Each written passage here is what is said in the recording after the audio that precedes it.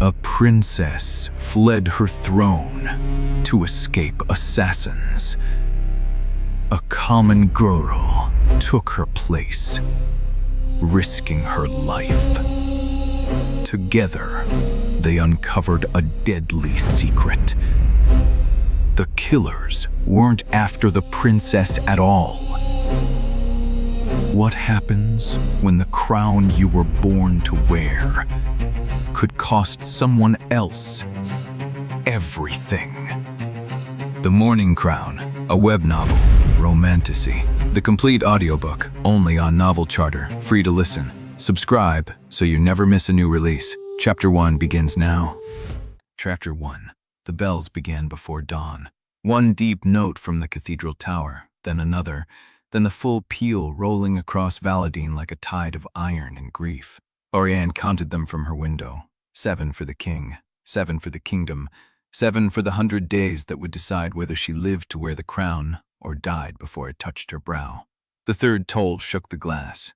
Behind her, Lady Azoria Fen worked the silk with practiced hands, drawing the mourning sash across Auriane's shoulders, pinning it at the collarbone with a silver mourning clasp. The chamber smelled of candle wax, crushed herbs, and the mineral weight of black-dyed linen laid out in neat stacks across every surface. "The seamstress has finished the hem," Aurea said, her voice pitched low, as if the walls might carry. "And the second set of servants' blacks is pressed and waiting in the lower laundry." Auriane watched the reflection of her own face in the dark window glass. Ink-dark hair coiled tight, rebend beneath a braided coronet. Dark eyes steady, trained to reveal nothing. The accession burn on her forearm, white scar tissue ridged over the ritual brand of the Sellwyn line, hidden beneath layers of silk and wool. She looked like a princess.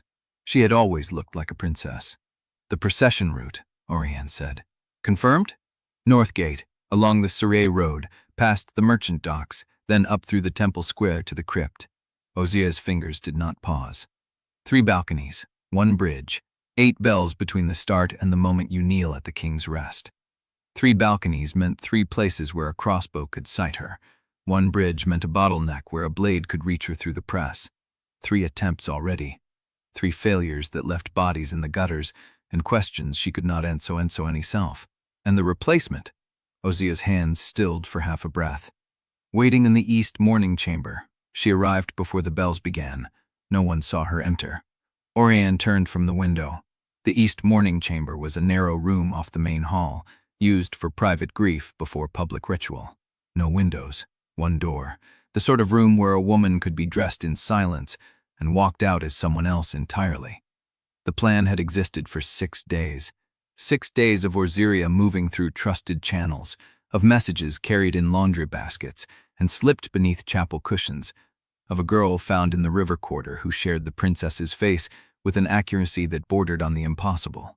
A boat builder's daughter, 22 years old, no connection to the court, no loyalty to any faction, no reason to want anything except the coin that would keep her brother and her mother fed through the hard winter.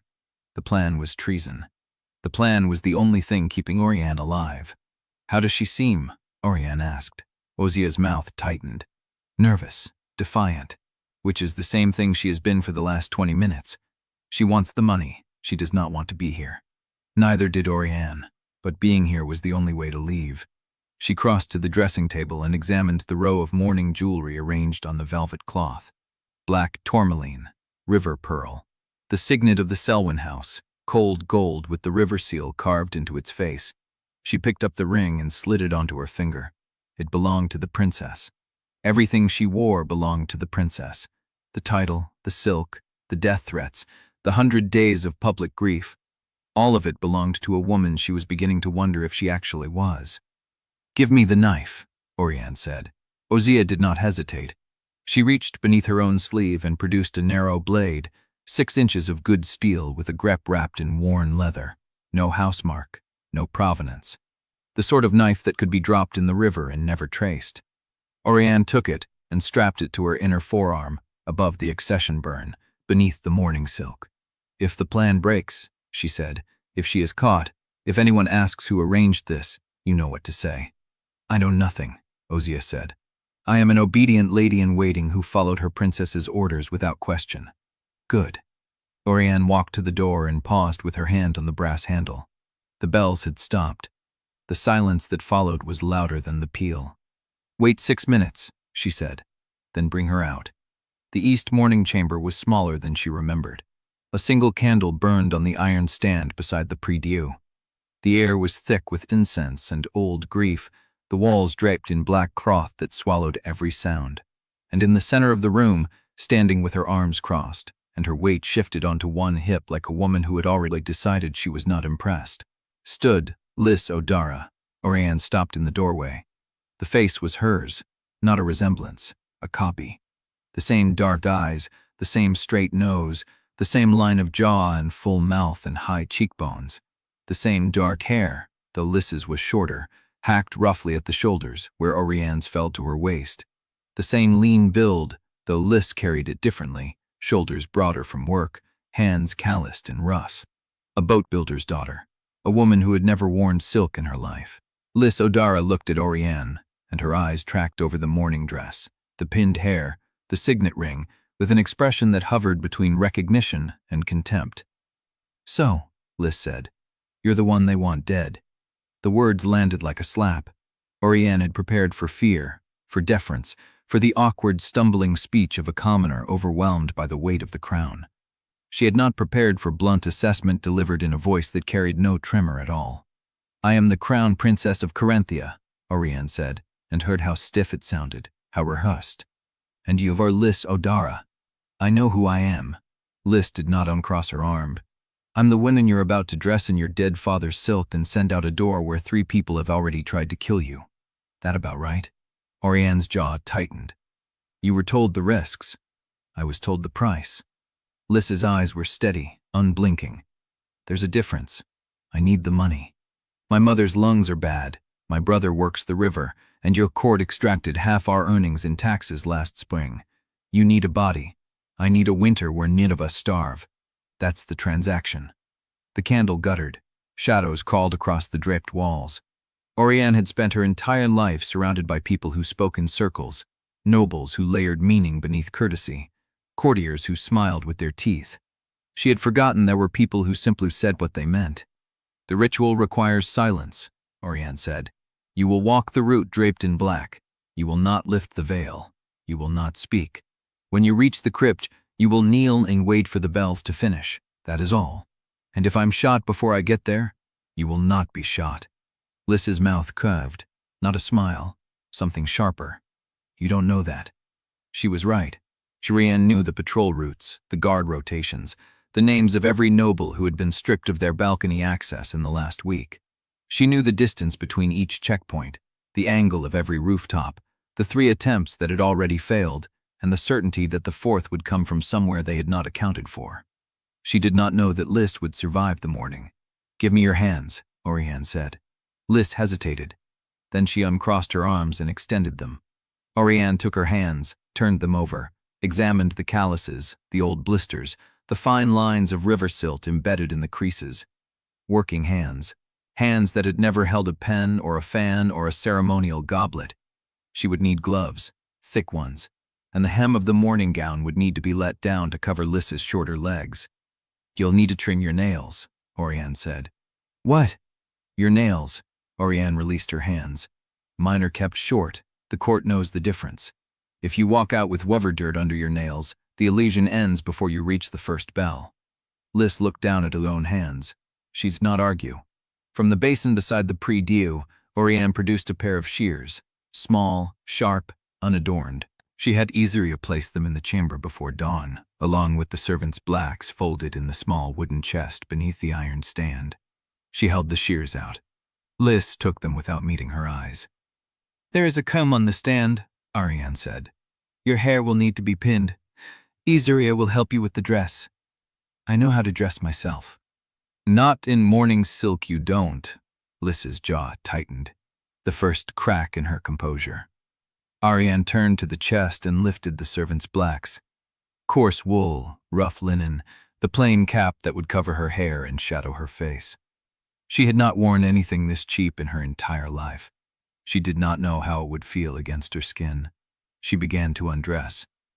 The morning silk pooled at her feet. The black undershift followed. She stripped down to her linen shift, her bare arms, the burn scar visible in the candlelight. She did not look at Liss while she worked. She could feel the other woman's gaze on her, measuring, cataloging, judging. When she reached for the servant's blouse, Liss spoke. "You really going to do this?" Auriane pulled the rough linen over her head. It smelled of soap and river water and the starch of the palace laundries. It smelled like someone else's life. "Yes. You trust me?" Auriane turned. Liss had not moved toward the dress. She still held the shears. Her face was unreadable in the low light. "I don't trust anyone," Auriane said, "but I need you to survive the next hour, and you need me to make sure your family eats this winter. That's not trust. That's alignment." Liss studied her for a long moment. Then she lifted the shears and began to cut her nails. Auriane finished dressing. The servant's blacks were coarse against her skin, the cap rough against her pinned hair. She tucked the stray strands beneath the wool and checked herself in the small mirror above the prie-dieu. A maid stared back. Not a princess, not an heir. A woman with dark eyes and a face that belonged in the kitchens, the laundry, the servant corridors where nobles never looked twice. She had never felt so invisible, and she had never felt so free. 6 minutes, she said, moving toward the servant's door at the back of the chamber. "Izuria will come for you.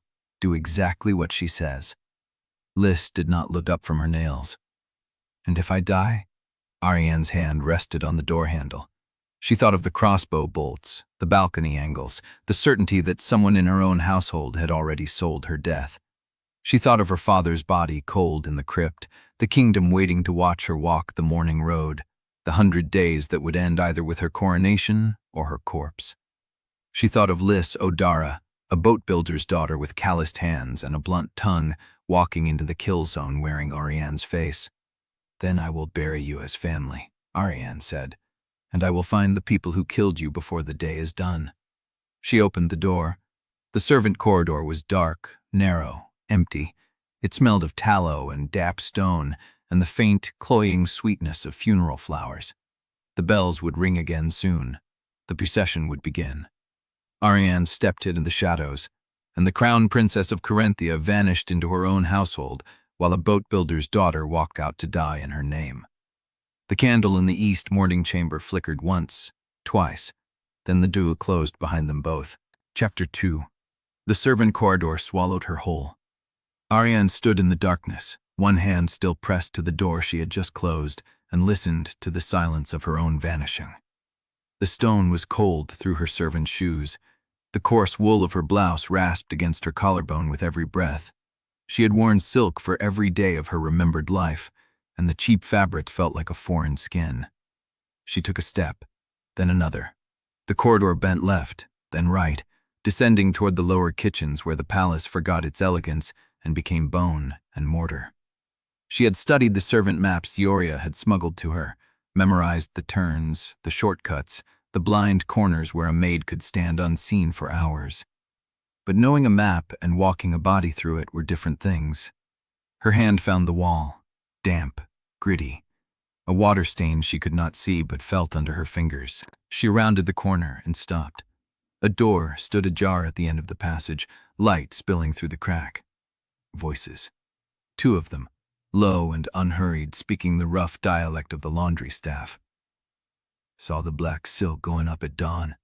They'll have her out by the 10th bell. Poor thing. 3 already. They say the 4th will take." Auriane's pulse pulled tight. The 4th will take. Someone in the palace had already spoken odds on her death, and the servants were the first to hear it. She pressed herself into the shadow of a buttress and waited. The voices did not move. She counted their breaths, the rhythm of their gossip. A scrape of a chair, a yawn. They were settled in for the morning, and she could not afford to be caught standing frozen in a corridor where no maid had reason to linger. She turned back the way she had come. The east mourning chamber was only 30 feet behind her, but she could not return to it. Liss was there. Georgia would be arriving any moment to dress the false princess in mourning silk. The door would open, and if Auriane was still in the corridor when it did, the entire plan collapsed. She needed a destination, The chapel. The side chapel on the ground floor, where the household staff attended mass before the nobles woke. No one would question a maid kneeling in the shadows before the first bells. And from the chapel, she could reach the north arcade, and from the arcade, the servants' gallery overlooking the courtyard where the procession would form. She moved. The corridor narrowed, then widened into a low-ceilinged passage lined with tallow candles. The smell of hot fat and old incense filled her lungs. A door on her right led to the chapel. She reached for the handle. The door opened from the other side. A priest stepped out, tall, gaunt, draped in the black vestments of mourning. His eyes passed over her without stopping. She dropped her gaze, folded her hands, breathed. "The chapel is not open yet," he said. "Come back after the third bell." "Yes, Father." Her voice sounded strange in her own ears. Higher, softer. She had pitched it deliberately, a maid's deference, a woman who had been taught not to look priests in the eye. The priest grunted and walked past her, his robes brushing her sleeve. She stood very still until his footsteps faded. Then she exhaled. The priest had not recognized her.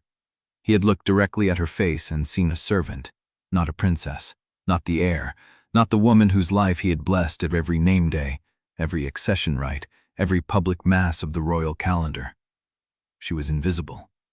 She had never been invisible before. A strange feeling moved through her chest, part terror, part elation. She had spent 24 years being the most visible person in every room, and she had not known how heavy that sight was until it lifted. She slipped into the chapel. It was small, dark, smelling of wax and wilted flowers. A single row of pews faced a plain stone altar where a carved figure of the martyr mother held her broken chains. No candles burned. The morning light through the high slit window was gray and thin. Auriane knelt in the back pew. She did not pray. She listened to the silence of the chapel and felt the coarse wool against her skin, and thought about the woman in the east mourning chamber who was about to walk out into the courtyard wearing a crown of black silk and grief. Liss Odara. Auriane did not know her, had not wanted to know her.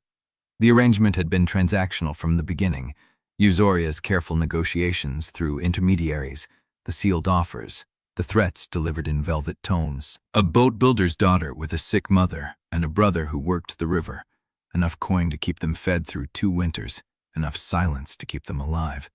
But in the chamber, when Liss had looked at her with those dark eyes that were her own eyes, Auriane had felt something crack. Not trust. She had meant what she said. She did not trust anyone, but recognition. Liss had looked at her without reverence, without fear, without the careful calculation that every noble face wore when addressing the heir. She had looked at Auriane the way river water looked at stone, indifferent and unstoppable. Auriane did not know what to do with that. She pressed her palms against the worn wood of the pew and forced herself to breathe. The bells would ring soon. The first bell of the mourning procession. She needed to be in the servants' gallery when they did. She needed to watch Liss walk the route, needed to see which balcony held the crossbow she had not managed to find. She stood. The chapel door opened. A woman entered, tall, gray-haired, wearing the plain black gown of the household steward. She carried a ring of keys at her belt and a ledger under her arm. Her eyes found Auriane immediately. "You," the steward said. "What are you doing in here?" Ariane's mind went blank.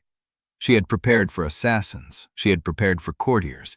She had not prepared for a steward who expected her to have a name, a purpose, a place in the hierarchy of the household. "I came to pray," she said. The steward's eyes narrowed.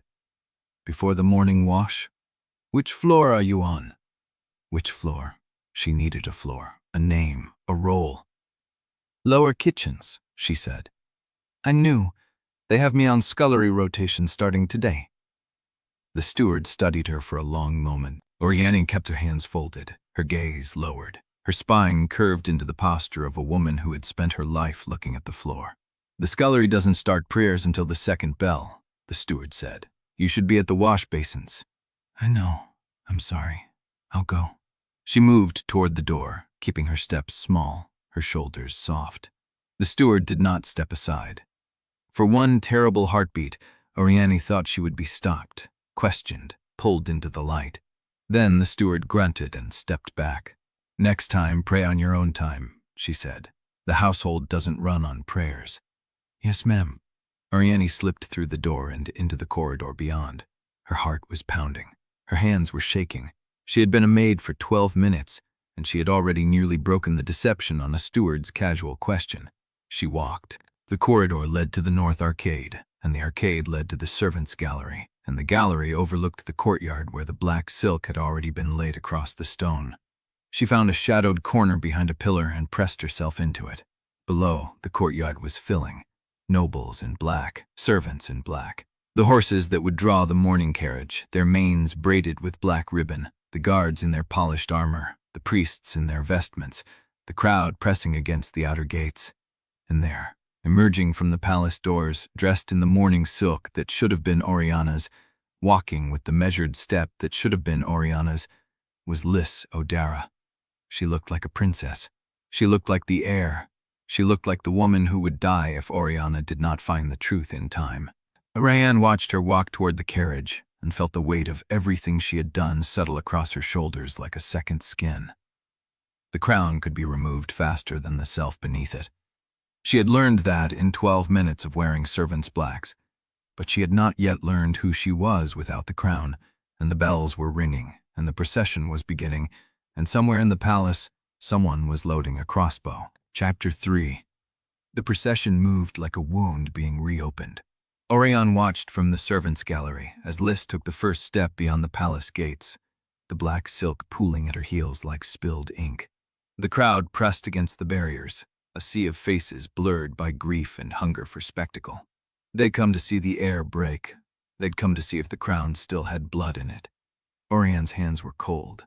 She had watched Liss rehearse the walk 3 times in the east chamber, the measured pace, the lowered gaze, the hand placed over the heart at every temple crossing. Liss had learned it all in a single afternoon, and she moved now as if she had worn mourning silk her entire life. But the silk could not stop a bolt. Auriane slipped from the gallery and into the corridor, her servant's shoes silent on the stone.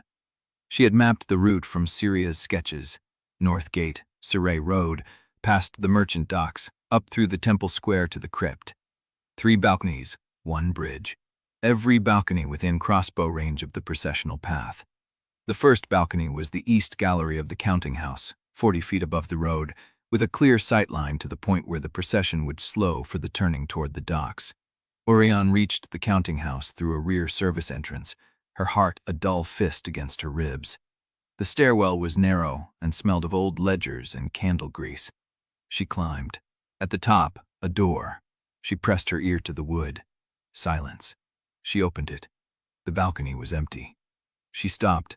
The window was open and the shutter was unlatched, and on the floor beneath the sill was a scuff mark that had not been made by a shoe. It was made by a boot. A soldier's boot, with a worn heel and a nail missing. Someone had been here. Someone had stood in this window, braced a weapon against the sill, and waited for the procession to pass. Auriane crossed to the window and looked down. The route was empty. The procession had not reached the guild hall yet. She was early. She was ahead of the danger. But the shooter was not here, which meant the shooter was on the 3rd balcony. The 3rd balcony was the worst one. The upper veranda of the Salter's Hall, directly above the bridge where the route narrowed and the carriage would slow to cross the Surrey. A crossbow from that height, at that angle, would have a clean shot at the carriage door, at the woman inside. Auriane ran. She ran down the stairs and through the guild hall and into the street, her cap slipping, her broth ragged, her legs burning. The crowd was thicker now, pressing against the barriers, craning for a glimpse of the air. She pushed through them, shoving past elbows and shoulders, and children perched on parents' shoulders. She heard the bells change. The procession had reached the merchant docks. She had less than a minute. The Salter's Hall rose ahead of her, a narrow building wedged between a tannery and a rope walk. The upper veranda was accessible through a side alley, a steep exterior stair that servants used for deliveries. She took the stairs 3 at a time. The veranda door was locked. She slammed her shoulder against it. The wood groaned, but held. She hit it again, harder, and felt something give in the frame. A third time, and the lock cracked, and the door swung open. She stepped onto the veranda. The balcony was empty, but the railing was warm. She touched the wood where a hand had rested. Still warm, still carrying the heat of a grip. She had missed them. The shooter had been here, and they had left, and she did not know where they had gone, and the procession was coming, and somewhere in the crowd somewhere was loading a crossbow. She looked down. The bridge was below her, a narrow stone arch spanning the Surrey. The procession was already on it. Liss's carriage rolled slowly across the cobbles, its black silk curtains drawn, its horses plodding with measured grief. Auriane watched. The crowd lined the bridge, hands pressed to hearts, faces wet with tears. Children threw flower petals. An old woman held a black shawl to her mouth and wept. And then she saw it. A flash, a glint, high and to the left, on the roof of the miller's house that overlooked the bridge. A crossbow. The bolt fired. It cut through the air like a needle through silk, straight and fast, and aimed at the carriage door, at the slit in the black curtain where Liss's face would be visible. Auriane's throat closed, but Liss moved. She did not follow protocol. She did not sit still with her hands folded and her gaze lowered. She saw something, or she felt something, or she simply acted on the instinct that had kept her alive on the river for 23 years. She threw herself sideways, shoving the carriage door open, and grabbed the child standing nearest to the wheel. The bolt struck the stone where the child had been standing. The child was on the ground, pushed clear, crying, but alive. Liss was on her knees beside the carriage, her black silk torn, her hair loose, her face white as bone. The crowd screamed. The guards drew weapons, and Liss Odara looked up at the miller's house, directly at the shooter, and did not flinch. Auriane stood on the veranda and could not breathe. The assassin had missed, but the assassin had not been aiming at the carriage door. The bolt had been too low, too fast, too angled to strike a seated figure through the curtain. The assassin had been aiming at the child, and Liss had seen it. Auriane stared at the girl on the cobbles, at the child who was alive because a boat builder's daughter had broken protocol and risked her cover and thrown herself into danger for a stranger. She had planned for protection. She had planned for concealment. She had not planned for Liss Odara to be brave. The crowd was chaos now, guards shouting, people pressing, the carriage driver fighting to control the horses. Liss was pulled back into the carriage by a guard, her face vanishing behind the black silk curtain. The procession broke formation. The route was abandoned. The air was alive. Auriane stood on the veranda with her hands shaking and her heart a ruin on her chest, and she understood, for the first time, that the plan she had made was not a plan at all. It was a gamble, and the gamble had paid the wrong woman into danger. She turned from the railing and walked back into the stairwell. The real hook was that she had been everywhere the shooter was supposed to be, and the shooter had been somewhere else entirely. The attack was not on the balconies. The attack was not on the bridge. The attack had been on a child standing in the crowd, and Liss had seen it before Auriane did. And Auriane did not know what that meant. But she would find out. She descended the stairs, her servant's shoes silent, her mind already spinning the thread of the next name, the next place, the next truth waiting to be uncovered. Somewhere in the palace, the shooter was already loading again. So let me saw it. Did they love this readable, anyway? The gloss, it does. With all woods dim among you. And but what it would be someone. Waste, simply something. A thing, he menaced. Stare and his solities, support to me now at the money one that's opening which was feeling about record. You wouldn't be stare glung we can mat. It won't absolutely spice well. Whatever isn't there. He sneebs this, wibbed. Accessible the negative. With all looking protective today. But I will seen this indicature. I have second flash, one dealing, when I did stare. I must will even live my wife for you the time I love. I really listen. Man, genuine. I say the money and the baby, where you address the brooding between that and envy. I want to see to your actions with the idea you.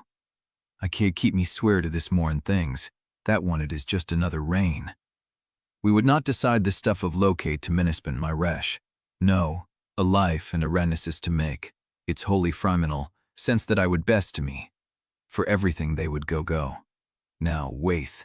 It stucks here existing with expience, or ever one you see my definites, to be a pisty new of negative. When we savably, now when we make sure they lid this boy over woon, where they say it was not among you, now when we do that nar. It felling shod in this dang, unstiggled, slitterly distinctional expection. Someone ever only know whatever Bodhi thinks if I could perceive, and the clear thing, of speed bassman, had the servant games with grad, the dory veal, occasion salis, less imes and from their reason will never like you. My revidating life plain before it's right now. It is a deserist witness forcing often. It means that it is a deseret witness with my braces modi, it's being so an entirely wors, it's a fitically active uncovering. I feel it's a masting time. I won't clear just stare for him to interested. Whenever it receives the remacness who we remember with my face, the game would been so spid. One of we lit for me, which my color was more as all. We are absolutely trith for the roan. We completely walks right here. A buttle and rolls for the many elth. We just be all that sail. We did not do a gravage. We want to make a movie. I need to be knowing my security that I mean all it means that you are so despited. If you can do it now. My best communies before means this, now inside. One chainsing. The words, to know the minute. It's just a lauder cleam. We didn't even think what everything will come. No. Whatever was no. Chapter 4. The servant's door let her back into the palace through a delivery chute, a narrow stone throat that smelled of wet grain and old cabbage. She came out in the lower kitchens, where the heat hit her like a wall, and the noise was a constant clatter of iron and wood and raised voices. No one looked at her. A cook with a burned forearm was shouting at a girl who had dropped a tray of eel pies. Two boys were hauling ash buckets past a row of spits where someone's supper was turning black at the edges. A woman with a wet rag tied around her head was scrubbing a pot so large she had to stand on a stool to reach the rim. Auriane stepped sideways to let an ash boy pass. He did not slow. He did not even glance at her face. She was a body in his way, nothing more, and he moved around her with the same indifference she showed the hearth. She had spent her entire life being the person every room turned to look at. Now she was the person they saw through. The realization sat strange in her chest. Not shame, not relief, something between the two. She had studied servant maps and practiced a servant's voice. She had not understood that the invisibility went deeper than wool and a lowered gaze. It was a condition of being.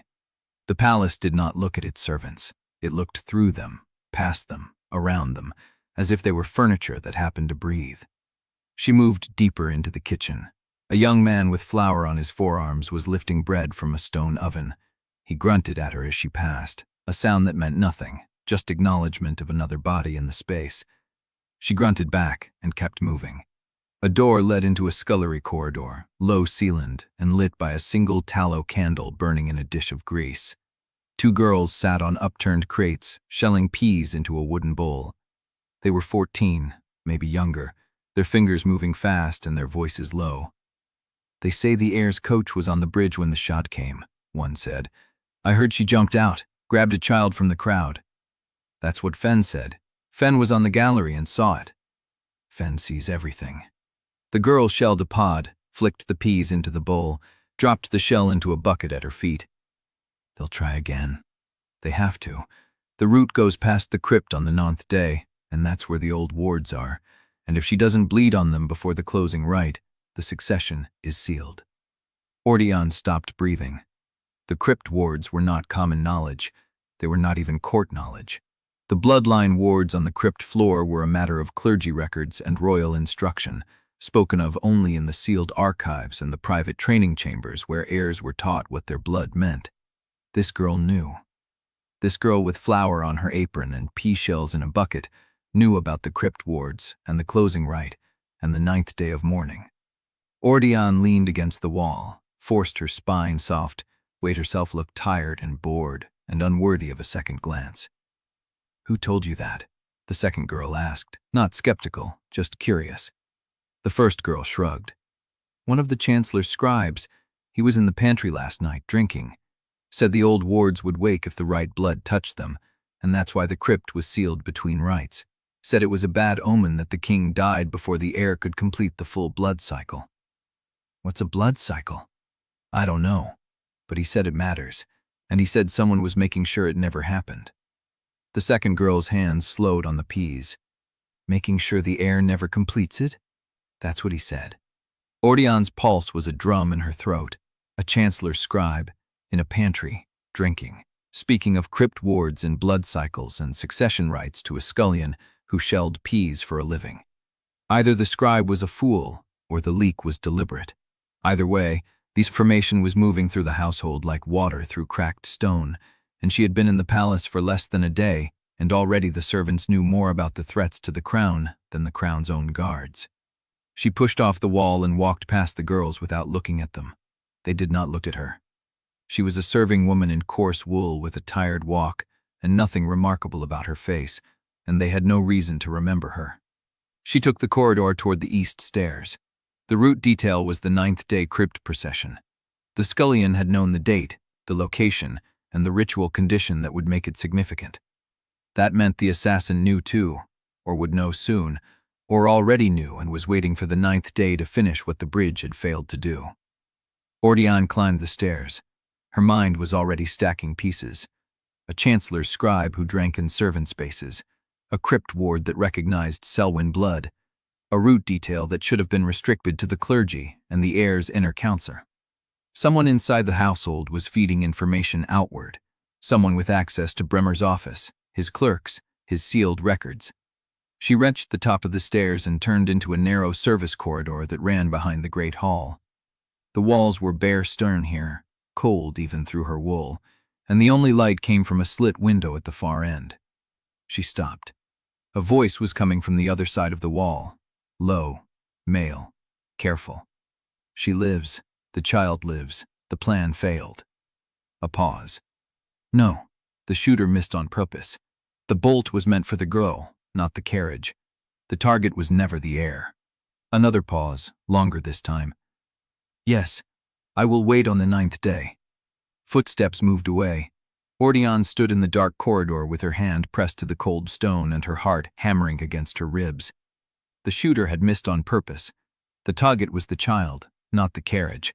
And someone inside the palace had just confirmed it to a voice on the other side of a wall, a voice that already knew the plan and was waiting for the crypt procession. She turned and pressed her back to the stone. She had come looking for the leak. She had found it. And the leak was breathing the same air she was. Chapter 5. She followed the whisper. It was not a voice she could trace. It was the shape a rumor leaves behind. The way servants glanced at each other and cut their words short when she passed. A scullery boy who would not meet her eyes. A laundress who stopped humming mid-song and started studying her rag as if it held prophecy. Auriane kept her spine soft and her gaze low and moved through the corridors like she belonged to the stone. The household had changed since the bridge. The air was tighter. Doors closed faster. Conversations dropped into silence when a stranger's shadow fell across the threshold. Someone had been asking questions. Someone had been noticed. And whoever the male voice on the other side of the wall had spoken to, they were still inside the palace, still breathing, still waiting for the 9th day. She needed to know more about the crypt. She needed to know why a chancellor's scribe was drinking with scullions. She needed to find the pantry where the leak had started. The lower halls were quieter at this hour. The kitchen bustle had faded into the slow rhythm of night work, a few lamps burning, a few bodies moving through the steam. She followed the smell of old bread and damp stone until she found a door that did not quite close, a sliver of candlelight bleeding through the crack. She pushed it open. A pantry, shelves of jars and sacks, a block of tallow half gouged by a careless knife, a jug of wine on the floor with a thumbprint in the dust near the rim, and a man. He was seated on an overturned crate with his back to the far wall, a heel of bread in one hand and a knife in the other. Not eating, just sitting, just watching the door as if he had been waiting for someone to walk through it. Not the scribe, not the voice from the wall. Auriane knew him by reputation before she knew his face. Edran Pike, Common-born spymaster, raised from nothing by competence alone, trusted by the late king and tolerated by the court because he knew where every body was buried and had the good sense not to gloat about it.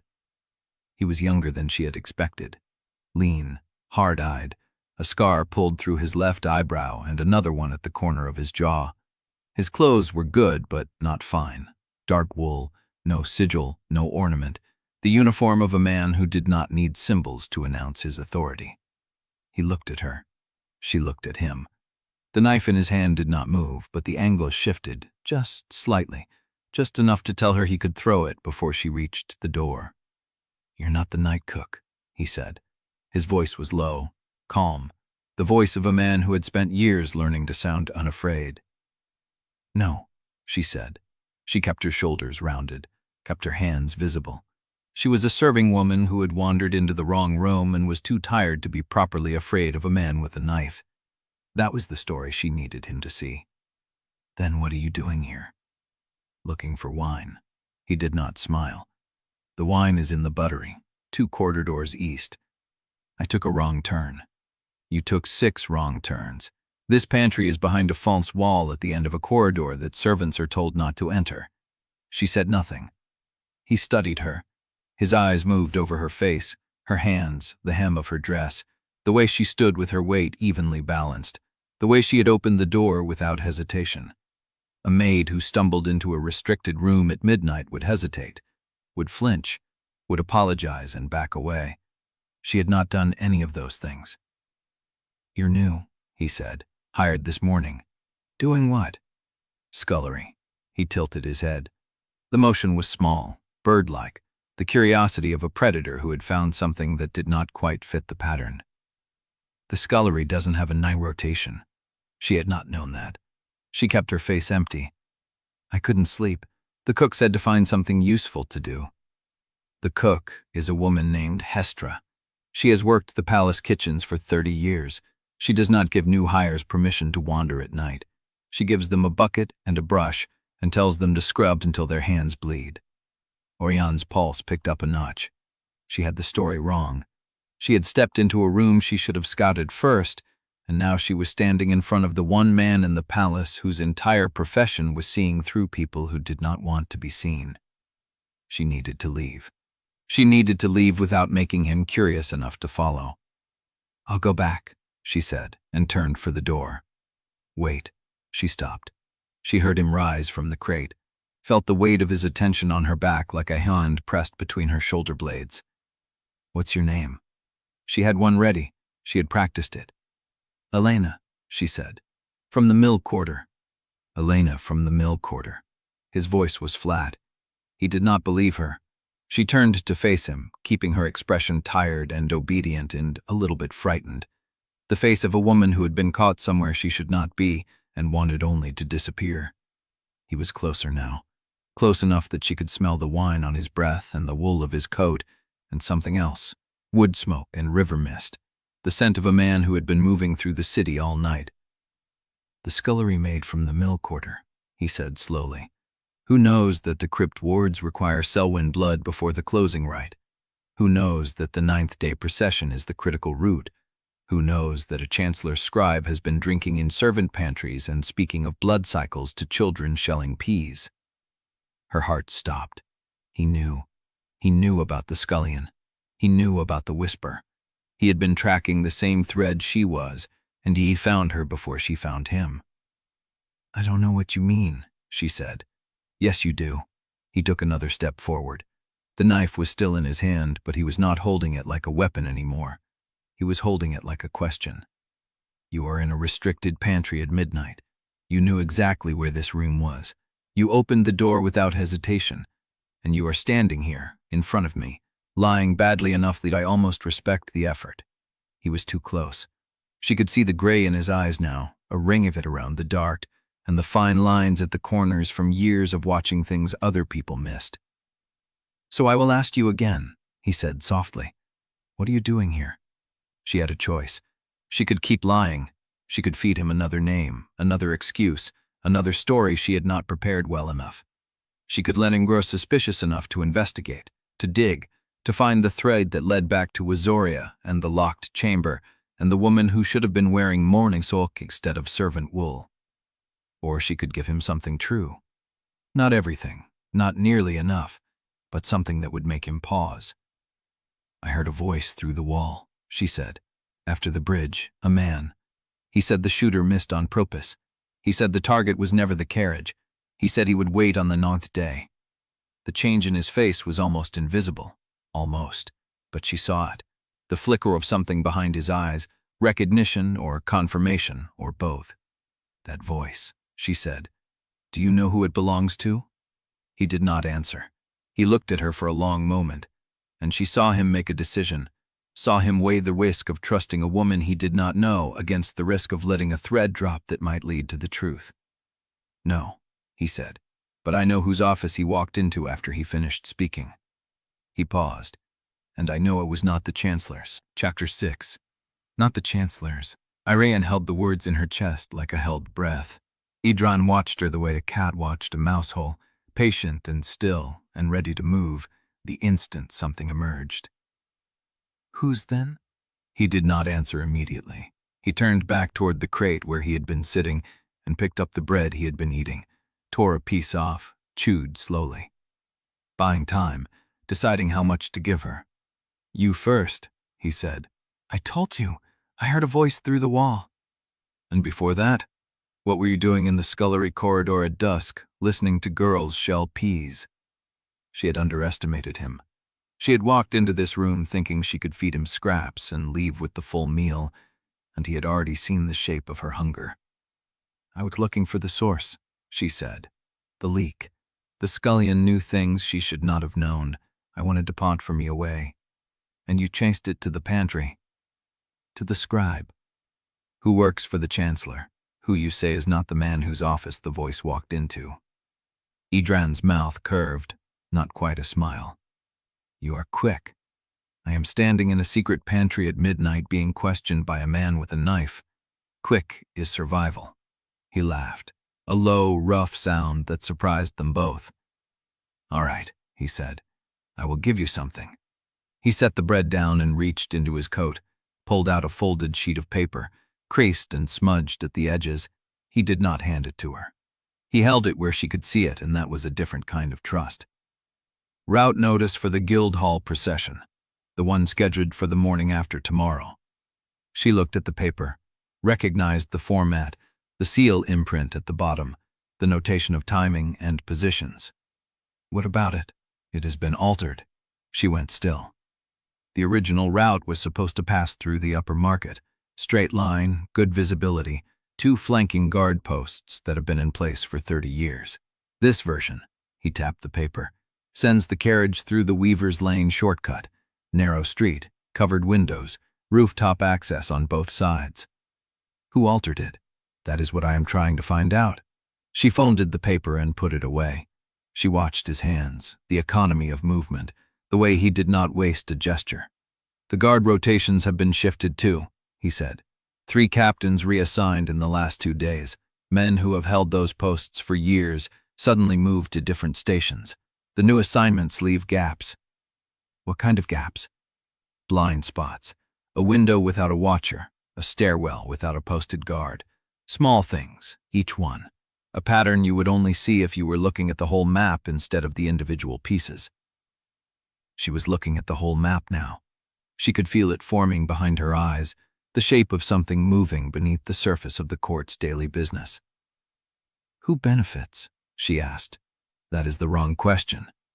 What is the right one?" He leaned forward. The candlelight caught the scar through his eyebrow, the one at his jaw, the gray ring around his dark eyes. Who benefits most from keeping the air exposed? She understood. If the assassins wanted the princess dead, they would have fired at the carriage, not the crowd. If they wanted the throne empty, they would have targeted every procession with real force, not staged a miss meant to look like failure.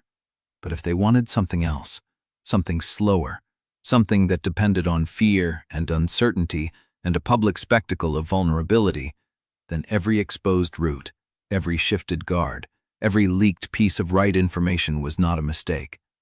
It was a trap being built piece by piece.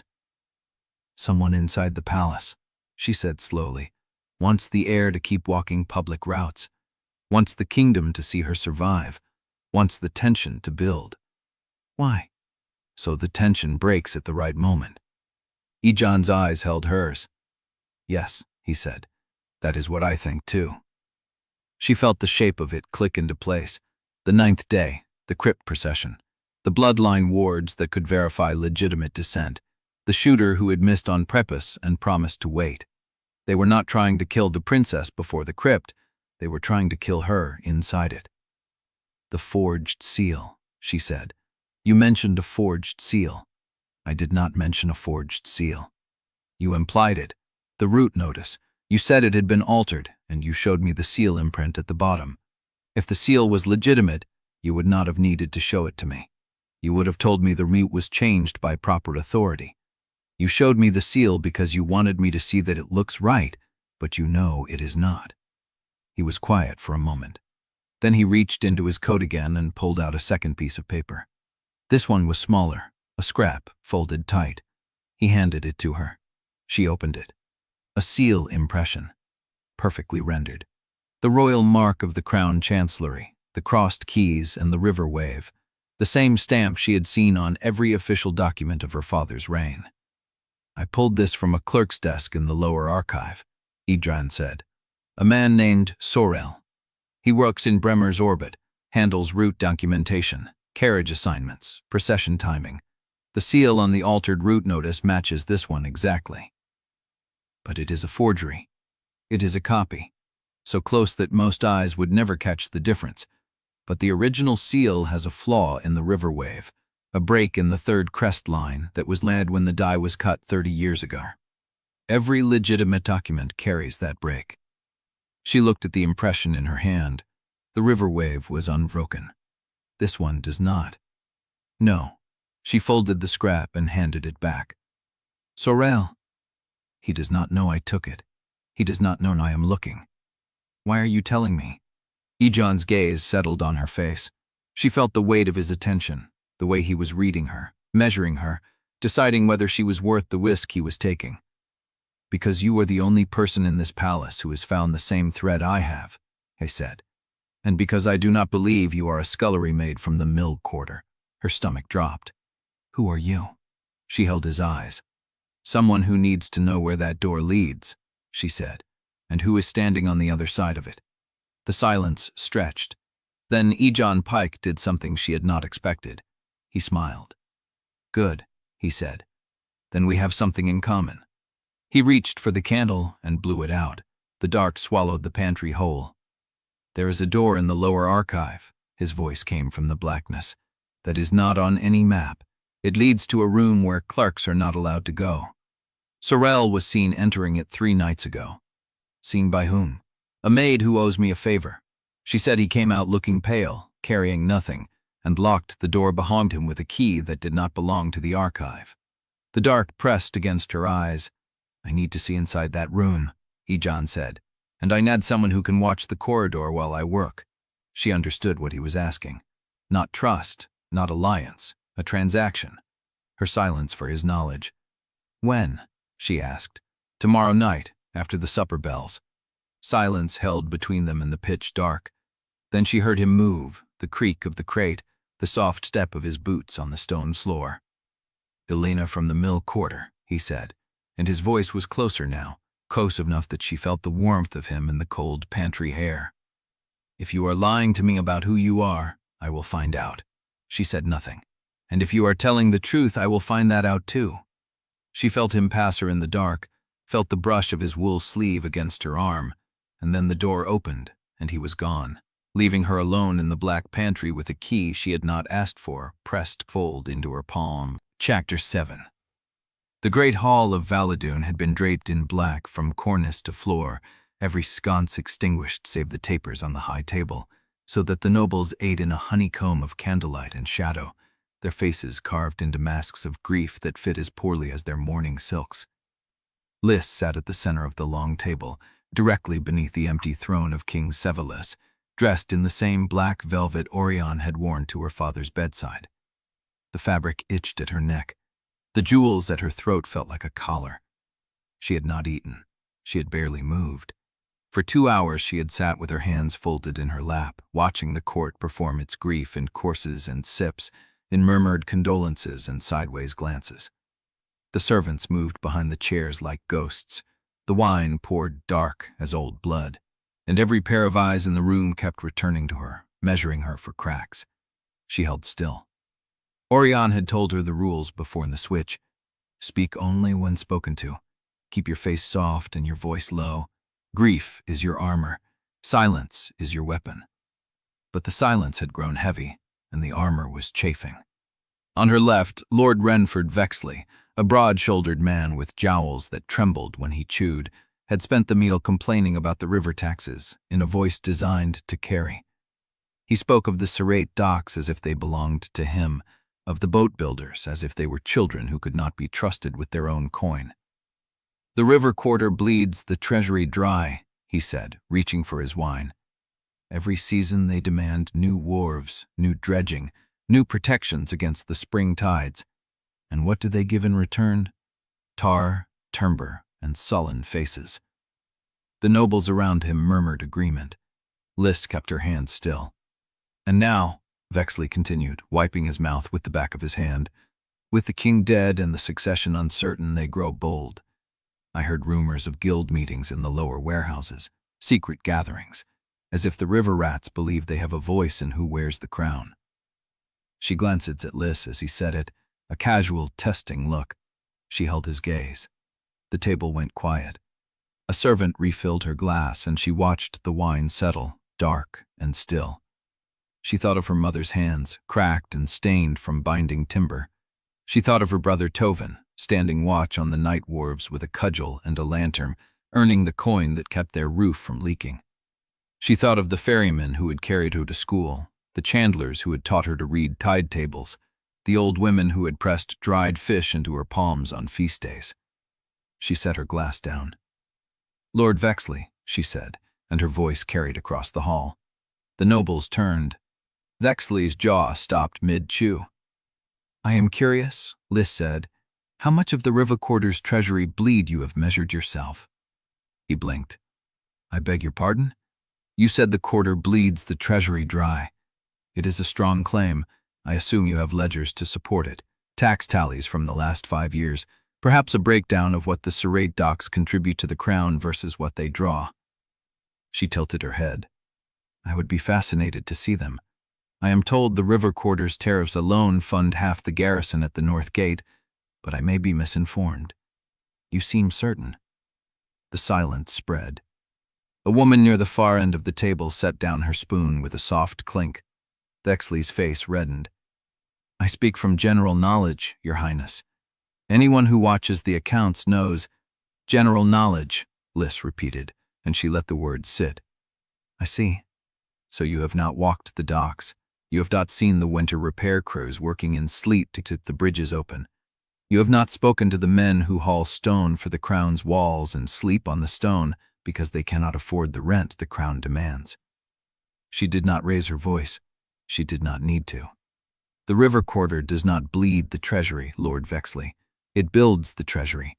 It builds the ships that carry your trade, the wharves that land your goods, the bridges you cross to reach this hall. And it asks for nothing but what it earns." The hall was frozen. Liss looked down at her plate, untouched, and picked up her knife. She cut a small piece of bread and ate it, slowly, deliberately, letting them watch her do it.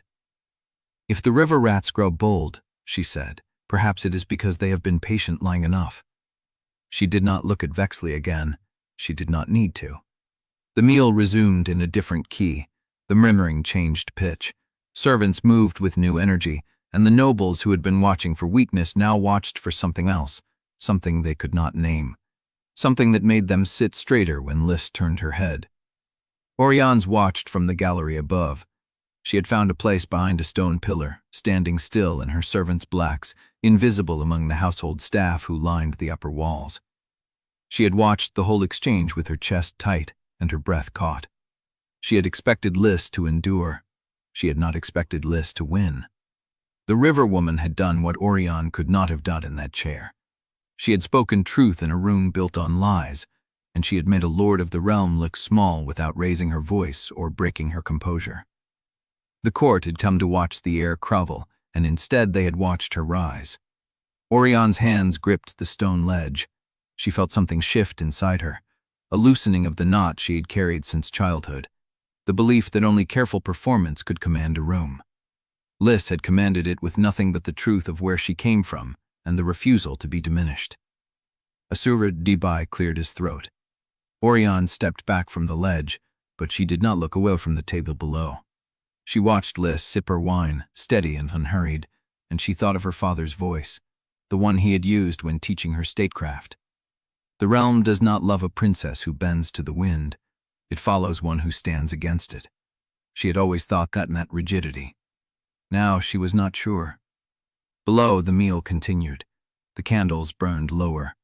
The grief-blackened hall softened into rumor and calculation, and Liss Odara sat at the center of it, untouchable, waiting for the next move. Auriane turned to leave, and then she saw him. Edran Pike stood at the far end of the gallery, half hidden behind a curtain, watching her. Not Liss. She felt the weight of his gaze like a hand on her spine. He had seen her watching the table. He had seen her reaction. And the question in his eyes had sharpened into something close to certainty. She turned and walked into the shadows. The corridor swallowed her, but she felt him behind her, 2 turns back, matching her pace without closing, and she understood with cold clarity that the night was not over yet. Chapter 8. She moved fast through the dark corridor, counting turns she had memorized from Soroya's maps. Left at the tapestry loom, right past the empty scribe's alcove, down the narrow stair where the 3rd step always creaked. Edran stayed 2 turns behind, not closing, not falling away, just present enough that she felt his attention like a thread pulled taut between them. She rounded the corner into the west kitchen passage and pressed herself flat against the wall, hand finding the knife hidden beneath her sleeve. The blade stayed sheathed, but her palm knew the weight of it. Footsteps stopped. Silence held for 3 breaths. Then a door opened somewhere behind her, and the footsteps continued past the junction, fading toward the east stairs. Edran had let her go, deliberately. The knowledge burned colder than any accusation would have. She waited until the sound died completely before she let herself breathe. The corridor settled into his nighttime rhythm. Distant voices from the kitchens, the rattle of a pot being scoured, the low murmur of servants finishing the banquet's wreckage. She moved toward the sound, pulled by instinct. If she was going to map this court, she needed to start where truth moved fastest. The lower kitchen was steam and tallow light when she reached it. 3 women worked at the washing troughs, their sleeves rolled to the elbow, their hands red from hot water. A 4th sat on a stool near the hearth, picking at a heel of bread with the methodical care of someone who had not eaten all day. Auriane took an apron from the peg by the door and started stacking clean platters without being asked. The woman at the hearth looked up. New? She was at the pouring earlier, one of the trough workers said without turning. Hestra's rotation. That was not true. But the lie settled into the room like a familiar coin, and no one questioned it. Auriane kept her head down and her hands moving, and she listened. The talk was ordinary at first. The banquet guests had dispersed to their chambers, and the household staff had begun the slow work of extinguishing candles and locking doors. She passed a maid carrying linens, a steward checking a window latch, a priest in mourning robes moving toward the chapel with a candle in each hand. She watched them all. She catalogued the direction of their glances, the weight of their steps, the speed of their retreat, mapping the court's hidden architecture. Who looked at the Chancellor's door too long? Who crossed themselves when passing the east stair? Who met the eyes of the foreign envoy's servant and looked away too quickly? By the time the palace bells marked the 2nd hour past midnight, she had a list of faces and affiliations etched into her memory. 3 servants who moved information between Bremer's clerks and the Dowager's household. A captain of the guard who had transferred his allegiance from the Crypt Rites to the Chancellor's office 6 months ago. A lady-in-waiting to the Dowager whose brother sat on the Rival Guild Council and whose husband owed Bremer a debt large enough to be unpayable. Every lead passed through Bremer's hands before it reached anyone else. She found an alcove in the chapel's outer narthex where the shadows pooled thick enough to hide in, and she sat on the cold stone floor with her back against the wall. The candles flickered. The incense hung heavy. She had been taught that Bremer was the realm's anchor, the steady hand that kept the succession from fracturing. She had trusted his advice because he had never given her reason to doubt it.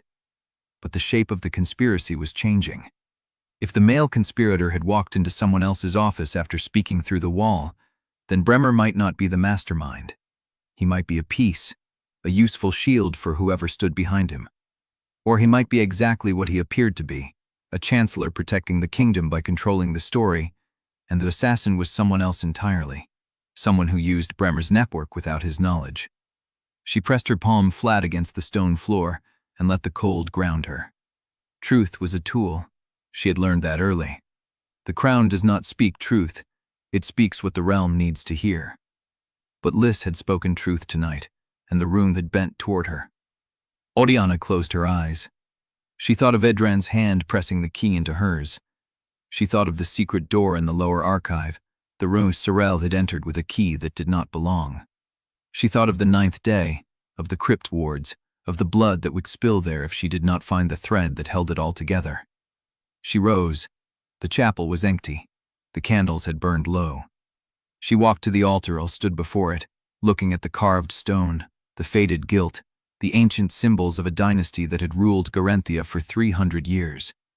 She had never felt less like a Sellwyn than she did in this moment, and she had never been more certain that she was the only one who could stop what was coming.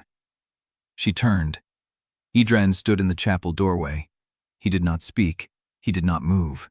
He simply stood there, his dark wool blending with the shadows, his gray ringed eyes fixed in her face, and she felt the weight of everything she had not told him settle between them like a blade laid flat on stone. The candlelight shifted. She met his gaze, and in the silence, she understood that the question was coming tonight, whether she was ready for it or not. Chapter 9. The chapel held its breath. Edran did not move from the doorway.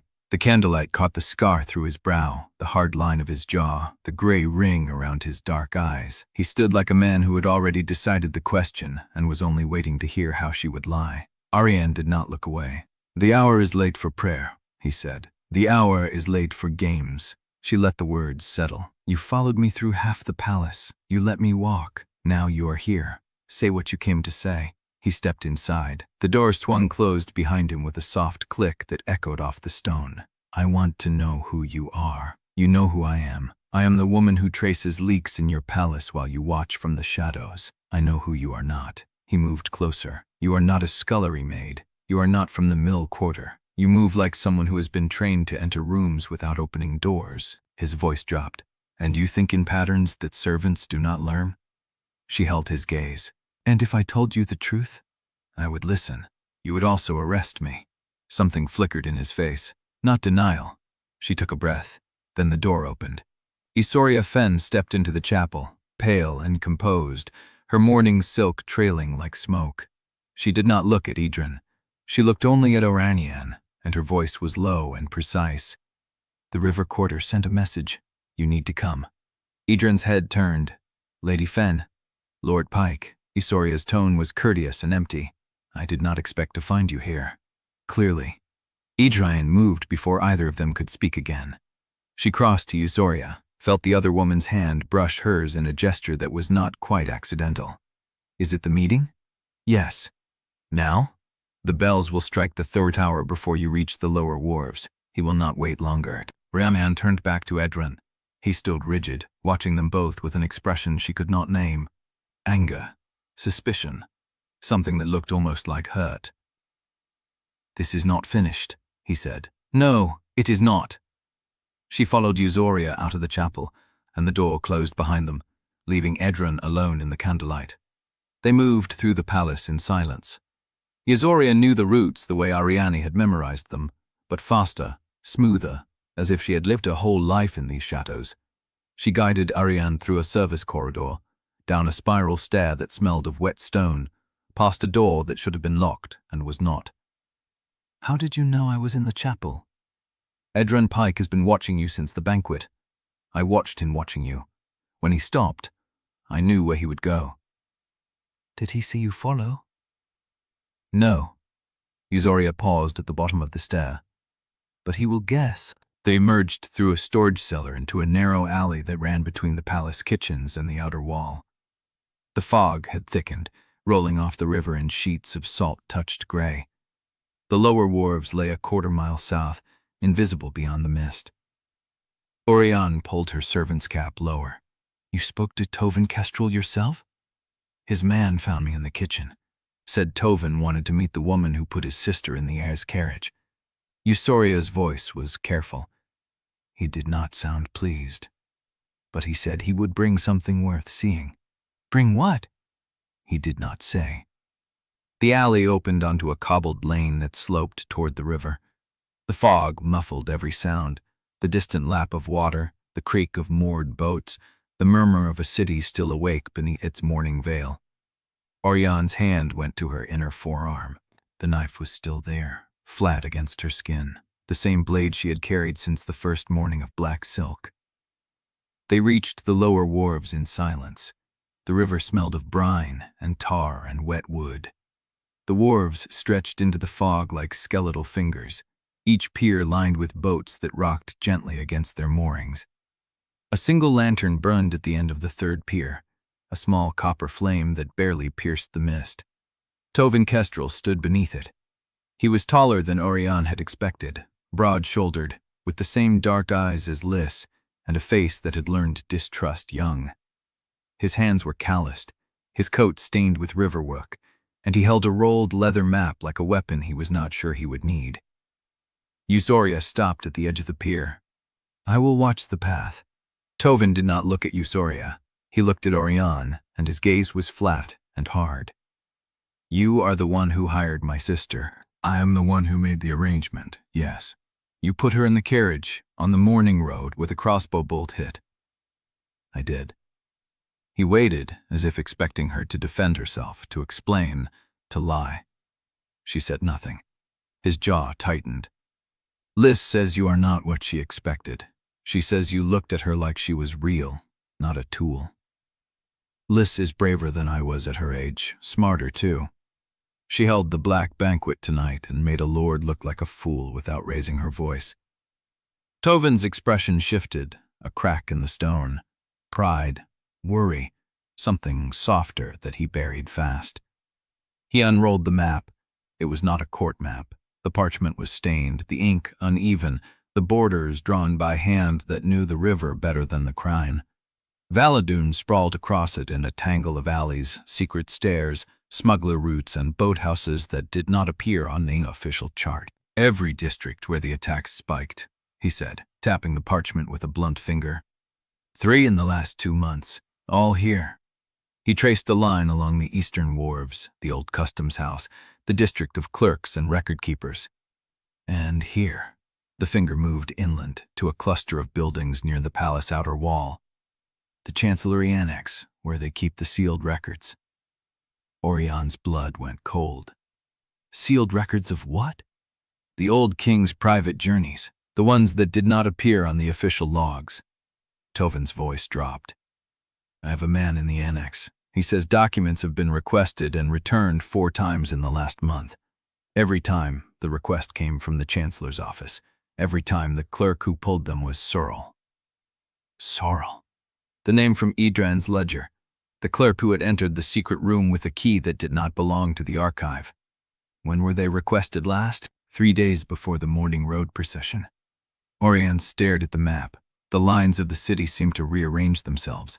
Districts connecting to dates, attack sites clustering around places where the truth had been stored and sealed. "What is in those records?" Tovin met her eyes. "I was hoping you would tell me." A sound cut through the fog. Eusoria's voice, low and sharp. "Someone is coming. More than one." Tovin rolled the map in a single motion and pressed it into Auriane's hands. "Keep Liss alive. That is the price for the map." He stepped back into the fog. "Find the truth before they bury it again." Tovin. He was already gone. The fog swallowed him like water closing over a stone. Auriane turned. Shapes moved at the edge of the mist, dark figures converging on the wharves from 3 directions. Their steps were too quiet, their pace too coordinated to be random. Sawyer grabbed him arm. This way, now! They ran. The fog closed behind them as the first footsteps struck the pier, and Auriane did not look back, but she heard the sound of something being dropped into the river, heavy and final, and she knew the watchers had not come for conversation. Chapter 10. The fog did not lift until they reached the servants' gate. Auriane's lungs burned. Her legs trembled from the sprint through alleys she had never seen, between boathouses and drying sheds, over a collapsed wall where Zoria had pulled her hard left, and the sound of pursuit had broken, splintered, and finally died. Zoria did not speak as she unlatched the gate. Her hands were steady, her face told nothing. They slipped into the palace through a storage cellar, past barrels of salted fish and bins of hardened tallow, and up a stair that opened into the lower chapel corridor. The air changed there. The brine and tar of the river gave way to beeswax, old incense, and the cloying sweetness of dying flowers. Zoria stopped. You should not be seen for an hour. The servants' quarters are watched. By whom? Everyone. Zoria's gaze was flat. The Dowager's women took positions in the east corridor an hour ago. They are counting faces. Auriane's hand went to the map hidden beneath her blouse. The parchment was warm against her skin, damp from sweat and river mist, but the leather roll held. Where do I go? The side chapel, the one dedicated to St. Velis. No one uses it after Compline. Zoria turned to leave, then paused. Tovin Kestrel is not wrong to distrust us. He is wrong to think we cannot become worth trusting. She was gone before Auriane could answer. The side chapel smelled of dust and wax and the sharp tang of dying incense. A single candle burned before the stone figure of St. Velis, the patron of lost travelers, her face worn smooth by generations of hands that had touched it in prayer. The chapel was small, barely larger than a noble's dressing chamber, with a single pew and a prie-dieu that had not been moved in decades. Auriane sat in the shadows at the back of the room, her back against the cold stone wall, the map pressed between her palms. Her fingers traced the ink lines Tovin had drawn: the Eastern Wharf, the old customs house, the district of clerks, the Chancellor Annex. 4 requests, 4 times in the last month, each by Soral, each ordered from the Chancellor's office. She closed her eyes. The truth was somewhere in those sealed records, the old king's private journeys, the ones that did not appear on the official logs. Journeys that someone had wanted to bury and someone else had wanted to find. Footsteps in the corridor. Auriane's eyes snapped open. She pressed herself deeper into the shadows, her hand moving instinctively to the knife on her forearm. The footsteps stopped at the chapel door. A woman's voice, low and precise. The rites must hold. If the appears unstable before the full court, the marriage alliance will be the least of our concerns. Queen Dowager Marist. Auriane's breath stopped. Another voice, male, older, with the careful cadence of a cleric. The crypt procession is 5 days away. The heir's participation is mandatory. If she falters, she will not falter. Marist's voice was ice wrapped in silk. I have ensured she will be properly supported. Supported. The word landed like a blade between ribs. Footsteps entered the chapel, 2 pairs. A third remained in the corridor. Auriane pressed herself against the stone wall, her servant's blacks blending with the shadows. The candlelight caught the Dowager's profile as she paused before the statue of St. Velis. Her mourning dress was black velvet, her veil pinned with silver, her posture immaculate, even in a moment she believed unobserved. The cleric stood behind her. The envoys from Talere arrived at midday. Prince Mathin's representative requested a private audience before the crypt procession. And? He was told the heir was in mourning seclusion. He was not satisfied. Marist turned. The candlelight caught the hard line of her mouth. He does not need to be satisfied. He needs to wait until the succession is stable enough to negotiate from strength. And if the succession is not stable? Marist's smile did not reach her eyes. Then Talare will not be the only power positioning themselves at our border. Mourning has already increased patrols along the Surrey. 3 ships in the last week, anchored beyond the delta, claiming weather trouble. The cleric's voice dropped. If the crown fractures, it will not fracture. Marist's hand moved to the statue, her fingers tracing the worn stone face of St. Velis. I have spent 30 years holding this kingdom together through weak kings and contested successions. I will not watch it burn because a girl from the River Quarter learned to speak well at a banquet. Auriane's blood ran cold. You know, Marist's laugh was soft, almost regretful. I told you it was not finished. She stood slowly, the map pressed against her ribs, the knife warm against her skin. What do you want, Edran? He held her gaze for a long moment. Then he stepped aside, clearing the doorway. To show you something you need to see, before the Dowager finds you first. Valigantitas, manned into the dider. She led her through the dark, not toward the main corridors where the Dowager's women would be searching, but deeper into the servant passages, where the walls breathed damp stone and the torches burned low in their sconces. Auriane followed 3 steps behind him, the map still pressed to her ribs, her fingers brushing the knife hilt, every few strides to remind herself she was armed. Edran did not look back. He moved with a man who had memorized every turn, every uneven flagstone, every door that hung slightly ajar. His dark wool coat absorbed the torchlight. No sigil, no ornament, nothing to mark him as anyone worth noticing. She hated how easily she matched his pace, hated that some part of her had been waiting for him to appear, that when his shadow filled the chapel doorway, her chest had tightened with something that was not fear. They passed a narrow window. Below, the courtyard lay silver under the moon, empty of guards. The bells had not tolled for hours. The palace was holding its breath. Edran stopped at a door so low she would have walked past it without seeing. He pressed his palm flat against the wood, found the catch by touch alone, and pulled it open without a sound. Stairs, he said. Down. She did not ask where they led. She followed because the alternative was standing still while Marist's women combed the east wing, and standing still had never saved anyone. The stairwell was tight, barely wide enough for 2 shoulders. The stone steps spiraled down into darkness so complete she lost sense of depth, of distance, of whether the ground would meet her next footfall. She counted turns. 3, 5, 7. At the bottom, a single candle burned on a wooden crate. Edran turned to face her. The light caught the scar through his eyebrow, the hard line of his jaw, the gray ring around his irises that made his gaze feel older than the rest of him. He did not speak. He stood with his weight balanced, his hands empty at his sides, watching her step off the last stair and into the small stone chamber. She stopped 3 feet from him, close enough to see the pulse at his throat, far enough to draw the knife if she needed to. You said you wanted to show me something, she said. I do. His voice was low, careful. But first I need to know whose side you are on. Mine. She did not hesitate. And the truth. Those are not always the same thing. Tonight they are.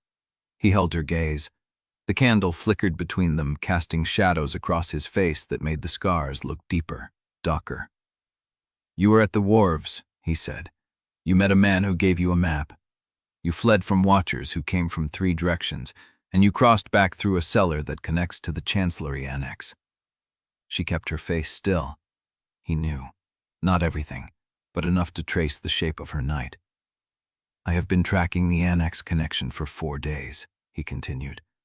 The Clerk Sorrel, the sealed records, the old king's private journeys. I know they were requested 4 times.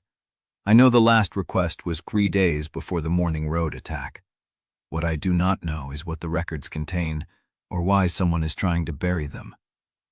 They contain the truth about why the assassins are hunting Liss Odara instead of me. The name slipped out before she caught it. Edran's eyes sharpened. I never told you her name, he said quietly. I never told you who was walking the Mourning Road in mourning silk. I never told you about the boat builder's daughter from the river quarter. Auriane's heart swam against her ribs. She had walked into his trap. He had not confirmed anything. He had not needed to. She had handed him the confession like a gift, wrapped in the urgency of a woman who cared too much about a servant who should have been a stranger. "Elena," he said, and the name was a blade laid flat against her throat. "Is that still what you want me to call you?" She said nothing. He stepped closer, one foot, then another. The candlelight caught the hollow of his throat, the line of his collarbone beneath the dark wool. She could smell rain on his coat, stone dust, the faint sharpness of ink. "I have watched you move through this palace for 6 days," he said. "I have watched you count guard rotations, map servant networks, disappear into corridors that have not been used since the old king was crowned. I have watched you sit in shadows and listen to a peen dowager reveal her hand, and I have watched you walk out of a chapel with the smuggler's map pressed to your ribs like it was the only thing keeping you upright." His voice dropped. "And I have watched you look at Liss Odara like she is your sister. Not your servant, not your tool, your sister." Auriane's throat burned. "You do not understand," she said. "Then make me understand." He was close now. Close enough that she could see the flecks of gray in his dark eyes, the small scar at the corner of his jaw, the way his breath caught when she did not step back. "Tell me who you are. Tell me why you care. Tell me why I have spent every night since I met you trying to find a reason to stop following you, and failing." The air between them was too thin, so could feel the heat of his body, the tension in his shoulders, the weight of everything he was not saying. He wanted the truth. He needed it. And she had spent her entire life learning how to lie. But looking at him now, standing in the candlelit dark with his scars in his worn wool and his eyes that had seen through every mask she wore, she felt the lie catch in her throat like a stone. "I cannot tell you," she whispered. "Why?" "Because if I do, you will have to choose between the truth and the oath you swore to the crown." His jaw tightened. "I swore my oath to the king. The king is dead." "Then you swore it to his heir." "I do not know who his heir is." The words hung between them. She saw it then. The question he was not asking.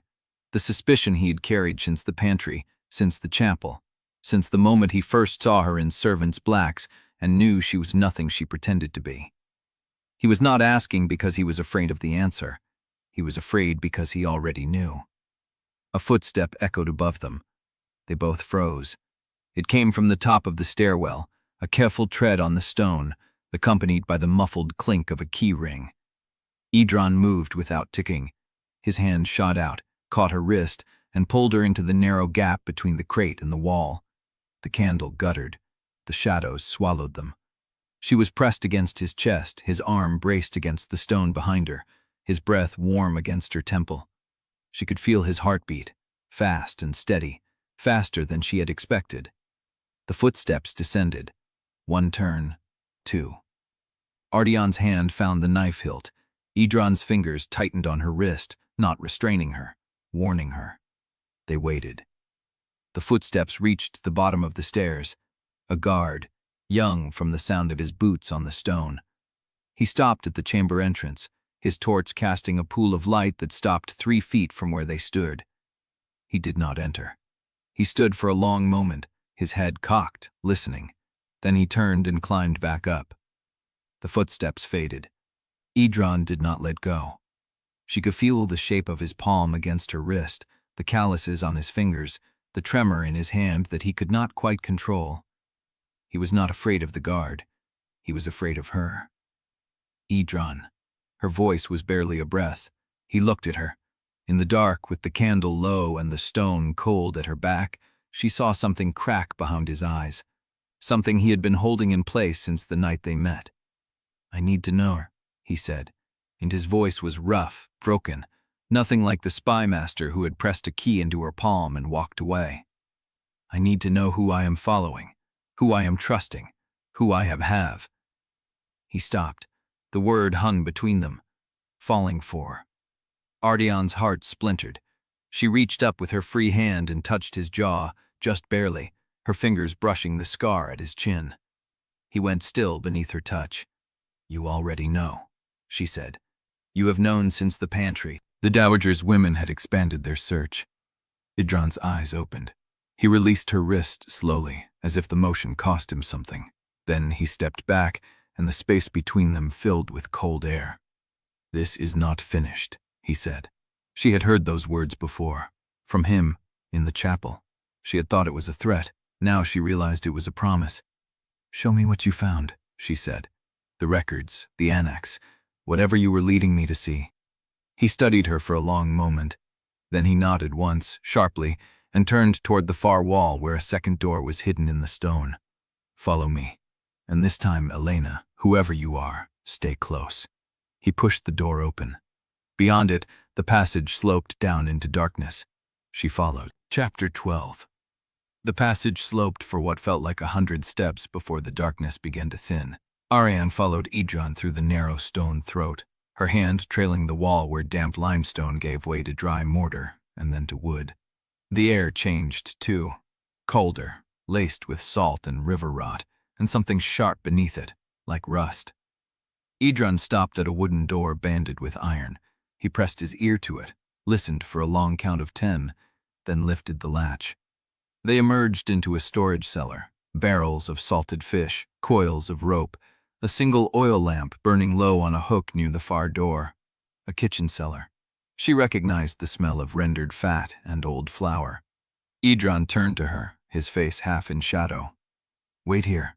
I have been waiting for 6 days. Tonight you will stop." He crossed to the far door and cracked it, peering into the corridor beyond. "But first I need to know what I am guarding. I have a woman with a smuggler's map, a dead king's secrets, and a name that belongs to the river quarter's rumor. You will give me the truth, or I will lock you in this cellar until the crypt procession is over and let the Dowager's women find you." She believed him. She also believed he would not do it. The difference between those two truths was the shape of everything she had not told him. "Liss Odara is the woman who walks in my place," she said. The words fell into the silence like stones into still water. Edran did not move. His hand stayed on the latch, his eyes stayed on her. But something behind them shifted, settled, locked into place. "I knew," he said quietly. "I needed to hear you say it. I know who you are." He turned from the door and faced her fully. "You are the woman who should rightfully be at the center of every ceremony, every watch post, every sealed room of the Chancellery. And instead you are here, in the cellar, wearing the dead servant's clothes, because someone is trying to kill the wrong woman." "She is not the wrong woman. No, she is the one they are actually hunting. And you," he stopped. "I know," she said. "I put her in the kill circle. I was going to say you are trying to pull her out again." The heat behind his voice caught her off guard. She had expected accusation. She had expected the cold distance of a man who had been lied to. Instead, there was anger, yes, but it was not aimed at her. It was aimed at the trap. "She cannot walk the 9th-day procession," he said. "If the conspirators believe she is the heir, they will strike. If they already know she is not, they have been waiting for the crypt wards to confirm her blood, and the strike will come the moment the wards answer her." "You know about the wards?" "I know Sister Caldris Morn does not allow casual witnesses near the crypt rites. I know the blood cycle was not completed before the king died. I know the wards only recognize Sellwyn blood under full ritual conditions." He stepped closer. "And I know you were in the chapel when the Dowager spoke, so I know she is hunting you, not Liss." The map pressed against her ribs, a physical weight. "You have been following me for 6 days," she said. "You have seen everything. Why did you not report me to the guard? To Bremer?" "Because the guard answers Bremer, and Bremer. Bremer is the shield, not the blade." Edran's mouth tightened. "I am not certain of that yet, but I am certain he is the one who ordered the sealed records request. 3 days before the Mourning Road attack, Clerk Sorel walked out of the Chancellery Annex with a folio marked with the king's private seal. The same folio that has been requested 4 times in the last month. And the same clerk who was seen entering a room in the lower archive that does not exist on any map. Then we find Sorel. We find what Sorel was paid to bury." Edran reached into his coat and pulled out a folded piece of paper, creased and dirty, as if it had been carried against his chest for days. "I found this pinned to the notice board in the servants' hall an hour ago." He handed it to her. The paper was cheap, whiff-edged, the kind used for kitchen tallies and laundry lists. On it, Someone had written a single line in cramped, unsteady letters. "The fourth will take. Ask the maid with the cut hand." Auriane's blood went cold. A maid was attacked? I do not know yet. The paper was there when I crossed through the hall. I did not wait to see who left it. She folded the paper along its creases and tucked it into her sleeve. Then we find the maid first. The kitchen corridor was quiet when they emerged from the cellar. Midnight quiet, the hour between the last cleanup and the first bread shift, when only the night watch cook moved between the fires.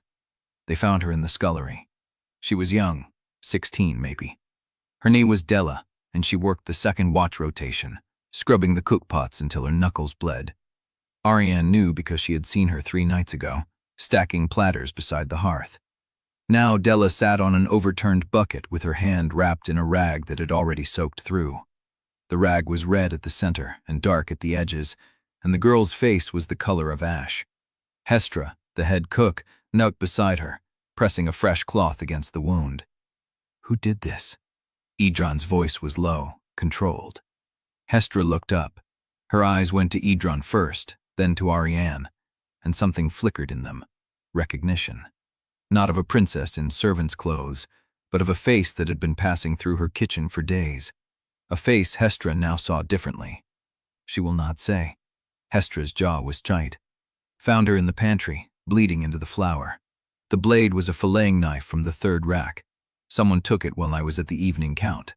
Edran crouched beside the girl. "Della, look at me." The girl raised her eyes. They were glassy with shock, but she was not crying. That was what struck Auriane most. She was not crying. "Who cut you?" "I do not see." The girl's voice was a thread. "I was carrying a message from the river quarter. A man gave it to me at the service gate, said it had to reach the one with the dark hair who worked the east corridor. He said it was urgent." Auriane's stomach turned. "Where is the message?" Della held out her other hand. In it was a folded piece of oilcloth, sealed with a lump of wax that bore no crest. Auriane licked through. The seam was already slit open. "Someone read it before I could deliver it," Della whispered. "They cut me to take it. Then they sewed the warning into my apron." Edran reached for the girl's apron, still tied at her waist. He turned it over. Stitched into the hem, in coarse black thread, were 4 words. "Stop looking. She dies. Not Liss. She." Auriane felt the floor tilt beneath her. The message in the oilcloth was for her. The warning sewn into the apron was for Edran. Someone knew he was helping her. Someone in the kitchen, in the pantries, in the corridors she had walked for 6 days believing she was invisible, had seen exactly what she was doing, and had sent a reply. Edran's hand closed around her wrist. "We are leaving," he said. "Now. The records, they will wait until dawn. If we go now, we lead whoever left that warning straight to the annex." He pulled her toward the corridor. "Hestra, get her to the infirmary. Tell no one how she was hurt." "I know how to keep a kitchen quiet, Master Pike." Edran did not stop moving until they were through the scullery door and into the narrow gap between the storerooms, where the shadows were thick enough to hide 2 people standing still. He released her wrist. She was still holding the oilcloth, unopened. "Read it," he said. She begged the wax.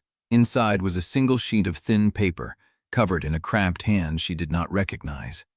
"The records you seek are in the annex vault, shelf 7, behind the false register. Sorel owes them at dawn. If you want the truth before the Dowager finds you, be at the river gate before the 4th bell. Come alone. No signature, no seal." A trap. She knew it was a trap. Edran knew it too. "If you go," he said, "you walk into whatever they have prepared. If I do not go, the records vanish. Sorel moves them at dawn. By midday, the truth is ash in the river. Then we find another way." "There is no other way." She looked at him, and for the first time since the stairwell, she let him see everything she had been hiding. The fear, the exhaustion, the desperate, clawing hope that he would still stand beside her when she told him what she planned to do. "I am going to the river gate, alone." He stared at her. Then he laughed, a short, breathless sound, more exhaustion than humor. "You are the most impossible woman I have ever met." "I have been called worse." "I am sure you have." He stepped closer, close enough that she could see the gray ring around his dark eyes, the scar through his eyebrow, the tension in his jaw. "I will not let you walk into that alone." The note said, "To hell with what the note said." His hand came up, not to her wrist this time, but to her face. His palm settled against her cheek, rough and warm, and she forgot how to breathe. "I have spent 6 days watching you disappear into corridors and climb out of cellars and walk through kitchens like you belonged there. I have watched you carry a secret that would kill you if it broke, and I have watched you choose to protect a woman you barely know instead of saving yourself. I am not letting you face whatever is waiting at that gate without someone who knows how to read a trap." Her heart was beating so hard she could feel it in her throat. "If they see you, they will not." "You cannot guarantee that." "I can guarantee I am a better liar than you are." His thumb brushed her cheekbone, feather light. "And I have nothing left to lose by telling the truth." Chapter 13. The cellar air carried the iron scent of Della's blood and the damp weight of old stone. Auriane soldered the oilcloth message into her sleeve, feeling the paper press against the knife still strapped to her forearm. Edran stood close enough that she could smell wool and candle smoke, and something sharper beneath, the particular salt of a man who had been running on fear and will for too long. "We go through the washhouse," he said. "There is a service door off the drying yard that opens onto the lower market. From there, the river gate is a straight line through the fishmonger's lane." "You have done this before." "I have done everything before." His mouth moved, not quite a smile. "That is what happens when you spend 10 years learning how the palace hides its exits." She followed him. The corridors Edran chose were narrower than the ones she had memorized from Zoria's maps. Sloping ceilings, flagstone worn to a shine by generations of feet that left no names in the household rolls. A turn through a passage so tight her shoulders brushed both walls. Another into a space that smelled of lye and steam, where the air grew thick and wet, and the hiss of boiling water echoed off low beams. The royal laundry. Heat pressed against her face. Vats of water steamed in the dim light, fed by copper pipes that ran through the walls. Linens hung on lines overhead, white and gray and the endless black of mourning cloth, swaying like ghosts in the updraft. A woman crouched at a trough, scrubbing a sheet with her arms submerged to the elbow, and did not look up. Edran moved past her without speaking. The woman did not acknowledge him. Auriane understood then that this was his territory. Not the council chamber, not the spymaster's garret, but the hidden arteries where the palace breathed. The places where people worked and did not ask questions because questions cost more than the silence. She followed him toward a door at the far end, half hidden behind a rack of drying shifts. The heat was making her temples damp. She reached for the door handle, and her sleeve caught on a splinter of wood from the rack frame. The wool tore. A soft, wet sound. Not loud, but the fabric pulled, and her arm lifted, and the sleeve slid back to reveal the inside of her forearm. The accession burn, puckered and pale against her skin. The mark of the rite, the fire they had pressed to her flesh when she was 12 years old, the proof that she had been chosen. She had hidden it for 6 days, under servant linen, under rolled sleeves, under the constant awareness of where her arms were placed and how she held them. She pulled the sleeve down. Edran had turned. His eyes were on her face, not her arm. He had not seen. She told herself he had not seen. He held the door open, and she stepped through into the drying yard, and the cold air hit her wet skin like a slap. She did not look back at him. They walked through the fishmonger's lane in silence. The hour was wrong for market. The stalls were shuttered, the cobbles slick with runoff, the air thick with the brine of gutted catch and salt. A single lantern burned at the far end, where the lane opened onto the quay. The river gate stood against the dark water, iron bars streaked with rust and salt. No one waited there. Auriane stopped 10 paces from the gate. Edran stopped beside her. The lever lapped against the stone. A gull cried somewhere overhead, sharp and lonely. "Either we are early," she said, "or the trap was never here. Or they are watching from the water." She scanned the dark. Boats bobbed at their moorings. A light glowed from a cabin on a barge moored mid-current, but it could have been a late fisherman or a signal. She took a step toward the gate and stopped. Something was wrong. Her breath frosted in the air. The cold crept through her shoes. She heard the river, the gull, the distant bell of the night watch marking the 3rd hour. And she remembered the note Della had been carrying, the message that was already slid open. Be at the river gate before the 4th bell. Come alone. The 4th bell, she said slowly. Yes. The note did not say which bell. Edran went still. There is one 4th bell, he said. The night bell. The one that marks the changing of the watch. It rings in less than an hour. Is it the only 4th bell? He understood the question before she finished asking. His jaw tightened. The Crypt rites begin their preparation at the 4th bell of dawn, he said. They are the only other 4th bell in the palace. When does Sorrel move the records? Dawn. Then the river gate is for tonight. She looked at the empty key, the dark water, the silence that pressed against her ears. And the dawn 4th bell is for something else. Edran turned to face her. Auriane. She heard him say her name, not Elena, not the maid, not the lie, her name. And she understood that in using it he was telling her something he could not take back. If the records are a lure and the river gate is a trap, he said, then who is the target? She looked at the gate, the water, the dark. The woman who would keep looking, she said. The woman who could not stop. Behind them, in the palace, a bell began to toll. It was not the 4th bell. It was the tocsin. The alarm. Chapter 14. The tocsin still rang. Distant now, muffled by the stone and water between them in the palace. Auriane stood rooted at the river gate, the iron cold through her sleeves. The alarm meant something had been found. A body. A missing woman. A maid with a cut hand who could not stop bleeding. Edran moved first. Not the palace. He caught her elbow, steering her along the quay instead of back through the fishmonger's lane.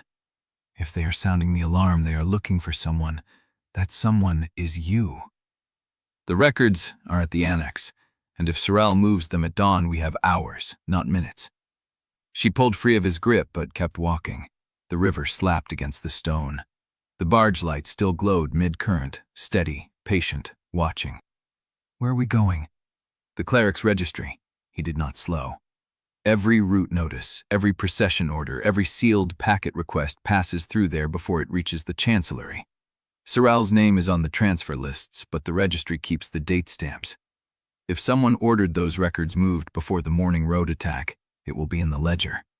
And if the alarm reaches the registry before we do, then we will know exactly how fast the conspiracy moves. She followed him through a gap between 2 warehouse walls, so narrow she had to turn sideways. The stone scraped her shoulder. On the other side, a courtyard opened, cobbled and dark, with a single door set into the far wall. Edran crossed to it, pulled a key from inside his collar, and opened the lock. You just carry keys to every door in Valadoon? I carry keys to the doors that matter. He pushed the door open. This one matters. The registry was a single long room lined with shelves, the air heavy with old paper and candle wax. A desk sat at the center, stacked with ledgers and loose folios.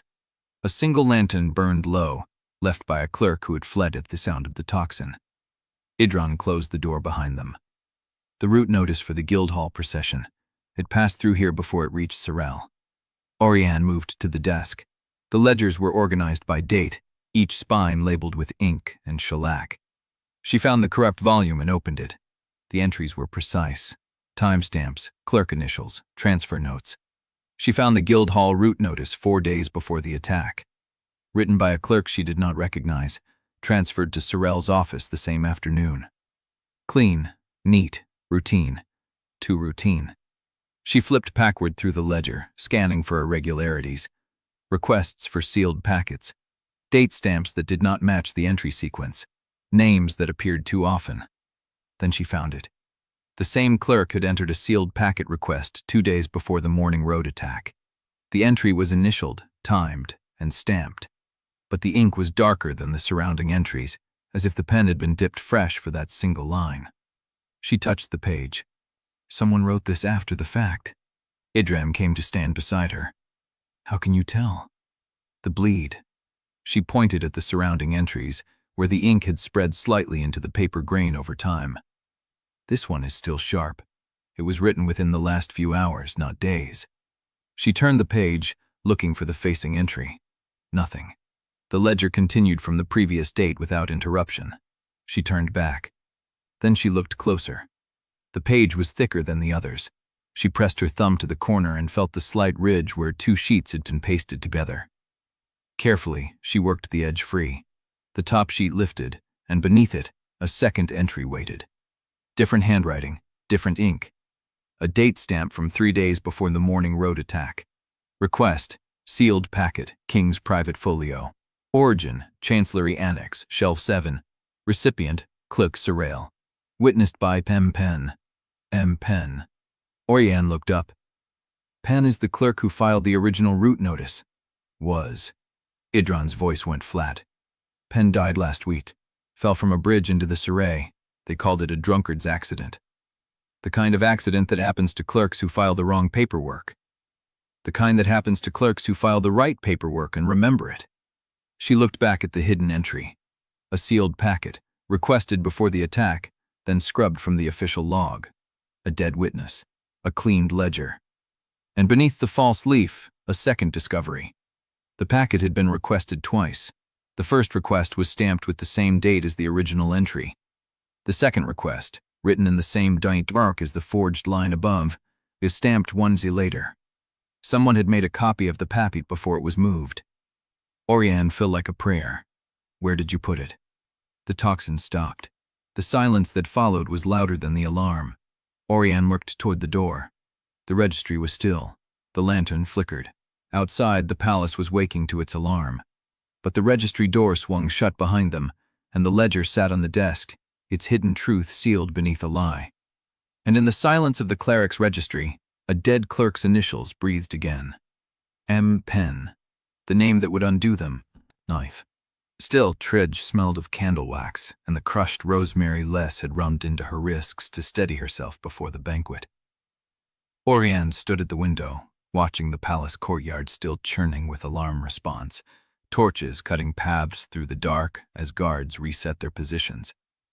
Behind her, Liss sat at the small table where a cold meal had been laid, untouched. You look like you are calculating how many steps to the nearest exit. Auriane turned. Liss had not bothered with court posture. Her elbows rested on the table, her hacked hair fell forward, and she was eating bread with her fingers, tearing off pieces with the efficiency of someone who learned to eat fast or lose it. I was calculating how many exits exist. Answer 7, if you count the priest's door in the chapel annex. Auriane blinked. You counted? The lady-in-waiting they gave me, Lady Veldon, she talks when she is nervous, told me the history of every corridor while she dressed me for the banquet. I kept the useful parts. Liss bit into the bread. Sit. You look worse than I feel. Auriane hesitated. The maid's wool was rough against her skin, still damp from the night air. She had not eaten since the registry. Her hands were ink-stained. She sat. Liss pushed a bowl of cold broth across the table. The kitchen women brought it an hour ago, said it would settle my nerves. I think they meant yours. Auriane stared at the bowl. The gesture was ordinary. The weight behind it was not. You do not have to keep doing this. Liss's voice was flat, practical, riverborn. You do not have to keep thanking me either. I was not thanking you. I was telling you that you could leave. Liss set the bread down. Her hands were calloused, the nails uneven from work, and there was still river silt embedded in the creases of her knuckles. She looked nothing like a princess. She looked like someone who had spent her life hauling rope and patching hulls. And go where? Back to the quarter? Tell my mother I decided the money was not worth it. Watch my brother bury me before the winter sets in. She shook her head. I made a bargain. I will keep it. This is not a bargain anymore. This is a trap with a time limit. Liss's eyes met hers, dark, unblinking. The same eyes Auriane saw in the mirror every morning, but sharper, less guarded. Then stop treating me like I do not know what I walked into. The silence between them stretched. Auriane picked up the spoon. The broth was thin, barely warmed, but she drank it anyway. The salt hit her tongue and she realized how long it had been since she had eaten anything. Liss watched her. "You found something tonight, in the registry." Auriane set the spoon down. "How did you know about the registry?" "Edran's man, the one with the broken nose. He came through the kitchens looking for Hestra. Said to tell the princess's lady that the dead clerk finally had a name." Liss shrugged. "I am not stupid. I know what dead means in this palace." The admission landed like a weight. Auriane wanted to lie. The reflex was there, a door swinging shut behind her teeth. But Liss was watching her with those river quarter eyes, and somewhere in the dark of the last hour, Auriane had grown tired of locking that door. Pen. Pen. He filed the route notice for the Guildhall procession. He also witnessed a request for the king-deprised folio 3 days before the Mourning road attack. Someone pasted a false leaf over the entry. "Pen died a week ago. I called it an accident." Was it? No. Liss picked up the bread again. She tore a piece, chewed, swallowed. "So the Chancellor's people are moving at dawn. Those are the king's private journeys." "Yes. And you are going after them?" "Yes." Liss nodded. She did not ask if Auriane would succeed. She did not offer to help. She simply sat there, eating bread, as if the weight of the revelation was something she had already measured and found bearable. "You should tell me what you think is in them." Auriane hesitated. "I do not know, but the conspiracy started before the Mourning. Before you, before any of this. Someone has been planning this for months, maybe longer. And the king's private journeys are the thread they tried to burn." Liss set the bread down. "You think my face being like yours is not a coincidence?" The words hung in the air. Auriane had thought it. She had not said it aloud. Not to Edran, not to Eusoria, not even to herself fully. But Liss had said it for her. "I think," Auriane said slowly, "that someone in this palace has known about you longer than I have." Liss did not flinch. She did not look away. She picked up the bread again, tore another piece, and ate it. "Then we find out how." The simplicity of it broke something in Auriane's chest. "You should hate me," Liss snorted. "I do not have the energy for hate. I have a mother who needs medicine, a brother who would burn this city down for me, and a face that apparently belongs to a dead king's secret daughter. Hate is a luxury I cannot afford." "You did not ask for any of this." "Neither did you." Auriane looked down at the broth. The surface had gone still. "I was trained to rule from the moment I could walk. I was told the crown was my purpose, my only purpose. And I believed it. I built my entire life around that belief." She paused. "Then I met you, and I realized everything I was taught about worth and blood and right might be a lie." Liss was quiet for a long moment. "I do not want your throne. I know. I want my family's faith. I want the river quarter to stop being treated as a purse to be emptied whenever the court overspends. I want to walk through Valadun without worrying that the next person who recognizes my face will be holding a knife." Auriane looked up. "That is more than most nobles want. Nobles have the luxury of wanting more." Liss's voice was hard, not cruel, just true. "I have the luxury of knowing exactly what I will lose if I reach for the wrong thing." The words sat between them. Auriane thought of the crown, the weight of it, the way it had shaped every choice she had ever made, the way it had convinced her that love was weakness, that trust was risk, that the only safe mask was the one no one could see through. Then she thought of Edran's hand on her cheek, his voice, cracked and raw, saying the words he had never meant to say. "I have nothing left to lose by telling you the truth. I found a sister tonight," Auriane said quietly. "In a ledger. A dead clerk's initials, hidden beneath a false page, and I realized I have been mourning the wrong thing." Liss watched her. "What should you have been mourning?" "The woman I was before I learned that truth is not the enemy of power." Auriane stared at him. "Hestra has it. Hestra has been holding it since the night Pen died. She was waiting for someone who could use it without getting killed." The cathedral bell tolled again. Liss's voice came from behind her, low and steady. "Then go. I will keep the throne warm." Auriane turned. Liss stood in the doorway, backlit by candlelight, her face half in shadow. She looked smaller than she should have, and harder than she had any right to be. For a moment, Auriane saw herself, not the self she had been shaped into, the self she might have become if the crown had never been offered. "I will come back." Liss nodded. "I know." Auriane turned and followed Edran into the dark. Chapter 16. They moved through the lower corridor in silence, Idran's hand at her elbow, steering her past a door where candlelight bled beneath the frame. The journal. Hestra. Every step toward the kitchens felt like a step toward solid ground. A servant rounded the corner ahead, young, pale, out of breath. She skidded to a stop when she saw them. "Sir, the Dowager's women are in the East Hall. They are asking for the princess's maid." Idran's grip tightened. "Which maid?" "The one with the dark hair. The one who has been seen in the kitchens." The girl's eyes flicked to Auriane and away, too fast, too deliberate. Auriane's blood went cold. "Tell them she is in the laundry," Edran said. "Tell them she was sent for linen starch and will return within the hour." The girl nodded and fled. Edran turned to Auriane. His face was unreadable, but the set of his jaw told her everything. "She knows." "Marist, someone described you, your height, your way of moving, the way you look at doors before you open them." He paused. "That is not a servant's habit." Auriane's throat tightened.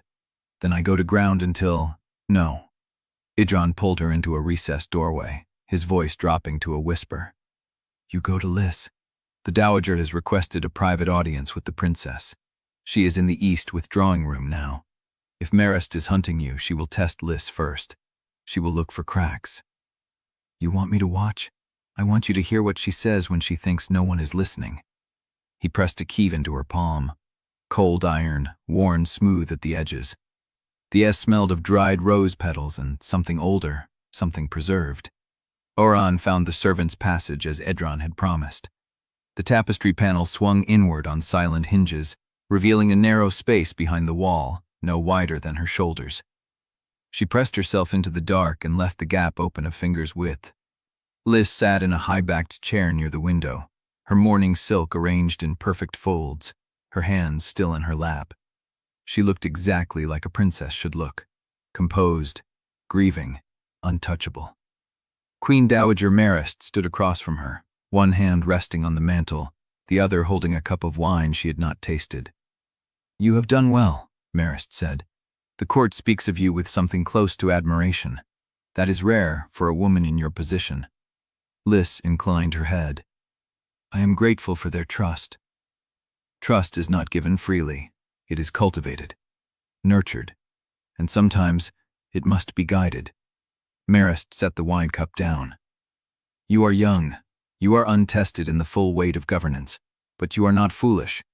I have watched you this past week, and I believe you understand the burden of the crown better than most who have worn it." Auriane's fingers pressed against the stone wall. She is laying the groundwork. "After the mourning ends," Marist continued, "the realm will need certainty, stability, a union that cannot be questioned. The succession must be secured by more than blood alone." Liss's voice was steady. "You speak of marriage. I speak of duty. Prince Mathan of Talaray has sent envoys requesting a private audience before the Crypt procession. He is a strong candidate. Young, healthy, well-connected. His kingdom borders ours. An alliance would secure our eastern flank for a generation." "And what would the prince require in return?" Marist smiled. It did not reach her eyes. "A wife who understands that the crown is not a personal ornament. A woman who will put the realm above her own desires." Liss said nothing. Auriane watched her sister's profile through the gap, the stillness of her shoulders, the careful blankness of her expression. Liss was playing the part perfectly, but Auriane knew the effort it cost her. She had worn that same mask for years. "I am not asking for an answer tonight," Marist said. "I am asking you to consider it, to weigh the needs of Corinthia against whatever private wishes you may harbor. The Crypt procession is in 4 days. After that, the court will expect direction." "I understand." Marist picked up the wine cup again. She studied the surface, then set it down without drinking. "There is one more matter." Liss waited. "I have heard rumors that a servant has been moving through restricted areas, asking questions. counting doors. Marist's tone was light, almost amused. A maid with dark hair and a way of looking at things that does not belong to her station. Auriane stopped breathing. Have you noticed anything unusual among the household staff? Liss did not flinch. I have not left this room much in recent days. The grief has kept me close. Of course. Marist's voice softened to something almost maternal. Grief isolates us. It makes us see threats where there are none. I'd only mention it because there are those who would exploit a moment of weakness, who would use confusion to advance their own purposes. I will keep that in mind. Marist moved toward the door. She paused with her hand on the handle. You are stronger than you look. That is good. You will need it. She left. The door closed. Auriane remained in the darkness behind the wall, her heart hammering against her ribs, her mind already running through the implications. Marist knew about her questioning. Marist knew she had been counting doors, and Marist had just warned Liss without threatening her, a gesture that looked like concern but carried the weight of a coiled whip. Liss sat still for a long moment after the door closed. Then she turned her head slightly toward the tapestry panel, and Auriane saw her sister's eyes catch the candlelight. Liss knew someone was listening. She had known the whole time. Auriane pressed the key against her palm until the iron bit into her skin. She is not the one who needs protecting. Outside, the cathedral bell told the hour, and somewhere in the palace, footsteps began to move in a pattern that did not match the night watch. Chapter 17. The footsteps drew closer, a rhythm that did not belong to the night watch. 3 beats, pause. 3 beats, someone counting their own progress. Auriane pressed her back against the wall beside the tapestry panel and slid the knife from her forearm sheath. The blade caught no light. She held it low against her thigh and listened. The footsteps stopped on the other side of the panel. She did not breathe. A hand touched the wood, once, twice, testing. Then the footsteps moved on, receding down the corridor in the same counted rhythm. Auriane let out a slow breath and eased the knife back into its sheath. Behind her, through the gap in the tapestry, Liss had not moved from her chair. She sat with her hands folded in her lap, watching the door Marist had closed between them, her profile perfectly still. She knew. Auriane pulled away from the wall and moved. Edran waited in the lower passage, his body tight against the damp stone, his eyes finding her before she reached him. You heard. I heard. He studied her face for a moment, then nodded once and turned. The bells will toll in 2 hours, another morning route, the Eastern chapels this time. Who ordered it? The Dowager's household through Bremer's office, heavier guard, fewer balconies, tighter windows. They are trying to control the ground, or bait it. Auriane followed him through the narrow passage, counting turns from memory. The route surfaced behind the kitchens, where the air smelled of ash and cold fat, and the floor was worn slick by decades of servant feet. Through a grill in the wall, gray light bled in from the courtyard beyond. Hestra stood at the chopping block, a cleaver raised, her eyes finding Auriane before the blade fell. They posted 2 men at the east gate, Hestra said. Not palace guards, different shoulders, different boots. Hired. That is my guess. Hestra brought the cleaver down. The blade split a bone cleanly. The route goes through Bell Alley, then the Tanner's Walk, then the chapel gate. Narrow enough to choke a single cart, high enough to shoot from either side. Auriane saw it as Hestra spoke. The covered windows, the rooftops that linked above the street, the same architecture as Weaver's Lane, the same blind corridor the conspirators had tried to use before. The procession route was supposed to be different, Auriane said. It was changed at dawn, over the Dowager's seal.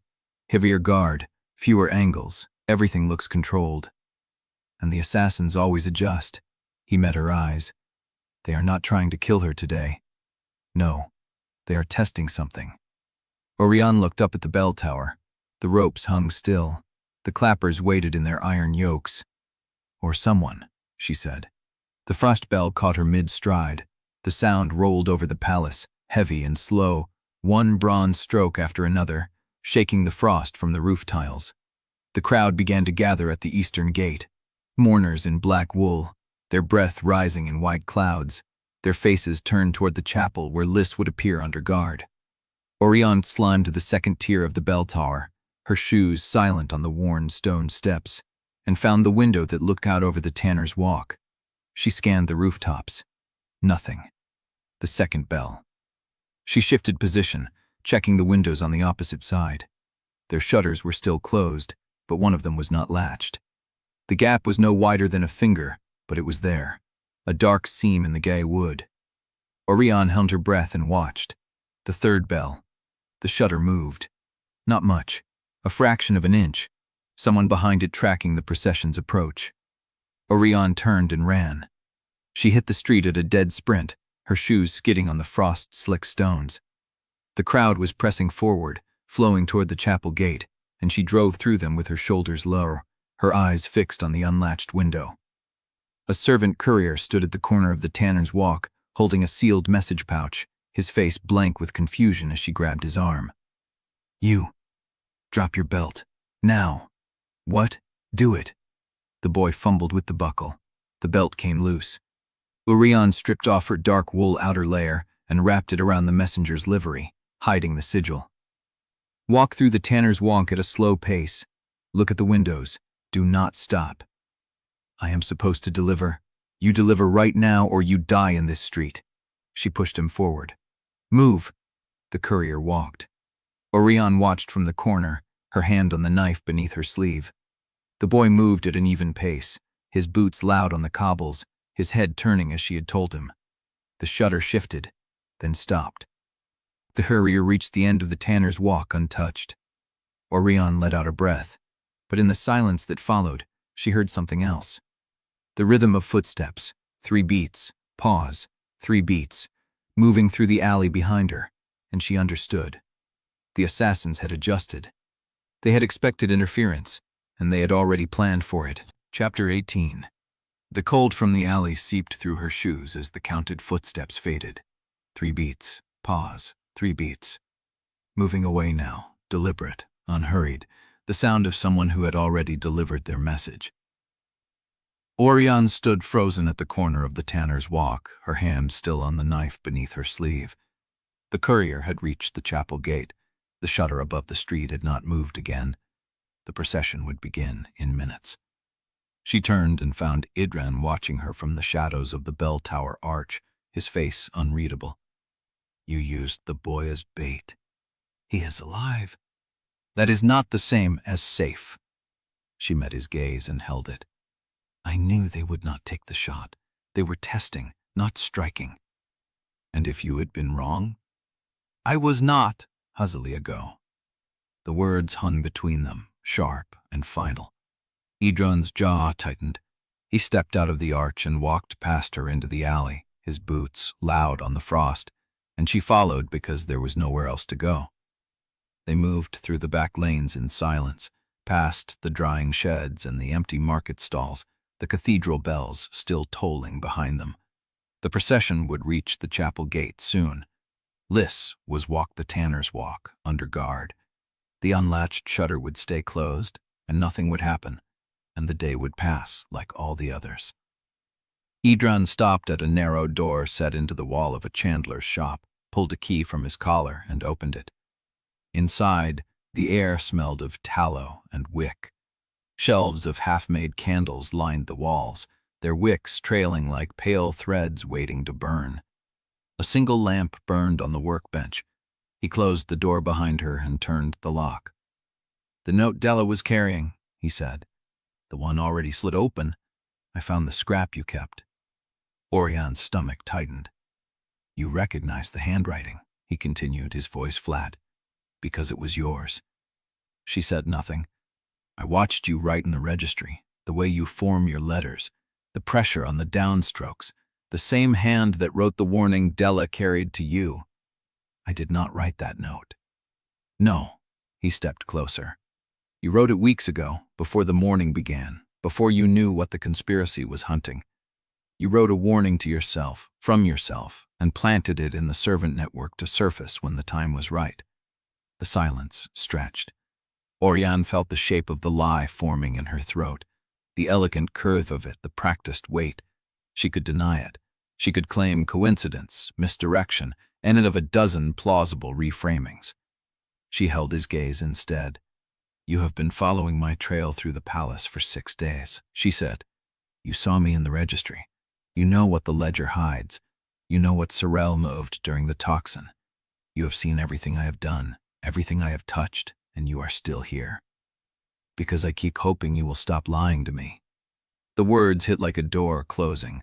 Yudun's hands were at his sides, his shoulders square, his face carved into something colder than anger. He looked tired. Not the exhaustion of sleepless nights, but something older. The weariness of a man who had spent his life reading truths from the spaces between words and had finally found a woman whose silences told him nothing. In the laundry, he said. Your sleeve caught on the splinter. The fabric tore.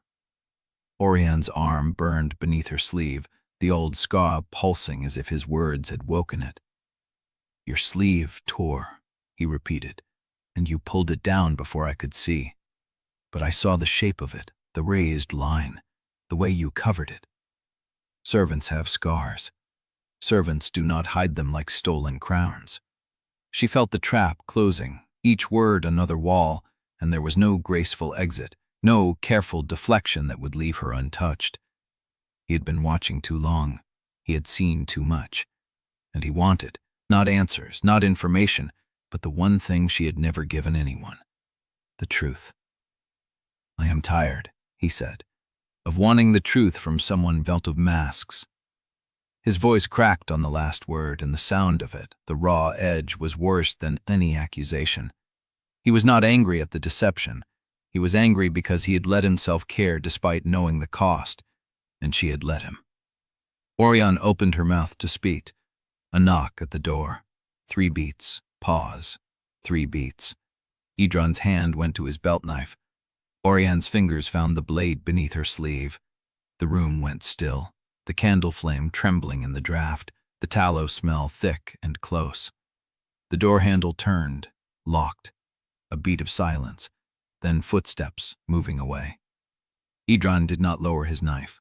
He looked at her, and the question in his eyes was not about the footsteps, not about the conspiracy, not about any of it. It was about whether she had told the truth about anything at all. The handwriting, he said. Was it yours? Auriane looked at the door where the counted footsteps had stopped. She thought of Liss sitting motionless in her chair, watching the tapestry panel with knowing eyes. She thought of the journal in Hestra's keeping, Penn's wife's list of hidden copies, the records Sorrel had moved in the chaos of the alarm. She thought of the accession burn beneath her sleeve, the proof of everything she had never said. Yes. The word came out before she could stop it. Edran's nav hand dropped a fraction of an inch. The note I wrote was a warning, she said. I planted it in the servant network before the mourning began, before I knew what the conspiracy wanted, because I knew I would need help I could not ask for openly. I wrote it to myself. I wrote it so that when the time came, someone would find it and bring it to me, and I would remember what I was hunting. What were you hunting? The truth about my father's death, about the sealed records, about why someone in this palace wants Liss Odara dead before the court can learn her name. Edran's expression shifted. Something cracked behind the cold, something raw and careful and afraid. Liss Odara, he said slowly. The boat builder's daughter, the woman who shares your face. Yes, she is not your decoy. Auriane shook her head. She is your sister. The word hung between them, fragile and immense, and Auriane felt the weight of it settle into the space where the light had lived. She does not know, Auriane said. Not yet, but the Crypt wards will answer her blood the same way they answer mine, and when they do, everything I was raised to believe, everything I was trained to protect, will shatter. Edran stood very still. And you have been carrying this alone. I have been carrying it the only way I know how. By lying. By surviving. He moved then, crossing the space between them in 2 steps, and his hand found her wrist, the one beneath the sleeve, the one holding the scar. He did not push the fabric up. He held her there, his fingers warm against her pulse, and looked at her with something that was not anger and not pity. I know what the burn looks like, he said. I saw it in the laundry. Just for a second. Just enough. She did not peel away. I have known since the stairwell, he continued, not with certainty, but with enough weight to keep me awake. And I have been waiting, every night, every hour, for you to stop performing long enough to tell me who you are. The candle guttered. And now? He let go of her wrist. Now I know you are not the maid you pretended to be. You are not the princess the court believes you are. You are something else entirely. And I am still here. The footsteps had not returned, but the silence that followed fell heavier than any knock. Tripped through a rear door that opened onto a passage so narrow Edran's shoulders brushed both walls. The dawn bell had not yet tolled, and the sky hung gray and heavy over the rooftops, the river smell rising sharp and cold from the quarter below. The first chandler they found was a woman with silver in her hair and a measuring bench worn smooth by generations of palms. She looked at Edran's dark wool, at Auriane's servant linen, and said nothing until Edran placed a coin on the bench between a half-molded taper and a coil of wick. I remember a woman, the chandler said, not touching the coin. 12 years passed, maybe 13. She came through here with a child, a girl, small, dark hair. Auriane's throat tightened. A woman matching her description, the chandler continued, nodding at Auriane's. Came asking about that child 3 months before the king fell ill, paid good silver for the memory. Who was the one? The chandler shook her head. Did not give a name, but she wore fine boots under a plain cloak, court boots, the kind that never touch mud unless the owner chooses. Edran slid a second coin onto the bench. The chandler's hand covered both with practiced speed. Ferryman named Jorek, she said. Works the middle crossing, below the customs house. He remembers more. They found Jorek at the water stairs, hauling a line hand over hand while his skiff knocked against the stone. He was lean and sun-bitten, with the kind of face that had stopped being surprised by anything 30 years ago. Royal Riders, he said when Edran put the question. I remember. Came through the quarter maybe 14 years back asking after a woman who'd taken lodgings near the sailmaker's yard. 2 of them. Palace livery, but no sigil. The kind of riders who did not want to be remembered. What did they want with the woman? Jorek's jaw worked. They did not find her.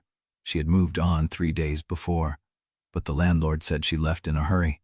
Left clothes, left a child's toy, left half her rent paid. The riders took what she left and burned it in the yard. The child's toy. Auriane's stomach turned. The landlord, she said. Is he still alive? Jorek spat into the river. Dead 5 years, but his daughter lives, widow named Marin, keeps a boarding house 2 streets up from the Boatwrights Guild. She was a girl when it happened. Saw everything through a crack in the floorboards. The boarding house smelled of boiled cabbage and damp wool. Widow Marin was younger than Auriane had expected, maybe 30, with the watchful stillness of someone who had learned early to keep her mouth shut and her eyes open. Edran did not offer coin. He simply said, Royal Riders, 14 years ago, a woman who fled in the night, the landlord's daughter who watched through the floorboards. Marin's hand went to the locket at her throat. I was 12, she said. I knew not to ask questions, but I heard the woman crying through the walls. She kept saying a name over and over like a prayer. What name? Marin looked at Auriane, really looked at the dark hair, the dark eyes, the straight nose. She said, Liss, over and over, Liss, Liss, Liss, like the name was the only thing keeping her alive. The hair left Auriane's lungs. The riders, she managed. Who were they looking for? The woman said it was her they wanted, not the child, just her. But the landlord told his daughter she was lying, that they wanted the girl, that the woman had taken the girl and run because someone in the palace wanted the child dead. The truth was rising through the floorboards like floodwater. What happened to the woman? Marin's face went tight. She came back 3 years later, alone. The landlord said she looked older than her years, like something had been carved out of her. She stayed one night, left before dawn, and no one in the quarter ever saw her again. But the child lived. The child lived. Auriane's hand found the edge of the table and held. Liss.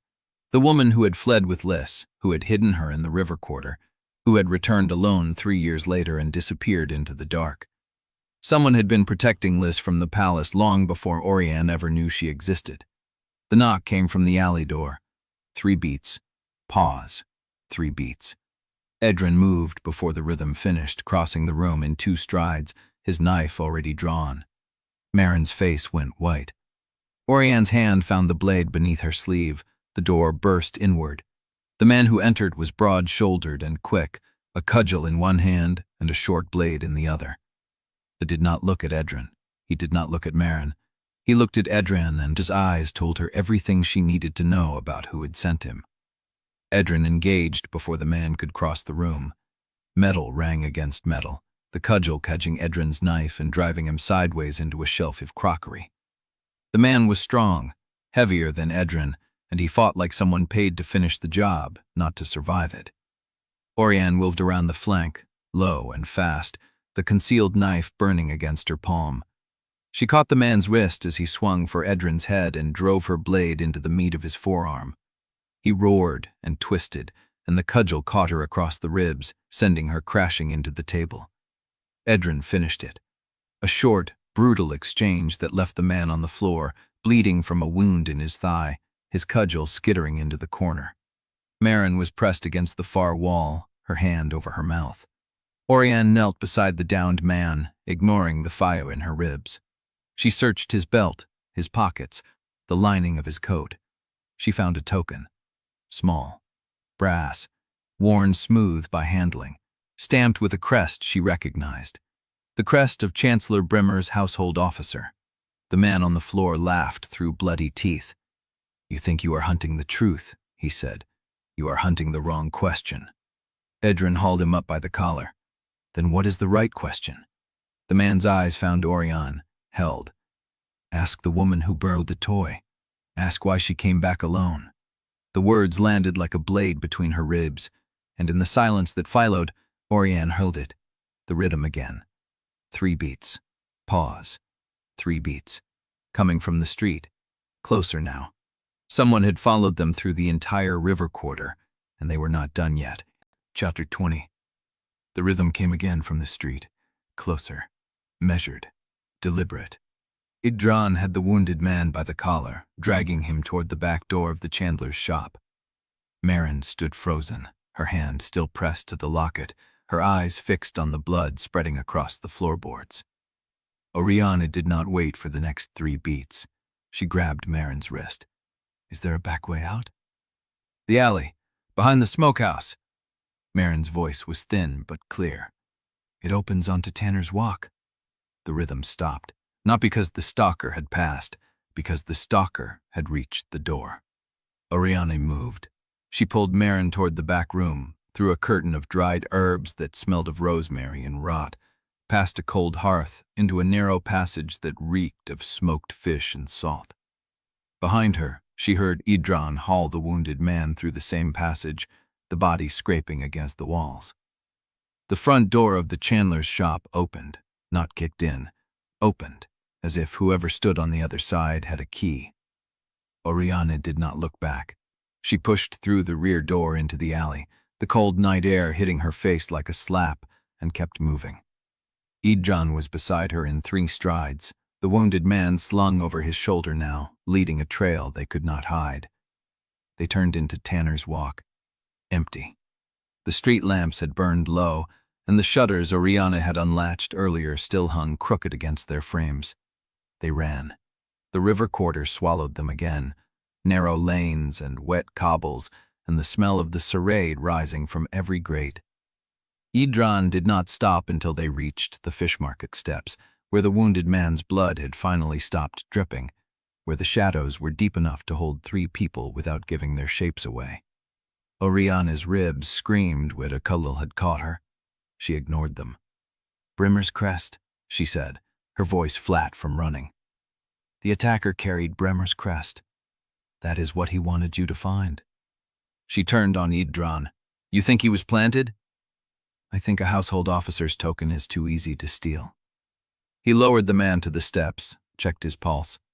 "Still alive. I think someone wants you to stop looking at the river quarter and start looking at the Chancellor's household. Or wants me to think that."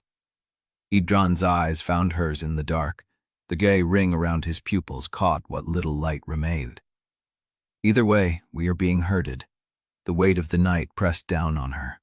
The woman who fled with Liss. The toy the riders burned. The woman who returned alone. The man with the brass token who had laughed in her face and told her she was asking the wrong question. She was tired. Not from the running or the fight or the cracked ribs. She was tired of being the one who had to see the shape of the trap before it closed. "I need to get back inside the palace," she said, "before Marin talks to anyone who will listen." She will not talk. Everyone talks. Edran was quiet for a moment. Then he said, "I know a way through the chapel annex. The night porter owes me." They moved again, slower now, through the sleeping city. The palace rose ahead of them, black against a sky that had begun to pale at the edges. 4 days until the crypt procession. Auriane slipped through the chapel annex behind Edran's borrowed key, through a vestry that smelled of cold incense, into a corridor she had never seen before. The palace was different at this hour. The silence had weight, like the building itself was holding its breath. Edran stopped at a narrow door. "The kitchens are through there. If you want to hear what the palace is saying, that is where it will be spoken." He did not follow her through. He stayed in the shadow of the door, watching her go, and she felt his gaze on her back long after the door closed between them. The kitchens were already stirring. Hestra stood at the chopping block, her knife moving through a mound of onions with mechanical precision. She did not look up when Auriane entered. "You look like you lost a fight," Hestra said. "I won." "Does not mean you did not lose." Hestra gestured with her knife toward the corner. "Sit. Eat.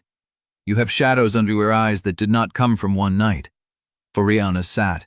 A bowl of cold porridge appeared in front of her, and she ate because the alternative was to stop moving, and the moment she stopped moving, she would feel everything. The kitchen door swung open.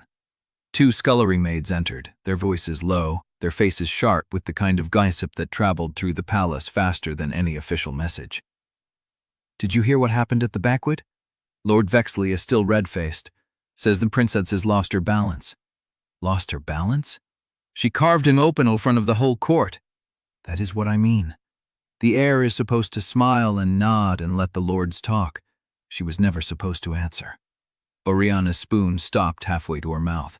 "The Dowager's women are saying grief has made her unpredictable," the first maid continued. "That the princess was never like this before the king died. That she used to be steady. And now? Now she bites. And the nobles are starting to ask whether a biter is what the realm needs." Auriane set the spoon down. She had watched Liss win that room. She had seen the court sit straighter, heard the murmurs change pitch, felt the shift in power. But that was not the story being told. The story being told was that the heir was dangerous, unstable, unfit. Because a woman who answers is a woman who cannot be controlled. Hestra's knife stopped. "Gossip is like bread dough," she said quietly. "You can knead it into any shape you want. Someone in this palace has been kneading very hard." Auriane looked up. "Who?" Hestra's eyes met hers, held.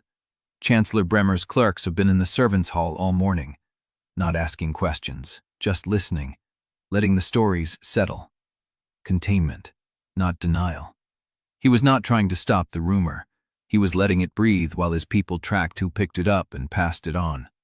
A new voice cut through the kitchen noise. A woman in the gray robes of the Crypt clergy, pale-faced, her hands folded tight at her waist. "I am looking for the head cook." Hestra turned. "You found her." The woman stepped closer, lowered her voice. "Sister Caldress has requested stricter control over the crypt procession. No authorized attendance, no loose access to the lower chambers. She will not explain why, only that the rites must be sealed." Hestra's knife stopped moving. "When?" "Starting now. The sister says no one enters the crypt antechamber without her personal leave, not the Chancellor's people, not the household guard, not even the Dowager's confessor." Auriane's blood went cold. Sister Caldress was not protecting the rites. She was protecting something else, something she had seen or suspected, something that made her lock the door before anyone else could. The gray-robed woman left as quietly as she had come. Hestra's knife began moving again. "That woman," Hestra said. has not requested strict control on anything in 30 years. She lets the court walk through the crypt like it is a market square. Then why now? Hestra's knife stalked one final time. Because she saw something, and whatever she saw, she does not want anyone else to touch it before the blood oath. Auriane's hand went to her forearm, where the accession burn sat hidden beneath the sleeve. Sister Caldris had seen the ward wake, and she was locking the door from the inside. Chapter 21. The passage to the crypt antechamber was darker than the rest of the palace, as if the stone itself drank light. Auriane's fingers found the wall and followed it, counting steps the way she always did, the way Marist had described to Liss. 12 steps, a turn, 7 more. The door was new. Iron bands across oak, a lock that had not been there yesterday. A single candle burned in a niche beside it, and Sister Caldris sat on a wooden stool with her hands folded and her eyes open. She looked at Auriane the way a falcon looks at a mouse that has wandered into the wrong field. "The kitchens are that way," she said. "You have taken a wrong turn." Auriane did not step back. "I was looking for you. I was not hiding." The sister's voice was dry, unhurried, the voice of someone who had watched 3 kings die and never flinched. "But the crypt antechamber is not a place for idle questioning, and you are not crypt clergy. What do you want?" Auriane had prepared this lie in the corridor. "The head cook said you sealed the rites. The households are saying the procession is at risk. The kitchen needs to know whether to prepare the morning loaves for 9 days or 7. Sister Caldris's mouth did not move, but something flickered in her eyes. "The kitchen sent a maid to ask about liturgical logistics. The kitchen sent whoever was standing closest to the door." A beat of silence. Then the sister's shoulders shifted, the barest relaxation. 7 days. The final procession will proceed as written. Nothing has changed about the schedule. Then why seal the antechamber? Sister Caldris rose. She was taller than Auriane had expected, lean and severe in her gray wool, the bones of her face sharp as chisel marks. She walked to the iron door and laid her palm against it, not opening it, just touching it. "The rites are not a performance," she said. "They are a contract between blood and sacred law. And contracts require witnesses who do not interfere." Auriane's pulse quickened. "I heard," she said carefully, "that something happened during the last crypt observance. That the wards do what they have always done." Caldris's voice cut like a blade through linen. "They recognize what stands before them. That is all. But if someone's blood—" The sister turned. Her eyes were gray, pale as winter water, and they held Auriane's gaze with uncomfortable precision. "You speak like someone who has been thinking about bloodline wards for longer than a single night. The kitchen staff do not know the crypt has a lineage threshold. They do not know the word blood oath unless a ceremony is approaching. Yet you stand here, in servant wool, asking about what the wards recognize." Auriane said quietly, "Is not the reaction of a kitchen maid who wandered into the wrong corridor." "You cannot tell anyone." "I have not told anyone." Caldris's voice was flat. "That is why I sealed the door. Because the wrong people will move before the right people are ready, and the truth will be buried before the blood oath can speak." Auriane looked up. "Then you know what it means." "I know what the wards say." The sister's face hardened. "I do not yet know what the kingdom will do with that knowledge, and I will not let it be decided by clerks and courtiers in a sealed chamber before the rites can confirm what I saw." Auriane's hands were shaking. She pressed them flat against the stone floor. "The woman who bled on the stones. Liss Odara." The name fell from Caldris's lips like a verdict. "The river quarter girl who wears your face." Auriane went still. "You know who I am?" she said. Sister Caldris looked at her for a long, quiet moment. Then she knelt, bringing her face level with Auriane's. "I have been keeper of the crypt for 34 years. I watched your father take his first communion, stood witness at your accession branding, and held the right cloth when the old king sealed the birth registry for the last time." Her eyes did not blink. "Do you think a change of clothes hides you from a woman who has seen your blood on the altar stone?" Auriane's breath stopped. Then you have known since the beginning. I suspected. Culdress straightened, her knees cracking softly. When you vanished from the mourning chamber and a river girl walked out in your silk, I assumed you had a plan. I did not ask what it was, because I serve the rites, not the politics that circle them. And now? Now the rites have spoken. The girl is Sellwyn born. Your father's blood runs in her the same as it runs in you. Perhaps stronger. Her voice softened. The wards do not make mistakes. Auriane closed her eyes. The floor was cold beneath her, the stones holding the memory of every king who had knelt there, every queen who had bled into the cracks. I need to see the crypt, she said. No. I need to read the old inscriptions, the lineage thresholds, the ritual wording. If the blood oath must confirm, you need to leave. Sister Culdress's voice was iron. Before the wrong person finds a kitchen maid sitting in the crypt antechamber asking questions about bloodline wards. She stepped forward and extended her hand. Auriane took it, and the sister pulled her to her foot with surprising strength. You cannot keep the door sealed forever. I can keep it sealed until the 9th day. Culdress released her.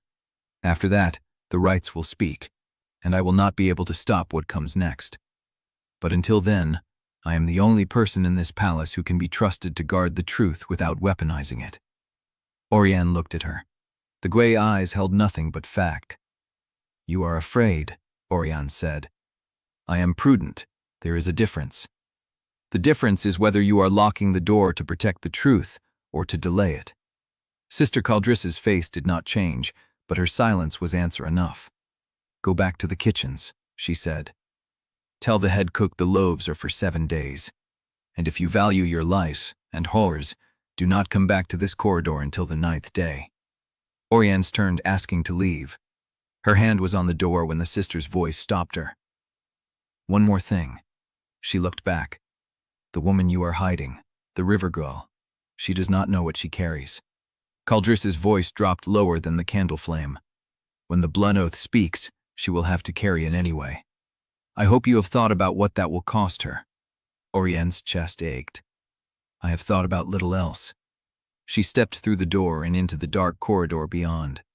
The stone was cold under her feet, and from somewhere behind her, 3 beats.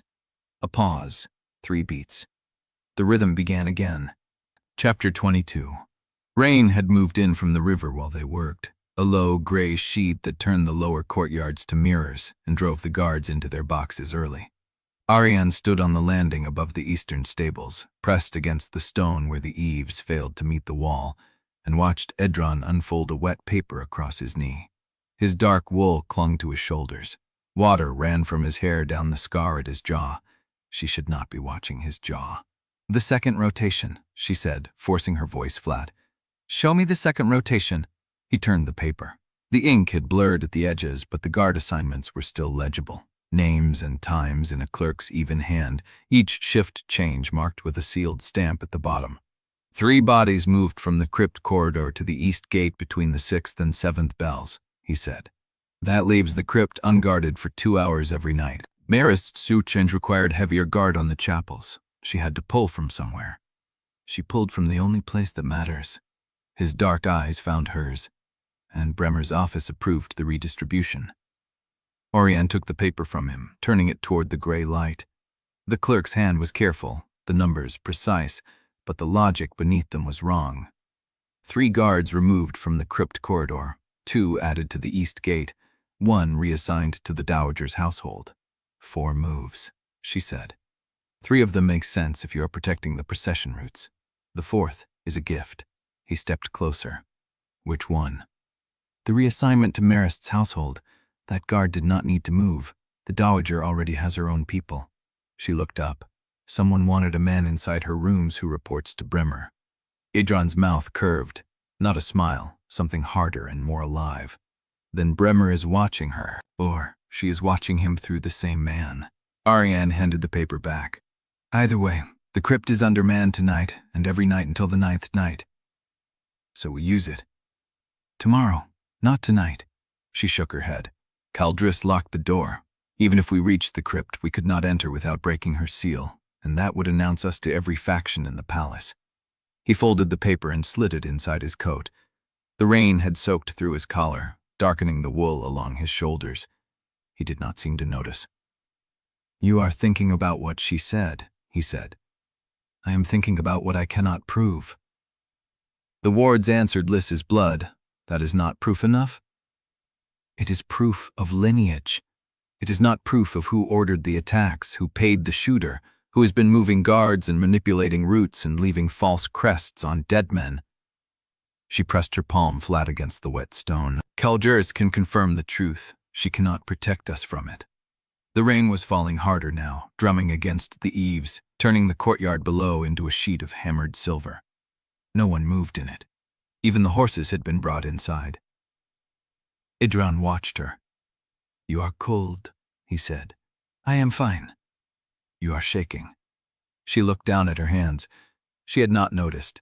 He moved before she could step back, his hand finding her wrist, turning her palm open to the rain. His fingers were warm against the cold skin. "You have been running on silence in stairwells for 3 days," he said. "You ate cold porridge in a kitchen at dawn. You have not slept." "I have slept. On floors, in corridors, in a chandler's shop with a knife in your hand." She pulled her wrist free, but slowly, the way you pull away from heat you do not want to leave. "I do not need rest. I need the sealed packet. I need to find Penn's copy before Bremer's people bury it deeper than the crypt. And if I told you I already have a man watching the Chancellor annex." She stopped. "You do, since the toxin. I put him there before I met you at the river gate." His voice was quiet, the rain filling the space between them. "He will follow Soral wherever he moves the records. We will know where the packet is by morning." Auriane stared at him. "You told me nothing. I am telling you now, because you wanted to see what I would do, whether I would break." He did not deny it. "I wanted to see whether you would ask for help." His dark eyes held hers. "You did not. I do not know how. That is the problem." The rain was cold on her face, running down her neck, soaking through the linen at her shoulders. She should move. She should step past him and descend the stairs and find dry clothes and a plan that did not leave her standing on a wet landing with a man who saw through every mask she owned. She did not move. He lifted his hand, slow enough that she could stop him. She did not. His thumb brushed the rain from her cheek, a single motion, light and warm against the cold. "You have a crack in your armor," he said, "right here." Her breath caught. "It is not armor." "Then what is it?" She did not answer. His hand stayed where it was, his thumb resting against her jaw, the rain running past his fingers and down her throat. The space between them was nothing. The heat of him pulled at her like a tide. He leaned in. She felt it coming, the tilt of his head, the pause before the fall, and she did not step back. She wanted him to close the distance. She wanted the collision, the confession, the moment when she stopped being the princess and the maid and the liar and became only the woman he was about to kiss. He stopped a breath away. "Who are you?"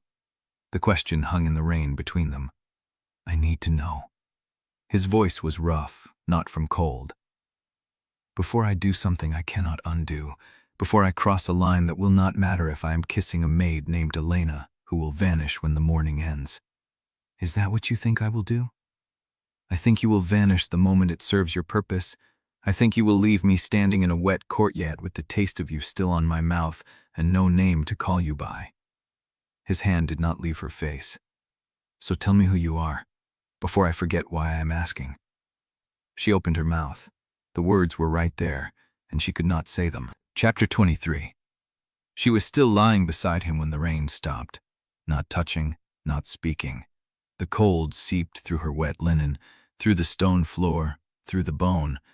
But she did not move, because moving would break the spell of this small, impossible peace. Edran lay on his back beside her, one arm bent beneath his head, breathing slow and even. He had not pressed her for the answer he had asked for. He had only waited, letting the rain and the silence do what words could not. Morning came gray and waterlogged, scrubbed of color, the courtyard below a mirror of standing puddles and slick cobbles. She left before the palace stirred, before the servants began their rounds, before Edran could watch her go. She did not say goodbye.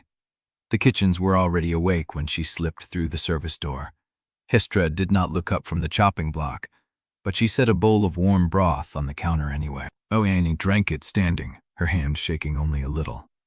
Eusoria found her in the scullery an hour later, gliding through the steam with a stack of folded mourning veils balanced on one arm. She wore a lady-in-waiting's composure like armor, no crease of worry, no flicker of recognition. She set the veils on the dry table beside the wash basin and began counting them aloud, as if Auriane were any other laundry maid. The veils closest to the top were plain black crepe, acceptable for lower servants. The third from the bottom had a folded paper tucked inside the hem. Eusoria's hand brushed the fabric once, lightly, before she turned and walked out. Auriane waited 3 full breaths before she reached for the veil. Her fingers found the paper, small and thin, warped from being pressed against damp cloth. She unfolded it beneath the table's edge, reading fast while her body stayed still. A document transfer list. Chancellery seal at the top, dated 6 days after King Several's death. Columns of dates, initials, locations. The handwriting was cramped, official, the kind that came from a clerk's desk, not a noble's hand. Someone had made a record of every movement of sealed materials from the clerical archives in the last month. The first entry caught her breath. Sealed packet, King's private folio, transferred from archive vault to Chancellery Annex, authorized by Bremer, witnessed by Sorel. The second entry, 3 days later, transferred from Chancellery Annex to lower archive, room unspecified, authorized by Bremer, witnessed by Sorel. The third entry, the morning after the Mourning road attack, transferred from lower archive to Clerk's private residence, Surrate Wharf, authorized by Bremer, no witness listed. The fourth entry, dated yesterday, transferred from Clerk's residence to Royal Crypt Office, authorized by Bremer, witnessed by Sorel, the Royal Crypt Office, Sister Keldruz's domain, the sealed antechamber, the place where the blood oath would speak on the 9th day. Auriane folded the paper, crushed it into her palm, and held it there until the edges bit into her skin. Eusoria had done exactly what she promised. She had made disobedience look like perfect service, moved through the palace like smoke, and pulled a document from a complacent chamberlain's desk without raising a whisper. The list was pristine, official, damning. Bremer had moved the sealed packet 4 times since the king's death, each transfer pushing it deeper into the palace's sacred core, and the final destination was the one room Auriane could not enter. The Crypt Office, the room where Keldruzes kept the right records, the ceremonial instruments, and the blood oath ledger. The room Keldruzes had sealed behind iron and lock. Auriane pressed her palm flat against the stone counter. The paper crinkled beneath her fingers. The kitchens were filling now. Scullery maids and potboys and the thin, sharp-eyed woman who managed the pastry stores. Steam rose from the boilers, voices layered over each other, names and orders and complaints about the morning deliveries. No one looked at the maid with the folded mourning veils. Auriane moved. She took the veils, all of them, and carried them toward the drying rack near the ovens.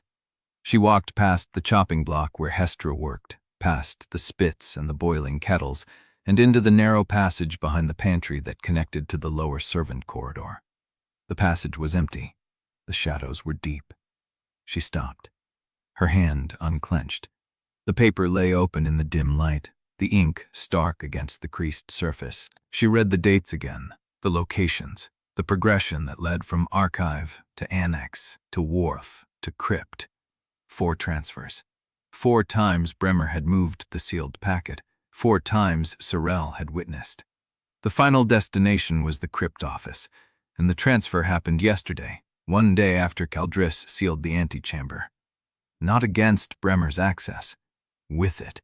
Auriane leaned her forehead against the stone wall. The cold bit into her skin. The Crypt Office was inside the seal. Keldruz had locked the antechamber to keep unauthorized hands from the wards and the blood oath, but the office was a separate chamber, accessible from the same corridor, connected to the crypt by a narrow door that no one ever locked because no one ever needed to. If Bremer had placed the sealed packet in that office, he had placed it within arm's reach of the rite itself. What was in the packet? What had the old king hidden that needed to be buried inside a sealed chamber, moved 4 times, guarded by the Chancellor's own clerk, and delivered to the crypt on the eve of the blood oath? She had to get inside. The thought hit her like a fist. She had to get past the iron door, past Caldris's guard, past whatever Bremer had arranged for anyone who came looking. She had to find the packet before the 9th day, before the blood oath could be tainted by whatever truth the Chancellor wanted to control. She had to tell Edran. The need for him rose in her throat, sharp and undeniable, the way cold air burned when you had been holding your breath. She wanted to find him on the landing, in the rain, in the dark of the passage where he had called her by her real name and then asked who she was. She wanted to show him the paper and let him read the dates and tell her what he saw. She could not. Not yet. Not until she understood what the packet contained and why Bremer had moved it into the crypt office. If she showed Edran the list now, he would ask the same question he had asked on the landing, and she still did not have an answer. A footstep behind her. She turned fast, the paper crumpling into her fist, her other hand already reaching for the knife beneath her sleeve. The passage was empty. The shadows held nothing but damp stone and the distant clatter of kitchen work. She heard the rhythm of the palace, the breathing of the building, the creak of old timbers settling into their mourning. And then she heard it. 3 beats. Pause. 3 beats. Coming from the corridor beyond the passage, slow and deliberate, the sound of boots on stone. The stalker had found her again. Chapter 24. Sister Caldris had called it the Night Veil Rite, the last preparation before the 9th day, when the heir walked the crypt alone to lay a hand on the ancestral stone and speak the name of every Sellwyn who had worn the crown before her. A private observance, half-lit, witnessed only by the keeper. Auriane had performed it once, 4 years ago, when her father still breathed and the succession had seemed like a distant humiliation rather than a death sentence. She had never expected to watch another woman prepare for it in her place. The east mourning chamber smelled of beeswax and old wool. Liss stood near the window in a plain gray dress, her hack chair falling loose around her shoulders, the crypt veil folded across her arm like a length of chain.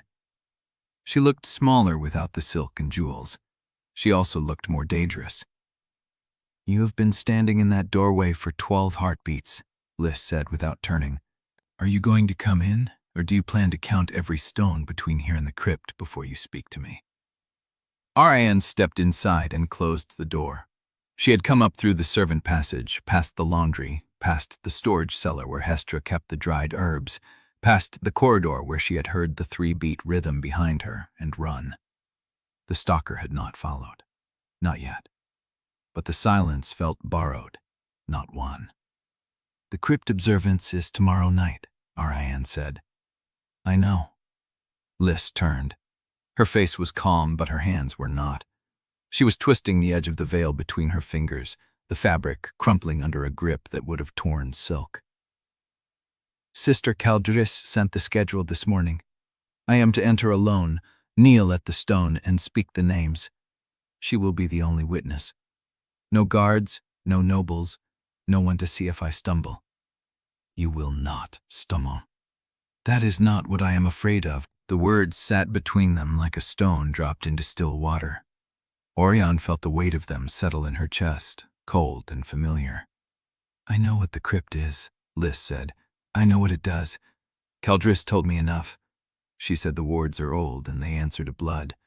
She said they have never been wrong." Her voice did not break, but it thinned, the way river ice thins before it gives. "That means, tomorrow night, I will walk into a room full of dead kings, and the stones will decide whether I belong there." Auriane opened her mouth, closed it. The words she had prepared, careful, strategic words about timing and revelation and the danger of speaking too soon, crumbled before she could shape them. "I have spent my whole life knowing exactly who I am," Liss said. "I am Liss Odara. My mother died giving me breath. My brother taught me to read the river current. I build boats. I swear too much. I am nobody's idea of a queen." She met Auriane's eyes. "And now I am supposed to walk into a crypt and let old magic tell me I am something else." "You are something else," Auriane said.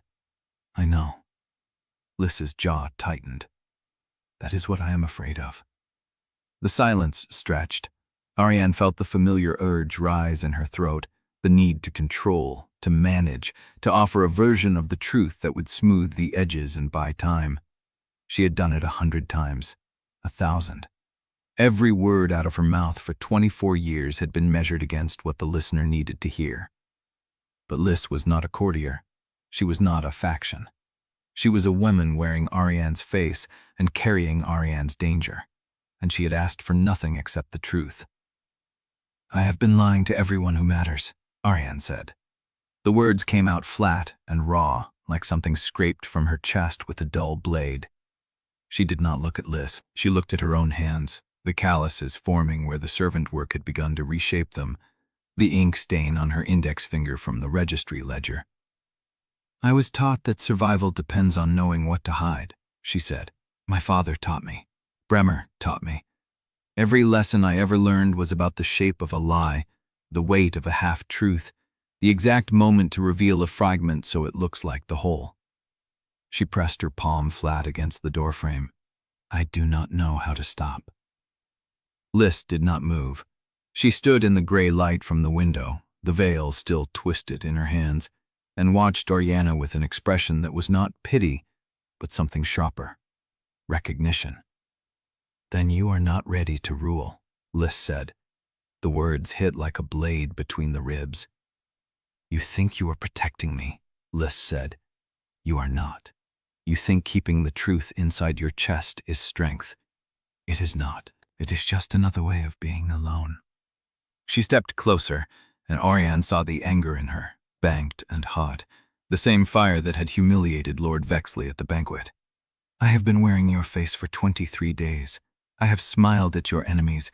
I have eaten your food and slept in your bed and let your maids dress me in your dead father's mourning silk.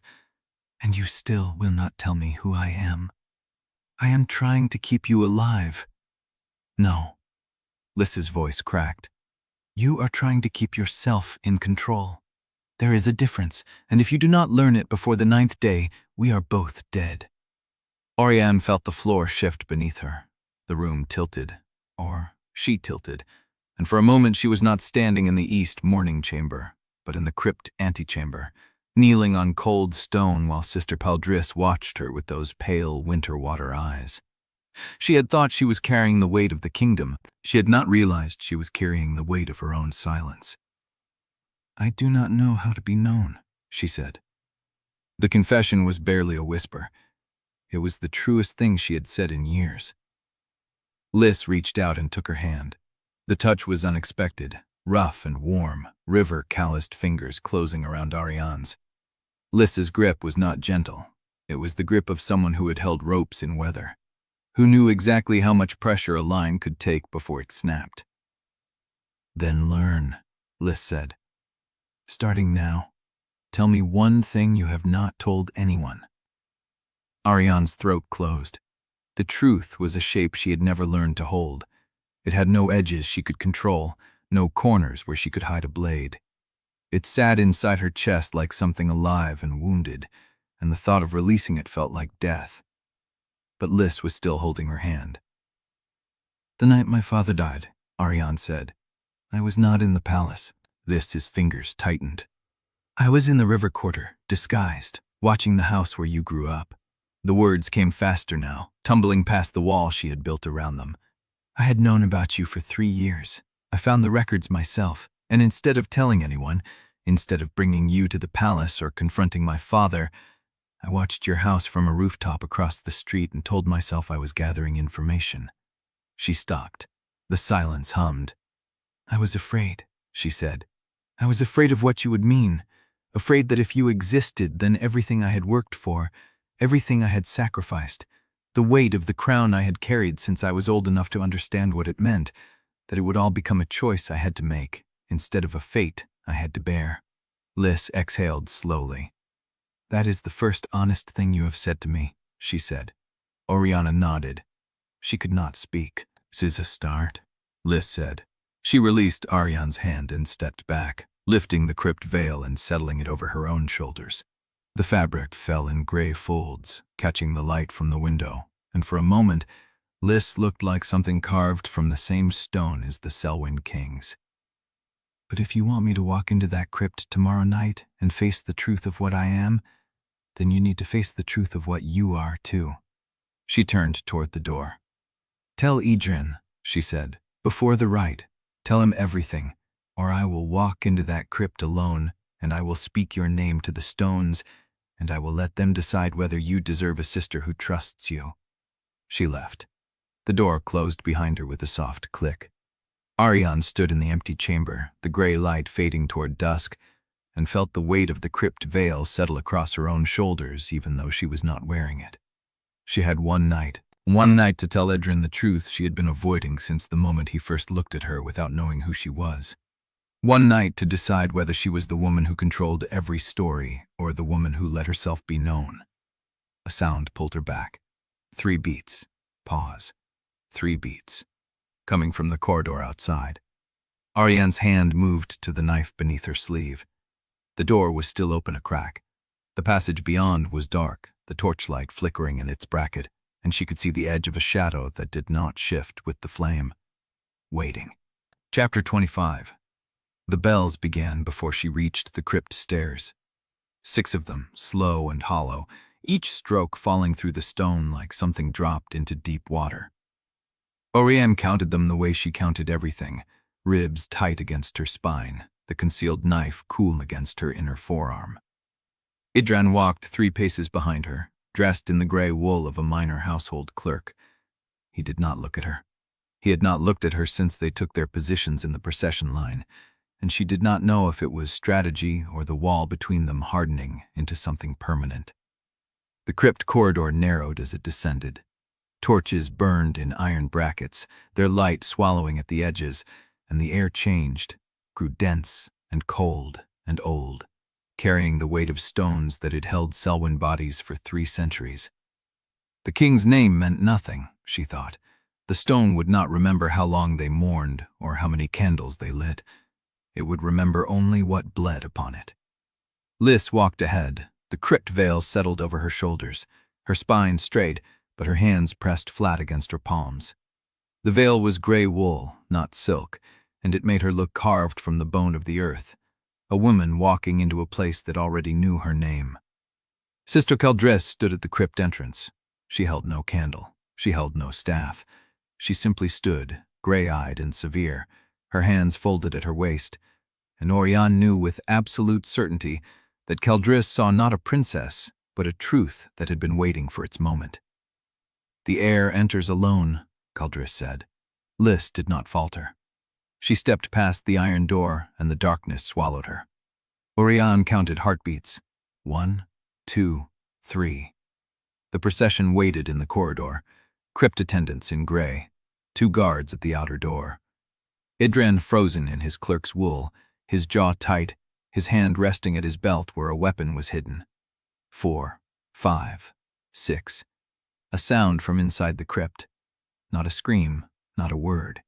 A low breath, as if the stone itself had exhaled. Auriane moved. She did not plan it. Her body acted before her mind caught up, pushing past the attendant, past the iron door, into the dark where the cold hit her like a withe of water. Eyes adjust. Find the shape. Find Liss. The crypt opened in a long chamber lined with carved kings, their stone faces watching from the walls, their hands folded across eternal chests. A single torch burned at the far end, and beneath it, Liss stood at a low stone altar. Her hands were on the stone. Her blood was on the stone. A blade had opened her left forearm from wrist to elbow, and the blood ran dark and steady, pooling in the ancient grooves carved into the altar's surface. "She did it herself," a voice said from the shadows. "Did you think I would not be here?" 3 beats. Pause. 3 beats. The stalker stepped into the torchlight. He was not a cloaked figure. He was a crypt attendant in gray wool, his face ordinary, his hands bare, and he held a blade that was still clean because he had not been the one to cut her. "You wanted the truth," he said. "There it is, on the stone." Auriane's hand found the knife beneath her sleeve. The stalker did not move toward her. He turned, took 2 steps into the deeper dark, and vanished behind a carved pillar as if he had never been there. Liss swayed. Auriane caught her before she reached the floor, felt the blood slick against her own hands, felt Liss's body shudder against her chest. "He said he would kill my brother," Liss whispered. "He said he had men at the river house tonight. He said I had to bleed on the stone or Tovin would burn." The crypt wards were waking. A low hum rose from the floor, from the walls, from the stone beneath the pooled blood, a vibration that crawled through Auriane's bones like a second pulse.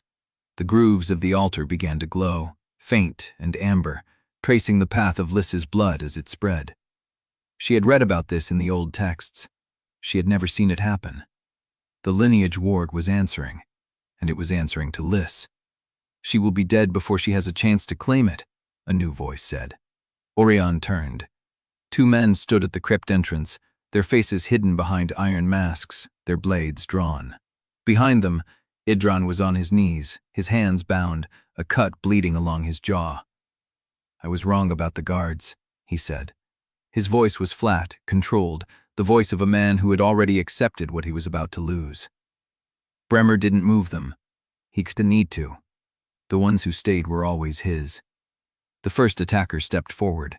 Auriane pulled Liss tighter against her, the knife grip wet with her sister's blood, and felt the ward hum beneath her foot like something alive and waking. Chapter 26.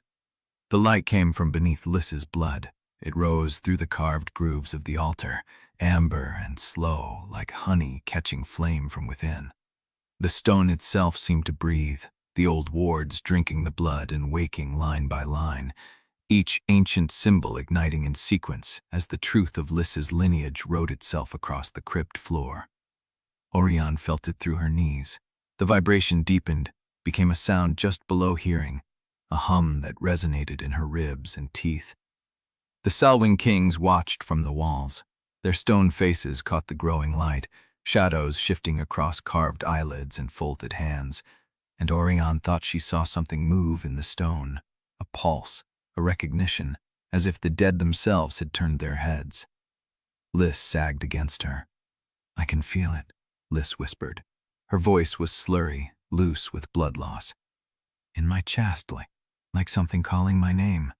The ward answered. A pulse of heat ruled through the crypt, and the amber light surged, climbed the walls, touched the ceiling, and the names of every Sellwyn king carved into the stone began to glow in sequence, backward through time, from the newest to the oldest, burning gold against the gray rock.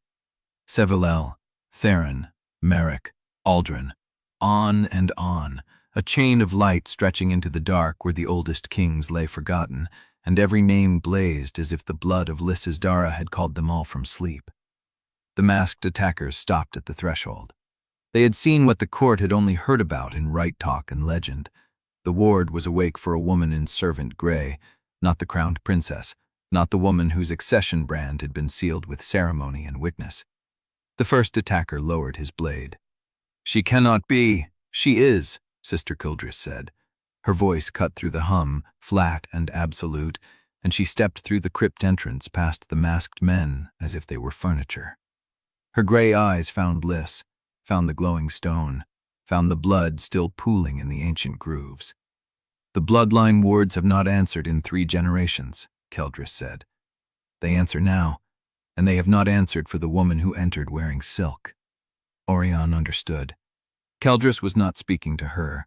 She was speaking to the attendants, to the guards, to the witnesses who would carry the news into every corner of the palace before the night bells finished ringing.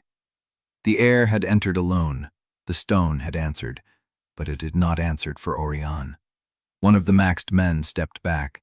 His boot scraped against stone, and the sound broke the stillness. "The Chancellor will want to know," he said. "The Chancellor already knows," Edran said. He was still on his knees, his hands gowned, blood dark along his jaw, but his voice was hard and clear. He looked at Auriane across the glowing crypt, and his eyes held something she could not name. "He knew the ward would wake for her," Edran said. "That is why the guard stayed. That is why the packet is in the crypt office. He wanted witnesses."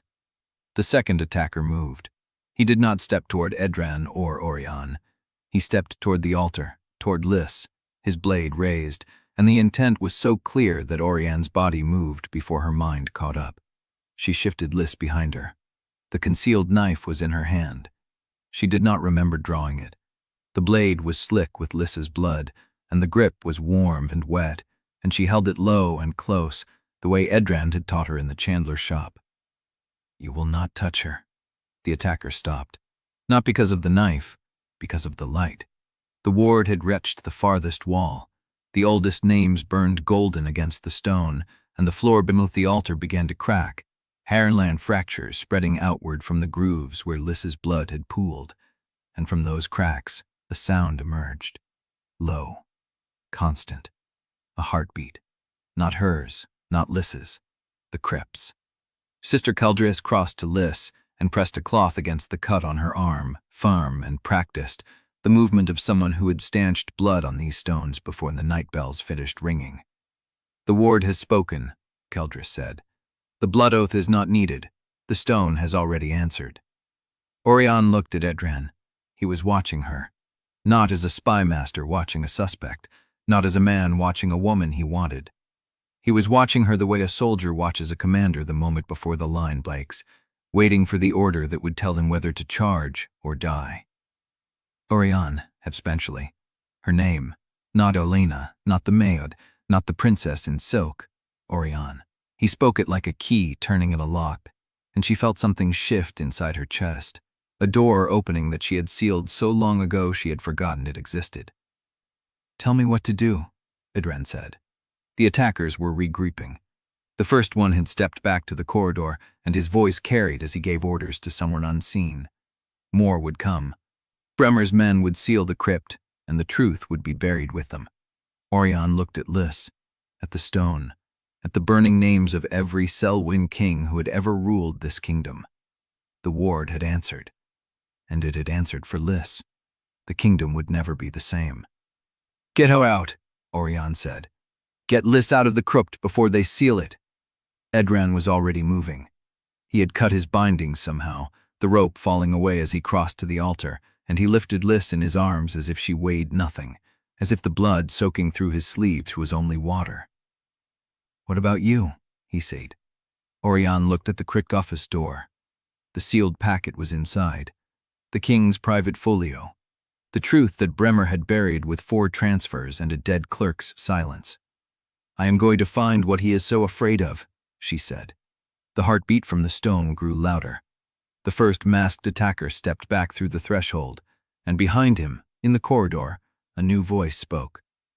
"The crypt is sealed by order of Chancellor Othmar Bremer," it said. "No one leaves until the Regent's Council arrives." Auriane turned. The door was closing. Iron, old and heavy, swinging shut on hinges that had not moved in 50 years. And Edran was on the wrong side of it. Chapter 27. The door closed, not with a slam, not with the violence of a trap springing shut, but with the slow, grinding weight of iron settling into a seal that had not moved in 50 years. The sound traveled through stone, through her boots, through the hollow of her chest where her heart was still beating too fast. Auriane stood alone. The crypt hummed around her, the ward still glowing along the walls, the carved names of every Sellwyn king burning gold against the dark. The heartbeat from beneath the altar had not stopped. It drummed through the floor, slow and patient, as if the stone itself was breathing. She forced her hands to still. The sealed packet, the crypt office. She had come here for the truth Bremer had buried, and the truth was still within reach. She crossed the crypt, her steps too loud in the silence, past the altar where Liss's blood still pooled in the grooves, past the glow that had not yet faded, past the cracked stone where the heartbeat pulsed like a second pulse beneath her own.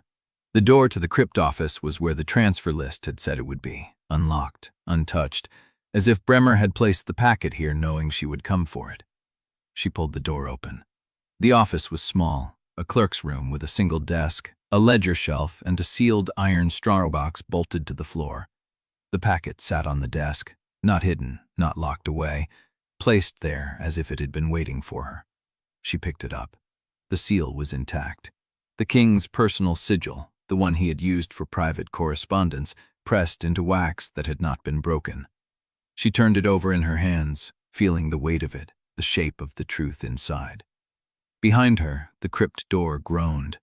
Not the iron door, the stone door, the one that led to the antechamber, the one Sister Caldrice had sealed with her own lock.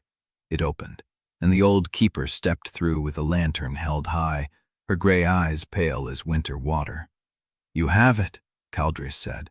"Not a question." "You knew it was here," Auriane said. "I knew Bremer placed it here.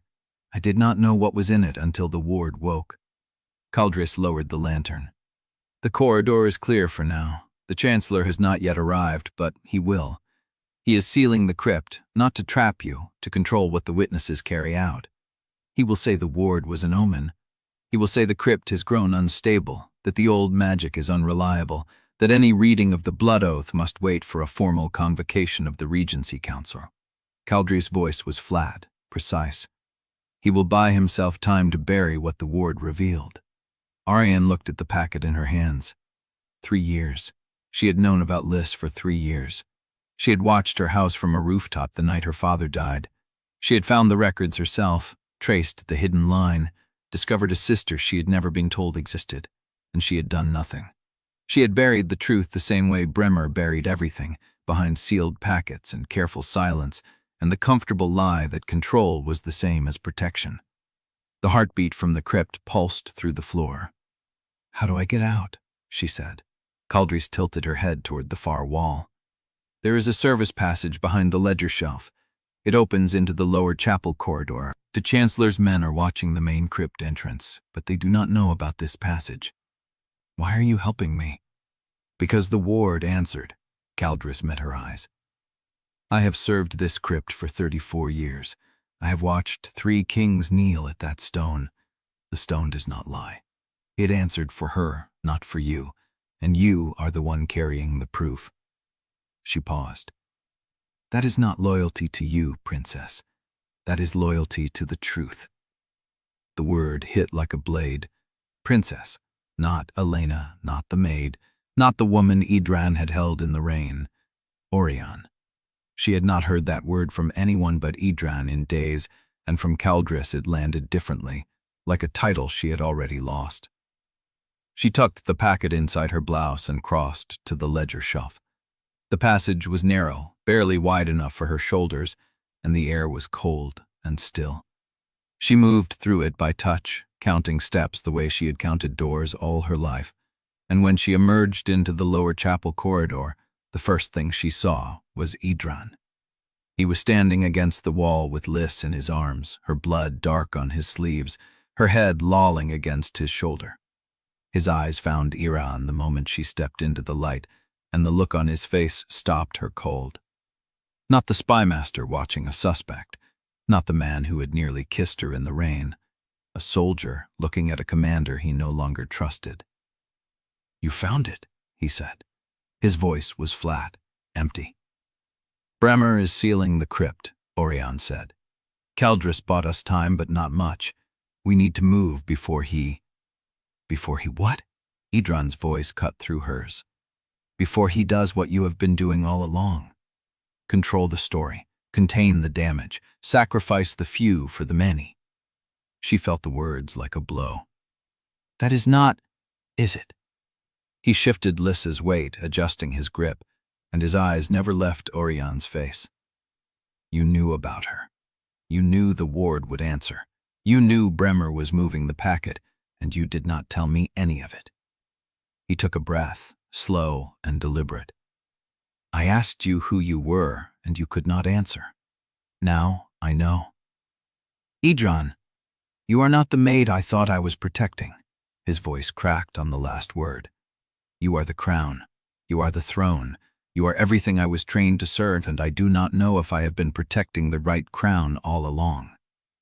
The silence between them stretched. Liss stirred in his arms, a low sound of pain, and Auriane saw the blood still seeping through the cloth on her arm, saw the pallor of her skin, saw the pulse beating weak and fast at her throat. They did not have time for this, but she could not look away from Edran's face. "You were protecting the right person," she said. "You just did not know which one of us she was." Footsteps echoed from the far end of the corridor, heavy, measured, coming closer. Bremer's voice carried through the stone, calm and precise, the voice of a man who had spent 30 years learning how to make catastrophe sound like order. The crypt is sealed. No one enters until the Regency Council convenes. The ward was an unstable reaction, a death omen, nothing more. Auriane looked at Edran. He looked back at her, and in his eyes she saw the question he had not asked aloud. If I follow you now, whose crown am I following? Chapter 28. The corridor stretched between them like a wound that had not stopped bleeding. Edran stood with Liss in his arms, her blood darkening the stone beneath his boots. His face, a mask Auriane is not read. Behind him, the echo of Bremer's voice still hung in the air. A death omen, nothing more. She took a step toward him. He did not move. We need to get her to a surgeon, Auriane said. The chapel annex has a treatment room. Hestra keeps supplies there. I know where it is. He turned without waiting for her to lead, carrying Liss down the corridor with the careful steadiness of a man who had carried wounded people before. Auriane followed 3 steps behind, watching his shoulders, the set of his spine, the way he did not look back to check if she was still there. The chapel annex was cold and empty when they reached it. Edran laid Liss on the long oak table beneath the window, and Auriane pulled bandages from the cabinet Hestra had shown her days ago, when the world had still made sense, and Edran had still looked at her like a woman instead of a liability. She worked in silence. Clean the wound, press the cloth, bind the arm from wrist to elbow, the way she had watched Sister Caldris do it in the crypt. Her hands were steady, her mind was not. Edran stood at the far wall with his arms crossed. She needs rest, Auriane said. She lost too much blood. If fever takes her, she will not fever. His voice was flat. She is tougher than both of us. Auriane did not argue. The silence stretched until footsteps echoed from the corridor beyond the chapel. Measured, deliberate. The gait of a man who never hurried because he never needed to. Chancellor Bremer appeared in the doorway. He looked at Liss first, pale and bandaged on the table, then at Edran, braced against the wall like a man waiting for a blow, then at Auriane. His pale gray eyes held no surprise. The Trithaminrim was a wise choice, he said. The palace surgeon answers to me. He would have reported her condition before he finished stitching. Auriane straightened. Her hand drifted toward her forearm, where the concealed knife had been until she left it in the crypt office, a gift to the sealed room she could not re-enter. What do you want, Chancellor? To contain the damage. He stepped inside and closed the door behind him. The ward activated. We have witnesses who saw it answer for the wrong woman. If that story reaches the court before we control the terms of it, Corinthia will fracture before the morning ends. The ward answered for the right woman, Auriane said. It answered for Liss. You knew it would. You set up the witnesses. Bremer did not deny it. I set up witnesses, he said, because I needed to see whether the stone would confirm what I had buried for 14 years. I needed to know if I had made the right choice all along. And did you? No. The word landed without apology. The stone confirmed exactly what I feared. Liss Odara is the elder heir. Her claim is stronger than yours. And if the court learns that before we stabilize the succession, the realm will burn. Auriane felt the shape of his argument before he finished speaking. Control the story, contain the damage, sacrifice the few for the stability of the many. Her own voice, her own trading, spoken back to her by the man who had forged it. Foreign agents attacked the crypt, Bremer continued. Mourning operatives, acting on intelligence that the succession was vulnerable. Liss was wounded in the chaos. The ward reaction was a misreading, a ritual anomaly caused by the blood of 2 women who share a face. With the right testimony and the right witnesses, that story holds. You want me to lie? I want you to rule. His voice sharpened. You were raised for this. You understand that truth is a luxury the throne cannot afford. If Liss's claim is recognized, the succession wars will begin before the mourning silk is lifted. Talare will press its border claims. Mourning will blockade the delta. The river quarter will rise for her, and the noble houses will tear each other apart choosing sides. He paused. I taught you that the crown is not a person, it is a vessel. The vessel must remain full, or the kingdom drinks poison. Liss Odara is not ready to hold that vessel. She does not know the court. She does not know the treaties. She does not know the cost of every decision she would have to make. Auriane looked at Liss, unconscious on the table, her bandaged arm rising and falling with each shallow breath. "You would have let her die in that crypt," Auriane said. "I would have let the crypt speak." Bremer's voice was calm. "And then, I would have sealed the narrative around what it said. That is governance, Auriane. That is the weight you were born to carry." The use of her name hit like a blade. Not princess, not your highness. Her mane. The name Edran had used when he asked her who she was. The name Bremer had given her when he taught her to write policy, read treaties, and bury inconvenient truths in the archives where no one would find them. "You are asking me to become you," she said. "I am asking you to become the ruler I raised you to be." The room went still. Edran had not moved from the wall, but Auriane felt his gaze like a weight. She did not look at him. She could not. Because if she saw his face now, she would see the shape of everything she was about to lose. "If I refuse him," she said, "I lose the throne. I lose every ally I have ever had. I lose the only identity I have ever known." He met her eyes. "And if I accept," she continued, "I lose Liss. I lose the truth. I lose whatever piece of myself is still capable of being loved for who I am instead of what I carry." The word "yuan" between them, unspoken. She had not said it. She did not have to. "The morning bell," Edran said. "That is how long you have to decide whose crown you are wearing." He walked past her and knelt beside the table, pressing a clean cloth to Liss's bandaged arm. His hands were steady. His shoulders were not. Auriane stood alone in the center of the room. The heartbeat from the crypt had followed her. She could feel it in the floor, in her chest, in the space between her ribs where a sister's pulse and a lover's silence now lived side by side. The morning bell would ring, and she would have to answer. Chapter 29. The morning bell had not rung, but the hour was already wrong. Auriane moved through the lower corridor with her hand pressed to the wall, feeling the crypt heartbeat pulse through the stone like a second pulse in her blood. Liss lay in the treatment room, with Edran kneeling beside her. The silence between them had been worse than any accusation. She needed distance. She needed to think. The pantry door appeared on her left, same warped wood, same loose latch, same smell of dried herbs and tallow. She pushed it open without thinking and stepped inside. The candle was already lit.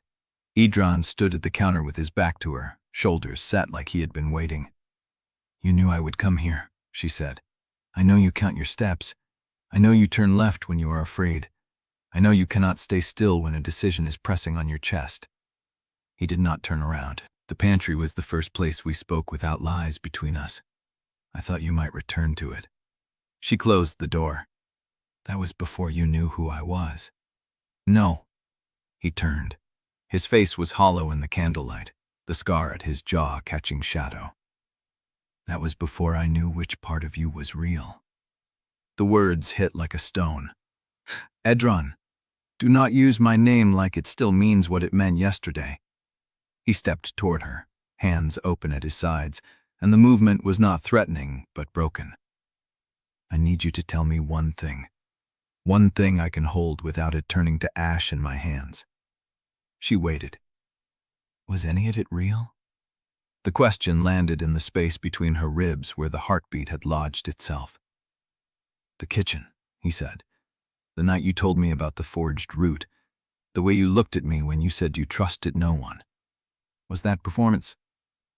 "No." "The stairwell," his voice cracked. "The moment I stopped myself from kissing you because I needed to know who you were. Did you feel anything, or were you calculating which lie would keep me close?" "I felt everything." "Then why did you not tell me?" The silence stretched. "Because I was afraid," she said. "Afraid of what?" "Of this." She gestured between them. "Of the moment when you looked at me and saw the crown instead of the woman. Of losing the only person who had ever seen me without the title first." He stared at her. "And now?" "Now I have lost you anyway." The candle flickered. A cart rumbled somewhere above them, distant and indifferent. "You told Liss," he said, "before the crypt. You told her you had known for 3 years. You told her you watched her house the night the king died, but you did not tell me." "I was going to." "When?" She opened her mouth.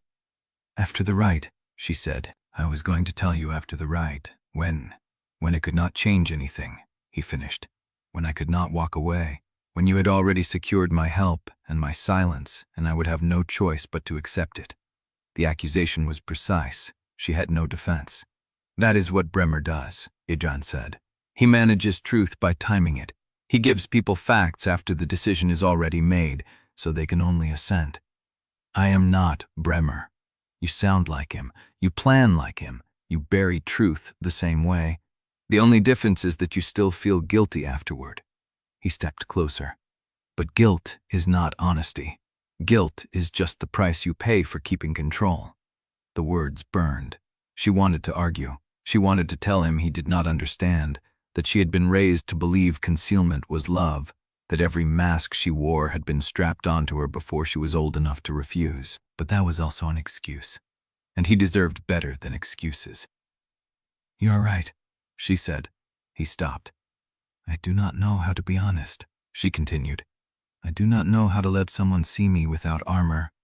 I have spent 24 years learning to be the lie that Corinthia needs, and I have become so skilled at it that I no longer remember where the performance ends and I begin." Her voice was steady. It should not have been. "I am Auriane Sellwyn, Crown Princess of Corinthia. I swapped places with a boat builder's daughter because I was too afraid to walk a route where someone wanted me dead. I have lied to everyone who has ever tried to help me. I have buried truths that would have saved lives because I believed control was safer than trust." She met his eyes. "And I am in love with you. That part was never a lie." The words hung in the air. Edran did not move. "Say it again," he said. "The part about the lies, or the part about me." She felt her throat close. "I am in love with you," she said. "I have been since the night you handed me a key in the river gate and told me to survive. I did not know how to name it then. I still do not know how to carry it, but it is the truest thing I have." He closed his eyes. When he opened them, there was no relief in them, no softening, only a raw, exhausted clarity.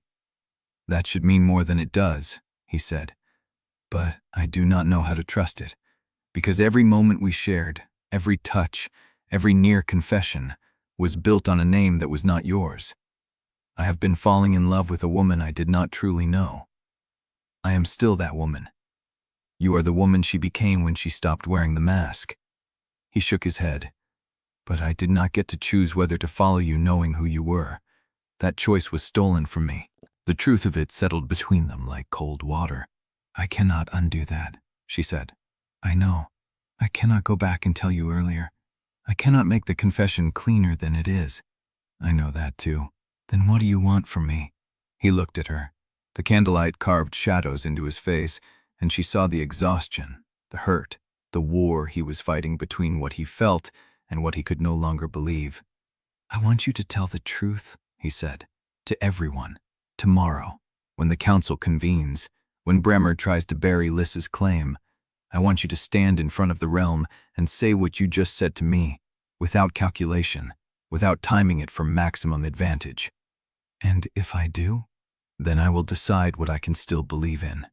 She wanted to reach for him. She wanted to close the distance and press her forehead to his and breathe the same air until the world narrowed to the space between them. She did not, because she had already taken enough from him without permission. "I will do it," she said. "Before the morning bell, before the council even assembles, I will tell Sister Caldris to prepare the statement. I will tell Soria to carry the message to the guild witnesses. I will burn every bridge I have left if that is what it takes to make this right."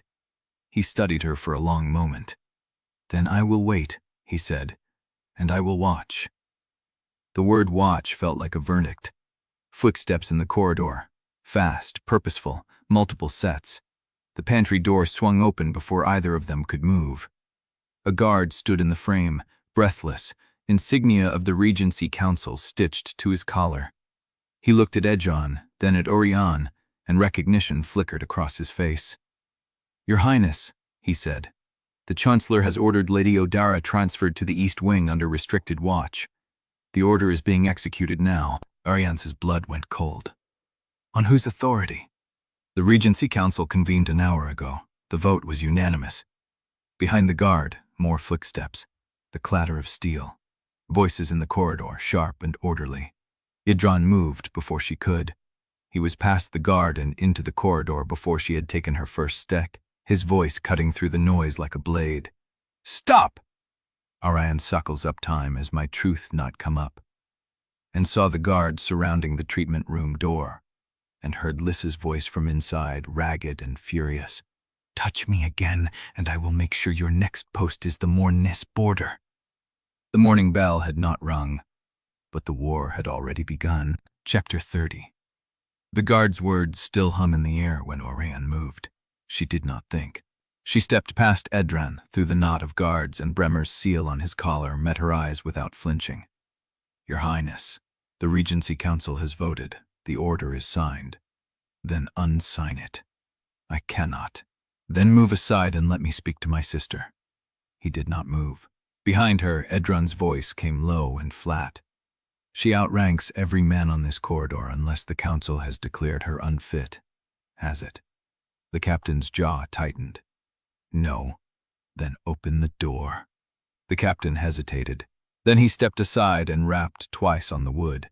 "Your Highness," he called through the panel, "the Crown Princess requests entry." A pause. Then Liss's voice, sharp and unmistakable. "Let her in." The captain turned the handle and pushed the door open a crack. Auriane slipped through before he could change his mind. The treatment room smelled of blood and bitter herbs. Liss sat on the edge of the cot, one hand pressed to her bandaged forearm, the other braced against the wall as if she needed the stone to hold her upright. Her face was pale, her dark hair tangled, and her eyes were the color of river ice. "You came," Liss said. "I came. Are you going to let them take me?" Auriane crossed the room in 3 steps and knelt in front of her sister. "No." "Then what is your plan?" The question landed like a blade. Auriane had no plan. She had a promise she had made to Edran 20 minutes ago, a sealed packet in her possession, a Regency Council that had already voted, and a morning bell that had not yet rung but would, soon, whether she was ready or not. She looked at Liss's face, the face that was her own and was not, and told the truth. "I am going to the council chamber before the bell. I am going to tell them everything. The swap, the crypt, the war, your claim, Bremer's plan, all of it." Liss stared at her. "You will lose the throne." "I know. You will lose everything." "I know. And you are doing this now, after the vote, because Edran told you to." The words were not an accusation. They were a test. Auriane held her gaze. "I am doing this because I should have done it the day I met you. Because I have been Bremer's student long enough to recognize his methods in my own throat. Because if I do not stop now, I will wake up in 20 years and find I have become the thing I was trying to destroy." Liss was quiet for a long moment. Then she reached out and took Auriane's hand. "Then go. I will not leave you here." "You are not leaving me. You are going to the council chamber to burn your crown for my sake. I think I can survive a few hours in the East Wing while you do it." Auriane's throat closed. "I do not deserve this." "No," Liss said. "You do not. But I am not giving it to you because you deserve it. I am giving it to you because someone has to start telling the truth, and it might as well be the one of us who still can." She squeezed Auriane's fingers once, then let go. "Now get out before I change my mind and let them drag me away screaming." Auriane stood. She turned toward the door, then stopped. "Liss." "What?" "I will come back for you." Liss smiled, thin and sharp as a blade. "I know." Auriane stepped into the corridor. The guards were still there. Edran was still there, standing apart from them, his face unreadable. The captain stepped forward. "Your Highness, your presence is requested at the council chamber within the hour. Chancellor Bremer has asked that you attend without escort." "I am aware." She began walking. Edran fell in to step beside her. They moved through the lower corridor in silence, past the chapel annex, past the servants' passage where they had first spoken honestly in a pantry that smelled of salt and candle wax. The heartbeat from the crypt still pulsed beneath her feet, steady and patient, as if it had always been there and she had only now learned to feel it. At the junction where the corridor split toward the main stair and the council wing, Edran stopped. She stopped too. "The council chamber is 3 levels up," he said. "The main stair will be watched. There is a servant's route through the east storage loft that opens behind the tapestry in the antechamber. It is narrow, and it will be dark, but it is the only way you will reach the chamber before Bremer's men seal the doors." She looked at him. "You are giving me a route. I am giving you a chance to keep your word. That is not the same as forgiveness." "No." His voice was steady, but something in it cracked at the edges. "It is not, but I am not going to stop you from doing the right thing just because I do not know how to trust you yet." The words hit her harder than anger would have. She wanted to reach for him. She wanted to tell him that she would spend the rest of her life earning what she had broken, if he would let her. But the morning bell had not rung, and the council chamber was waiting, and she had already taken enough from him without permission. "Thank you," she said. He did not answer. She turned and took the servant's route. The passage was dark, narrow, and smelled of dry rot. She moved by touch, one hand on the wall, counting steps the way she had always done, the way she used to count her own pulse to keep fear from swallowing her whole. At the end of the passage, a tapestry. She pushed through it into the antechamber. Empty. The council doors were closed, but light bled through the crack beneath them, and voices murmured on the other side. She crossed the antechamber. She put her hand on the door, and she pushed it open. Chapter 31. The council chamber was empty. Auriane stood in the doorway, the heavy oak still warm beneath her palm, and stared at the vacant chairs, the abandoned ink pots, the half-burned candle guttering in its own wax pool. Someone had been here. Someone had left in haste. The morning bell had not rung. Bremer had convened the council hours before dawn, secured his vote, and dismissed them before she could arrive. He had not expected her to come. He had not left the door open for her confession. She stood alone in the silence, the heartbeat from the crypt pulsing through the floorboards, steady and patient as a second pulse beneath her own. Behind her, a footstep. She turned. Georgia Fenn stood in the antechamber, still in her mourning black, pale and composed as winter linen.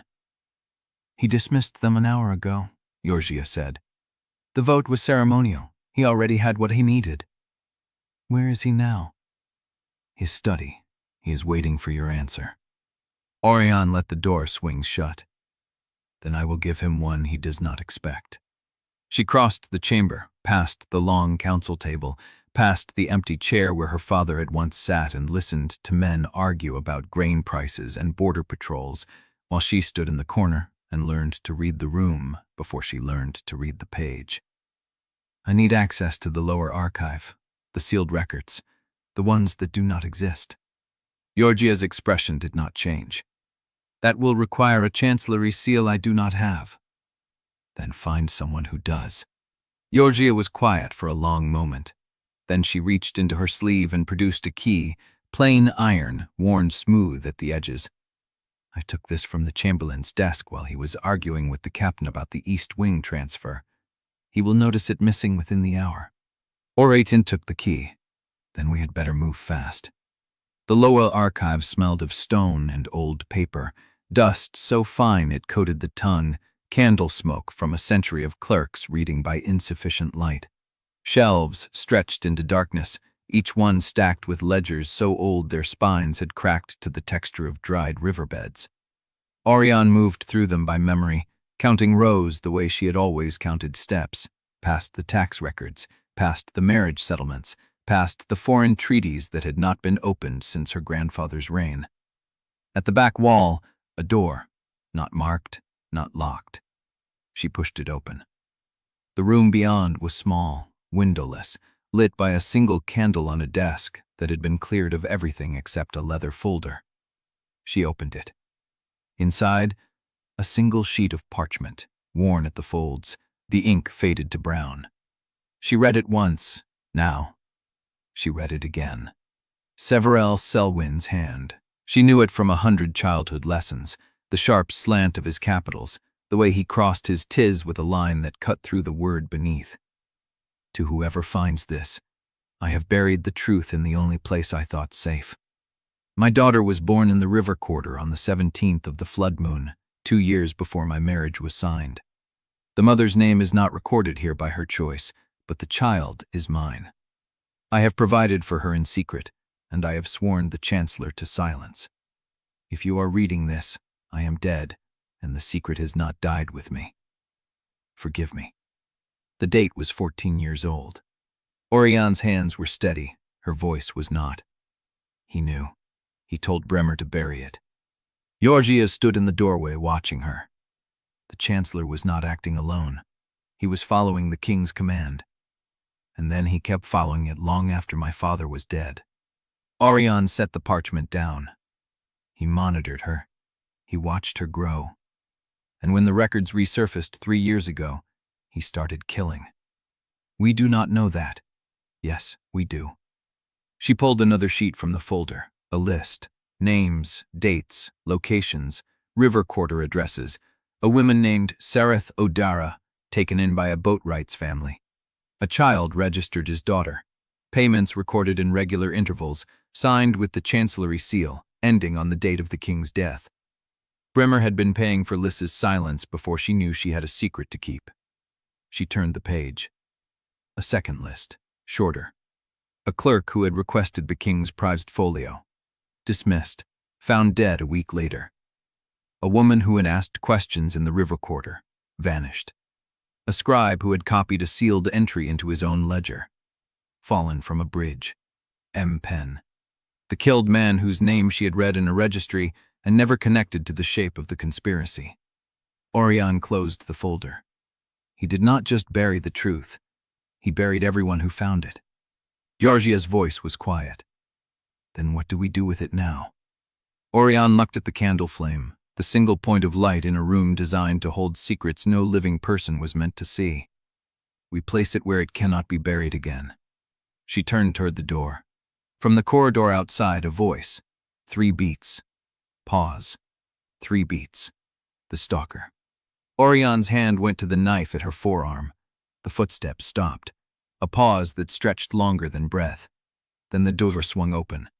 The crypt attendant stood in the frame, the same hooded figure who had forced Liss's blood onto the altar, the same rhythm in his step, the same blade at his belt.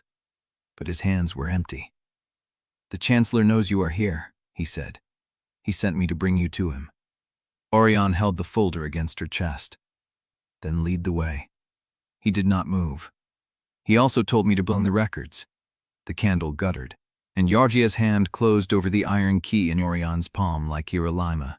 Chapter 32. The corridor stretched ahead, empty.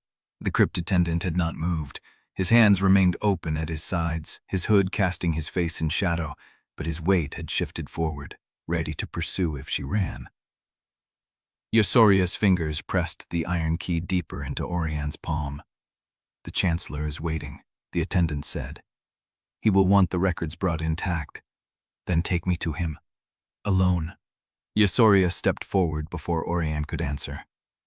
"The princess does not walk unescorted through a palace that has already bled tonight. If the Chancellor has a concern with that, he may raise it with the Regency Council he has already convened." The attendant's head tilted. Yosoria did not waver. Auriane watched the calculus pass behind the man's stillness. He had been told to bring her and the records. He had not been told how many people could accompany her. A gap, small but usable. "The east corridor," he said finally. "The Chancellor is in his study." He turned and walked. Yosoria's hand found Auriane's elbow as they followed. "That bought us minutes, not time." "I know." The corridor opened into a wider passage where the black silk of mourning had been draped over every sconce. Candles flickered behind the fabric, casting the hall in the color of dried blood. Servants pressed themselves against the walls as they passed, faces lowered, hands still. Auriane counted their silence. 23 paces, a door with the Sellwyn crest, a guard who stepped aside without meeting her eyes. The study beyond was not Bremer's. Crane Dowager Marist sat behind the desk, her mourning silk arranged in precise folds, her hands resting on the wood as if she had been waiting there for hours. The room smelled of winter apples and sealing wax. A single candle burned at her elbow. She did not rise. "Close the door." The attendant pulled it shut behind them. Yosoria remained in the corridor. Auriane stood alone before the Dowager. "You are not the Chancellor." "No." Marist's voice was calm, almost pleasant. "The Chancellor is occupied with containments of his own. I asked to see you first." "Asked? Arranged?" Marist's fingers tapped once against the wood. "You have been busy tonight, Your Highness. The crypt, the lower archive, a dead man's confession. I wonder if you have considered how all of that looks from outside your own agency." Auriane said nothing. "The ward woke for the river girl. Your Chancellor buried the truth, and now you carry proof that would kill the stability of 3 noble houses before noon bells." Marist leaned back. "You already decided what to do with it. I can see it in your stance. You mean to speak?" "I do." "Then you have not considered the consequences." "I have considered nothing else for 3 years." Marist's smile did not reach her eyes. 3 years? And in those 3 years, did you once consider that the realm might not survive the truth you were so eager to release? Auriane's hand tightened on the folder. "The realm will not survive the lie." "The realm has survived lies for 500 years. It has not survived civil war." Marist rose, moving around the desk with the measured grace of a woman who had learned to weaponize stillness. "You think you are choosing truth? You are choosing collapse. Marnis has ships at the Delta. Talare has envoys waiting to see which way the crown falls. If you walk into that council and announce that the woman raised to be queen is a fraud, you hand every foreign power the knife to cut Carinthia open. I am not a fraud. I am the legitimate heir. But she has the stronger claim." Marist stopped 3 feet away. "I know. I have known about Liss Odara since she was a child. I did not need a sealed packet to tell me what the king's blood did in the river quarter." Auriane went still. "You knew." "I suspected. The late king had a habit of disappearing from official logs during certain months. A woman in the river quarter gave birth the same year. The timing was suggestive." Marist's voice dropped. "But I did not pursue it because the realm was stable. The line was clear. You were the heir. I intended to anchor you with a marriage that would keep Talea neutral and Mornis at bay. That plan is still the best chance Carinthia has." "You mean Prince Mathan?" "I mean survival." Marist stepped closer. "The betrothal can be announced within the 7-day, a public declaration before the full court. It would solidify your position beyond any ward's challenge, because the succession would be tied to a foreign treaty, not a blood dispute. Liss could be recognized quietly, settled with land and a pension. No one would challenge a towned queen with a Talare alliance behind her." Marist's eyes held hers. Auriane saw the shape of the trap. The Dowager did not need to destroy the truth. She only needed to drown it in enough spectacle that no one cared to look. "And if I refuse? Then you walk into the council alone." Marist smoothed her silk. "You confess. You kneel to a boat builder's daughter who has never read a treaty, never negotiated with Mornis, never faced a noble faction that would eat her alive before sundown. And the realm fractures while foreign ships sail up the Surrey." Silence. The candle guttered. Auriane felt the heartbeat beneath her boots, steady, waiting. "You are asking me to bury my sister for peace. I am asking you to choose the crown you were raised to wear." Marist's voice sharpened. "There is no shame in that choice. It is what kings have done since the Sir Sellwyn took the throne. You do not owe the realm your destruction because you discovered a truth that helps no one. It helps Liss. Liss Odara will be dead within a year if you put her on that throne." The Dowager's words landed like a blade. "The court will not suffer her. The nobles will not serve her. The river guilds will try to use her. And when she fails, because she will fail, foreign powers will carve the pieces from the corpse of your kingdom." Auriane's breath came slow. Marist watched her. "I am not your enemy, Auriane. I am the only person in this palace telling you the truth you do not want to hear." The folder felt heavier than parchment and ink. Auriane watched the Dowager's face, the careful composure, the grief that had been polished into strategy. "You said you knew about Liss since she was a child," Auriane said quietly. "Did you ever try to protect her?"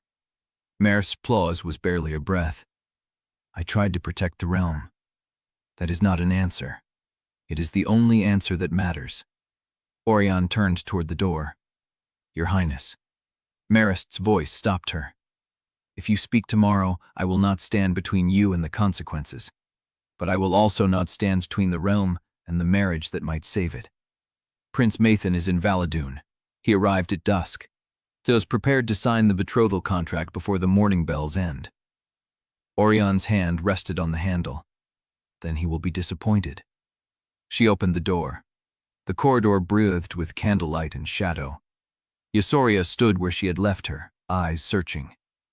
Auriane walked past her, down the hall, past the black silk and the bowed heads, past the guards who did not meet her eyes.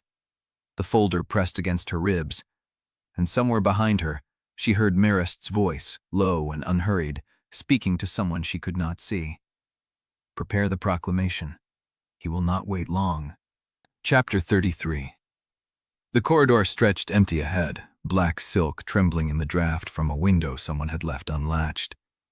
Yosoria walked at Auriane's shoulder, the folder pressed between them like a wound that would not close. The crept heartbeat pulsed through the floor in steady measure, patient, waiting for something Auriane could not name. He will expect you in his study, Yosoria said quietly. Then we do not go to his study. Auriane turned left at the crossing, toward the Chancellery Annex where the gas lamps burned low and the clerks had fled to whatever beds they still kept. The door to Bremer's private archives stood unlocked, as if he had known she would come. She pushed it open. The room smelled of old paper, ink that had dried decades ago, and the particular stillness of a place where decisions had been made that no one would ever record. Shelves lined every wall, leather-bound ledgers and dispatch boxes stacked in neat rows, each one labeled in Bremer's precise hand. He sat at the far desk, a single candle burning beside his elbow. He did not look up when she entered. You found the king's confession. His voice was flat, tired, stripped of the warmth he had always used when speaking to her. I wondered how long it would take you to reach the lower archive. Auriane set the folder on the edge of his desk. You killed them. She held her own voice, steady and hollow. The clerk, the woman in the river quarter, Pen. You killed them to keep a secret that was never yours to bury. Bremer raised his head. The candlelight caught the notch through his eyebrow, the silver in his hair, the ink stain on his middle finger that had marked him for 30 years. I did not kill them, Auriane. His voice dropped. I ordered them killed. There is a difference, and if you are going to judge me, you should at least understand what you are condemning. The words landed like stones. She had expected denial. She had expected deflection, evasion, the careful maneuvering of a man who had spent his life arranging truths into acceptable shapes. She had not expected confession delivered with the same tone he had used to teach her treaty law. The clerk discovered the king's private folio and made a copy before resealing it, Bremer said. He intended to use it for leverage, a pension, a position. I never learned what he wanted because I did not give him the chance to name his price. The woman in the river quarter had been asking questions about a child born 17 years ago. She had spoken to 4 households before my people found her. She would have found the mother eventually. And Pen was a decent man who made the mistake of witnessing a transfer he should not have seen. Bremer's voice did not waver. He told his wife he had made a copy of the king's private folio, meaning to protect himself. She told Hestra. By the time I learned of it, Pen had already hidden the copy somewhere I could not find it. I could not risk him speaking to the wrong person. So you threw him off a bridge. I arranged for him to fall. Bremer folded his hands on the desk. There is no kindness in it, Auriane. There never was. But every death I ordered was chosen to prevent a war that would have killed thousands. The realm does not count casualties the same way you do. Auriane's hand moved to the folder. And Liss? Would you have killed her too? Bremer's pause stretched long enough to answer before his mouth moved. Yes. The word hung between them. If the Crypt ward had not confirmed her claim in front of witnesses, I would have arranged an accident before the blood oath rite could go scheduled. He said it as if he were explaining a strategy she had failed to consider. She would have died quietly. The succession would have passed to you without challenge. The realm would have mourned and moved forward. She is my sister. She is a legal catastrophe. Bremer's voice sharpened. I raised you to understand that the crown is not a person, Auriane. It is a vessel. If the vessel cracks, the kingdom drinks poison. Liss Odara is a crack that runs through every law and treaty and alliance this realm has spent generations building. Mourning has ships at the Delta. Talaray has envoys waiting to see which way the succession falls. The river guilds will try to use her as a lever against the nobility. The nobles will refuse to serve a woman who cannot name her own mother's family beyond a boatwright's roof. And when the fighting starts, it will not be Liss who gods first. It will be the people caught between. Auriane felt the heartbeat beneath her boots, slow, steady, as if the stone itself was listening. You expected me to understand. I expected you to be the ruler I trained. Bremer's voice dropped. I expected you to see that the truth does not always serve the realm. Sometimes truth's a wound that must be closed before the flesh can heal. I spent 30 years closing wounds so that you could inherit a kingdom that still stood. You spent 30 years building a prison. I spent 30 years building a peace. He rose from the desk, the candle flame swaying, and I would do it again. Every death, every lie, every sealed record. I would do it again because the alternative is a war that would burn this city to the river's edge. Auriane looked at him. She saw the man who had taught her to read treaties, the man who had stood beside her father through every crisis, the man who had placed a hand on her shoulder when she was crowned heir and told her she would be the finest ruler Corinthia had ever known. She saw the same man who had ordered a woman killed for asking questions in the river quarter. You believed I would become you. Bremer's eyes held hers. I believed you would understand that ruling requires cruelty disguised as mercy. His voice was barely a whisper. I believed you loved Corinthia enough to become what the realm needed. I do love Corinthia. Then prove it. He gestured to the folder. Burn the confession. Accept the betrothal to Prince Mathan. Let Liss Odara live quietly on a pension in the eastern provinces where she cannot ignite a succession war and take the throne you were born to hold. The heartbeat pulsed beneath her seat.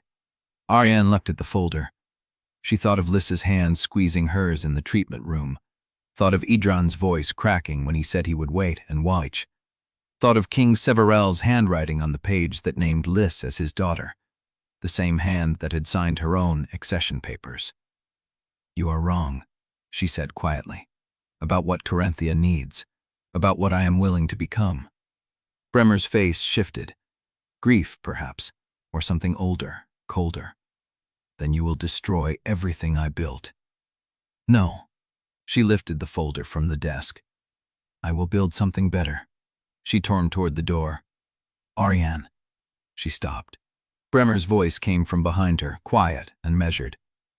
The Crypt heartbeat. You feel it, do you not? She did not answer. I did not know what's sleeping beneath the altar until the ward woke Liss.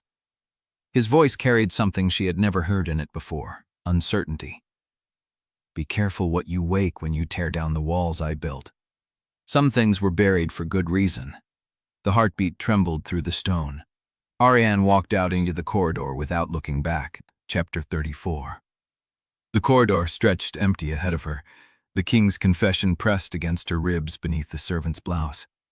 The heartbeat murmured through the stone, steady, impatient, as if the crypt itself was counting her steps. Eusoria fell into pace beside her, their footsteps synchronized by years of moving through hostile halls. Where now? Eusoria's voice was low. The crypt keeper. Sister Caldris will not leave her post without cause. Then I will go to her. Auriane turned to the lower chapel corridor. She is the one who controls the blood oath rite. If she does not secure it against Bremer's interference, none of the rest matters. Eusoria did not argue. She simply adjusted her path, walking half a step behind as if escorting a lady-in-waiting to her chambers, the cover holding even now. They descended through the servant passages, past the kitchens where Hestra's crew worked in silence, past the storage cellar where candle stubs flickered in their sconces. The heartbeat grew fainter as they climbed, but Auriane still felt it in her chest, a second pulse beneath her own. Sister Caldris stood before the crypt antechamber door, gray wool stark against iron. She did not turn when Auriane approached, but her hand moved to the lock. "You should not be here. I need the blood oath rite secured." Caldris turned, pale eyes catching the candlelight. "The rite is bound by sacred law. No Chancellor, no Dowager, no foreign envoy can alter its conditions. Bremer will find a way." Auriane pulled the king's confession from beneath her blouse. "He has 30 years of practice." Caldris looked at the folder. Her gaze did not waver. "Open it." Auriane did not move. "You will understand if I ask you to swear first. You come to my crypt, carrying the king's sealed confession, and you ask me to swear loyalty before you show me what is inside?" Caldris's voice was flat, but something flickered in her eyes. "I was keeper when your father drew his first breath in this palace. I was keeper when he married. I was keeper when he died. I have no loyalty left to prove." Auriane held the folder out. Caldris took it, opened the seal, and read in silence. The candle flame wavered as she turned each page. When she reached the end, she closed the folder and looked at Auriane with an expression that held no surprise. "You knew." "I suspected." Caldris handed the folder back. The old king's private journeys, his absences during certain months, the way Bremer's cloak sealed records that should have remained open. "Then you know why I am here. I know what you are asking me to risk." Caldris stepped closer. "The blood oath rite is the last sacred anchor in this realm. If I allow it to become a battlefield, I betray what I have guarded for 34 years. If I refuse, I betray the truth your father wrote with his own hand." Auriane waited. "I will secure the rite," Caldris said slowly. "But I need a witness chain strong enough to withstand noble sabotage. The rite requires 5 witnesses, 2 from the clergy, 2 from the guilds, 1 from the crown. The clergy will follow my lead. The guilds will follow whoever they trust. The river guilds will send their own. They will need to.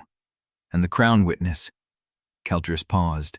"That will be you, not as princess, as the woman who stood aside and let the truth speak." Auriane felt the weight of it settle across her shoulders. "Then I need to find the river guilds." Caldris nodded once. "You have until the morning bell. After that, the rite conditions are sealed, and no one can add or remove a witness." Auriane turned. "Auriane." She stopped. "There is one more thing." Caldris's voice dropped. "The missing witness, the one who saw the king seal the birth record." Auriane filled outside. "What about her?" "She is my sister." The words landed like a stone in still water. "Your sister," Auriane repeated. "Her name is Adrian Mourne. She served as his private scribe for 14 years. When he sealed the record naming Liss, she was the one who pressed the wax." Caldris's voice did not waver, but her hands had stilled against her robes. "She vanished 3 weeks later. I assumed she was dead. Do you know where she is?" "I know where she was last seen." Caldris pulled a small leather pouch from beneath her robes. "Surrette Wharf. She had a contact among the boat rights. If Tovin Kestrel can find her, she can testify to what she witnessed."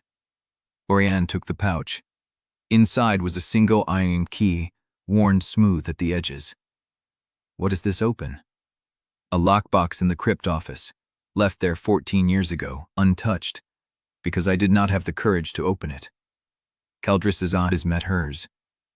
"Idria left it before she disappeared. I always believed it held the proof that would destroy the realm. Now I believe it may be the only thing that saves it." The heartbeat stirred beneath the stone. Auriane closed her fingers around the key. "I will find her. Find her before Bremer does." Caldris stepped back. "He has been searching for her since the day she vanished." Auriane moved into the corridor, Eusoria falling into step beside her. The candlelight wavered as they climbed toward the servant passages, toward the river quarter, toward the last piece of a truth that refused to stay buried. The key was warm against her palm. Below, the crypt heartbeat pulsed on, patient and waiting, if it knew something the living had not yet learned. Chapter 35. The river quarter smelled of wet rope and fish guts and the particular rot that settled into wood that had been soaked too long. Auriane followed Isoria through the tangle of boathouses, the iron key still warm against her palm, the king's confession a flat weight beneath her blouse. They found Pembroke in a chandler's shop 3 docks down from the ferry landing. He was older than she expected, 60 at least, with a face that had stopped being surprised 30 years ago. His hands moved across a coil of rope as they entered, assessing them both before either spoke. "Fen," he did not look up. "You bring trouble or payment?" "Neither." Isoria's voice was smooth. "We bring a question." "Questions cost more than trouble." Auriane stepped forward. She did not have time for negotiation. "Adria Mourne, 14 years ago. She worked the wharf with a contact among the boatwrights. Where is she?" Pembroke's hands stilled. "I know that name. Then you know why I am here." He looked at her then, really looked, and something shifted in his face. Not recognition, assessment. "You are the one they call the princess's maid. I am the one who needs to find Adria Mourne before morning. She is dead." The words landed like a stone in still water. Auriane felt them settle in her chest, cold and final. "Are you certain?" "I am certain she should be." Pembroke returned to the rope. "She left the wharf 14 years ago with a pouch full of coin and a sealed letter. Said she was going to the river bend where the water runs black. Said she had a debt to pay." "What river bend?" "Upstream past the palace grounds, where the old mill used to stand." He paused. "No one goes there. The current takes things down and does not bring them back." Isoria's hand found Auriane's arm. "We should go." Auriane did not move. "Did she tell you who the letter was for?" Netherland arrested. Looks to the devising hum of the sky. Sharing Kernish, taxa Watt. "No." Pembroke's eyes met hers. "But she told me what it said. She said it was a confession. She said someone had to survive to tell the truth." The heartbeat stirred beneath Auriane's feet, distant but insistent, as if the stone itself remembered what the living tried to forget. "Thank you." She turned and walked out into the river mist. They searched the river bend for an hour. The old mill was a skeleton of blackened beams and collapsed stone, its wheel half submerged in the current, its interior gutted by fire years before Auriane was born. They found nothing. No lockbox, no bones, no trace of Adria Mourne. Isoria stood at the water's edge, her skirts dark with damp, her face unreadable. She could be anywhere. She could be nowhere. This was 14 years ago. She is alive. You do not know that. I know Bremer has been searching for her for 14 years. Auriane's voice was flat. He does not search for dead women. Isoria was quiet for a long moment. Then she nodded. Where do we look next? Auriane thought of the lockbox in the crypt office, of the key Paldris had given her, of the heartbeat beneath the crypt floor that pulsed like something waiting to be born. I need to see what Adria left behind. The crypt office was colder than she remembered. The candle she had lit guttered in a draft she could not trace, casting shadows that moved against the walls in patterns that did not match the flame.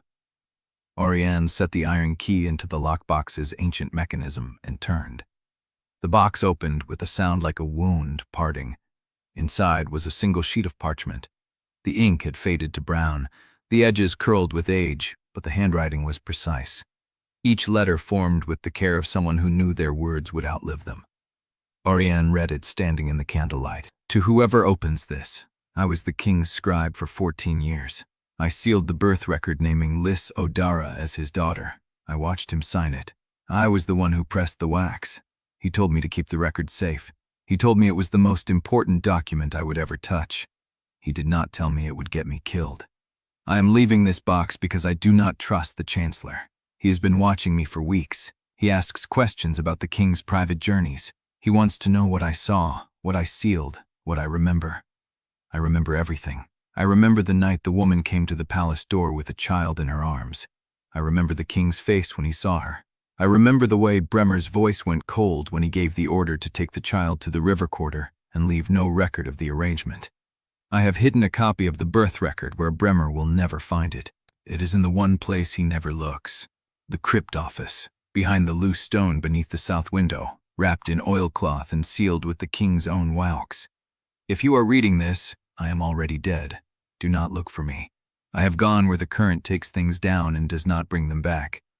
Burn this letter. Find the copy. Tell the truth. Adria Mourne Oyan read it twice.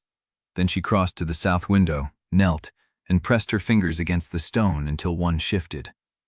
The oilcloth was there, sealed, intact. She carried it back to the candle and unwrapped it. The wax seal was unmistakable, the king's personal sigil, pressed deep into crimson wax that had not been touched in 14 years. She had found the proof. Now she needed to find the woman who could speak it aloud. She turned toward the door. Edran stood in the threshold. He was still in the same dark wool, his face drawn tight with exhaustion, his eyes fixed on the oilcloth in her hands. The scar at his jaw caught the candlelight. "I heard you were in the river quarter." His voice was flat. "I came to see if you had found what you were looking for." Auriane did not answer. She held the oilcloth out. "I found Adria Mourne's confession. She hid the original birth record beneath the crypt office floor. She knew Bremer would come for her." "And the woman herself?" "Gone. 14 years. The river bend." Edran's jaw tightened. "Then you have proof, but no witness." "I have enough." "Enough for what?" His voice sharpened. "Enough to walk into the council chamber and tear apart the succession without anyone to swear they saw the king sign it. The nobles will call it a forgery. Bremer will call it a conspiracy, and Liss will be dead by morning." "I know." "Then what are you doing?" Auriane stepped closer. The candlelight flickered between them. "I am choosing not to be Bremer." Her voice was steady. "I am choosing to tell the truth even if it costs me everything. I am choosing you." Edran's breath caught. "Do not." "I am not finished." She did not look away. "When this is over, when the truth has been spoken and the succession has been settled and the court has finished tearing itself apart, I will not go back to a life where love is permitted only in disguise. I will not hide you. I will not pretend you are something I can set aside when politics demand it. Your sister will be queen. Yes, then you will be the woman who killed her claim. The court will never accept you. The nobles will call you a traitor. And I will be the common-born spymaster who loved the wrong woman." Auriane reached for his hand. "I know." The door burst open. Juzoria stood in the frame, her face pale, her voice tight as a wire. "Liss's quarters. The guards are moving.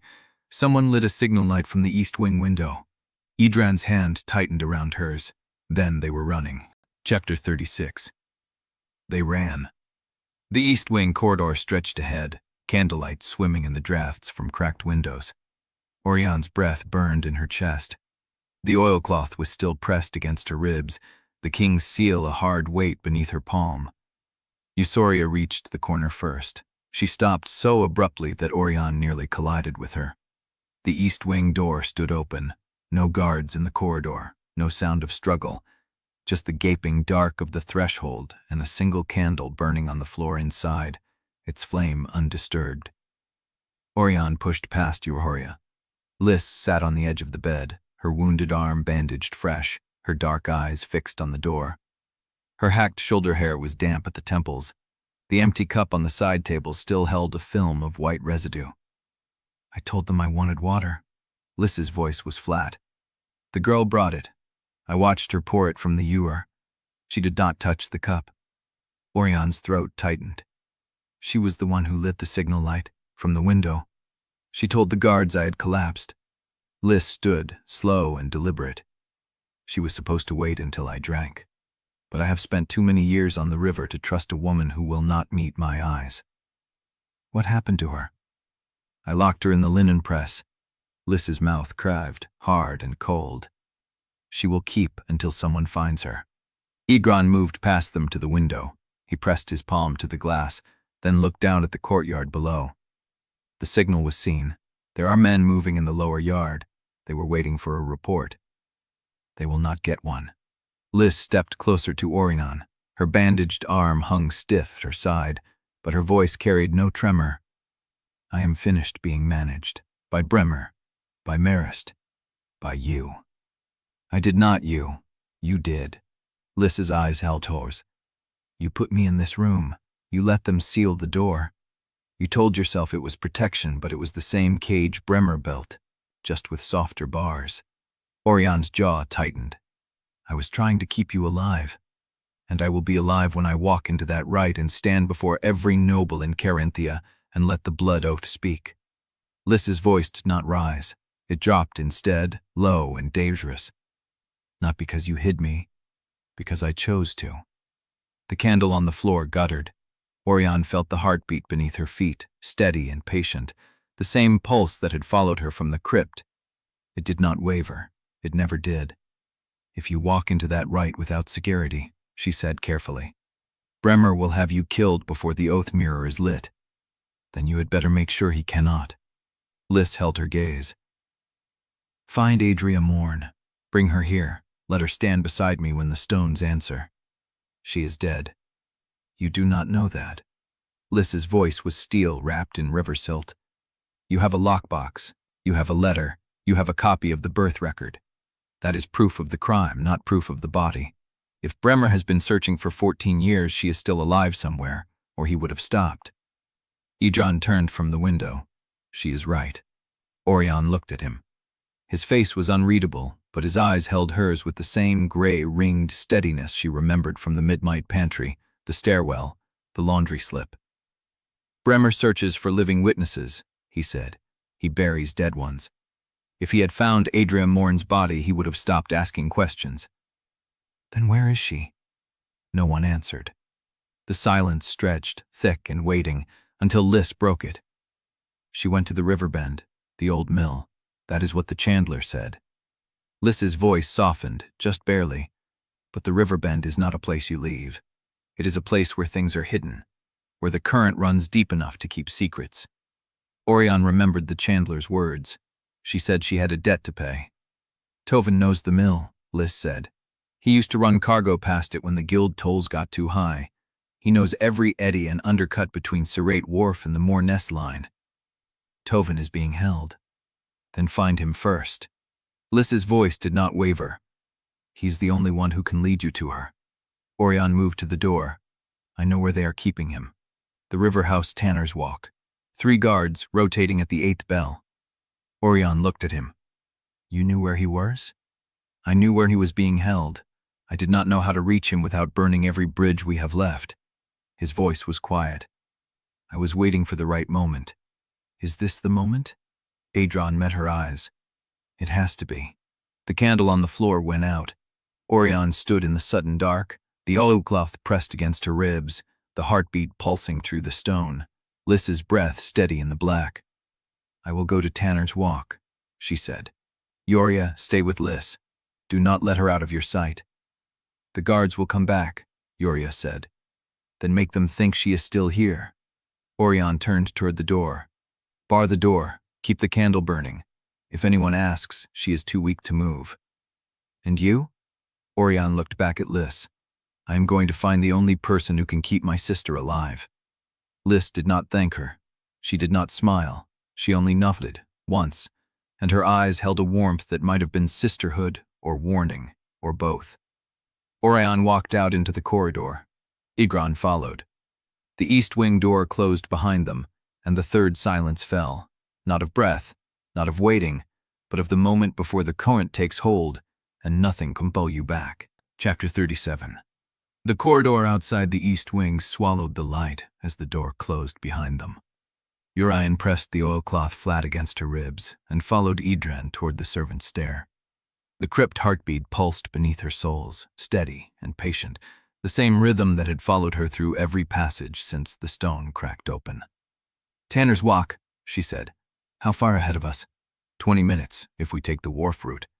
Edran moved without hesitation, his dark wool blending into the shadows. The 8th bell rotation gives us a window. They change guards, reset the watch, spend the first 5 minutes settling in. You have done this before. I have watched them do it. He did not look back. I was waiting for a reason to move. She wanted to ask what had changed, whether she was the reason or the timing or something else she could not name. But the corridor narrowed and the servant's stair opened beneath them, and there was no room for questions that did not move them forward. They descended in silence. The stairs emptied into a storage cellar stacked with salted fish and barrels of lamp oil. A single lantern burned at the far end, and the keeper was not there. Edran crossed to the outer door and pressed his ear to the wood. Clear. You have a key? I have a memory of where the lock sticks. He pulled the door open without a sound. The keeper oils it every third day. I have been counting. The night air hit her face, cold and river damp. They emerged into a service alley behind the palace kitchens, the Sereg glittering black beyond the wharf. The bridge lamps burned weak and distant, and the river quarter lay silent under the moon. Which way? Edran pointed south. Through the Chandler's Cut. The river house is past the old tannery, where the water bends. Tovin is in the back room, Liss had said. They keep him tied to a bed frame, and they do not feed him enough to fight. Yayanyan felt the knife against her inner forearm, the same blade she had drawn in the crypt. She had not cleaned the blood from the hilt. They moved. In the east wing, Zoria Fen barred the door and surveyed the room. Liss sat on the edge of the bed, her bandaged arm resting across her lap, her face pale but watchful. The candle on the floor had been relit, and its light carved hollows beneath her sister's cheekbones. They will come back, Liss said. Then we will make them wait. Zoria pulled the heavy linen curtain across the window, sealing the light. How long do we have? Until the guards realized the servant did not report. Zoria crossed to the door and pressed her palm against the wood. She could feel the pulse of the palace through it, the distant footfalls, the muffled calls, the machinery of power grinding on without her. The girl you locked in the press, what did she look like? Brown hair, young, palace livery, not hired work. Liss's voice was flat. She knew the water protocol. She had done this before. Then she is a handler. Zoria turned from the door, and that handler will send someone to check on her when she does not return. Can you delay them? Zoria allowed herself a thin smile. I can misplace a seal. I can lose a message between desks. I can tell the wrong guard that the Dowager's women need his signature on a pantry order. I have been practicing disobedience inside perfect service for 12 years. Liss studied her. You enjoy this. I enjoy being useful. Zoria pulled a small brass key from her sleeve and crossed to the chamber's writing desk. The princess does not know I kept this. What is it? A key to the steward's logroom. If I tell the duty captain that the East Wing inventory requires his personal inspection before the morning bell, he will spend the next hour counting linens instead of watching this corridor. And when he realizes there is no inventory order, Zoria smiled again, thinner. Then I will be very sorry and blame the steward's clerk. By then, you will be gone. Liss rose from the bed, slow and careful, her bandaged arm held close. What about the path to the crypt? Can you clear it?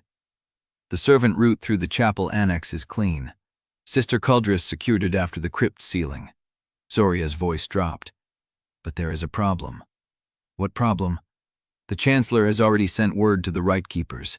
He is moving to have the blood oath ceremony advanced to the morning bell before Auriane can return. Liss's face went still. He cannot do that. He can request it, and if the Regency Council approves, the rite happens at dawn with or without the full witness chain. Zoria's fingers tightened around the key. We are running out of time. Liss met her eyes. Then we make sure Auriane has enough of it. How? Take me to the crypt office. Zoria did not move. You are wounded. If you walk that corridor, every guard in the East Wing will see you. Then make sure they do not. Liss nodded once. In the Chancellery Annex, a clerk named Sorel set down his quill and looked at the sealed message on his desk. It had arrived 17 minutes ago, carried by a breathless runner from the East Wing. The seal was intact, the handwriting familiar. To Chancellor Bremer. Urgent. The false heir's deception will be exposed at the blood oath rite. The maid who traded places with the princess is already in custody. The council must be informed before the morning bell. Sorel turned the message over. The seal was Queen Dowager Marist's personal signet, unmistakable, pressed in black wax. He reached for his coat. In the crypt office, the lockbox stood open. The iron key hung from the lock, and the single sheet of parchment lay on the desk, weighted by a candle stub. The words on it were dry and precise. I sealed the truth. You will find it behind the stone." The candle had burned down to nothing. The hollow space behind the south window was empty. The oilcloth, the birth record, the king's seal, all gone. And in the corridor beyond the unlocked door, footsteps approached with a counted rhythm. 3 beats. Pause. 3 beats. Chapter 38. The hall had been arranged for grief. Black silk draped every pillar. The ancestral gallery stood packed with nobles in mourning wool, their faces half hidden by crape veils and shadow. The air smelled of candle wax, old stone, and the particular sweat of a room holding its breath. Auriane moved through the servant corridor behind the gallery screen, counting the gaps in the tapestry where she could see the dais. Bremer stood at the foot of the throne steps. He had dressed in formal black, his silver-streaked hair combed precisely, his hands loose at his sides. He looked calm. He looked like a man who had already won. Beside him, the 3 rite keepers waited in their gray vestments. The oath mirror stood on its iron stand, its surface dark and waiting. The blood basin sat empty beside it. Sister Caldris had not arrived yet. Auriane pressed her palm against the stone wall. The crypt heartbeat pulsed beneath her fingers, steady and unhurried, as if it knew something she did not. The gallery doors swung open. Bremer turned as the last nobles filed in. He raised his hand, and the murmur of the crowd died as if he had cut a thread. "My lords, ladies, envoys of Talare and Mourning," his voice carried without effort. "We have gathered this morning to witness the blood oath rite that will settle the succession of Carinthia. But before the sacred words are spoken, I must lay a truth before you that I have carried alone for 14 years.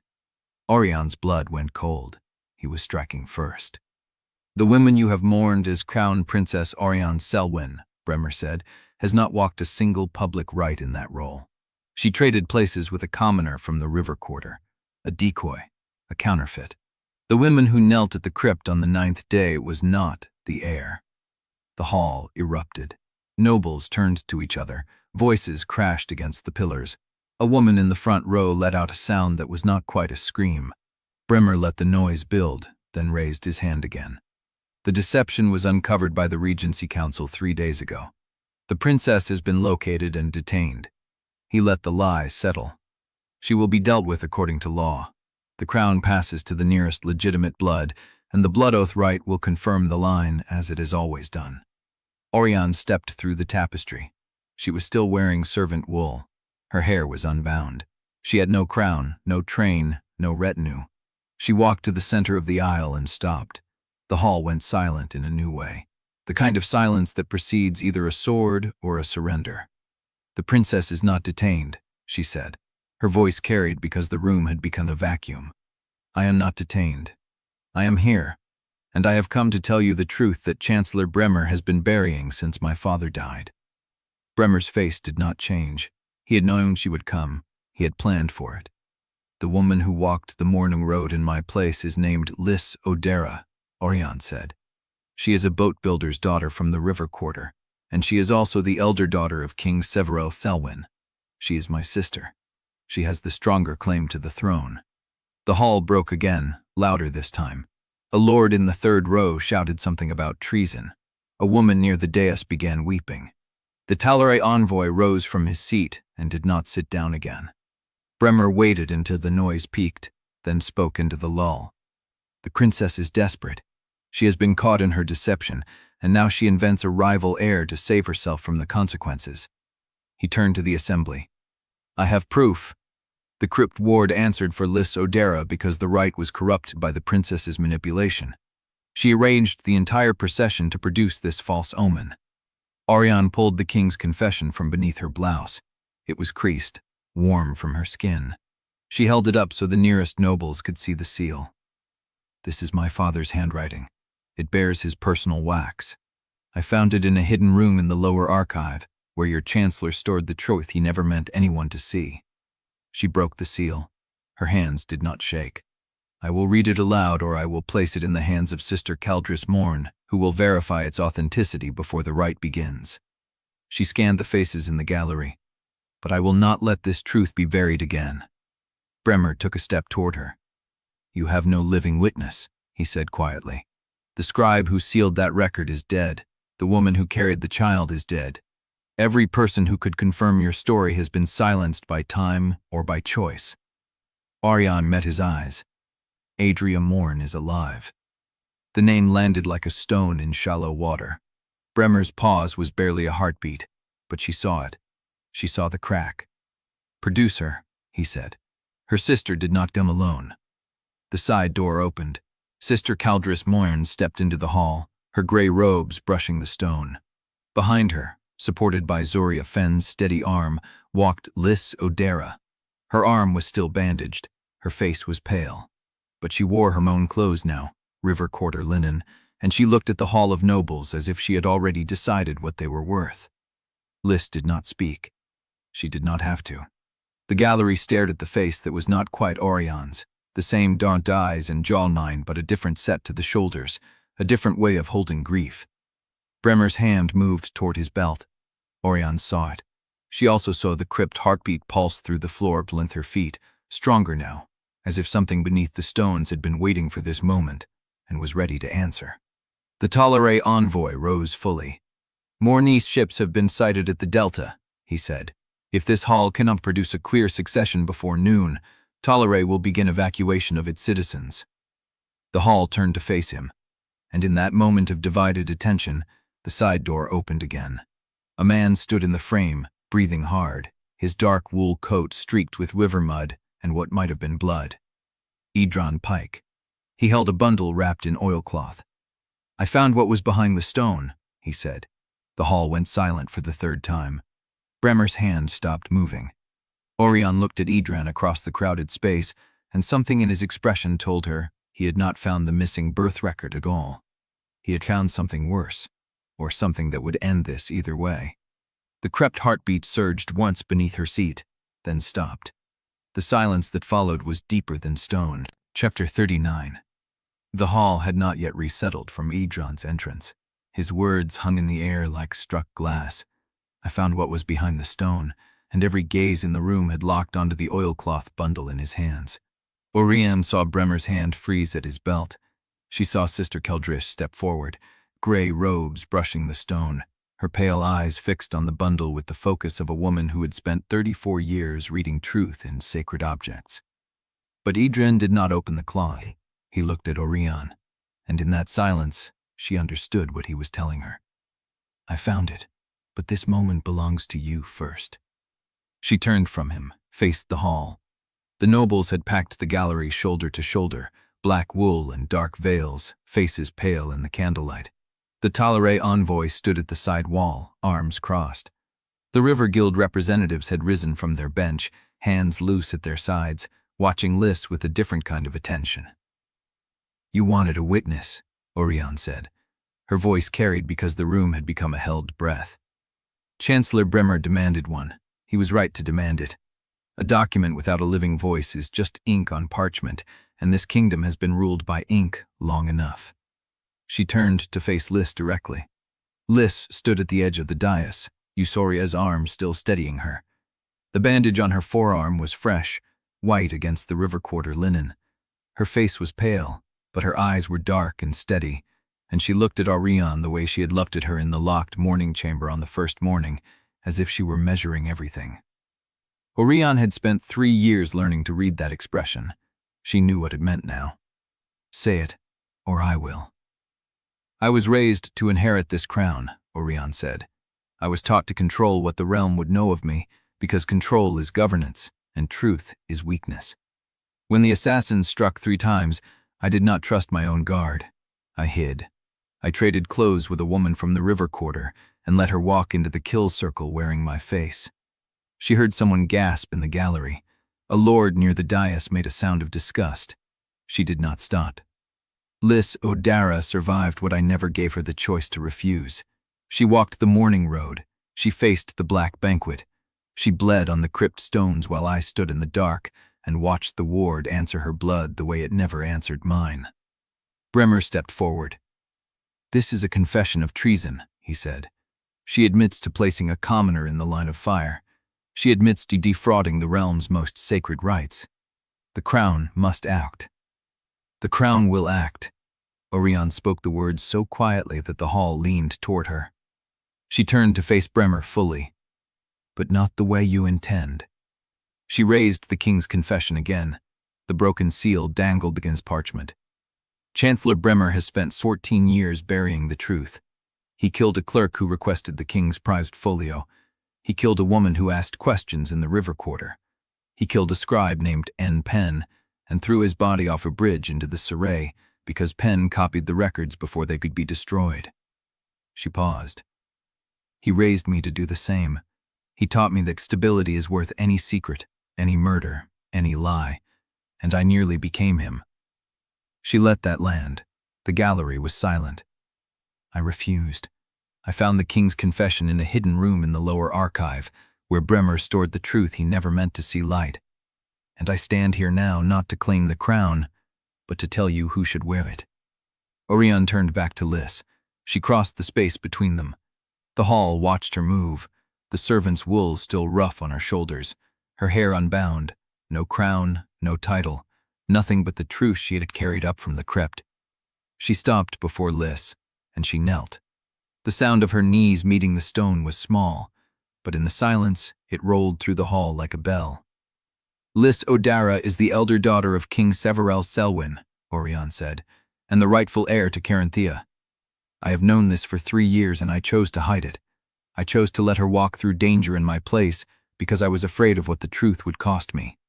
She looked up at Liss. I will not hide it any longer. I will not serve a lie to save my own claim. And I will not let this realm crown itself atop a deception when the true heir stands breathing before you. Liss stared down at her. The hall held its breath. The oath mirror on the dais caught a shaft of candlelight and flashed once, white and clean, as if the stones themselves had heard. Brenner's voice cut through the silence. She kneels to a commoner. The princess is admitting to years of fraud. Arrest them both and seal this hall. No one moved. The guards looked at each other. Then, slowly, from the gallery, a voice spoke. Let her finish. Edran stepped forward. The oilcloth in his hands had begun to drip onto the stone.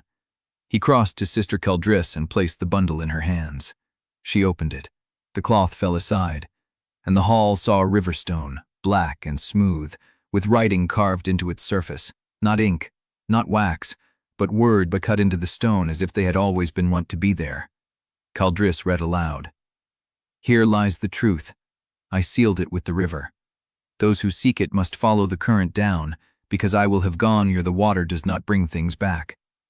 Her voice did not waver. This is Adria Morn's hand.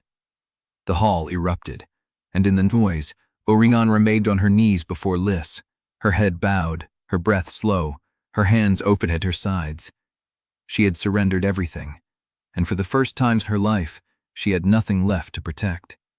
The oath mirror flashed again, and the crypt heartbeat returned, not from beneath the floor this time, but from inside her own chest, steady, waiting, as if something beneath the stones had been listening and had finally decided to answer.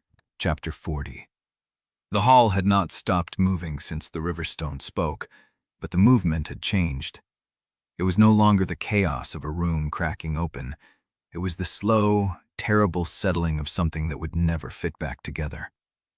Nobles stared at the stone in Sister Caldris's hands as if it might speak again.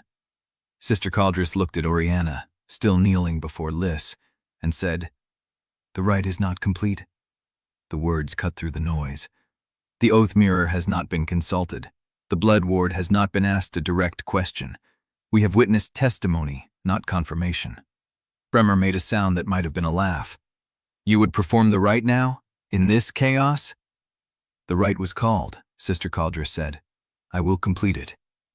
She walked toward the dais, the river stone held against her chest like a relic. The crowd parted. Even the guards stepped aside. The oath mirror stood at the center of the dais, a disk of polished obsidian set at iron, older than the hall itself. Sister Caldris set the stone down beside it and turned to face the assembly. The blood oath rite requires a question. The mirror answers what the blood has already spoken. She looked at Liss. Come forward. Liss did not move at first. She stood at Ozoria's side, pale, bandaged, her river quarter linen stark against the black wool of the hall. Then she walked. She did not look at Auriane as she passed. She climbed the dais steps alone. Sister Caldress took her hand with surprising gentleness and turned it palm up. The cut from the crypt had been bandaged, but a thin line of red still showed through the linen. "I need fresh blood on the mirror's rim," Sister Caldress said. Liss did not flinch. She pulled the bandage free with her teeth and pressed her palm flat against the obsidian edge. The mirror went dark. Then it began to glow.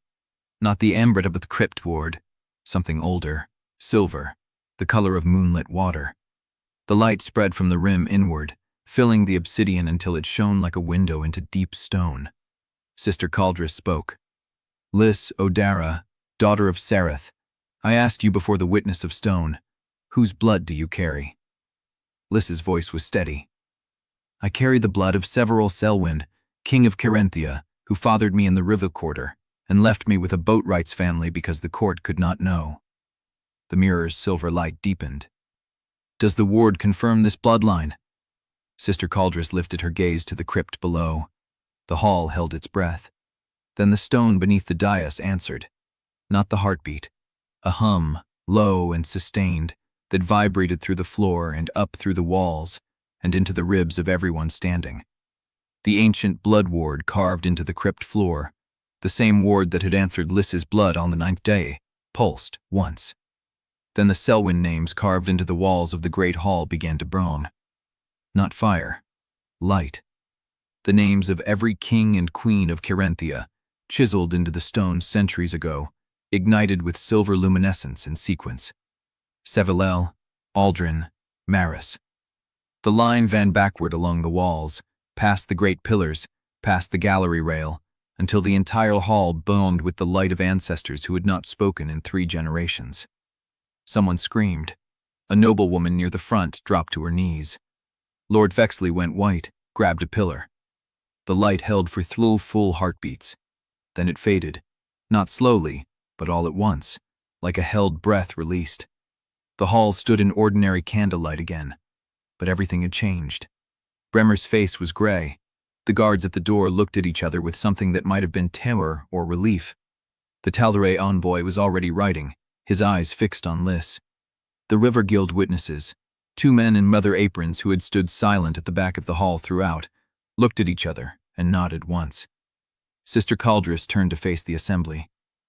"The blood ward has answered. Liss Odara is the elder Sellwyn heir. The crown of Carinthia passes to her by right of blood, attested by stone, witnessed by this hall." The silence that followed was not empty. It was packed with the weight of every political calculation, every alliance, every certainty that had just been upended. Then Marist moved. She stepped forward from the Dowager's alcove, her black veil held precisely, her face unreadable. "This hall has witnessed a miracle," she said, "but miracles do not settle succession. Legal recognition, crown consecration, and foreign acknowledgement are still required before any claim is binding. I suggest we proceed with the proper formalities before the noon deadline the Tal'Dorei envoy has named." She said it smoothly. She said it as if she were offering counsel instead of buying time. But Auriane saw her hand tremble once against her veil. Marist had not expected the ward to answer. She had expected chaos she could control, not a truth she could not manage. A captain near the rear door cleared his throat. "Chancellor Bremer." The hall turned. The captain's hand rested on his sword hilt. "I am placing you under guard pending investigation of the charges brought before this assembly." Bremer stared at him. "You serve the crown," he said. "I am the crown's first minister. The crown has changed hands." The words came from Liss. She stood on the dais with blood still drying on her palm, her voice flat, her gaze direct. "The crown has changed hands," she repeated. "And you will answer for what you did to keep it from me." Bremer's mouth opened, closed. For the first time in 30 years, he seemed to have nothing to say. The guards moved toward him. And then Auriane felt Edran's gaze across the hall. He stood near the side door, still breathing hard, his coat still wet with river mud. The oilcloth bundle was empty now, lying open at Sister Caldress's feet. He looked at Auriane across the stone floor that still hummed with the memory of the ward's light. She had never seen him look at her like this. Not with love, not with anger, with something else. Something that felt like beginning. He nodded once. She nodded back. And the hall began to move again. Nobles rushing toward Liss, guards pulling Bremer toward the side corridor, Marist already gathering her ladies, the Talare envoy snapping orders to his scribe, and in the center of it all, Liss stood alone on the dais with blood on her palm and silver light still fading from the walls. She did not look like a queen. She looked like a woman who had just realized she would never be a boatwright's daughter again. Auriane rose from her knees. She crossed to the dais steps. The crash from the main doors stopped her. A guard stumbled through, bloody-faced, gasping. "The river quarter," he said. "The third bridge is burning. Something torched the tanner's workhouse. We found 3 guards dead and the prisoner gone." "Tovin." Auriane was already moving, pulling her borrowed knife from her belt, her eyes finding Edran across the chaos. He was already running. Chapter 41. The guard's words hung in the air like smoke. Tovin. Auriane's hand closed on her knife hilt, her body already turning toward the door. Edran was moving. The hall was moving. But the hall was also still. Nobles pressed against each other, some surging toward Liss, others pulling back as if the silver light had burned them. The River Guild witnesses stood frozen near the rear pillars, their leather aprons dark in the candlelight. The Talare envoy scribe had stopped writing. Auriane's feet would not carry her out, not yet. She turned back. Liss stood alone on the dais, blood still drying on her palm, her face the color of ash. The weight of the hall pressed down on her, 1,000 eyes, 1,000 calculations, 1,000 futures that now depended on what she did next. And she looked like a woman drowning. Auriane's knife hand dropped. She crossed the floor before she knew she was moving. The nobles parted, startled, letting her through. Someone said her name, low and sharp. Another voice called out for order. Auriane did not stop until she stood below the dais steps. Liss. Liss's gaze found her. Dark. Empty. She had not moved since the ward faded. Her breathing was too fast, her shoulders set like stone, and Auriane recognized the signs. Body braced, air measured, waiting for the blow that had not landed yet. "Liss," she said again, "I need you to look at me." Liss's jaw worked. Her eyes stayed fixed on something Auriane could not see. "I cannot do this." The words came flat and small. "You will not have to. I cannot do this alone." "You are not alone." Auriane said it like she meant it, and she did. Liss's hand opened and closed against her own thigh. "They are going to ask me things. They are going to expect me to know. Then tell them you do not know. Tell them you will learn. Tell them to wait." "The envoy." "The envoy will wait. Talare needs a live queen to negotiate with.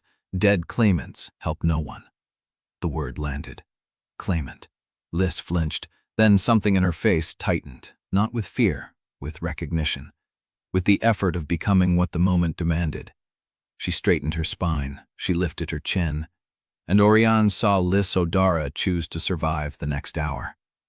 "I need to sit down before I fall down," Liss said.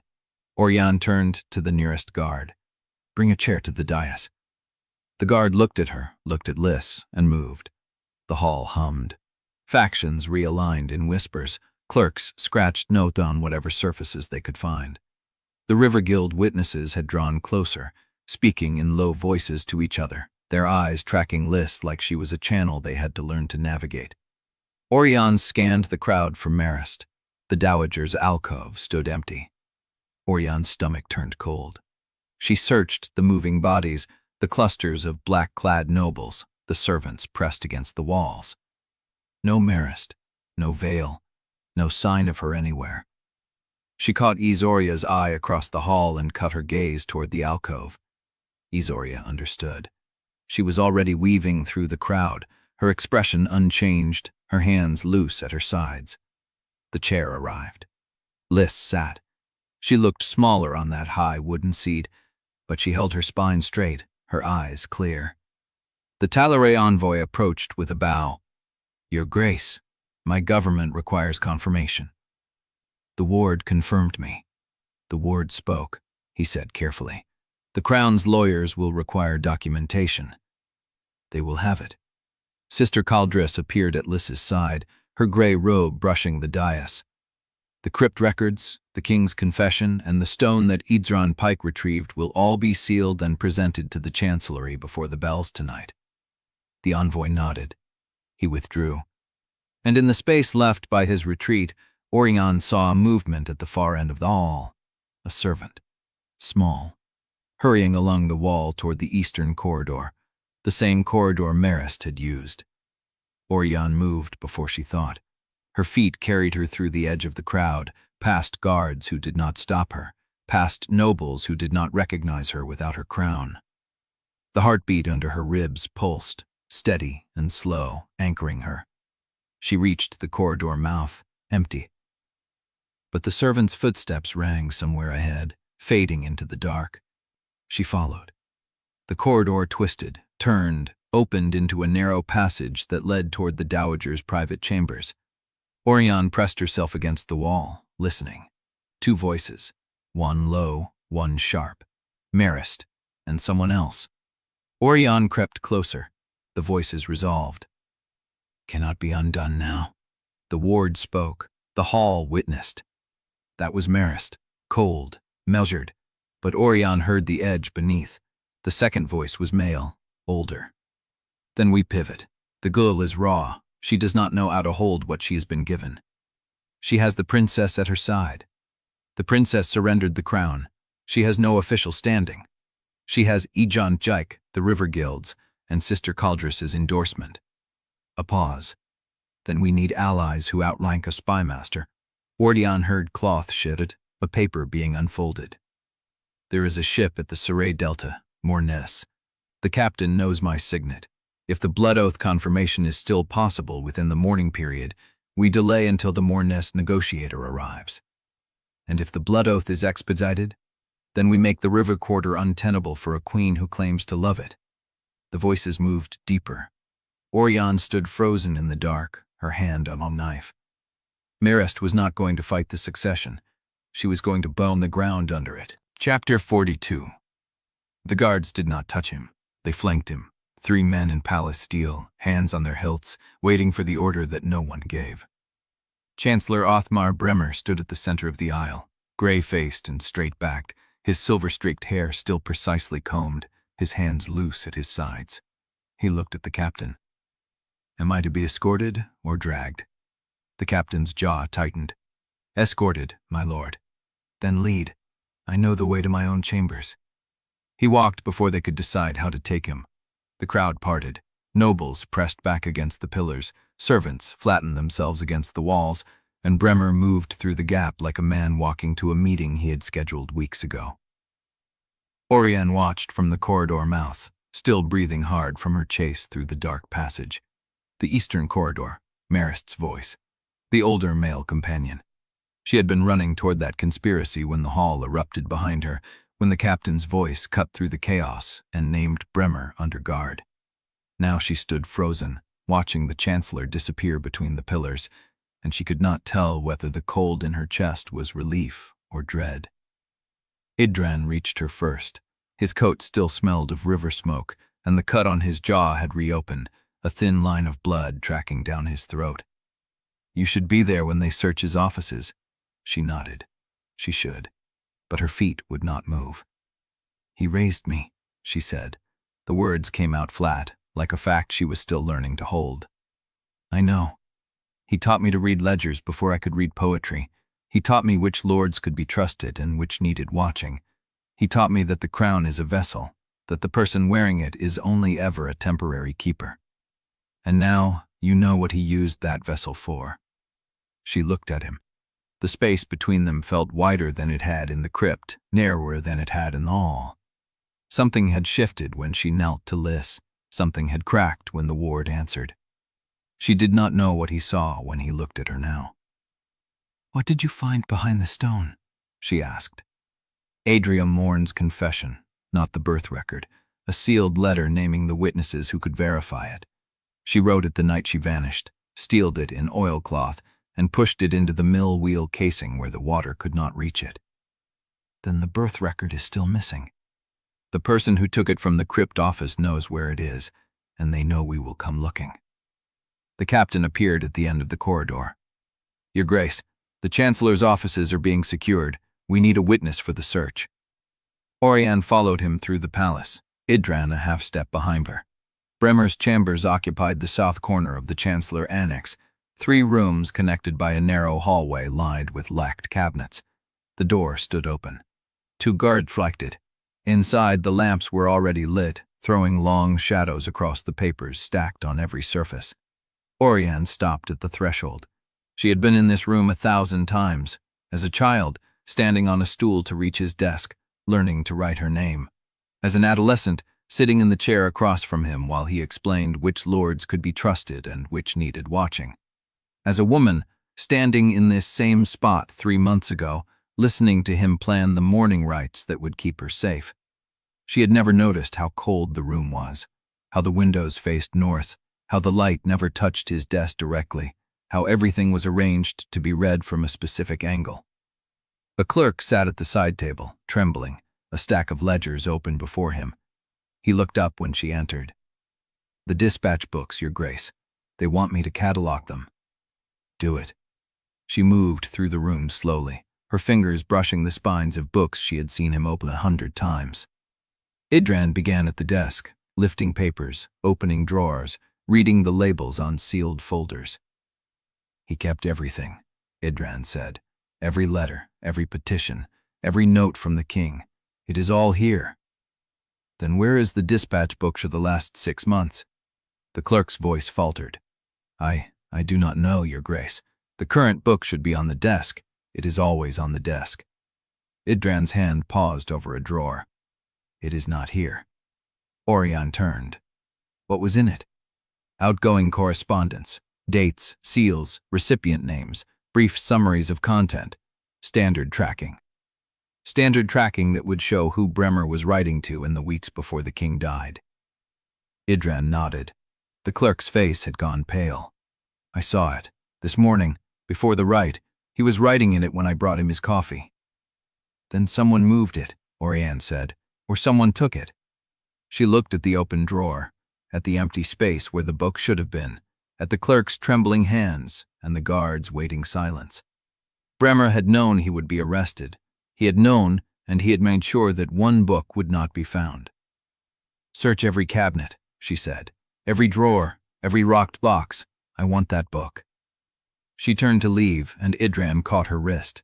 She stopped, looked down at his hand, then up at his face. Where are you going? To ask the Chancellor who he gave it to. Guards will not let you near him. Then I will stand outside his door and let him hear my voice through the wood. He will talk. He will always talk, because he believes he is the only one who understands what he has done. Edran's grip loosened. That is not a strength. That is a wound you are willing to reopen. I know. She pulled free and walked out into the corridor. The cell was a repurposed storage room in the east tower, 1 narrow window above the river, 1 door, 1 chair. 2 guards stood outside. They did not stop her when she approached. She did not enter. She stood in the hallway, facing the heavy oak, and let the silence stretch. After a long moment, Bremer's voice came through the wood, quieter than she had expected, steadier than she had hoped. I knew you would come. Where is the dispatch book, Chancellor? Gone where you cannot reach it. You sealed your own fate when you ordered those deaths. The book will only add names to the list. I am not trying to save myself. I am trying to keep the list from causing a war you cannot win. The war has already started. No. His voice sharpened. It has not yet. But it will if the wrong person reads that book before the new queen is crowned. Who is the wrong person? Silence. Bremer. You know already. You just do not want to name her. Auriane pressed her palm against the wood. The grain bit into her skin. Marist, she said. Find the book before she does. The guard shifted behind her. A bell tolled somewhere in the palace, deep and slow, counting the hour. Auriane let her hand fall. The book was not in the cell. It was not in the offices. It was moving through the palace in someone else's hands, carried toward the Dowager's chambers or the river quarter or a ship waiting at the delta. And she had no way to stop it. Chapter 43. The withdrawing room off the great hall smelled of candle wax and old wool, the door sealed by a guard who had not yet decided whose orders he followed. 4 courtiers had already pressed through before the seal took effect, positioning themselves near the windows as though they had always belonged there, watching Liss with the careful blankness of people calculating new investments. Sister Caldris stood at the center of the room, her gray wool stark against the black mourning silk draped across every surface. "The Blood Ward has spoken," she said, "but sacred law does not end at recognition. The new queen requires immediate protection protocol before she leaves this room." Liss sat in the chair someone had pushed beneath her, her bandaged arm resting across her lap, her face the color of tallow. She had not spoken since the hall, since the names ignited on the walls, since the world turned inside her chest and became something she did not recognize. "Protection protocol means," Caldris continued, "a dedicated household guard, a sworn council of advisors, and a sealed residence until the full coronation can be prepared. I will draft the writ myself." One of the courtiers stepped forward, a woman in her 50s, silver-threaded hair coiled beneath a mourning veil, her voice smooth as oiled steel. "Forgive me, sister, but protection protocol is a matter for the Regency Council, not the Crypt Keeper." Caldris did not turn. "The Regency Council voted to confine the heir to the East Wing 12 hours ago. That vote is now void. The Council does not get to decide how the Queen is protected when they have already proven they cannot be trusted with her safety."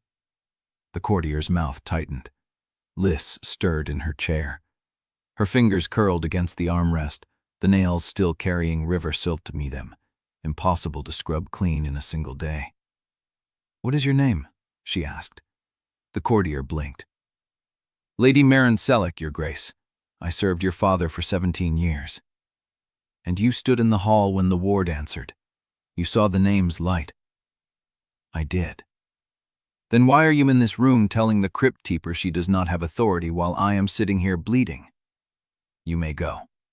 Lady Sellick went. The other courtiers shifted, exchanged glances, recalibrated. Caldris watched Liss with something that might have been approval. "The writ will be drafted within the hour. In the meantime, this room is secure. No one enters without my leave." She turned and left, her robes brushing the stone, and the door sealed behind her. Auriane stood against the far wall, her arms crossed, her body still carrying the cold of the cell corridor and the echo of Bremer's voice through the oak. She had not spoken since entering the withdrawing room. She had not known what to say. Liss looked at her. "You are staring at me like you expect me to break." "I am not." "You are. I can feel it from here." Auriane crossed her arms. "Let them fall. I am trying to learn how to look at you now. It is different than it was." "How?" "Before, I was afraid you would be hurt. Now I am afraid you will be hated, and I do not know which one I can protect you from." Liss laughed. It was a dry, hollow sound, nothing like the river yard humor she had used in the mourning chamber 3 weeks ago. "You cannot protect me from either, so stop trying." "Then what am I supposed to do?" Liss looked at the door where Lady Sellick had vanished, at the windows where the remaining courtiers pretended not to listen, at her own hands, the calluses still dark with a lifetime of rope work and wet wood, hands that had built boats, not signed treaties. "Tell me what kind of cage a crown becomes," she said quietly, "when everyone is suddenly obedient." Auriane felt the question land in her chest like a stone dropped into deep water. "It is the worst kind," she said, "because they do not lock the door. They just make sure you never want to leave. They surround you with helpful people who tell you what you want to hear. They let you believe every choice is yours, until you try to make one they do not approve of." Liss nodded slowly. "And if I leave anyway? They will call it abandonment. They will call it madness. They will find someone who wants the crown more than you do, and they will put it on their head instead. Then I will stay. You will hate it. I will hate it less than watching someone else with my father's blood on the throne while the river quarter burns." Auriane stepped forward. Her boots felt heavy, her veins full of ice. "Marist will move against you before the bells finish tonight. She has a ship captain at the Delta and a plan to make the river quarter untenable. Then we stop her. We do not know where she is. We know where she will be." Liss looked up. "The crown consecration requires the Dowager's witness. Without her, the ritual is incomplete. She has to come to me eventually. That is a dangerous assumption. It is the only one I have." A knock at the door. Sharp. 3 beats. Caldress's voice came through the oak. "Your Grace, a runner has arrived from the 3rd bridge." Liss did not stand. She did not reach for the door. She simply looked at Auriane with eyes that had already guessed the news. "Tell me." The door opened. A boy stood in the gap, his face streaked with soot and sweat, his hands shaking. "The fire, Your Grace. It is spreading toward the Chandler's Row. They are saying it was set deliberate." Liss closed her eyes. Auriane's blood turned to something heavier than water. "Who is they?" she asked. The boy swallowed. "No one will say. But the ferrymen are claiming they saw a woman in black silk at the warehouse gate before the first flame caught. They are calling it an execution. They are calling it the crown killing its own." Liss opened her eyes, and the room went still. Chapter 44. The runner's words still hung in the air when Auriane stepped out of the withdrawing room. She needed air that did not smell of soot and panic. She needed a moment before the next crisis found her. The side gallery off the eastern corridor was dark, its sconces unlit, its windows looking onto the inner courtyard where servants moved with buckets toward the gate. She pressed her palms flat against the cold stone and breathed. She heard him before she saw him, not his steps. Edran Pike did not walk like other men. She heard the pause at the gallery entrance, the breath he took before committing to the dark. "You should be with her," she said without turning. "She has Paldris, she has Soria, she has half the palace running to answer her questions now." His voice came from the doorway, low and rough. "You have no one watching your back." She turned then. He stood at the threshold, dark wool still smudged with river mud, the scar at his jaw catching the faint light from the corridor behind him. He looked like a man who had not stopped moving since the blood oath bell. "I saw you leave," he said. "I followed. That is not watching my back, that is tracking me." "It can be both."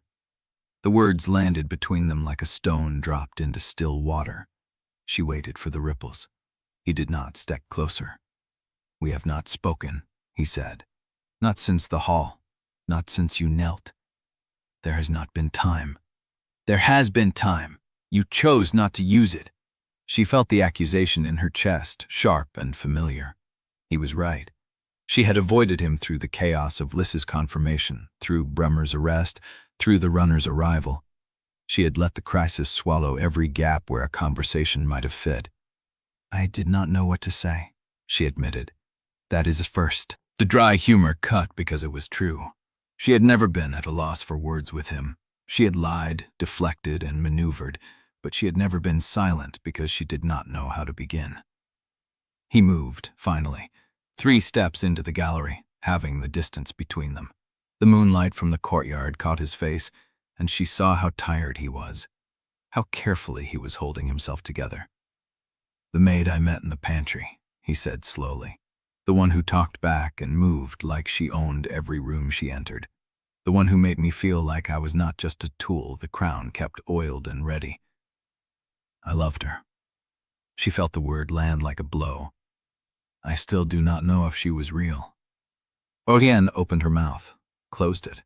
The truth she had spent weeks learning to speak felt suddenly impossible. "She was real," she said. "She is real. She is me." "Which part?" "All of it. The sharp tongue, the fear, the way I looked at you like you were the first person who had ever seen me without wanting something. That was not a performance, Edran. That was the only honest thing I have done in years." He stared at her. The gray ring around his dark eyes caught the light, and she could not read what moved behind them. "You let me fall in love with a servant," he said. "You let me believe I was choosing someone outside your world, someone I could keep. I know. And now you are a princess again, standing in a palace that will never let you marry a common-born spy." "I know that too. Then what are we doing here?" The question hung between them, raw and unguarded. She had no answer that would not wound them both. She stepped toward him instead. One step, two. Close enough to feel the heat of his body, to smell the river water still drying on his coat. She raised her hand and touched his jaw, her fingers tracing the scar she had memorized in the dark stairwell weeks ago. He went still. "I am not asking you to be a secret," she said. "I am not asking you to wait while I sort the succession. I am asking you to believe that the woman who knelt to Liss is the same woman who kissed you in the Crypt office, the one who told you she chose you.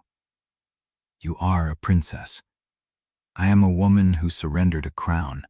I am a woman who has nothing left to prove to anyone except the people she loves, and I am standing here, in the dark, with you, because I do not know how to stop." He reached for her. His hand came up, fingers brushing her wrist, sliding along her arm to her shoulder. His palms settled at the curve of her neck, warm and calloused, and she felt the tremor in his fingers. "I do not know how to trust you yet," he said. "I want to, but I do not know how." "Then start here." He leaned in. She felt his breath against her lips, felt the weight of the moment pressing down on them both. His thumb traced the line of her jaw, tilting her face up. He stopped. A hand's breadth from her mouth, he stopped. His eyes searched hers, and she saw the war in them, the need and the hurt and the fear that she would vanish if he let himself believe. "I cannot," he whispered. "Not until I know which one of you I am kissing." The words cut deeper than any blade. She did not pull away. She held his gaze and let him see the truth she had learned in the past 3 weeks, that she was neither maid nor princess, but something caught between, something still being forged. "Then stay," she said. "Stay and find out." His hand dropped from her neck. The sound of running footsteps came from the corridor. A boy's voice, high and urgent, bouncing off the stone. "Master Pike! Master Pike!" Edran turned. The runner skidded into the gallery doorway, face white, chest heaving. "The Chancellor's escort," the boy gasped. "On the inner tower stairs. They were hit. 2 guards dead. They took him." Edran's body went rigid. "Took him where?" "No one saw. The assassin swallowed poison before they could question him. But on his wrist, Master Pike, there was a river knot. The old kind. Tovin said it means something." Edran looked at Auriane. The gallery went cold. He was already moving, one hand on the runner's shoulder, steering him back into the corridor. "Which tower?" "The east inner. They were moving him to the high cell when they were hit. The attackers were waiting in the stairwell." Auriane followed, her blood turning to ice. Bremer was gone. Chapter 45. The east inner tower stairs smelled of copper and tallow. Auriane reached the landing ahead of Edran, her boots skidding on stone, slick with blood. 2 guards lay crumpled against the wall, their throats cut with surgical precision, hands still reaching for blades they never cleared. The 3rd guard sat slumped at the turn of the stair, a dagger buried to the crossguard in his ribs, his own knife wet in his palm. He had killed one of them before he fell. The assassin lay sprawled 3 steps below him, foam crusted at his lips, eyes wide and fixed on nothing. His jaw hung slack. A vial lay shattered beside his hand, the residue black against the stone. Edran crouched beside the body, rolling the man's wrist with careful fingers. The tattoo was dark and worn, ink blurred by years of river water and sun. 3 loops twisted into a single knot. The old pattern, the kind ferrymen used to mark their dead before the guilds standardized the symbols. He went still. "Tovin needs to see this," he said. Auriane knelt beside him, her breath shallow. The knot was crude, deliberate, not a decoration, a signature. "Can you read it?" "No." Edran's jaw tightened. but I know what it means. These knots used to mark men who worked the riverbend currents, smugglers, wreckers, men who took payment in blood and silence. The guilds drove them out 20 years ago. And now? His dark eyes met hers. Now they answer to no guild, no crown, no law. Behind them, footsteps pounded up the stairwell. Tovin Kestrel rounded the corner, his face still flushed from the river quarter smoke, a borrowed blade in his belt. He stopped when he saw the bodies, counted them with a practiced eye, then dropped his gaze to the dead assassin's wrist. The color drained from his face. "No," he said. "You recognize it," Edran said. Tovin did not answer. He knelt, grabbed the dead man's wrist, and turned it toward the torchlight. His thumb traced the loops, the faded ink, the scar where one line had been cut through with a second blade years after the original mark. "Whoever did this should be dead," he said quietly. "This knot means the bearer swore with blood, a river oath, the kind you do not break." "Swore to whom?" Auriane asked. Tovin looked up. His face had gone hard, the way it did when he was calculating odds and finding them worse than he wanted. "There used to be a man, called himself the Keeper of the Bend, ran the wrecking crews from the old mill to the Mourning line. Every smuggler, every fixer, every shadow who moved cargo past the delta answered to him. When the guilds purged the river quarter 20 years ago, they thought they killed him. They did not," Edran said. "They found his body in the Surrey 3 days later, burned beyond recognition. The guildmasters declared the Bend dead and sealed the records." Tovin released the assassin's wrist. "This knot is his mark." He taught it to his inner circle, men who would take their own lives before they talked. "He is dead," Edran said. "You just said they found his body." "They found a body." The stairwell fell silent. Auriane felt the cold creep up her spine.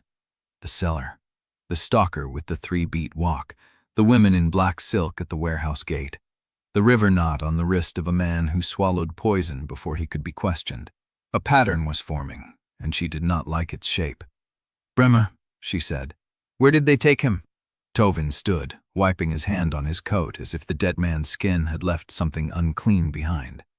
"The inner tower has 3 exits, the main stair, the servants' passage to the west yard, and a drainage channel that feeds into the lower canal. If they knew the schedule, they would have used the channel. You know where it comes out? I know every channel between here and the Surrey." He looked at her and something hard passed behind his eyes. "But I am not going alone." Edran was already moving. He pulled the dagger from the dead guard's ribs, wiped it clean on the man's coat, and handed it to Tovin hilt first. "You are not alone." Auriane caught his arm. "If Marist has him, she will not keep him in the city. She will move him to the Delta, to the Mourning ship. Then we move faster." Edran did not pull away, but his hand came up and covered hers, brief and warm. "I know where the channel leads. It opens behind the old chandler's warehouse on the lower wharf. If they are taking him to a boat, that is where they will launch. And if they are not, then we find whoever paid the man with the river knot." He released her, "and we ask him who taught it to him." Tovin was already descending the stair, his boots sure on the blood-slick stone. Edran followed. Auriane stood for a heartbeat, staring at the dead assassin, at the knot that should have died 20 years ago, at the pattern she still could not fully name. Then she ran after them. The lower channel smelled of rot and salt. The water moved sluggish and black, carrying the refuse of the palace above, kitchen scraps, candle stubs, the occasional bone. Torches guttered in iron brackets every 20 paces, casting the narrow tunnel in shifting amber and shadow. Tovin moved first, his hand trailing along the wall, counting stones. "They dragged him," he said, pointing.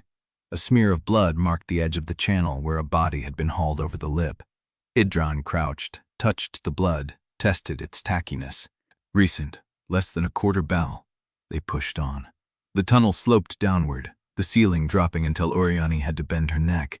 The water deepened, lapping at her boots, cold and foul. She counted her steps out of habit, marking the distance, the turns, the places where the stone had been patched with newer mortar. 83 steps. A left turn. The tunnel opened into a wider chamber, the ceiling vaulted, the air moving differently. The sound of water changed, lapping instead of dripping. The canal. Ahead, A boat hung moored to a rusted ring. A flat-bottomed skiff, river maid, tarred black. It sat low in the water, empty. The rope was still wet. Tovin reached it first, his hand brushing the mooring line, feeling the knots. "They left in a hurry," he said. "Cut the secondary line. Did not bother to hide it." Edran stared at the dark water beyond the canal mouth, where the Surrate ran wide and fast toward the delta. "He's gone." Auriane stood at the edge of the stone, her hands cold, her chest hollow. Bremer was gone. The man who held the last thread to Marist's conspiracy, the dispatch book, the full shape of the plot, had vanished into the river dark. And the only clue they had was a knot that should not exist. Edran turned to her. His face was shadowed, unreadable. "Tovin and I will take the skiff, follow the channel to the delta. If they are heading for the Mourning ship, we can intercept before they clear the bend." "And if you are wrong?" He did not answer. Instead, he stepped closer, close enough that she could smell the river on his coat, the blood on his hands, the smoke that still clung to his collar. "You stay. Find the woman in black silk. Find the notebook. Find something we can use before Marist burns everything we have built." He paused. "And do not get yourself killed."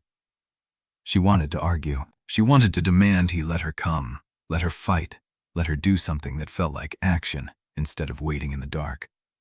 But he was right. She could not chase every lead. She had to trust him to follow this one. "I will find you," she said. "When this is over, I will find you." For a moment, something flickered in his eyes. The war she had seen in the gallery, the need and the hurt and the hope he was not ready to name. Then he nodded, once. He stepped into the skiff. Tovin pushed off. The boat slid into the current, silent and fast, swallowed by the dark before Auriane had drawn her next breath. She stood alone on the stone. The canal lapped at her boots, and behind her, in the tunnel she had just left, she heard footsteps. 3 beats. Pause. 3 beats. Chapter 46. The withdrawing room smelled of cedar and old smoke. The fire banked low, the windows sealed against the night. Liss sat in a high-backed chair near the hearth, her bandaged arm resting on the cushion, her face pale but composed. She had dismissed the servants an hour ago. Auriane stood by the door, watching. The knock came soft and deliberate. 3 beats. Lady Auriane Sellwyn entered first, her silver-threaded hair coiled tight, her mouth a thin line. She announced the Queen Dowager as if delivering a verdict. Marist swept past her without acknowledgement. She wore black silk, the mourning veil pinned high, her jewels reduced to a single strand of river pearls. She looked at Liss the way a merchant looked at damaged cargo, calculating the cost of repair versus discard. "Leave us," Marist said. Auriane did not move. Marist turned. "I said leave us." "Stay," Liss said. The word landed clean and precise, not loud, not pleading, a statement of fact. Marist's mouth tightened almost imperceptibly, then smoothed into a smile that did not reach her eyes. "Very well.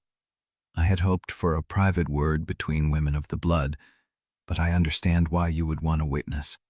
She settled into the chair opposite Liss, arranging her skirts with practiced grace. "You have had a difficult day." "I have had a strange month," Liss said. "The day was merely the crown on it." Marist laughed, a sound like glass beads dropped on stone. "I like you," she said. "I did not expect to, but I do. You have a sharpness that the court will either polish into a blade or break into pieces, which one depends entirely on how you let yourself be guided." "Is that why you came? To guide me?" The smile widened, then softened. Marist leaned forward, her voice dropping into something that almost sounded warm. "I came because you are alone. I came because Sister Kildris can seal your title and call you queen, but she cannot make the court accept you. She cannot make the nobles kneel without resentment. She cannot stop the whispers that will follow you into every hall, every audience, every night you lie awake wondering if the guards outside your door are loyal or bought." Liss watched her, unblinking. "And you can?" I can give you a path. Marist spread her hands. A marriage to Prince Mathan would unite the conservative houses behind you. The river quarter would see you chose one of their own as your first public act. The Talare envoy would have to acknowledge your claim because Mathan would be invested in protecting his wife's throne. The Mourning's ships would lose their pretext for intervention. She paused, letting the shape of it settle. You could be crowned within the mourning period. You could rule without a war. Liss said nothing. All it requires, Marist continued, is that you accept the structures that already hold this kingdom together. The noble houses, the marriage alliances, the understanding that a queen cannot rule by blood alone. She needs the people who know how to govern. And Auriane?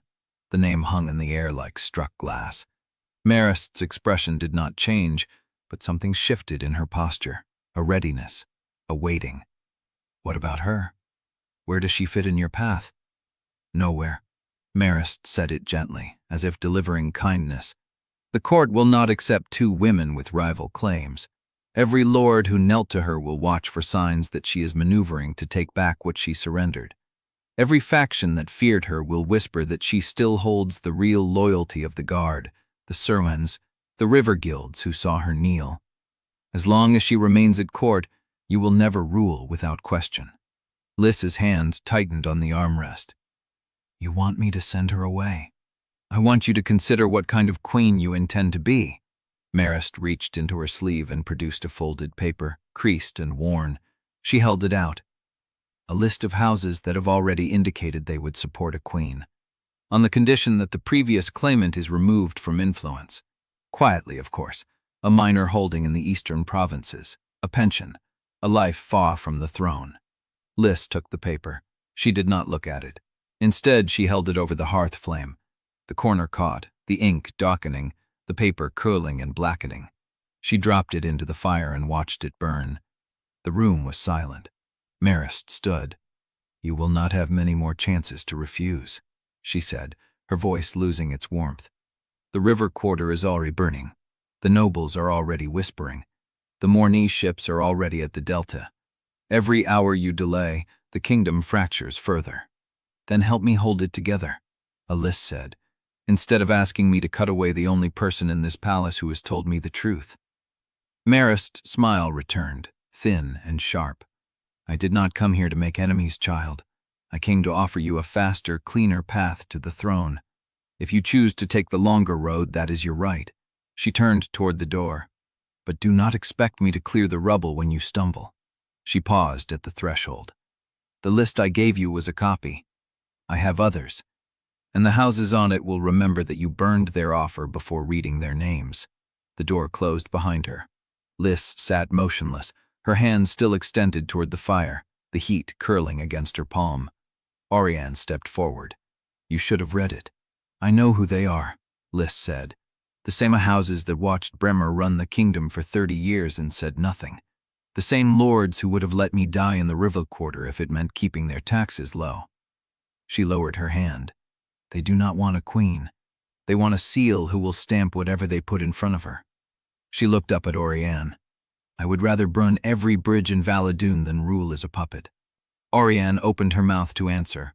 The door burst open. A guard stood in the frame, his face slick with sweat, his collar undone. Your Grace, he said, breathless. The fire at the third bridge has jumped to the Chandler's Row. The smoke is spreading into the lower warehouses. The ferrymen are saying it is the Crown's fire, set to cleanse the river quarter of traitors.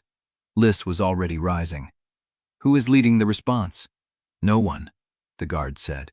The city guard will not move without a writ from the Regency Council, and the council has not convened. Liss looked at Auriane. Her eyes were dark and steady. Then we will convene it ourselves. She walked past the guard, past the burned paper still smoking in the hearth, past every offer Marist had laid at her feet. Auriane followed. The night was not finished. Chapter 47. The lock was new. Auriane pressed her palm flat against the cool iron, feeling the mechanism settle. The seal that should have bound this door had been broken, the wax flaking onto the stone in dried burgundy chips. Yzoria stood at her shoulder, breathing slow. They changed the lock before sundown, she said. The guard captain's order, not the Chancellor's. Who holds the key? Eusoria lifted her hand. A brass key caught the corridor lamp, turning amber in the low light. The captain gave it to me 40 minutes ago, when I told him Auriane Sellwyn wanted an inventory of the Chancellor's records before the council convened. A pause. He did not question why the request came through a lady-in-waiting instead of the heir. Auriane took the key. The lock turned with a scrape she felt through her palm, and the door swung inward into darkness. Bremer's office smelled of him. Ink, wool, the faint cedar oil he used on his desk. No servant had aired the room since his arrest. The air sat heavy and undisturbed, as if the space itself was waiting for a verdict. Eusoria struck a candle and lifted it. The light fell across an empty desk. Not cleared, empty. The blotter gone, the inkwell removed, the leather writing case that had sat in the same corner for 30 years lifted away so cleanly the dust beneath it had not been disturbed. Auriane stepped forward. The shelves lining the wall had been stripped of loose papers. The folio boxes stood in their places, but when she pulled the first one open, the interior was bare. Someone was thorough, Eusoria said. Someone knew which boxes to empty. Auriane moved along the shelf, opening each folio in turn. All empty. The correspondence files, the council memorandum binders, the sealed packet ledger. Every container that held Helippaden now held nothing. But the dust told a different story. On the third shelf, a rectangular outline marked where a stack of documents had rested. The dust edge was crisp, the removal recent. Whatever had sat there was taken after the morning bells, because the morning dust had not yet settled over the gap. She crouched. Lower shelf. A shallow folio that looked untouched. She pulled it open and found a single page folded lengthwise, the paper cheap and rough. She lifted it to the candlelight. The handwriting was not Bremer's. The strokes were thin and hurried, the ink uneven at the corners, as if written in haste on a surface that did not hold steady. A woman's hand, maybe. Or someone who had been afraid. She read the first line. The Talari envoy carries a signet that matches the mark on the Chancellor's private dispatch. If you read this, you already know what that means. She stopped breathing. Eusoria moved closer. What is it? A page that was not supposed to stay behind. Auriane turned it, but the back was blank. No signature, no date, just the single line and then nothing, as if the writer had been interrupted or had decided the warning was enough. The dispatch book. Bremer's correspondence with Talari, channeled through an envoy who was standing in the hall when Auriane knelt. An envoy with a signet that matched marks on letters the Chancellor had kept hidden. She looked at the empty shelves again. Whoever cleared this office knew what to take, she said. But they missed this. Or they left it, Eusoria said quietly. Auriane looked at her. Eusoria's face was unreadable in the candle's shadow. A page this damning, hidden in plain sight, discovered by someone searching the office after the arrest. It reads like a planted message. Planted by whom? By someone who wanted you to find it. Auriane folded the page and pressed it into her sleeve. The room was too quiet. The walls too bare. The absence of Bremer's presence made the space feel hollowed out, a wound that had not yet stopped bleeding. She moved to the desk. Not for papers. The surface was clean, but the desk itself was old, and old desks had secrets. She ran her fingers beneath the lip. Found nothing. Down the side panel, tracing the join where the wood met the frame. Nothing. Eusoria watched from the door. Where would he keep something he did not want found? In the room he controlled, Auriane said. In plain view, where no one would think to look because they were searching for concealment. She looked at the morning candlestick on the corner shelf. Black wax, half-burned. Standard palace issue, the same as every other morning candle in every room in the east wing. The wick had been lit and extinguished. The wax pooled and pooled. She picked it up. The weight was wrong, not by much. An ounce, maybe less. But she had handled these candles her entire life, and she knew how they should feel. She turned it over. The base was sealed with a thin disk of black wax, matching the candle's color. Invisible unless you knew to look for it. She pressed her thumbnail into the seam. The wax cracked. Inside, the candle had been hollowed out. A narrow channel cut through the center. Something slid into her palm as the basque gave way. A roll of paper, tightly wound, held with a single thread of unbleached linen. Eusoria stepped closer and Auriane broke the thread and unrolled it. Names. 3 columns, written in Bremer's precise hand.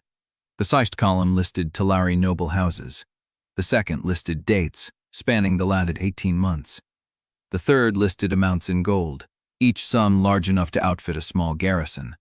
The last entry bore a date. Envoy, present term. Full correspondence delivered via personal courier, Book B. The dispatch book. Not the missing volume, but a reference to it.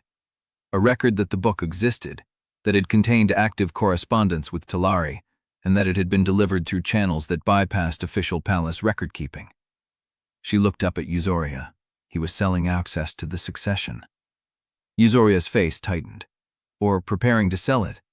The Talari envoy did not come to negotiate a marriage. He came to collect on a debt Bremer had been building for 18 months. Auriane's voice was flat, the way it went when she was thinking too fast to feel. The betrothal was a cover. Maris wanted Mathen married to the throne because Talari already had leverage over Bremer, and she wanted that leverage transferred to her. Then the dispatch book is proof of a treasonous arrangement between a Corinthian chancellor and a foreign power, conducted in secret for over a year. Auriane rolled the paper and tucked it into her sleeve beside the first page. Chapter 48. The chair at the head of the table had not been removed. Auriane stood behind it, watching the council fill the room in 2s and 3s. Lord Elowen with his son, Lady Selleck, silver-threaded hair coiled tight as a fist. Master Yarrow from the River Guild, still wearing a leather apron smudged with smoke. 7 others, lords and clerks and ritual witnesses, men who had served her father, men who had served Bremer, men who had watched the Blood Ward answer and still did not know what to do with what they had seen. Liss entered last. She wore the same river quarter linen, no crown, no jewels, nothing but the wound beneath her bandage and the silence she carried into the room like a blade. She did not take the empty seat at the table's foot. She stopped beside Auriane and stood. The council had not expected that. Lord Elowen cleared his throat. "This is a closed session, Princess. The new heir's security depends on. The new heir is standing," Liss said. "Say what you came to say." The room tightened. Lady Selleck folded her hands on the table. "Then I will speak plainly," the Blood Ward answered. The Crypt acknowledged her, but acknowledgement is not governance. We must decide how the realm is told what happened, and when, and by whose authority. "Told," Master Yarrow repeated. "You mean shaped." "I mean protected," Lady Selleck said. "If the full truth spreads raw, without preparation, the river quarter will not see a rightful heir. They will see a conspiracy. A noble plot to replace one princess with another while the city burns." "The city is burning because someone lit it," Liss said. "Exactly." Lady Selleck leaned forward. "And if the announcement is made before the fire is contained, before the Morness patrols withdraw, before the Talare envoy is given a statement he cannot weaponize, then the truth becomes a liability instead of a foundation." "What are you proposing?" Auriane asked. Lady Selleck's gaze did not waver. "A phased release. The Crypt acknowledgement is confirmed to the noble houses in writing, sealed with the council's authority, delivered under cover of the mourning observances. The city learns through the guilds and the clergy, gradually, over the remaining mourning days. The ward is presented as a discovery, not a revelation, a sacred truth that came to light through proper ritual, not a decoy scheme and a public surrender." "And Auriane?" Liss said. "Removed from court proceedings until the transition is complete, for her own protection." The room went still. Auriane felt the word land like a stone dropped into deep water. Removed, protected, erased, in language that could not be called cruelty. "She stays," Liss said. "She is a liability," Lady Selleck said. "The decoy scheme was her design. Every noble in the realm knows she knelt in that hall and surrendered her claim. But they also know she spent weeks lying to the entire court while wearing servant linen. That is not a foundation for stable transition. That is a spark." "She stays," Liss repeated, "or this council does not speak for me." Lady Selleck's jaw tightened. "With respect, you are not yet crowned." "Then convene the consecration," Liss said. "Set the date. I will stand before the full realm and speak the truth myself before a single phased statement leaves this room. That is reckless. That is honest. Lady Selleck looked at Auriane, and her eyes were cold. You have taught her to destroy herself for the sake of conviction. That is not governance. That is sentiment dressed as courage. Auriane met her gaze. I taught her that a crown worn atop a lie is a collar, not a crown. You want to manage the truth because you are afraid of what it will cost. I am telling you that hiding it will cost more. Bremer said the same thing, Lady Selleck said quietly, that he was protecting the realm from truth. And look at what he built. Auriane did not flinch. Bremer buried the truth to control it. I am standing here asking you to tell it. Those are not the same thing. Then you are a fool, Lady Selleck said, or a modder, and neither makes a stable realm. The door opened before AIM could answer. A captain stood in the frame, his coat wet, his face the color of ash. Your Highness. He looked at Liss. The third bridge. Liss turned. Riots, the captain said. A crowd gathered at the Chandler's Row crossing. Someone told them a false princess was crowned while the king's true blood burned in the river quarter. They are calling it a noble slaughter. They are calling for blood. Lady Selleck rose. Who told them? The captain shook his head. Does it matter? The story is already moving faster than the fire. By dawn, every house in the lower quarter will believe the crown set the blaze to erase the heir's family. The room erupted. Voices overlapping accusations, demands for guard deployment, for martial law, for the temple to issue a statement. Master Yarrow was on his feet, shouting at Lady Selleck. Lord Aylwin was calling for the captain to seal the palace gates. Auriane did not move. She looked at Liss. Liss stood perfectly still, her bandaged hand pressed against her ribs, her face unreadable. The same stillness she had worn in the mourning chamber on the first day. The stillness of someone who had learned to survive by not showing what she felt. But Auriane saw the flicker beneath it. The cost. The weight of a city that had been her home until a week ago, now being sharpened into a weapon against her. I need to go, Liss said. You cannot, Lady Selleck said. The streets are not safe. They are my streets, Liss looked at her. They are the streets where my brother learned to read the current, where my mother's ashes were scattered. If I hide behind the palace walls while they burn, I am not their queen. I am their enemy. You will be killed. Then let them kill me. Liss's voice was quiet. But do not let them kill the truth while I hide. She walked toward the door. Auriane caught her wrist. Not hard. Enough. Then we go together. Liss looked at her. You surrendered a crown for me, Liss said. You do not have to surrender your life. I am not surrendering anything. Auriane released her wrist. I am choosing. Lady Selleck stepped between them in the door. I will not permit this. You are the recognized heir. If you walk into that crowd and die, the succession fractures beyond repair. Mornes will be at the Delta before the bells finish tolling. Talaria will demand intervention. The realm will become a feeding ground. Then keep me alive, Liss said, but do not keep me caged. She reached past Lady Selleck and pulled the door open. The corridor beyond was empty, but the sound from the city was not. Distant, rising, shouts and glass breaking and the crack of wood giving way. Liss walked into it. Auriane followed. Behind her, the council's voices dissolved into argument, into panic, into the machinery of a court that had never learned to move without someone else deciding the direction. The captain caught up to them at the eastern stair. There is a side gate, he said. The riders have not reached it yet. I can get you to the Guildhall. Take us, Auriane said. They did not look back.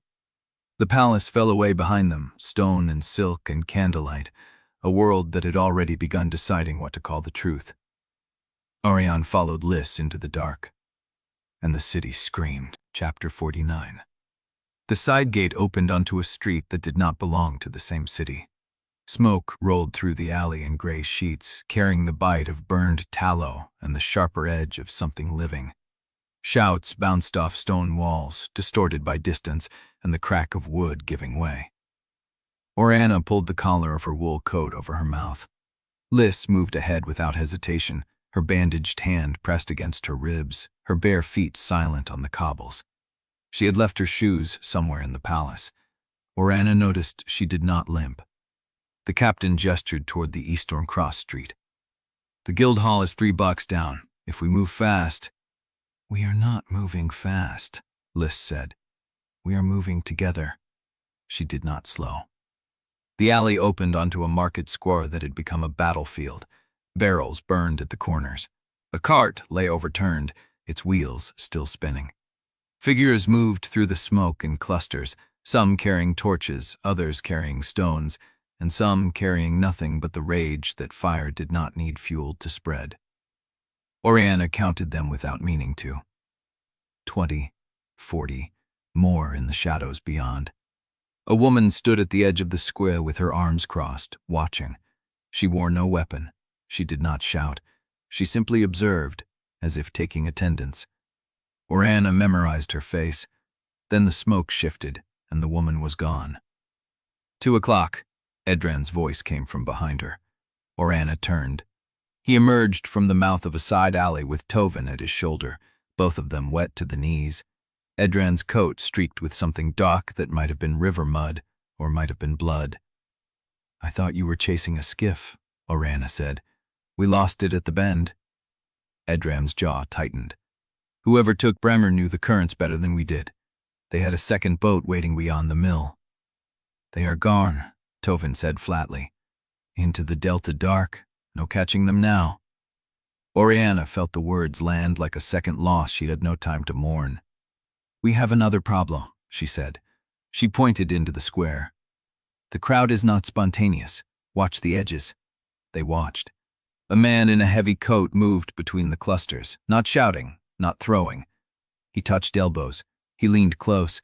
He spoke into ears, and after he passed, the shouting grew louder. The stones flew harder. "Agitators," Edran said. "Hired," Tovin corrected. "Look at their boots. No cobbler in the river quarter sells that leather." Auriane saw it then. The men who shouted the loudest, the ones calling Liss a false queen and naming the crown a pack of murderers, they wore boots that had never mended a net or scrubbed a deck. Their hands were clean. Their rage was polished. "Someone paid them," she said. "Someone is still paying them." Edran's hand moved to his belt. "Where?" Auriane scanned the square again. The smoke parted, and she saw him. A clerk in palace gray, standing at the mouth of an alley on the far side of the square. His hand was extended, palm down, passing something small and metallic into another man's grip. The man nodded. The clerk turned. Auriane knew that walk. She had seen it 100 times in the chancellery corridors. "It is Sorrel's clerk," she said, "the one who moved the old records." Edran followed her gaze. "You are sure?" "He stands like a man who thinks paper makes him untouchable." The clerk disappeared into the alley. Auriane moved. She did not run. Running drew eyes. She walked with the purpose of someone who belonged in the smoke, who had business in the dark, who were not worth noticing. Liss caught her wrist. "What are you doing?" "Following the trail that is still here." "Alone?" "With you behind me." Liss released her. But her eyes held something that was not quite trust. It was closer to understanding. "Do not make me watch you burn," Liss said. "I have no intention of burning." Auriane crossed the square. The smoke wrapped around her like a shroud. The shouts rose and fell in waves, cresting at the edges where the hired men pushed hardest, receding where the real citizens of the river quarter stood in stunned grief, watching their homes blacken. She reached the alley mouth. Empty. The clerk had moved deeper, into the narrow passage between a chandler's workshop and a boarding house whose upper windows glowed orange with reflected flame. She followed. The passage opened onto a small courtyard where a well pump stood dry and a single door hung open at the far wall. The clerk stood beside the well, counting coin into a leather pouch. He was not alone. 3 men waited at the door. Same boots, same clean hands, same polished rage. The clerk looked up, saw her. His hand stopped moving. "Princess," he said it like a curse. "You are supposed to be inside the palace. and you are supposed to be in a cell. Auriane stepped forward. Who pays you? The clerk's mouth curved. You already know. I want to hear you say it. Then you will be disappointed. I am paid by the same hand that paid Bremer, the same hand that burned the river house, the same hand that will burn this city before letting a boatwright's daughter sit on the throne. Mirist. The clerk laughed. Mirist is a figurehead, a useful one, but she does not write the ledgers. He tossed the pouch at her feet. Coins spilled across the stones. Take that to your Chancellor. Tell them I had the prices gone up. He turned. The men at the door stepped aside. Stop him, Auriane said. The flames answered first.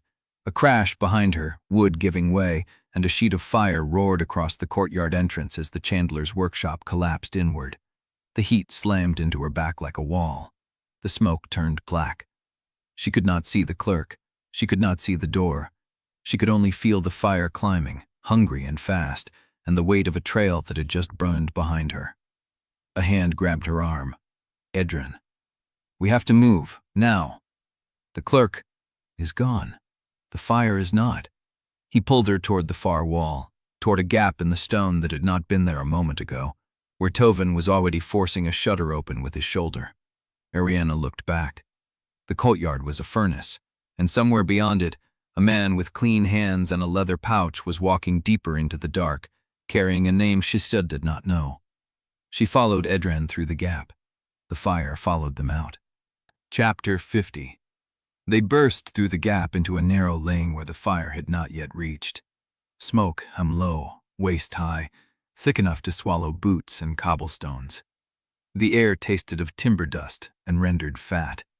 Behind them, the chandler's workshop roared its final collapse, sending a tower of sparks into the bruised sky. Auriane is doubled over, hands on her knees, dragging air into lungs that felt blistered. Edran stood with his palm pressed flat against the wall, head down, counting his own breath in visible heaves. Tovin was already moving, checking the next passage with the practiced eye of a man who had read fire before. He pointed east, where the smoke thinned. That warehouse, the one with the iron shutters. If your clerk was paying men out of a leather pouch, the records are in there. Auriane straightened. You know this building? I know every building between the third bridge and the Serrate Wharf. That one belongs to a shipping agent who died last winter. His widow rents the ground floor to the guild and the upper floor to a charitable house that never gives charity. Edran's head came up. What charitable house? The one the Dowager's women visit every 10-day with baskets of bread and sealed envelopes. The name hit Auriane like cold water. Mirest's charitable house. A front, a distribution point for coin and instruction, hidden inside piety. How do you know about the envelopes? Tovin's mouth flattened. Because my sister was a boatwright's daughter. The river quarter sees what the court thinks is invisible. They moved. The warehouse rose 3 stories at the end of the lane, iron shuttered, smoke curling from cracks in the upper wall. The ground floor loading door stood open, wedged with a barrel that had split from the heat. Inside, the air was worse, thick and chemical, stinging the eyes. Rows of crates marked with shipping seals and guild stamps filled the main floor, stacked higher than a man's head. The fire had not reached the interior yet, but it was coming through the roof beams, orange tongues licking between the slates. A sound stopped Auriane's cold. A cough. Human. From somewhere in the stacks. She moved before she thought, following the sound between crates, past rolls of sailcloth and barrels of nails, past a spilled crate of copper fittings that scattered under her feet like coins. A man lay against the wall, 50 years old, maybe more. River quarter clothes, a leather apron, one leg bent at an angle that meant bone. His face was black with smoke, his eyes white and wild. Please, he said. Please, I cannot walk. The beam came down on my leg and the others ran, and I cannot. Auriane dropped to her knees beside him. What is your name? Marner. I am Marner. I keep the books for the shipping agent. I was working late because the fire started and I thought I could save the ledgers and then the beam. She looked at his leg. The beam had pinned him below the knee, a crossbeam of old oak, blackened but not burning yet. She could not move it alone. Edran. He was already there, assessing the weight, the angle, the fire creeping across the ceiling. On three. They lifted together. The beam shifted, rolled, and crashed to the floor as Marner screamed and then stopped, his eyes rolling back as the pain took him under. Tovin was there, lifting the man across his shoulders with the ease of someone who had carried unconscious crewmen out of sinking boats. "Move," he said. "The roof is going." But Auriane saw the open ledger on the floor where Marner had been working, pages spread across the splintered wood like a bird with broken wings. She grabbed it. The binding was warm. The ink was still wet in places, fresh entries written in a steady hand. She did not stop to read. She tucked it into her belt and ran after Tovin toward the loading door as a section of roof collapsed behind them with a sound like the world ending. They emerged into the lane as the warehouse exhaled a plume of black smoke that blotted out the stars. Tovin laid Marner against the far wall and began binding the leg with strips torn from his own shirt. The man was breathing, unconscious, alive. Auriane opened the ledger. The entries were detailed. Shipments of grain, timber, and cloth. Kanzini names, dock fees, customs stamps. Ordinary enough to pass any inspection, but the margins told a different story. Small notations in a hand that was not the bookkeeper's. A letter code repeated every 3 or 4 entries. A running total at the bottom of each page, summed not in coin, but in weight. She found the power. The coded entries corresponded to shipments addressed to the Windward Charity House by the lower market. Same Kanzini name every time. Same notation in the margin. A single letter. M. Marist. Edran looked over her shoulder. How much? She traced the column with her finger, counting in her head. The number made her stomach tighten. Enough to pay every agitator in the river quarter. Enough to buy the silence of every guild officer who looked the other way. She turned the page. Enough to finance the assassination attempts. The last page was torn, a clean edge, deliberate. Someone had taken the final leaf before Marner could write the entry. Edran saw it the same moment she did. "The missing page," he said. "It is the current payment, the one he was recording when the beam fell. And the next target." He met her eyes. If the pattern holds, the torn page nage who gets the next delivery, which means whoever tore it knows the name too. Above them, the warehouse roof groaned. Tovin looked up. "We need to move. The fire is spreading through the foundation. This whole block will be gone within the hour." Auriane closed the ledger. She looked at Marner, unconscious against the wall, his leg bound, his breath steady. "He knows the missing entry," she said. "He was writing it when the beam fell." "Then you need him alive," Edran said. Tovin lifted the man again, adjusting the weight across his shoulders. "I know a safe house. The cellar is stone. The fire will not reach it." He started walking. Auriane followed, the ledger pressed against her ribs, the torn page burning in her mind like the flames behind her. Someone had known. Someone had watched that warehouse before her, torn the final leaf, and walked away while the fire consumed the evidence. And whoever it was, they were still inside the city. Edran got her wrist. His grip was firm, not painful, but certain. "When we find out who tore that page," he said, "we will know who is above Marist, or below her. Same difference. The person who tears evidence is the person who fears the truth." Auriane looked down at his hand on her wrist. His fingers were black with smoke. Hers were bleeding from a cut she had not noticed, a splinter from the ledger's binding buried in her palm. She did not pull away. "Then we find them before they burn the rest of the evidence. Or before they burn us." He released her, but the warmth of his hand stayed on her skin as they followed Tovin into the smoke, carrying a wounded bookkeeper and a half-empty ledger toward a cellar that might still be standing. Chapter 51.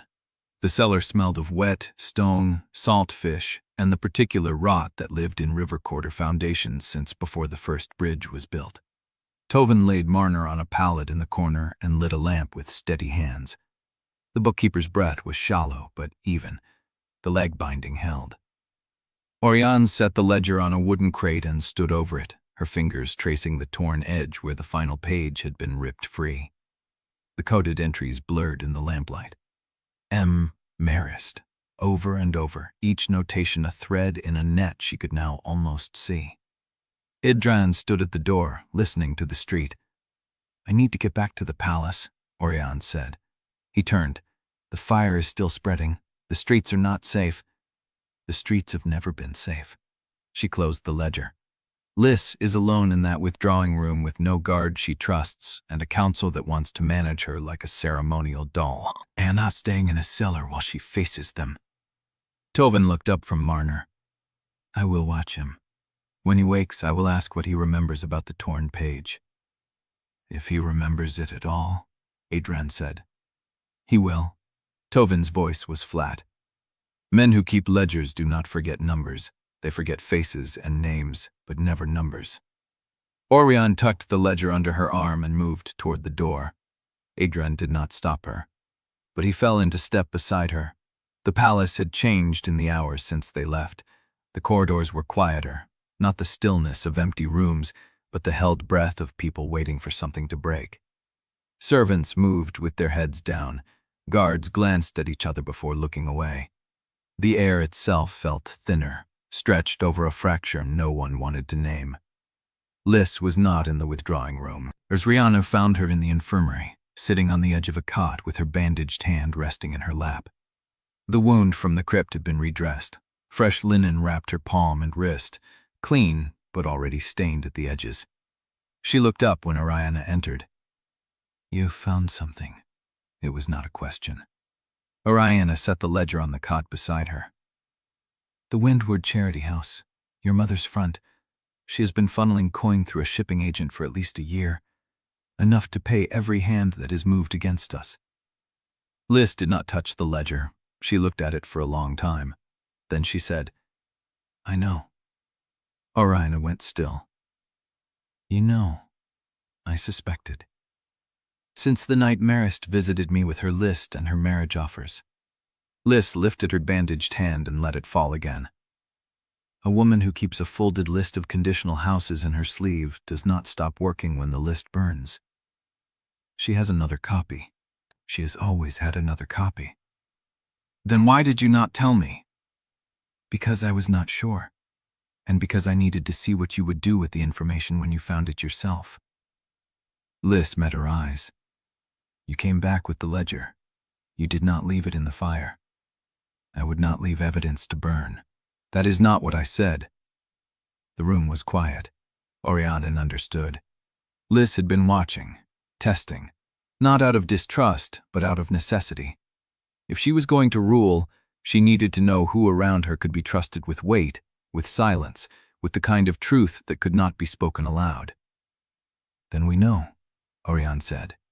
"Marist is funding the conspiracy. The question is who above her writes the ledgers." Liss nodded slowly. "There is something else." Auriane waited. Liss stood. She moved to the window, her back to the room, her voice low. "I will not be handled, Auriane. I have never tried to handle you. You have tried to protect me. That is handling in different wool." Liss turned. "I survived the river quarter. I survived the crypt. I survived a wound that should have killed me. I do not need a tutor. I do not need a guardian. And I do not need a sister who sacrifices herself so I can rule cleanly." Auriane opened her mouth to speak, but Liss held up her bandaged hand. "I am not finished." She took a breath. "I need you beside me, not in front of me and not behind me. Beside, as sister, not as sacrifice." Her voice cracked on the last word. "I have lost my mother. I have lost the life I was supposed to live. I will not lose the only family who chose to tell me the truth." Auriane felt something break open in her chest. "Liss, I want you to stay. Not because the court needs you, not because the succession depends on you, but because I am asking you." The words hung between them. Auriane crossed the room. She did not kneel. She did not bow. She stood facing Liss, close enough to see the exhaustion carved into her face, the pulse beating at her throat, the fear she was hiding beneath the river quarter steel. "I will stay." Liss nodded once, sharply. "Good, because Sister Caldris is waiting outside, and she has something to say that I think you need to hear." She moved past Auriane toward the door, her bare feet silent on the stone. Auriane followed. Sister Caldris stood in the corridor with her gray wool robes, her pale eyes fixed on the distance like she was reading something written in the air. "The rite is not complete," she said, before either of them could speak. Auriane's stomach tightened. The Blood Ward answered. The oath mirror confirmed. Every noble in the hall witnessed it. Witness is not confirmation. Sacred law requires a second public declaration within the mourning period. A formal reading of the king's confession before the full court, with the city gates open and the guild masters present. Caldris paused. The mourning period ends at the 100th bell. When is that? 3 days from now. Liss went still. If we do not hold the second confirmation before the mourning period ends, Caldris said, the Blood Ward's answer can be challenged. Talare will claim the rite was conducted under duress. Mourning will use the legal ambiguity to demand arbitration, and Marist will have all the time she needs to burn every remaining witness. Ariane's mind raced. 3 days. 3 days to secure a second public declaration with the city burning, the streets rioting, and a mastermind still at large. And if we fail? Caldris's eyes met hers. Then the succession is contested, the realm fractures, and Corinthia becomes a harvest for its neighbors. She turned and walked away, her robes brushing the stone like the whisper of a blade being drawn. Liss looked at Auriane. The bandaged hand found Auriane's wrist. 3 days, she said, and in her voice was not fear but a cold, river-born certainty. Then we do not waste a single battle. Chapter 52. The chamber was too small for the court that filled it. Auriane stood at Liss's left shoulder, one step back, where Sister Caldris's had positioned her. The receiving room off the great hall had been hastily prepared, black silk draped over the windows, chairs arranged in a half-circle that forced proximity no one wanted. The Talare envoy had requested an audience within the hour of the fire's containment, and protocol demanded the new heir receive him. Liss sat in the single chair at the center, still in river quarter linen, her bandaged hand resting on her knee. She had refused Doria's offer of a proper gown. "I will not dress for him," she had said. "He came to measure. Let him measure what is real." Auriane had not argued. The envoy entered with 2 attendants, both carrying leather portfolios stamped with the Talare crest. He was younger than she expected, perhaps 40, with the kind of careful smile that cost nothing and promised nothing. His coat was deep blue, his signet visible on his right hand, and he bowed to Liss with the exact depth protocol demanded, no lower. "Your Highness," he said, "Corinthia has my congratulations on the swift resolution of its succession." The word "swift" hung in the air like smoke. Liss did not respond to it. "You requested an audience, Lord Envoy." "I did. I wish to offer Talare's acknowledgement of the Blood Oath Rites outcome and to express our hope that the transition proceeds without further disruption." Further disruption. Auriane watched his hands. The way he held them loose at his sides, never touching his coat, never reaching for the portfolios. A man who had been trained not to reveal his next move through gesture. "The realm is stable," Liss said. "Is it?" The envoy smiled, not sharpen, but it did not soften either. "Forgive me, Your Highness. I mean no disrespect, but I arrived to negotiate a betrothal, and I find myself in a city where 3 bridges have burned, the river quarter is in open protest, and the reigning heir wears no crown and no formal acknowledgement from any foreign power. The reigning heir was publicly confirmed by the Blood Ward 4 days ago." The Blood Ward answered yes, but confirmation and recognition are different beasts. He paused. "Talare wishes to recognize Corinthea's new ruler, but I must be able to assure my king that the realm is unified before I sign any instrument of alliance." Auriane felt the trap closing. He was not threatening invasion. He was threatening legitimacy. Without foreign recognition, Carinthia's trade routes would stall, its debt obligations would be called, and every faction waiting at the borders would scent blood. "What conditions does Talare require?" Liss asked. "No conditions, only evidence." The envoy spread his hands. "A second declaration before the full court, with guild masters present and city gates open, as sacred law demands. A clear timeline for the crown consecration, and the assurance that Chancellor Bremer's arrest was lawful and justified, not a political purge." The last word landed like a stone. Liss's jaw tightened, but her voice stayed level. His arrest was witnessed by the full council. His crimes are documented. Then produce the documentation. Show the realm that Carinthia's new order does not hide its justice. The envoy inclined his head. I am not your enemy, your highness. I am the messenger who tells you what your neighbors need to see. Auriane's eyes caught the signet again. The crest was Tollere's standard design, a river reed crossed with a blade. But she noticed something, a slight imperfection in the wax, a hairline crack through the reed that gave the impression of a split stem. She had seen that exact defect before, in Bremer's hidden correspondence, the folded page from his office, the wax seal on the dispatch that confirmed 18 months of secret payments. The same crack, the same split reed. The envoy had been communicating with Bremer directly, not through intermediaries, not through the official channels that had been documented in the Candle's Hollow, but through personal correspondence with his own signet, for at least as long as the conspiracy had been running. The realization hit her cold. This man had known. He had sat in the hall during the blood oath rite, watching the ward answer Liss's blood, knowing that the payments and the plots and the pressure had been fed into Carinthia from the outside for months before the king even died. Lord Envoy, she said. The room went quiet. The envoy turned to her, his smile still in place. Lady Auriane, I had wondered when you would speak. You have been in Valadun for 12 days. I have.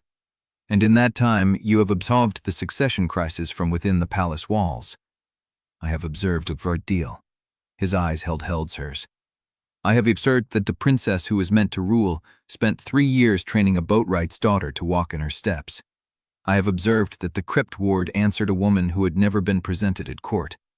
And I have observed that Chancellor Bremer, the architect of Carinthia's stability for 30 years, now sits in a cell while the city burns. He knew. He knew everything. Not because he had guessed, but because Bremer had told him. The correspondence had not been limited to financial arrangements. It had been a complete intelligence feed. The Chancellor's guilt is not in question, Auriane said. Is it not? The envoy tilted his head. Then produce the dispatch book that proves it, the one that has been missing since his arrest. Produce it, and I will sign Tollere's recognition before the evening bell. The room waited. Auriane had nothing.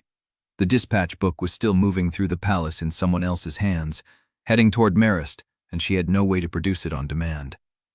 That is what I thought. The envoy turned back to Liss. Your Highness, I am not unreasonable. I will give you the 3 days the mourning period allows. But when the 100th bell tolls, I will need to see proof of the Chancellor's guilt, or I will advise my king that Carinthia's new heir cannot guarantee the stability required for alliance. He bowed again, and as he straightened, his eyes met Auriane's one last time. There was no threat in them, only certainty. He walked out with his attendants, and the door closed behind him with a soft click that sounded like a lock turning. Liss did not move. He knew, she said quietly. He knew before the crypt, before the ward, before any of it. Auriane nodded. The missing dispatch book had not been Bremer's only channel. The envoy had been carrying his own copy. And if the envoy had been feeding intelligence to the conspiracy from before the king's death, then the question was no longer who inside the palace had known about Liss. It was who outside Carinthia had helped plan the destruction. 3 days, Liss said. Auriane turned to her. Liss was looking at her bandaged hand, the blood starting to seep through the linen where she had clenched her fist. We find the book, Liss said, or we find whoever has already read it. The blood spread across the white cloth, slow and certain, like a tide that would not return. Chapter 53.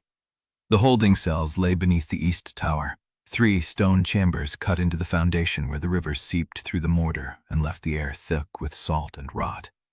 Auriane descended alone. The guard at the bottom recognized her face but said nothing, only turned the key in the lock and stepped back into the shadows. The door swung inward. Bremer sat on a wooden bench against the far wall, his hands folded in his lap, his formal coat gone, his sleeves rolled to the elbow as if he had been working. The notch through his left eyebrow caught the lantern light. He looked calm. He looked like a man who had been expecting her. You took longer than I calculated. She stayed in the doorway. Where's the dispatch book? I do not have it. Bremer. I do not. He said it without defense. I moved it before the rite. I told you that. It is no longer in my possession. Then who has it? He was quiet for a long moment. The river sound filled the space between them, a low, constant breathing through the stone. Tell me what you think you know, he said. Let me measure the gap.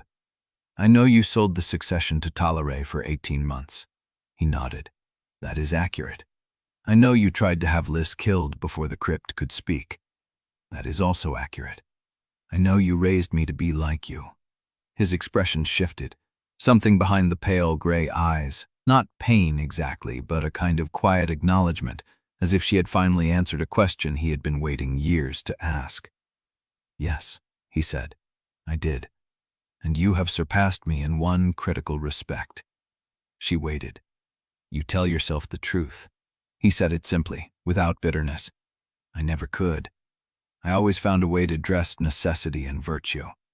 But you stood before the hall and named what you had done, without excuse, without deflection. I watched you do it. I have never been prouder of you, and I have never been more afraid for what the kingdom will do to you because of it. The words landed like a blade slipped between her ribs. Do not, she said. I am not trying to wound you. I am trying to prepare you. He leaned forward, his hands still folded. You have the truth. You have Liss's claim. You have the ward's answer. And none of it will matter if Talare decides the realm is too unstable to recognize. The envoy gave us 3 days to produce proof of your guilt, and you will produce it. Only if I find the book. Bremer smiled. It was a thin, tired expression, the smile of a man who had spent 30 years counting moves ahead of everyone else. You will not find the book, he said. It is already in Marist's hands, or it will be by midnight. The question is not where it is. The question is what she will do with it. Then tell me what it contains. You already know what it contains. Payments, names, dates, the architecture of a foreign intervention that I designed to trigger only if the succession failed. He paused. I did not build it to destroy Liss. I built it to protect Carinthia from the war that would follow if a contested heir took the throne. I was wrong. I see that now. But I built it with care. You murdered people. I made choices. His voice did not waver, and I will answer for them. But before I do, I need you to understand something you have not yet learned. He stood. He was shorter than her without the elevation of a dais, but the weight of his presence still filled the cell. Truth without force is merely sentiment in ceremonial dress, he said. You can stand before the court and confess every deception. You can lay the king's confession before the guildmasters. You can kneel to Liss and destroy your own claim. And if Talare's shifts are at the delta, and Murness is waiting at the bend, and the river quarter is burning, none of it will hold. The truth saves nothing unless someone is willing to defend it. I will defend it. How? He took a step closer. With what army? What treasury? What network of alliances that will stand when the envoy reports that Carinthia is a kingdom with 2 queens and no consensus? You have conviction. You have courage. You do not have power. I will find another way. You will find the book. He said it like a father correcting a child's arithmetic. You will expose Marist. You will stand at Liss's side for the second declaration. And when the envoy still refuses to sign, you will learn that the truth does not govern men. It only reveals them. The silence stretched. Auriane felt the crypt heartbeat pulse inside her chest, steady and patient. One thing, Bremer said. She waited. One of the women I made possible will be dead before dawn. The words dropped into the space between them like a stone into still water. I do not know which one, he said, but I made you. I made Marist. I made the circumstances that shaped Liss, and the same architecture I built to contain the succession is now collapsing in a direction I cannot see. Who is the target? If I knew, I would tell you, not out of virtue, because it would serve my interests. He met her eyes, but I do not know, and that is the part that should frighten you. Auriane's hand moved to the doorframe. One more lesson, he said, before you go. She stopped. When you love someone, you do not protect them by managing their choices. You protect them by giving them the truth, and letting them decide what to do with it. His voice dropped. I never learned that. I hope you do better. She wanted to answer. She wanted to tell him that he was still trying to control her, that every word he spoke was another thread to the web he had spent her entire life weaving around her. But the cart heartbeat was already pulling her toward the door. She turned. She ran. The guard's face blurred past her. The stairwell swallowed her footsteps. The corridor opened into the main hall where the night torches burned low and the palace waited in the dark. Liss, Marist, herself. One of them would not see the dawn. She did not know which, and the clock was already ticking toward the 100th bell. Chapter 54. The guard's face had already vanished behind her. The stairwell spat her into the main corridor where the night torches burned low and the palace waited in the dark, holding its breath. Liss, Marist, herself. One of them would not see dawn. She ran toward the east wing, her servant's shoes slapping against the stone, counting doors as she passed. 23, 24. The crypt heartbeat pulsed beneath her ribs, steady and unhurried, as if the stones already knew what was coming and saw no reason to rush. A figure stepped out of the alcove ahead.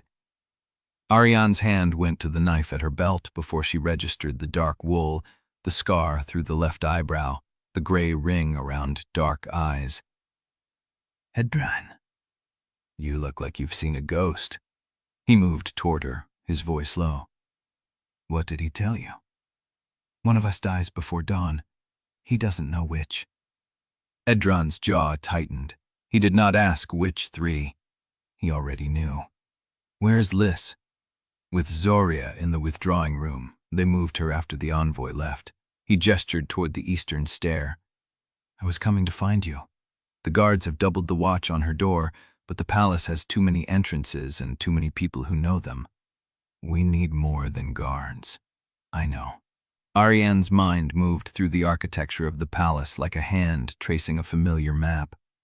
The east wing had one main corridor, 2 servant passages, a concealed stair behind the tapestry in the 3rd alcove, and a window ledge that connected to the chapel roof if you were desperate enough.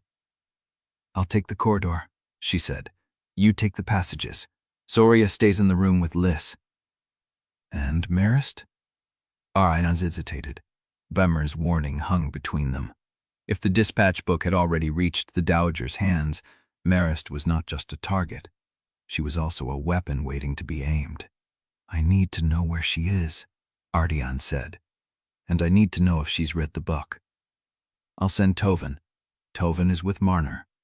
Toven is restless and would rather be useful than safe. Edran's voice carried a dry edge. I'll find him. You hold the corridor. He turned, then stopped. Auriane. She waited. When this is over. He did not finish the sentence. He did not need to. She watched him disappear into the dark of the servant passage, his footsteps absorbed by the stone before she could decide what to say back. The east wing corridor was quiet. Too quiet. Auriane moved along the wall, keeping to the shadows where the torches did not reach, her hand loose at about where the knife waited. She could see the guards at Liss's door, 2 of them, solid men in palace livery, their hands on their swords, their eyes scanning the corridor with professional wariness. They did not see her. She had spent enough weeks in servant wool to know how to move through spaces without being registered. She was a shadow, a draft, a trick of the light. Nothing worth reporting. She found a recessed alcove between 2 tapestries, deep enough to hold her, close enough to watch the door. The stone was gold against her back. The crypt heartbeat pulsed beneath her ribs, recounting time she did not have. Minutes passed. The guards shifted their weight, exchanged a low murmur, settled back into stillness. Nothing moved. And then, a sound from the records room, 3 floors below where the witness chain documents were stored in the iron-sealed cabinet that Sister Caldrias had ordered locked after the blood oath rite. A cabinet that required 2 keys and a witnessed signature to open. Auriane's head turned. The sound came again. A scrape, a latch, something metal against stone. She looked at the guards. They had not heard it. Their attention was fixed on the corridor ahead, on the doors, on the threats they had been trained to expect. The records room was not on their watch list. She left the alcove in silence, moving toward the eastern stairwell that led down to the archive level. The steps were narrow, worn smooth by centuries of clerks and scribes, and she took them two at a time, her hand on the knife, her breath held against the need to make sound. The door to the records room was open, not wide, a crack, a finger's width of darkness between the iron frame and the oak panel. She pressed herself against the wall beside the door, listening. Inside, someone was breathing, not loudly, carefully. The measured breath of a person working through a sequence, counting pages, finding what they came for. She drew the knife. She pushed the door open with her foot. The room was dark, lit only by the faint glow of the quarter moon through the high window. The cabinet stood against the far wall, its doors open, its contents scattered across the floor in a fan of paper and sealed ribbon. A figure crouched in the center of the mess, masked in black cloth, hands moving through the documents with practiced efficiency. Do not move. The figure froze. Turn around, slowly. The figure turned. The mask covered everything except the eyes. Dark eyes, familiar in a way that made Auriane's stomach drop. Drop the papers. The figure's hand opened. Documents fluttered to the floor, and then the figure spoke. Good evening, it said. Or should I call you by your servant name? What was it again? The one you used when you scrubbing floors and sleeping in the scullery. Auriane's blood turned cold. Who sent you? The figure tilted its head. You already know. You just don't want to believe it. The masked hand moved to the belt, and Auriane saw the corner of a leather-bound book tucked into the waistband. The dispatch book. Stop, the figure laughed. Low, quiet. The sound of someone who had already counted every exit in the room. Tell Marist I said hello.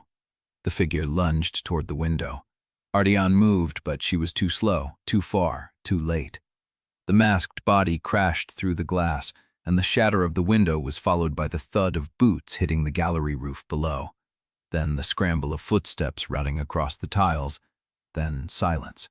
Auriane reached the broken window and looked down. The gallery was empty. The dispatch book was gone. And somewhere in the palace, one of them was already counting down to dawn. Chapter 55. She did not wait for the guards. The broken window gaped black against the moon, glass glittering on the records room floor, and Auriane was already moving before the last shard settled. She hit the gallery roof at a run, her servant's shoes finding purchase on the old terracotta tiles, her eyes fixed on the shadow that fled across the ridgeline ahead. The thief was fast. Fast and knowing, weaving between the chimney stacks with the confidence of someone who had mapped this route in daylight. The dispatch book was a dark square against the runner's hip, tucked into the waistband, impossible to miss in the pale moonlight. Auriane gained ground on the straight stretch, then lost it again as the thief dropped into the gap between the east gallery and the stable annex. She followed without hesitation, landing hard on the cobbles below, her knees absorbing the shock. The runner was already at the kitchen courtyard, heading for the delivery gate. She ran. The gate was bolted. The thief did not slow. A hand hit the iron latch, a foot kicked the base, and the gate swung open on a groan of rusted hinges. Then the runner was through, and the street beyond swallowed the shadow into the maze of Valadune's lower wards. Auriane brushed through the gate after them. The street was empty. She stood at the mouth of an alley, her breath coming hard, her eyes scanning the corners, the doorways, the black mouths of side passages. Nothing moved. The moon painted the cobbles in silver and shadow, and the city was holding its breath. A hand closed around her wrist. She spun, knife already rising, and found Edran Pike standing so close she could smell the smoke still clinging to his coat. I saw the drop, he said. East, toward the second bridge. How do you know? Because I know this city. He released her wrist. And I know they will not stop at the first bridge. They will keep moving until they reach water. He was already walking. She followed. They crossed the first bridge in silence. The Surrate ran black below them, the current catching the moonlight and breaking it into shards. The bridge was empty at this hour, the lamps unlit, the mourning silk still draped from the railings in mourning for a king whose name was already being rewritten.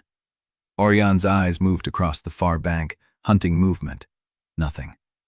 "The records room," Edran said, his voice low, pitched for her ears alone. "You went alone. I did not have time to find you. You could have called for the guards. They would have arrived after the trail was cold." He did not argue. That was the worst part. He simply nodded, and the silence between them grew thicker than the darkness. They reached the far end of the bridge. A shape moved in the shadow of the second arch. Edran's hand came up. Auriane stopped. They waited. The shape did not move again. A trick of the light. A loose shutter. Nothing. They crossed the second bridge faster, splitting to cover both sides, meeting again at the midway point with nothing to report. "She has vanished," Auriane said. "She has stopped running," Edran corrected. "She is watching, waiting to see if we double back or push deeper." Then we pushed deeper. He looked at her. The moonlight caught the scar through his eyebrow, the gray ring around his dark eyes. "You are certain? Are you asking or testing?" A pause, a fraction of a breath. "Asking," he said. "For once I am asking." She held his gaze. "Then yes, I am certain." He turned and led the way across the third bridge. The fourth bridge was where they caught the scent again.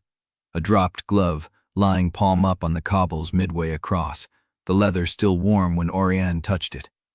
Dispatch ink on the fingers, not yet dry. "This way," she said. They ran. The river quarter opened before them, the burnt edge of Chandler's Row still smoking to the west, the stink of wet ash and scorched wood hanging in the air. The buildings here leaned close together, their upper stories nearly touching, and the alley between them was a throat of darkness. A door slammed ahead. They followed.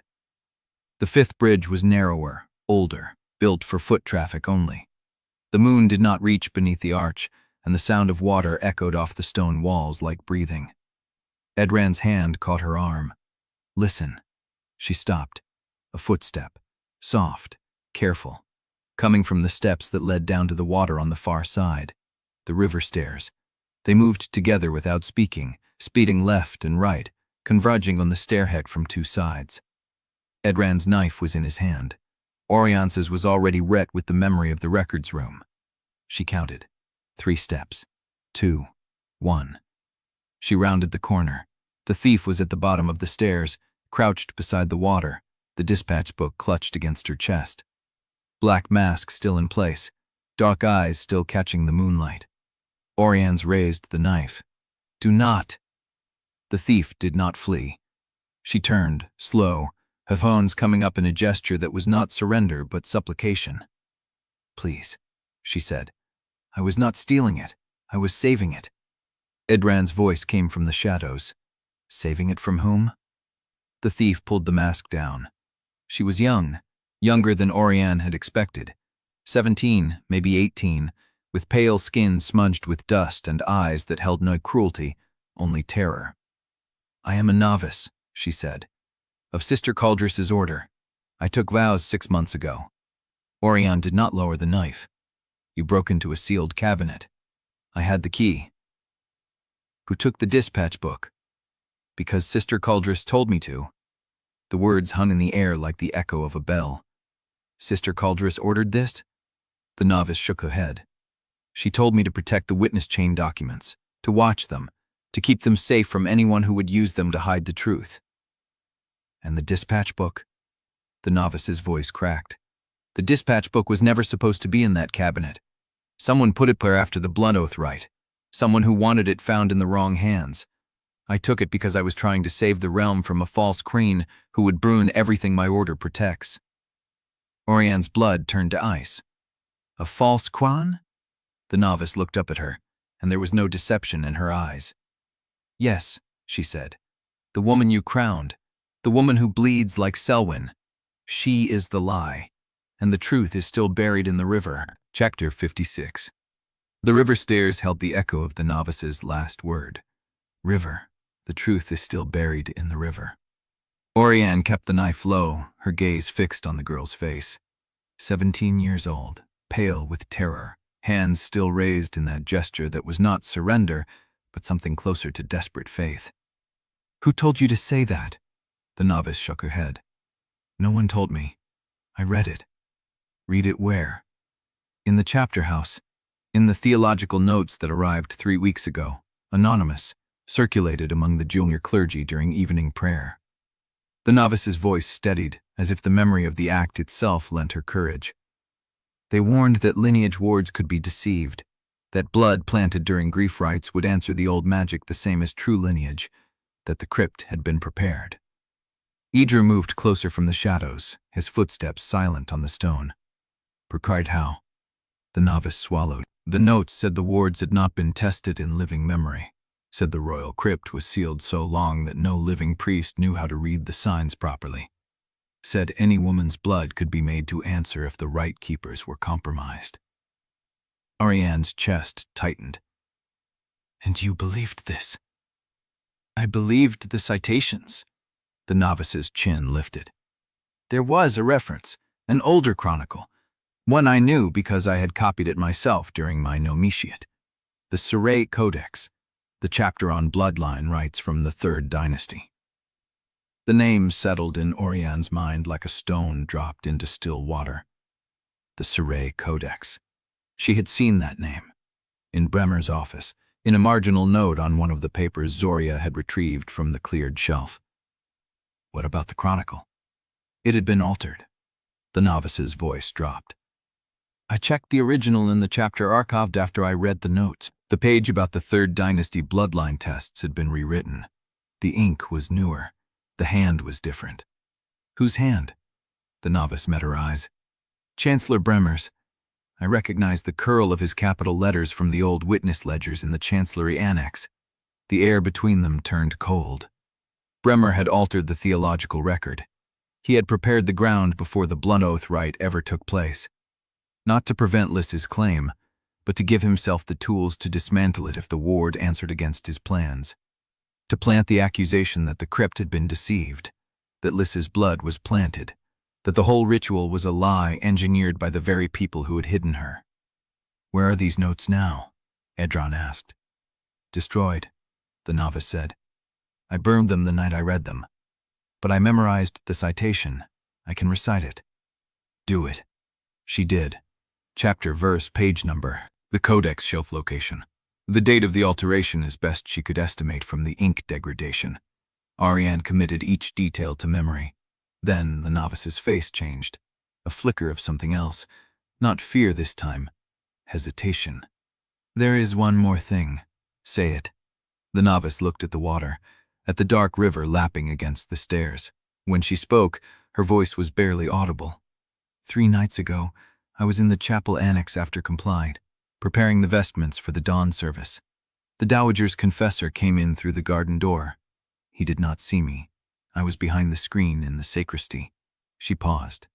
He was asking the sexton where you sleep now. The servant princess, the one with the burn on her arm. He said her grace needed to know which room to have watched. Auriane's blood crystallized. Marist's confessor. Not Marist herself, her confessor. The man who heard her secrets, who moved through the palace with the immunity of the cloth, who could enter any room without suspicion because his office required privacy. He had been mapping her location for 3 nights. 3 nights. Long enough to plan, long enough to coordinate, long enough to set whatever trap Bremer had warned her was coming before dawn. When did the sexton answer?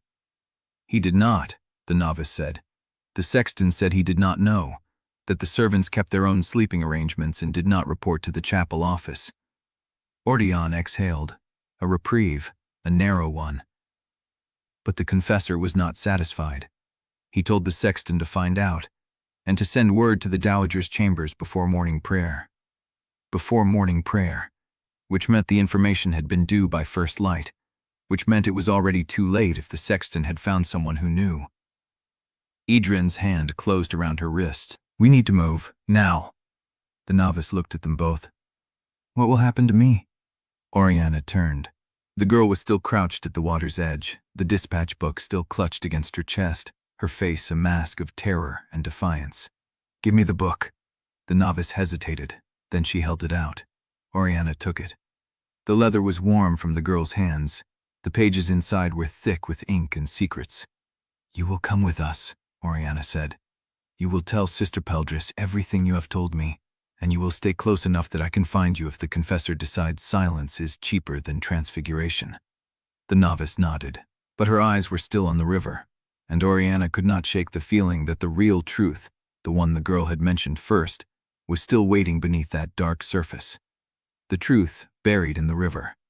The truth that had not yet been found. Dejan's voice cut through her thoughts. "Auriane." She looked up. His face was hard in the moonlight, hard and urgent. "The Confessor has been asking for 3 nights. That means someone has already answered. We just do not know who." The dispatch book was heavy in her hands, and somewhere above them, in the palace that never truly slept, a door was opening, a candle being lit, a message moving through the dark toward Marist's chambers. Auriane turned and began to climb. Chapter 57. The corridor outside her own chambers was dark. No candle burned in the sconce, no guard stood at the door. The black silk that had draped every threshold in the palace since her father's death had been stripped from this one, leaving bare wood and a latch that hung crooked, as if someone had forced it and not bothered to repair the damage. Auriane stopped. The dispatch book was still warm in her hands. Edran stood a pace behind her, his breathing the only sound in the hall. Below them, the palace hummed with the low current of a household that had not yet learned it was already bleeding. "When did you last stand here?" She did not answer him. She could not. Because the last time she had stood at this door, she had been wearing black silk and a princess's grief, and the woman who walked out had been her. Not a copy, not a false face. Her. Auriane pushed the door open. The room was wrong. The bed had been stripped. The mattress lay bare, the black mourning linens folded at the foot in a stack too neat to be a servant's work. Her wardrobe stood open, half its contents gone, hooks empty where her formal gowns had hung. The dressing table was cleared of combs and pots and pins, nothing left but the ghost of her reflection in the dark glass. They had already begun erasing her, not with malice, with efficiency. The household staff, the inventory clerks, the women who managed the royal wardrobe, they had seen the blood oath ward answer a stranger's blood and drawn the natural conclusion. The princess who had lived here was no longer the heir. The room would be cleaned, the belongings inventoried, the space prepared for its next occupant. Auriane stepped inside. Her feet carried her to the dressing table, to the drawer where she had kept the things no inventory clerk would catalog. A river stone she had found as a child. A pressed flower from the garden her mother had planted before the fever took her. A letter from her father, written when she was 12, telling her she would be queen and that she must learn to be alone. The drawer was empty. She closed it. Behind her, Edran said nothing. He stood in the doorway, his shadow stretching across the bare floorboards, and he watched her the way he had watched her in the pantry that first night, like she was a cipher he was still learning to read. "The palace has a protocol," she said. Her voice did not sound like her own. "When a royal is stripped of station, the belongings are logged and sealed. The room is aired. The linens go to the poorhouses. I know the protocol. I helped write it." He stepped inside. The door swung shut behind him, not quite latching. The crooked lock clicked against the frame. 3 years ago," she said, "when I was 21. I revised the succession procedures for the Chancellery. I wanted to make the transitions clean, to spare the household the confusion of competing claims. You wrote the rules for your own erasure." The word hit her like a blade. She turned. Edran stood 3 paces away, his face half in shadow, half in the thin light filtering through the uncurtained window. He looked exhausted. The scar through his eyebrow was a dark line against his skin, and there was a cut on his jaw she had not noticed before, a shallow graze from the chase. "I did not know," she said, "that I was writing them for myself." He did not answer, but something in his posture shifted, not closer, not further, a softening at the edges, like a man who had been braced for impact and was slowly, carefully, allowing himself to breathe. "What did they take?" he asked. "Everything." "The drawer." She nodded. "What was in it?" The question was simple, gentle, the kind of question a man asked when he was not looking for information but for the shape of the wound. "A stone," she said. "A flower. A letter." "From who?" "From my father, telling me I would be alone." Edran crossed the room. He did not touch her. He stopped at the edge of her space, close enough that she could feel the heat of him, the solid certainty of his body in the cold, stripped room. His hand came up, but he did not reach for her. He let it hang in the air between them, an offer she could take or refuse. "I have loved you," he said, "since the night you told me the scullery passage was too narrow for a man who counted his steps in ledger columns." Auriane's throat closed. "I did not know who you were," he continued. "I thought you were a servant with a sharp tongue and a death wish. I thought you were a spy for a faction I had not yet mapped. I thought you were a ghost my own loneliness had conjured in a pantry at midnight." His voice cracked on the last word. "And now?" "Now I know you are the woman who wrote the runes for her own erasure." His hand dropped. "And I love you still, which is inconvenient, because you are about to become a target for every blade in the kingdom, and I am still the man who is supposed to protect the crown." Auriane reached for him. She did not plan it. Her body moved before her mind caught up, her hand finding his wrist, her fingers curling around the bone and tendon, feeling the pulse jump beneath his skin. "Edran." He looked at her. "I do not know who I am," she said. "I do not know if I am the princess or the servant or something I have not yet become. I do not know if I will survive the dawn. But I know that when I was in that pantry, wearing coarse wool and pretending to be no one, I was more myself than I had ever been in this room." She pulled him closer. "And you were the only one who saw me." He kissed her. It was not gentle. It was not careful. It was the kiss of a man who had been postponing grief and anger and want for too long, who had stopped trusting himself to touch her, who had been waiting for a version of her he could believe in. His hand found the back of her neck, his fingers threading through her hair, and she felt the wall against her shoulders, the cold stone through her servant's blouse, the hardness of his body pressing into hers. She kissed him back with the same desperation. This was not the kiss they would have had in a fairy tale. It was raw and uneven, tasted of ridge salt and exhaustion, and when her hand found the scar at his jaw, he made a sound that was almost a sob. "Do not," he said against her mouth. "Do not let them erase you." "I will not. Promise me." "I promise." He kissed her again, harder, and she felt the grief of the stripped room and the missing drawer and the father who had taught her to be alone dissolve into something fiercer.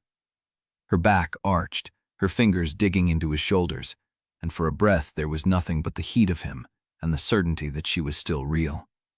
The knife thudded into the door. They broke apart. A blade, short and black-handled, buried in the wood 2 inches from the crooked latch. A strip of paper was folded around the hilt, pinned through with the point. Edran reached it first. He pulled the knife free, unfolded the paper, read it in the dark. His face went still. "What does it say?" He turned the paper toward her. 3 words, written in a hand she did not recognize. Dawn. River Crypt. Below them, the palace breathed. And somewhere in the dark, whoever had thrown the knife was already gone. Chapter 58. The night air smelled of damp stone, and the river, that summons still burning beneath Auriane's skin, like the crypt heartbeat that had not stopped pulsing through the palace foundations since the blood ward answered Liss's blood. Edran stood beside her, the paper still in his hand. His jaw was set, his eyes tracking the corridor beyond the crooked door, as if he expected the knife's owner to reappear. "Whoever threw it," he said, "knew where to find you. Knew I would be here." Empty room, no guards, stripped bed. He folded the paper, crease by crease, and tucked it into his pocket. "They wanted you alone. They wanted you vulnerable, and they wanted you to know that someone inside the palace is watching close enough to time it." Auriane pressed her palm flat against the wall beside the knife's impact scar. The stone was cold, the pulse beneath it steady. We need to find the Confessor's route. Edran's head came up. Marist's Confessor, the one who has been asking where I sleep.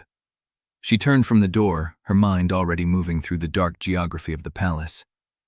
3 nights. He asked for 3 nights. That means someone answered. That means there is a passage, a corridor, a pathway he used to move between the chapel annex, the guest wing, and the lower quay without being seen. And you know where to find it. I know where I would build it. She led him out of the stripped room, through the servants' stair, past the wine cellar where the air turned cold and the walls began to weep moisture.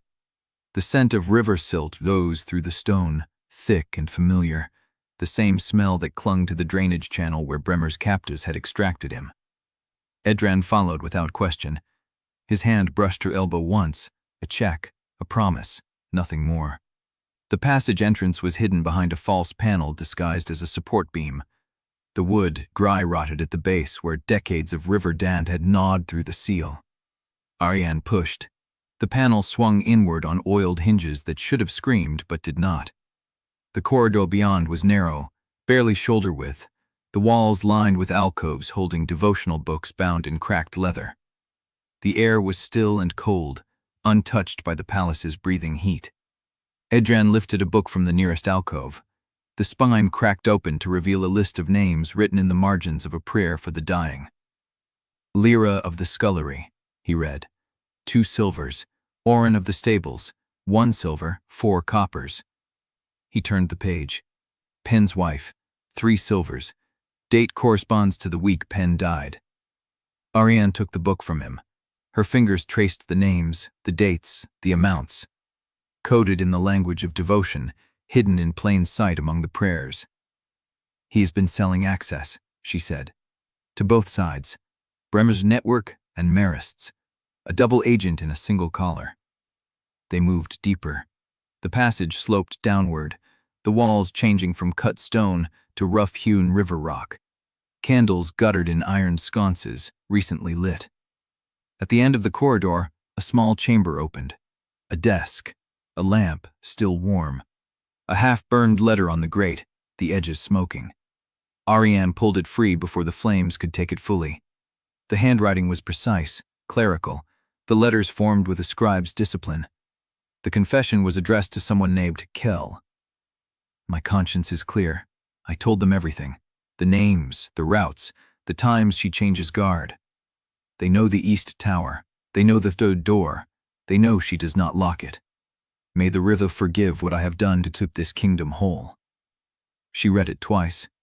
The third time, Edran took it from her hands and finished reading over her shoulder. Kell, he said. Not a name I know. It is not a name, it is a title.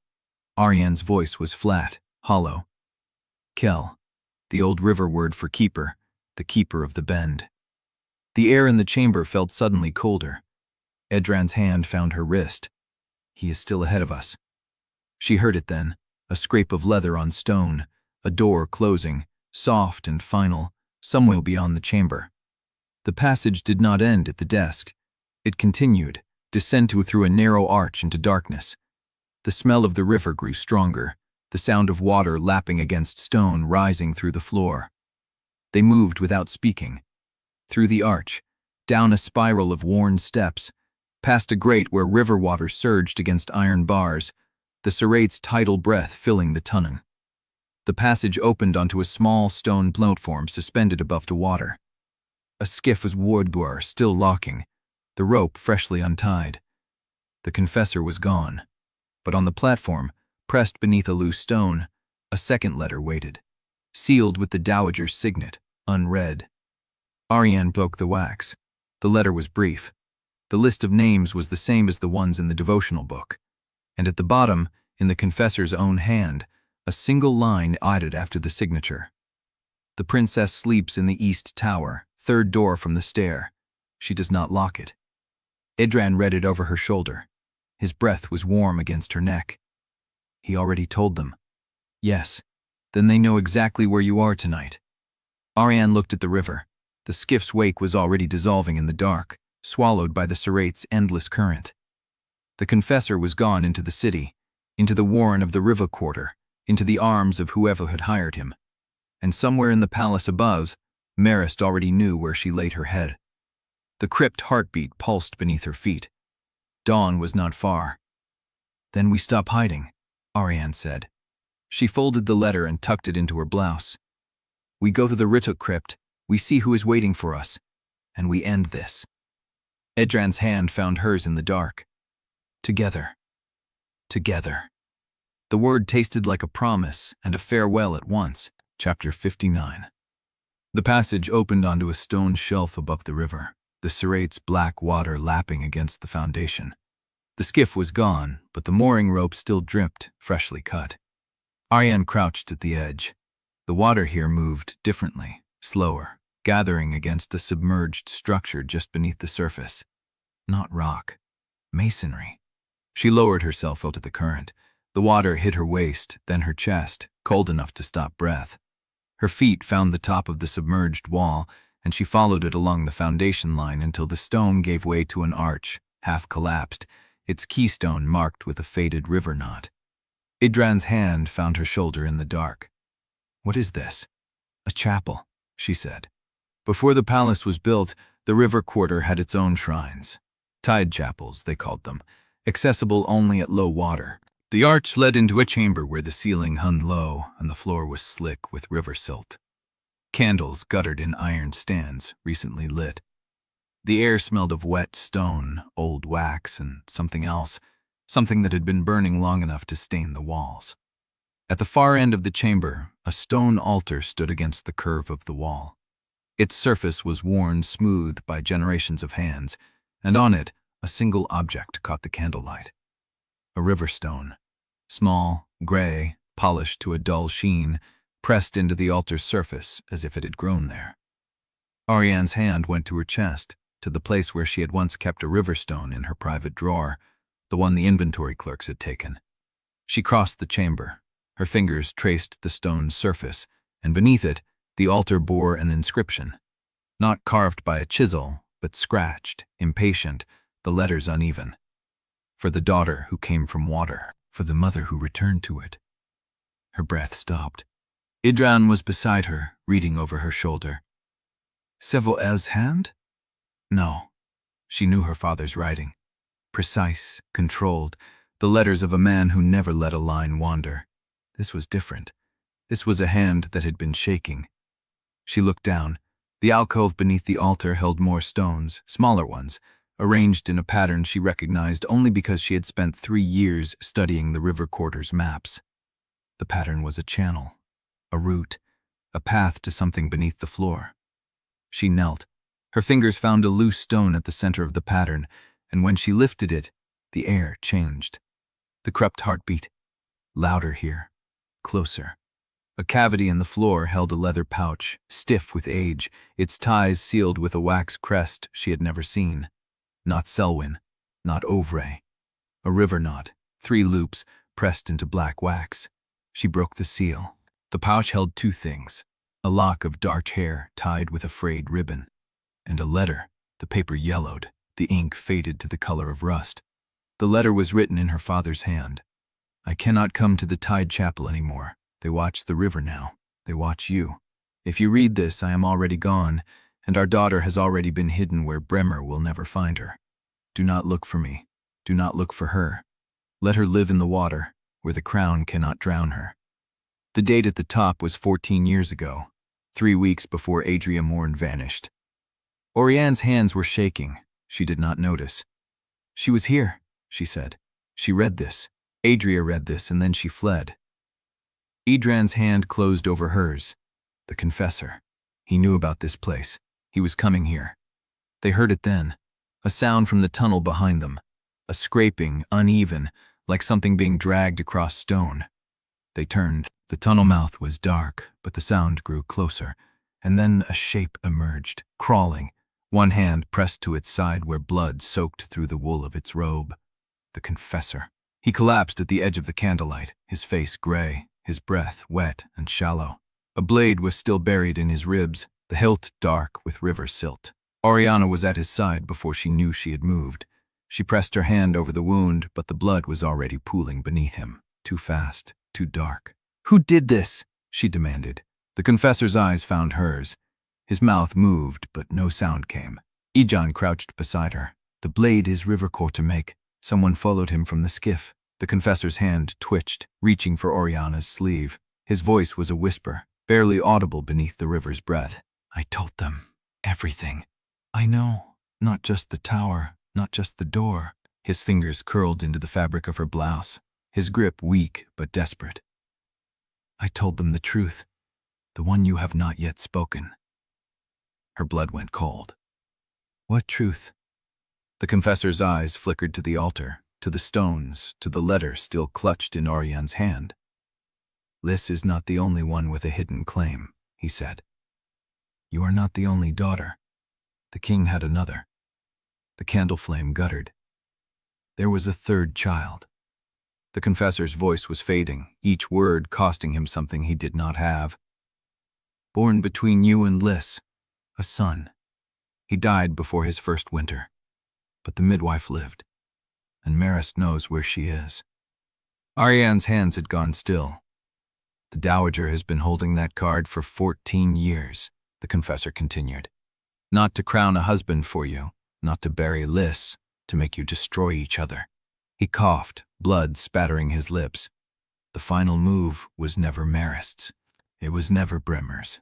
They are pieces. The one who writes the ledgers has been waiting for this moment since before the king's heart stopped. He wants the sisters to tear the kingdom apart in public. 2 queens, both legitimate. No clear succession. Civil war, foreign intervention, and Corinthia carved into pieces small enough to swallow. Auriane's grip tightened on his shoulder. Who is he? Tell me his name. The Confessor's eyes found hers one last time. His lips shaped a word, but the sound never came. His body went slack, his hand falling from her sleeve. The river whispered against the stone. Edran's voice was low. Did he say it? Auriane stared at the dead man's face. The word he had tried to speak was still caught in his throat, unformed, unreachable. No, she said, but he told me enough. She stood. The letter from her father was still in her hand, the lock of dark hair still tied with its frayed ribbon. The third child was buried here, she said, beneath this altar, hidden so no one could use his death as a weapon against the line. She looked at Edran. Marist knows. She has known for 14 years, and she has been waiting for the moment when she could make the truth destroy us. The crypt heartbeat pulsed beneath the floor, steady and patient, as if the river itself had been counting the days. Dawn was breaking somewhere above them. The 100th bell was coming, and somewhere in the palace, the woman who had been watching from the square's edge was already moving. Chapter 60. The Confessor's blood spread across the stone, black in the candlelight, and Auriane's hand was still pressed to his chest where the heart had stopped. She stood. The letter from her father was crushed in her fist. The lock of dark hair dangled from its ribbon, swaying with the river's breath. We have to move him, Edran said, before the tide rises, before anyone finds this place. No. Auriane's voice was hollow. We leave him here. The river will take him before the 100th bell. Edran looked at her for a long moment. Then he nodded. They worked in silence. Auriane folded the Confessor's hands across his chest, closed his eyes with her palm, and let the current take the blood where it would. The dead could not be questioned. But the dead could be used as a sign, if they wanted. Auriane did not want. She turned back to the altar, the river stone with its shaking inscription, the leather pouch, the letter, and the cavity beneath the stone where the pouch had been hidden, still dark and empty. She ran her fingers along the edges. Stone dust, a cracked seal, and then her fingers found something else. A piece of paper, folded tight, wedged into a crevice where the altar's base met the stone floor. She pulled it free. It was a single page, torn along the top edge, jagged, as if ripped from a bound ledger. The paper was singed at one corner, the smell of smoke still clinging to it. Edran was at her shoulder in an instant. What is that? Auriane unfolded it. The handwriting was small, precise, the hand of a trained clerk. Columns of names and numbers, each entry dated, each amount tallied in the margin. The heading at the top read, Petition for Restitution, Phase 2, Public Signature Drive. She read the first name, Lord Renford Vexley. The man Liss had humiliated at the Black Banquet. the man whose jowls had trembled as she cut him open with river-born logic. Below his name, 500 gold, paid in 2 installments, deliverable. 6 sworn affidavits claiming Auriane Sellwyn was deceived by Bremer and forced to abdicate under duress. Her blood went cold. She read further. Lady Marin Selwick, 300 gold, deliverable, floor speech before guild assembly, motion to suspend second confirmation pending full investigation of coercive circumstances. Master Uldric Venn, former tutor to the princess, 200 gold, deliverable. Written testimony that Auriane was trained from childhood to value duty above truth, making her susceptible to manipulation by corrupt advisors. Auriane's breath caught. Venn. He had taught her the succession procedures. He had drilled her on every clause, every loophole, every precedent. He had been the one who told her that a ruler who could not control the story did not deserve the crown. And now he was being paid to say she was weak. She scanned the rest of the list. 23 names, river agitators, minor nobles, a chandler from the third bridge, a ferryman who had been at the canal mouth. The totals were large enough to finance a sustained campaign. But the final entry made her stop. Queen Dowager Marist O'Ray, 1,000 gold. Deliverable. Public withdrawal of support for Liss Odara's claim, citing irregularities in the Blunoath rite, discovered through confidential correspondence with Talari's envoy. Edran bent over her shoulder. When he finished, he was silent for a long moment. Marist is paying herself, he said, to stage a petition demanding your restoration. To split the city, Auriane said. 2 queens, both legitimate. No clear succession. She looked at the torn edge of the page, the missing half. The top half that had been ripped from the warehouse ledger before she could read it. This is the page someone tore from the shipping agent's book, she said. The one that was gone when we reached the warehouse. Which means whoever tore it wanted to hide the petition, not the payments to Marist, not the bribes to Vexley. Edran's jaw tightened. They wanted to keep the petition itself from being discovered before it could be filed. Auriane stared at the page. 23 names. A coordinated campaign to manufacture public demand for her restoration, timed to coincide with the 100th bell. If the petition was filed before Liss's second confirmation, the guild assembly would have to pause the rite and investigate. The city would be forced to choose. The court would fracture. And somewhere in the shadows, the one who wrote the ledgers would watch it all burn.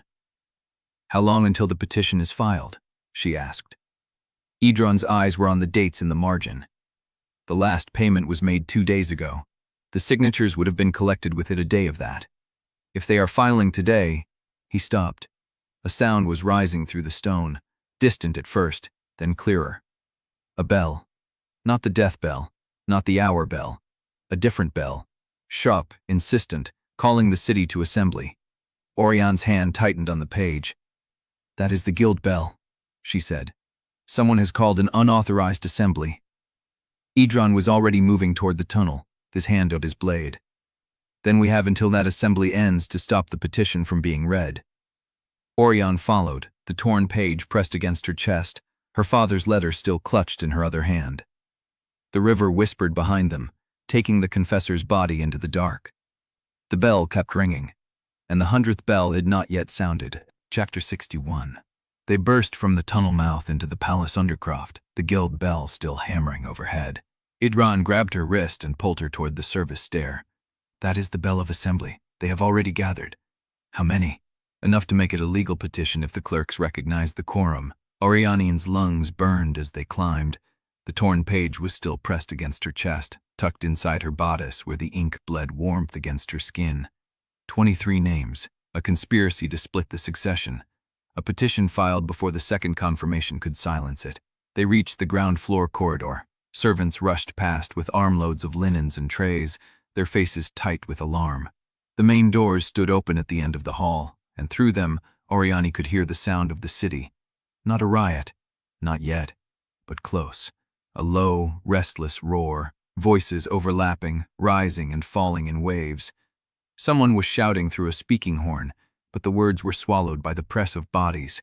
Edran slowed at the threshold. The terrace overlooks the Serrate Plaza. If we go out there, every eye in Valadoon will see us. Then they will see both of us. He turned to her. You cannot stop the petition by standing beside her. You need to get to the guild clerks before they read the signatures. I know. Auriane's voice was steady, but if I run to the clerks while Liss stands alone, the crowd will read it as division. The petition wins either way. His jaw tightened. He understood. They had to present unity before they could dismantle the conspiracy. A guard captain appeared at the end of the corridor, his face flushed. Princess Auriane, the queen is already on the terrace. She asked me to find you. Auriane's chest tightened. Liss had gone out alone. She moved before she finished the thought, her feet carrying her past the captain, past the astonished servants, through the great hall where the courtiers had gathered at the windows, their faces pressed against the glass like children watching a storm. The terrace doors told open. The light hit her first, pale and thin, the hour still young, and then the noise, the roar of the crowd rising from the plaza 3 stories below. She stepped out. Liss stood at the stone balustrade, her river quarter linen dark against the pale morning, her hacked hair lifting in the wind. She did not turn, but Auriane saw the tension in her shoulders ease, the breath she had been holding released. You came, Liss said, still facing the crowd. I said I would stay. You said you would stop the petition. Auriane moved to stand beside her. The crowd below spud across the serrate plaza like a living sea, thousands of faces turned up toward the palace. Some held banners, not for Liss and not for her, but for things written in anger. Burn the false queen, restore the true line, Sellwyn blood alone. The familiar ache settled behind her ribs. The realm was already choosing sides, and the petition had not even been read. The petition has 23 names, Auriane said, low enough that only Liss could hear. Vexley, Selwick, a dozen others. Maris paid herself 1,000 gold to withdraw support. Liss's hands tightened on the stone. How long until they file? The signatures were collected 2 days ago. The clerk is already reading them. Below, the crowd surged. Someone had spotted them, both of them, standing side by side at the terrace rail. A ripple passed through the bodies, and the noise shifted, some voices rising in recognition, others in anger. A man near the fountain shouted something Auriane could not make out. Then another voice, clearer, a woman's, cutting through the din. There she is, both of them. Ask them whose crown this is. The crowd turned, faces tilted up. Auriane felt the weight of every stare, the hunger for an answer no single speech could satisfy. Liss took a breath. We cannot let them read the petition, she said. If they file it before the second confirmation, the succession dies in procedure. I know. So give them something else to look at. Auriane understood. She stepped forward, to the very edge of the balustrade, and raised her voice. People of Valadoon. The crowd did not quiet, but the front ranks stilled, pushing back against those behind them. I am Auriane Sellwyn. You have known my face since I was a child. You have seen me in processions, at ceremonies, in the mourning silk of my father's passing. She paused. The wind caught her hair. But you have not seen the full truth. Not until now. She turned deliberately and looked at Liss. This woman is Liss Odara. She is the daughter of King Severell Sellwyn and Edria Mourn, born before my mother's marriage was sealed. The crypt wards answered her blood. The oath mirror confirmed her lineage. She is the elder heir. The crowd erupted, shouts of denial, of triumph, of fury. A cluster near the eastern edge of the Place began chanting Liss's name. Another group answered with jeers. Auriane held up her hand. I do not say this to divide us. I say it because the truth has been buried long enough. Chancellor Bremer buried it. The Dowager's faction buried it. And now someone has filed a petition to bury it again. She pulled the torn page from her bodice, held it high, the ink catching the light. This is the petition for restitution Phase 2. It lists 23 names. Lord Renford Rexley, Lady Marin Selwick, Queen Dowager Marist Ovray. They were paid to manufacture a crisis, to demand my restoration and split this city between 2 queens. The crowd's noise changed. Less certainty, more questions, faces turning to one another. Let me be clear, Auriane said. I will not sign that petition. I will not accept it. I will not stand between this realm and its lawful queen. She lowered the page. I kneeled before the court, and I kneel again now, not because I lost, because I chose. Liss stepped forward and stood beside her, close enough that their sleeves touched. This is not a contested succession, Liss said. a voice carrying despite its roughness. "This is a lie dressed as a legal document, and we will answer it together before the 100th bell sounds." The crowd shifted again. Some were listening, some were not. Auriane saw the movement at the edge of the plaza before she heard the sound. A figure on a rooftop, a dark shape against the gray sky, a bowstring drawn. She opened her mouth to shout. The arrow struck the stone between them, not a yard from where they stood. It buried its head in the mortar with a sound like a hammer blow, the shaft still vibrating. A strip of paper wrapped around it, and bound with black thread. The crowd disgregated. Bodies pushed back. Guards rushed onto the terrace, hands on their hilts. Auriane did not move. She reached down and pulled the arrow from the stone. Her fingers found the paper, pulled it free, and unrolled it. 4 words. One heir must fall. Beneath them, a wax seal.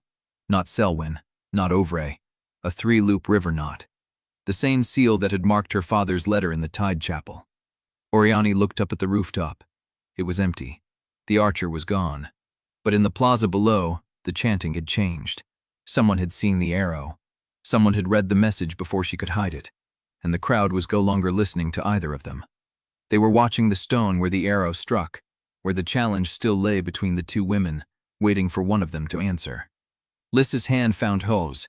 They held on, and the bell kept ringing. Intercising this panish carecoder inside her before the crowd could stirge. Auriane felt hands on her arms, Zoria's voice cutting through the noise, the slam of a door sealing out the plaza's roar. The corridor was dim and cold and smelled of old stone. She was still holding Liss's hand. "Both of you," Zoria said. "In here. Now." The withdrawing room off the eastern gallery had been prepared for something, a fire already burning, water on the table, the curtains drawn tight against the windows. Auriane did not ask who had ordered it ready. She let go of Liss's hand, only to press both palms flat against the table's surface, grounding herself. The arrow, the message, the seal. "I need a clear view of the rooftops," she said. "All of them. Every bell tower, every merchant's attic with a sightline to the terrace." Edran was already moving toward the secondary door. "I will set the watch myself." "You cannot watch every window in Valadoon," Liss said. She had not sat down. She stood near the hearth, her hands clasped behind her back, her jaw set in the shape of someone refusing to tremble. "They do not need to succeed. They only need to make it seem like they might." The door opened again. Queen Dowager Marist entered without announcement, without a knock, without Zoria preceding her. She wore the same black silk as always, her mourning veil pinned high, the single strand of river pearls at her throat catching the firelight. She looked at Auriane, at Liss, at the space between them where the arrow had struck the stone. "You are both alive," she said. "That is still true." Auriane straightened. "For how long?" Marist walked to the table and set a folded paper on its surface. She did not sit. "I have spent the last hour reading the names on your petition page," she said. "Not the 23 you found, the names behind them, the ones who did not sign but will act." She tapped the paper once. "There are 43 peers who have armed retainers within the city walls. They are not here for the morning. They arrived in the night, after the petition was discovered. They are waiting for one of you to fall so they can declare martial authority and install a regency council that answers to them." Liss's breath caught. Auriane did not let her own show. "And you know this because they told you," Auriane said. "I know this because I am the woman they come to when they want an audience with the throne." Marist's voice carried no apology. "I did not invite them. I did not arm them. But I am the only person in this palace who can unarm them before blood is shed." The fire popped, a log settled. Marist turned to face them fully, her hands clasped at her waist, her posture that of a woman who had spent 40 years learning to stand in rooms where everyone wanted something she was not willing to give. "Here is my proposal," she said, "and I urge you both to hear it before you refuse it." Auriane felt the words land like a stone in her chest.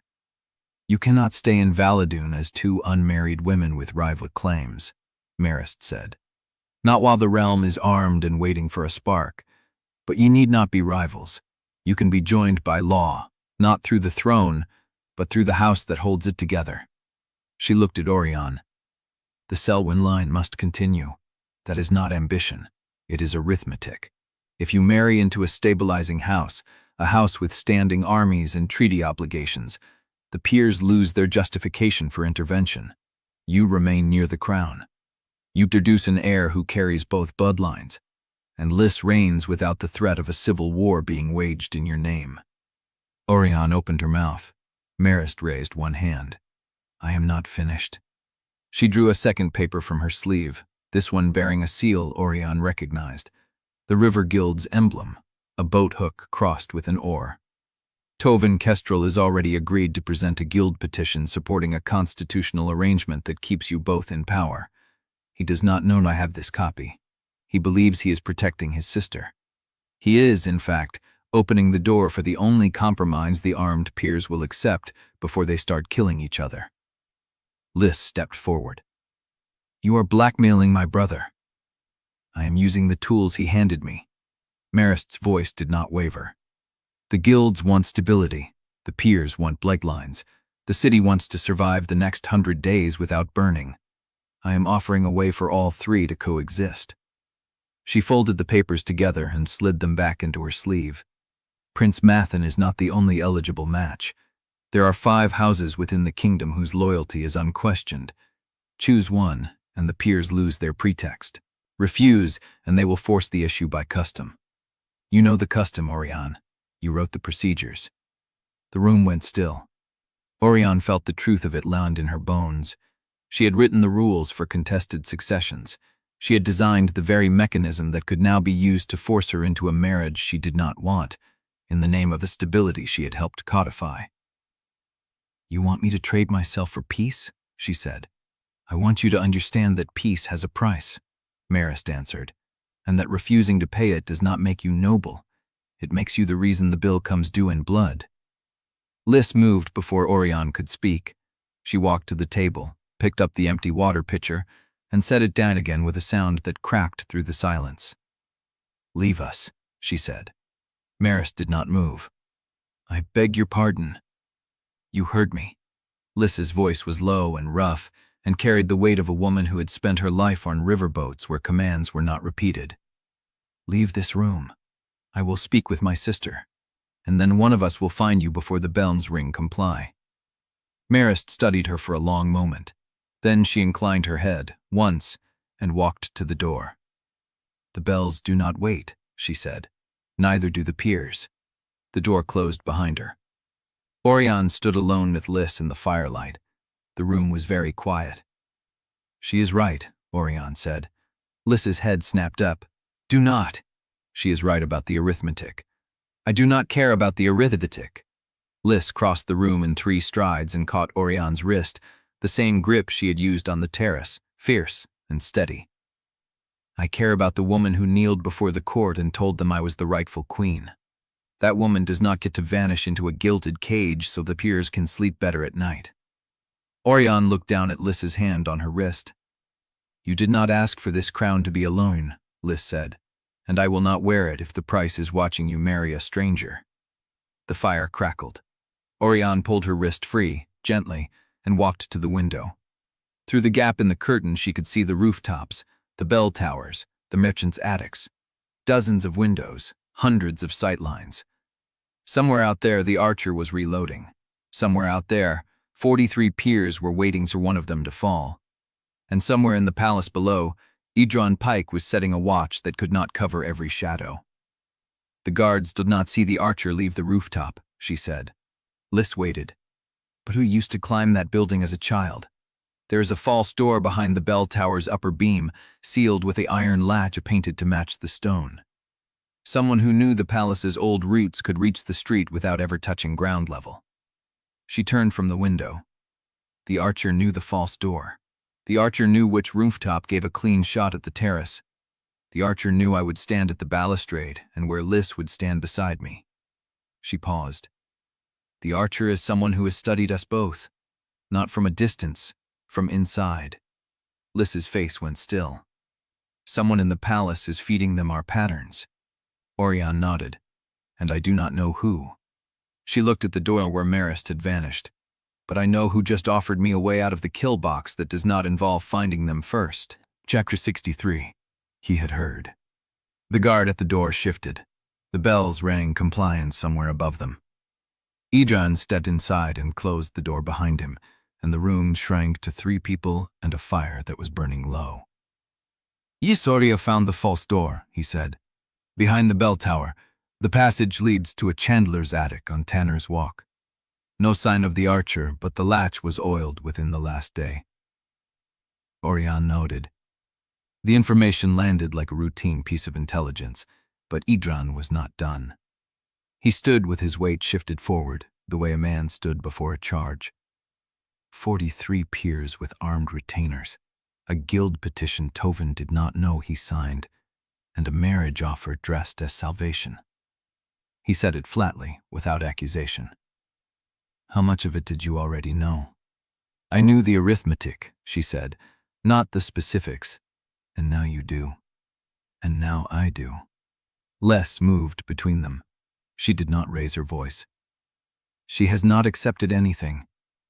Edran's gaze did not leave Auriane. "I know." The silence stretched. The fire popped and settled. Auriane felt the shape of what hung between them, the thing she had not said aloud because saying it would make it real. "Marist is right about the numbers," she said. "If the piers move, the city fractures. Talere waits at the border. Mourning has ships in the delta. One death before the 100th bell and the realm becomes a battlefield. So you trade yourself for a truce. It is not a trade, it is a calculation." "It is the same thing," Edran said, "when the coin is your life." He crossed the room and stopped an arm's length away, close enough that she could see the gray ring around his dark eyes, the scar through his eyebrow, close enough that she could smell river water and spent candle wax on his coat. "I did not come here to argue the arithmetic," he said. "I came to tell you that you do not get to vanish into another mask without hearing the cost out loud." Auriane felt something crack in her chest. "You think I want this? I think you have been trained your whole life to believe that wanting is irrelevant when duty calls." His voice was low, steady, stripped of the guarded edge he used with everyone else. "I think you would marry a stranger, move to a house that is not yours, and spend the rest of your life pretending the choice was noble, while your sister sits on a throne you surrendered, and the man who loves you watches from a distance because there is no place for a common-born spy in the Queen Consort's household." Liss made a sound. It was not a word. Edran did not look away from Auriane. "I am not asking you to refuse the offer for my sake," he said. "I am asking you to refuse it for yours." The fire breathed. Auriane stood very still. "And if I cannot refuse it?" she asked. "If the arithmetic does not bend, then I will watch you leave."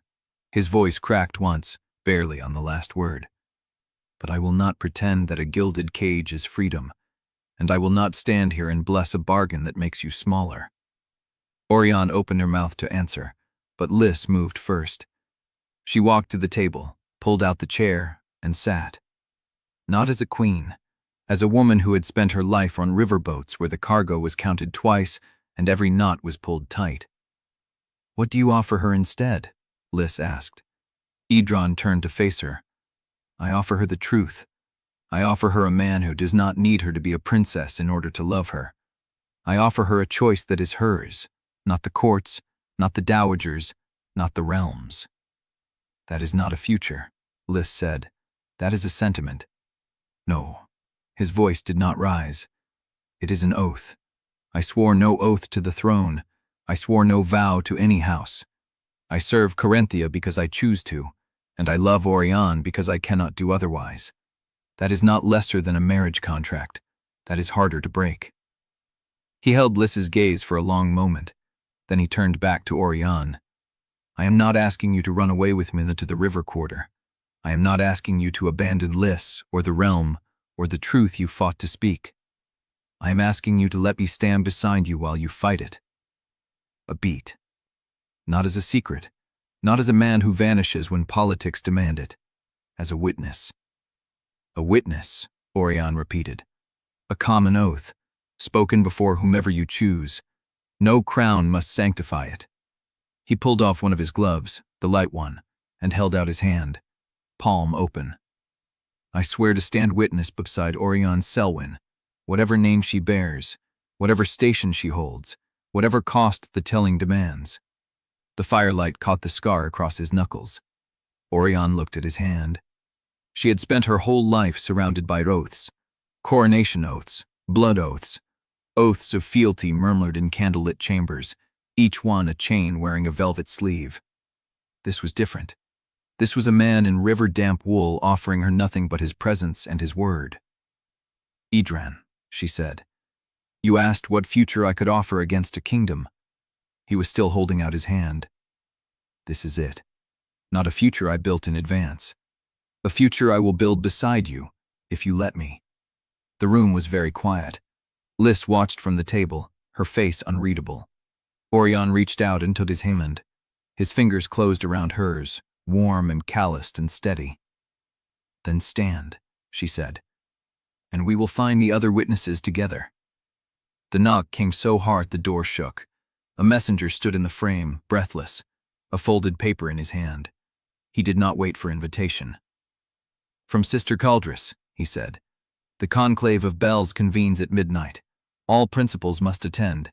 The matter is urgent and cannot wait for dawn." Auriane so bitterly took the paper.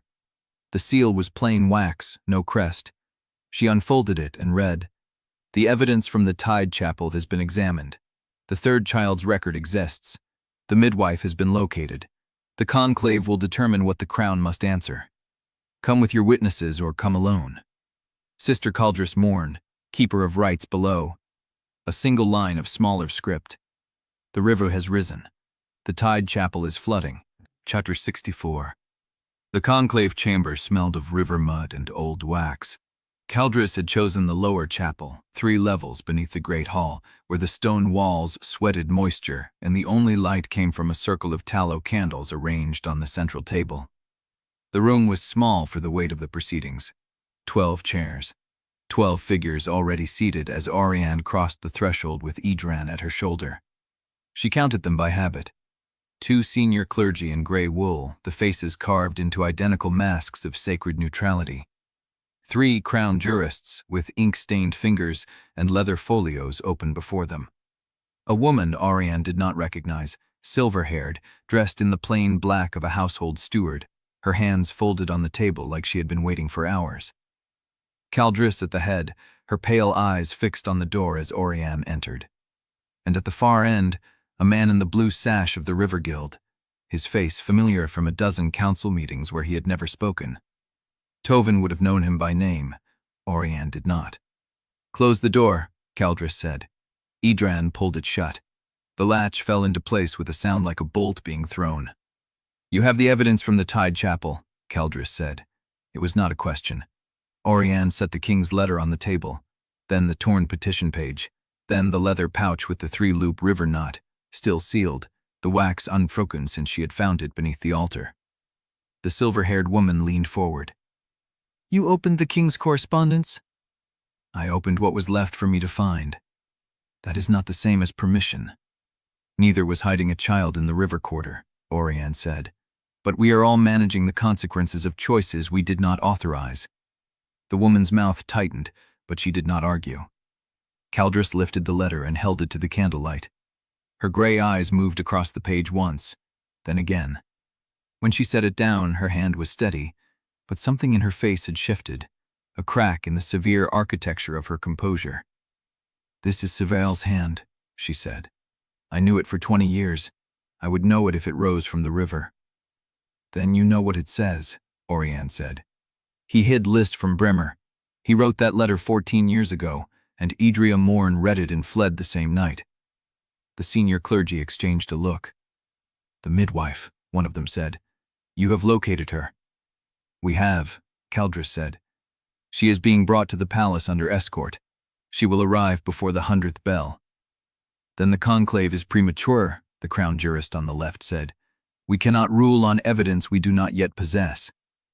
"You can rule on what is before you," Auriane said. "The letter confirms the king acted deliberately. The petition ledger confirms a coordinated effort to manufacture a succession crisis. The wax seal confirms a third faction operating outside court knowledge. She spread the torn page flat. The names were visible in the candlelight.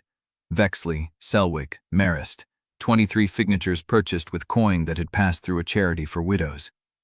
The unrest in the river quarter was designed, she said. The fire was designed. The arrow that struck the terrace between me and Liss was designed. Every piece of chaos that looks like a kingdom tearing itself apart was paid for by the people whose names are on this page. The room was silent. The guild man spoke for the first time. His voice was low, roughened by river air. "You're saying the Queen Dowager paid to paint her own city. I am saying the ledger proves she paid into a coordinated fund. Whether she knew the fire was part of the price is a question for a trial, not a conclave. A trial that cannot happen before the 100th bell," the steward said. "Then the 100th bell must wait." "It cannot." The crown jurist's voice was flat. "The mourning period is fixed by right and law. If the bell passes without a confirmed successor, the Regency Council assumes authority until a crown can be adjudicated.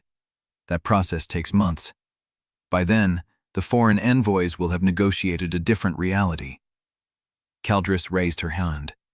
"We are not here to decide the bell's timing. We are here to decide what the crown means when it passes to Liss Odara." "What it has always meant," the silver-haired woman said. "The elder child of the king inherits." "Under what name?" one of the clergy asked. "She was not raised as a Sellwyn. She was not educated for the role. She has no network among the peerage, no understanding of court administration, no relationship with the foreign powers who will demand her attention within the first month of her reign." "Then she will learn," Auriane said.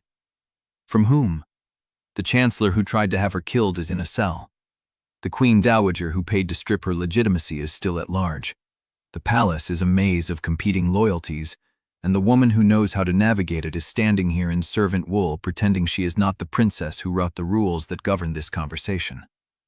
The accusation landed clean. Auriane held the woman's gaze. "I am not pretending anything, not anymore. I am Auriane Sellwyn, and I stand beside my sister as a witness to her claim. If the conclave needs testimony on court procedure, I will give it. If it needs a confession of my own deception, I will give that too. But I will not be shamed into silence by a woman whose name is not on that petition, but whose loyalty I have never tested." The steward's jaw tightened. Caldris set both hands flat on the table. "Enough. We have the letter. We have the petition. We have a midwife being bought to testify. The conclave will reconvene when she arrives.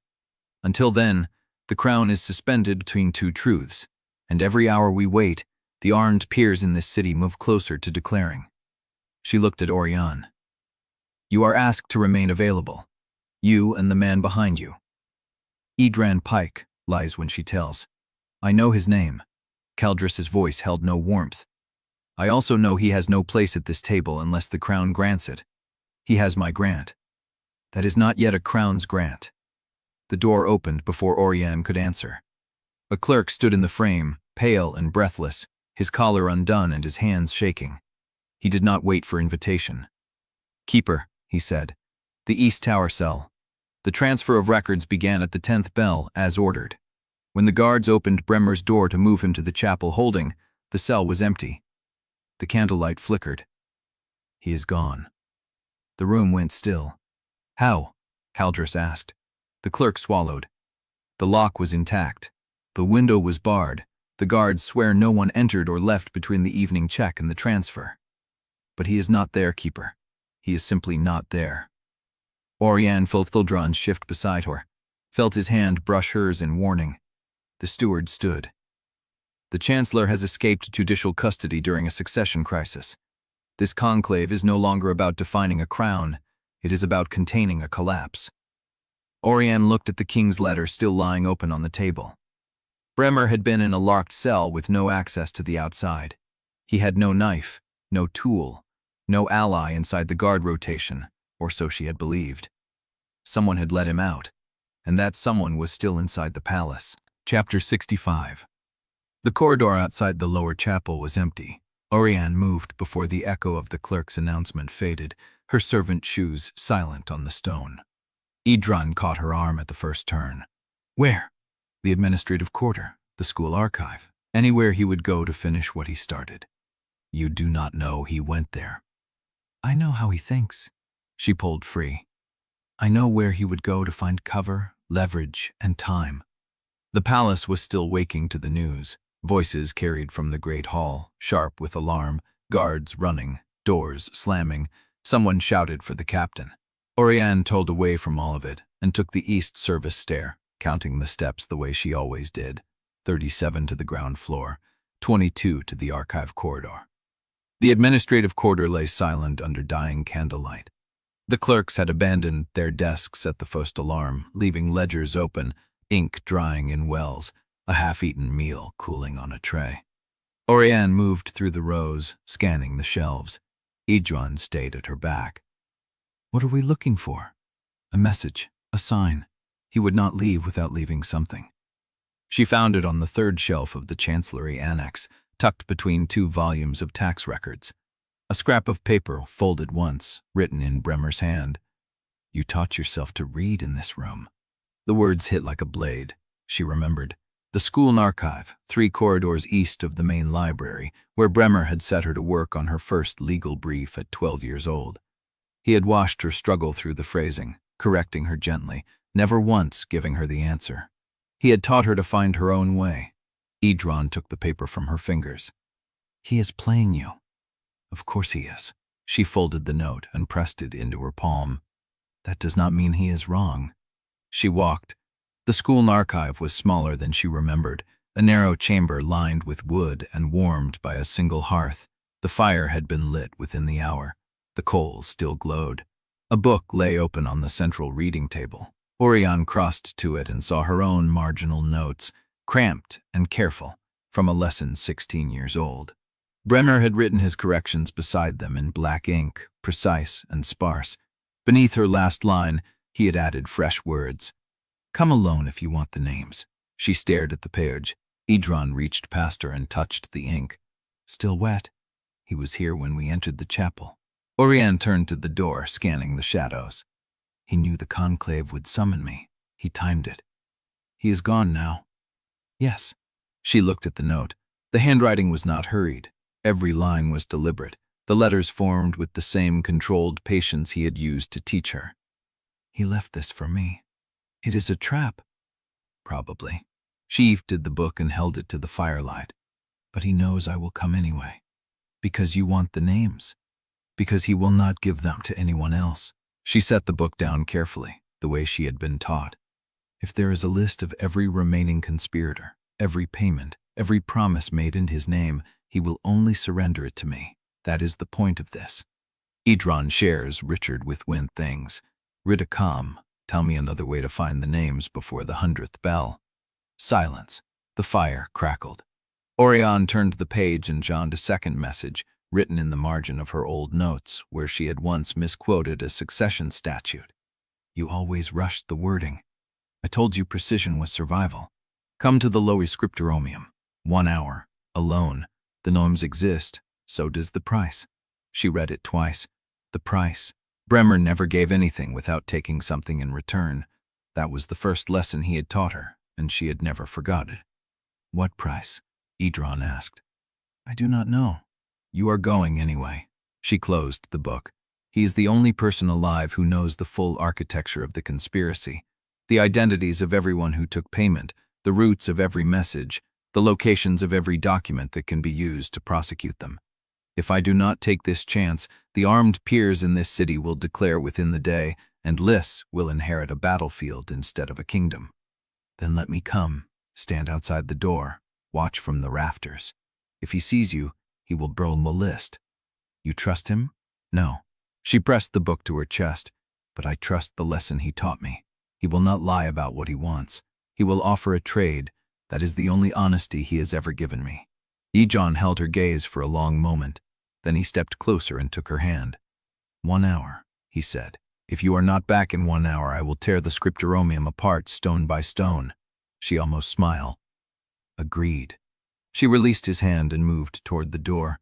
Behind her, the fire shifted. sending shadows crawling across the walls. The lower scripturomia waited, and so did Bremer, and so did the name of every traitor who had helped him burn the kingdom. All she had to do was walk in alone and learn the price. Chapter 66. The lower scriptorium smelled of old ink and older leather, the air cool and still as though no one had disturbed it in years. Auriane sat at the table with his back to her, reading from an open folio. He did not turn. "You are late," he said, "but I expected you would be. You always hesitated at thresholds, even as a child, as though crossing them would commit you to something irreversible." Auriane closed the door behind her. "I brought nothing on me," she said. "I know." He turned to Paige. "I also know you did not come alone." She said nothing. Edran Pike is in the east corridor, 3 doors down, pressed against the wall where the rotted floorboard creaks. Bremer set down the folio and finally looked at her. "You should have left him behind.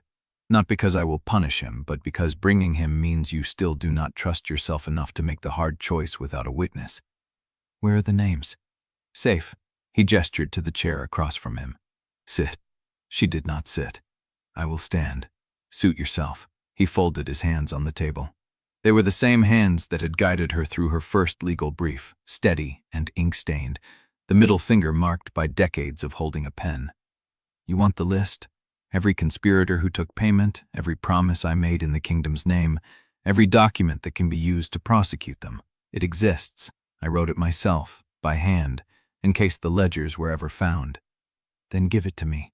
"In exchange for what?" She had expected the question. She had rehearsed answers in her mind during the walk here, each one sharper than the last. But now, standing in the room where he had taught her to parse statutes and weigh evidence, the rehearsed lines felt hollow. "What do you want?"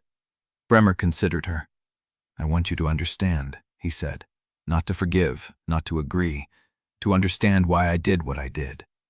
"I understand already. You thought killing an innocent woman would preserve the realm." "No." His voice did not rise. "I thought preventing a war that would kill thousands was worth the life of one woman I did not know. That is not the same calculation, and you are too intelligent to pretend it is." Auriane's hands tightened at her sides.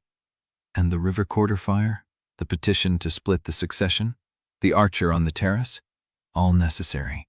He said it without hesitation. "Once the deception was exposed, I could not contain the damage through silence alone. I had to create a crisis I could control so that the final resolution would be shaped by someone who understood the cost of chaos. You burned a district to control a narrative. I burned an empty warehouse." His eyes held hers. "The fire spread because the wind turned. That was not planned. But I did not weep for the loss because I was trying to save the kingdom from what comes next."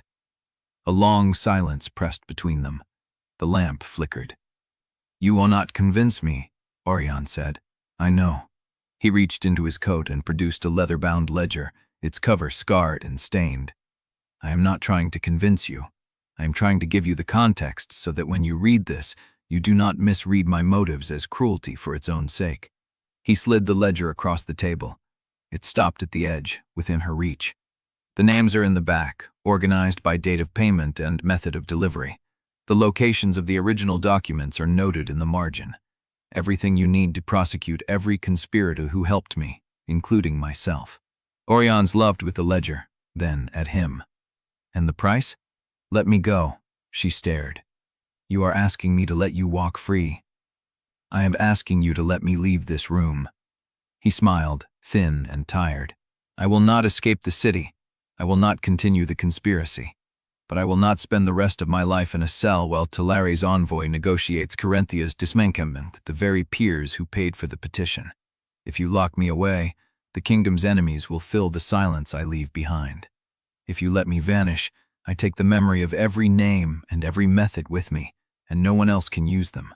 You expect me to trust you?" "No." He stood, pushing back the chair. "I expect you to recognize that this is the only trade that serves your purpose. You keep the ledger, I keep my freedom.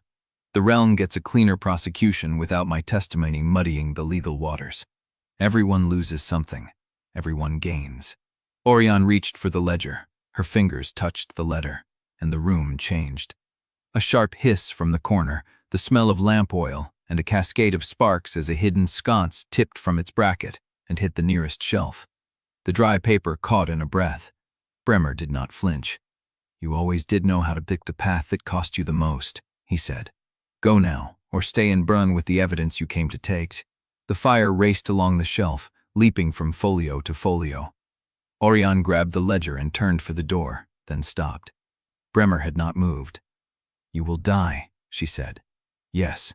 He sat back down at the table, pulled the lamp toward him, and opened a fresh folio. "But not by your hand. That was the one condition I set for myself. No Sellwyn would have to carry my death." The flames climbed higher. Smirk filled the room. Auriane ran.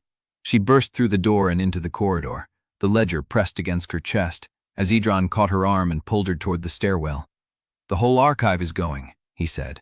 "We have 30 seconds. They ran. Behind them, the lower scriptorium began to collapse. Chapter 67. The corridor filled with smoke before Auriane reached the first turn. Edran's hand was still on her arm, pulling, the ledger pressed against her chest with both arms locked around it. Behind them, the scriptorium breathed flame through the doorway, a low, sucking sound like the river pulling debris under a hull. "The east stair," she said. 22 steps, too close to the fire." He yanked her left instead toward the north passage. "There is a service door at the end, leads to the courtyard." "He is still in there." "He chose that." Auriane's boots slipped on the stone. The smoke was thicker here, coiling along the ceiling in black ropes that dropped lower with every breath. She coughed, and the ledger almost fell. Edran caught it. "Keep moving." They reached the service door. He shoved it open and cold air hit her face, sharp and clean, and she gasped like a swimmer breaking the surface. The courtyard was empty. The bells had not stopped. They had been ringing the whole time, she realized. She had simply stopped hearing them.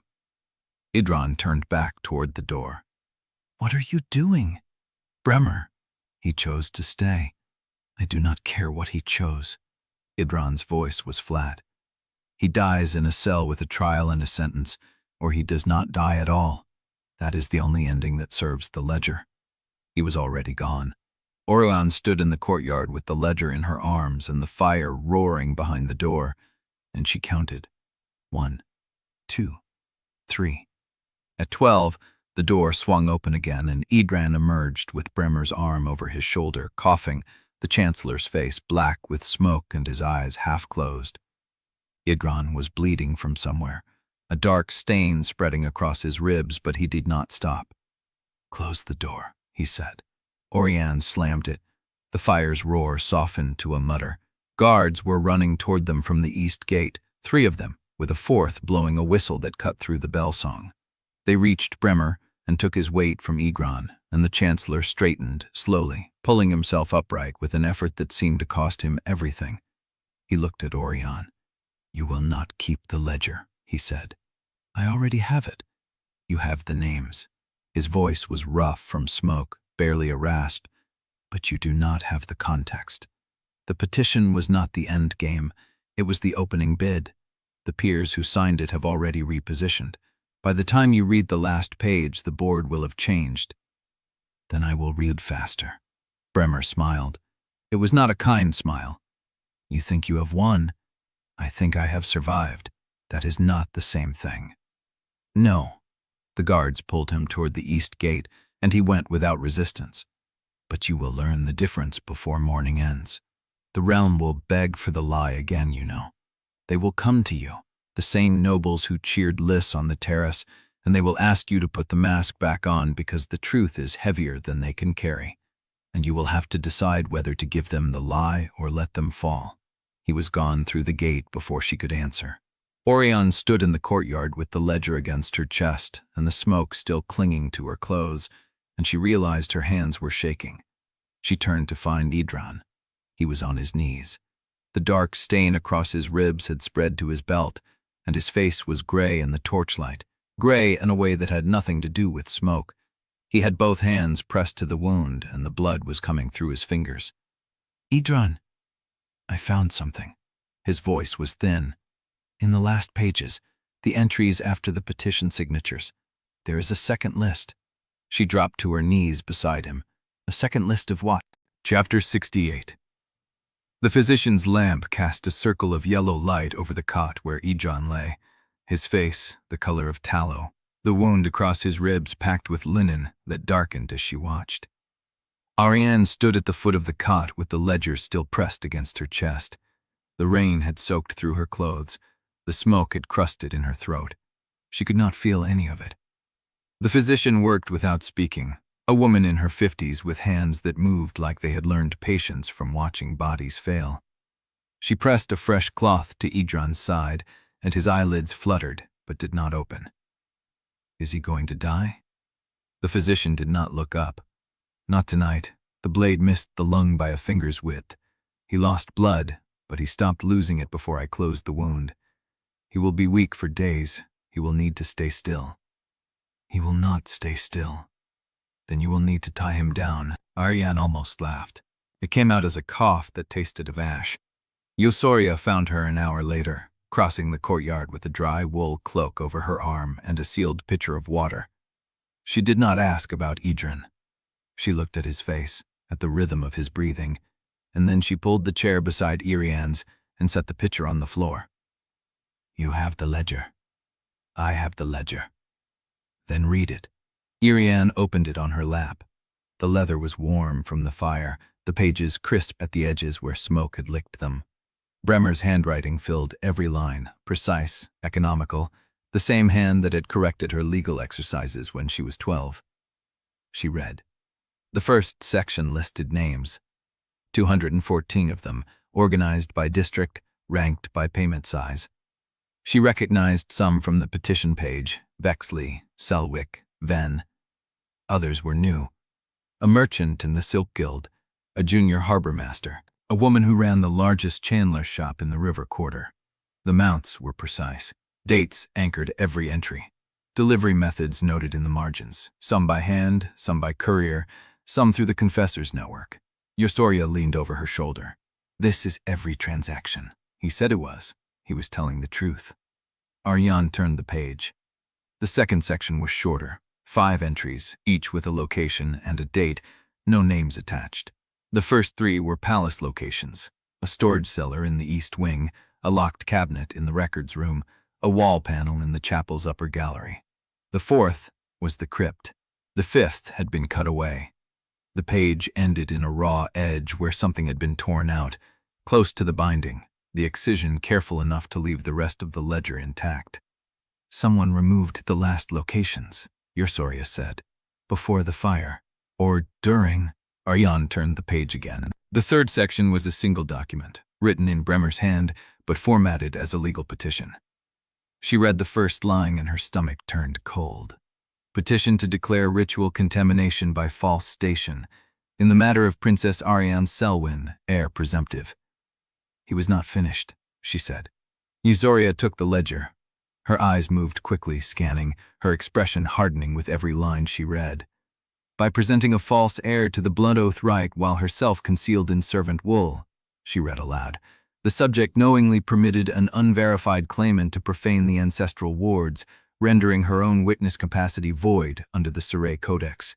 That is not what the Codex says. It is what Bremer's marginal note argues. Yosoria turned the page. And he has attached 5 citations, 3 from the 2nd dynasty, 2 from the 4th. They all deal with witnesses who deceived the ceremony by concealment of station. The Codex allows concealment for the protection of the principal. Then he is misreading it deliberately. Yosoria looked up. Or he prepared an alternate reading that he planned to present to a sympathetic jurist. Someone on the bench who would accept his interpretation over the original text. Auriane took the ledger back. The petition was complete, dated the day after the blood oath rite, signed by Bremer and 2 other names she did not recognize. Signatures she had never seen before, written in ink that had dried before the fire. There is a filing instruction at the bottom. She read it aloud. To be entered before the 2nd confirmation. If successful, the subject is rendered incapable of serving as royal witness to any future right of succession, including the confirmation of Liss Odara as heir. Yosoria was quiet for a long moment. If this passes, she said, Liss goes to the second confirmation alone. She will not be alone. She will be without the one person the city still trusts beside her. Eusoria's voice was flat. The nobles will spin it as divine judgment. The Crypt spoke for Liss, but the Crypt also marked Auriane as unfit to witness. The clergy will argue the wards themselves rejected her by allowing her deception to go unpunished. They did not reject her. They answered Liss's blood. They did not strike Auriane down, but Bremer has framed the argument so that silence becomes condemnation. Auriane stared at the petition.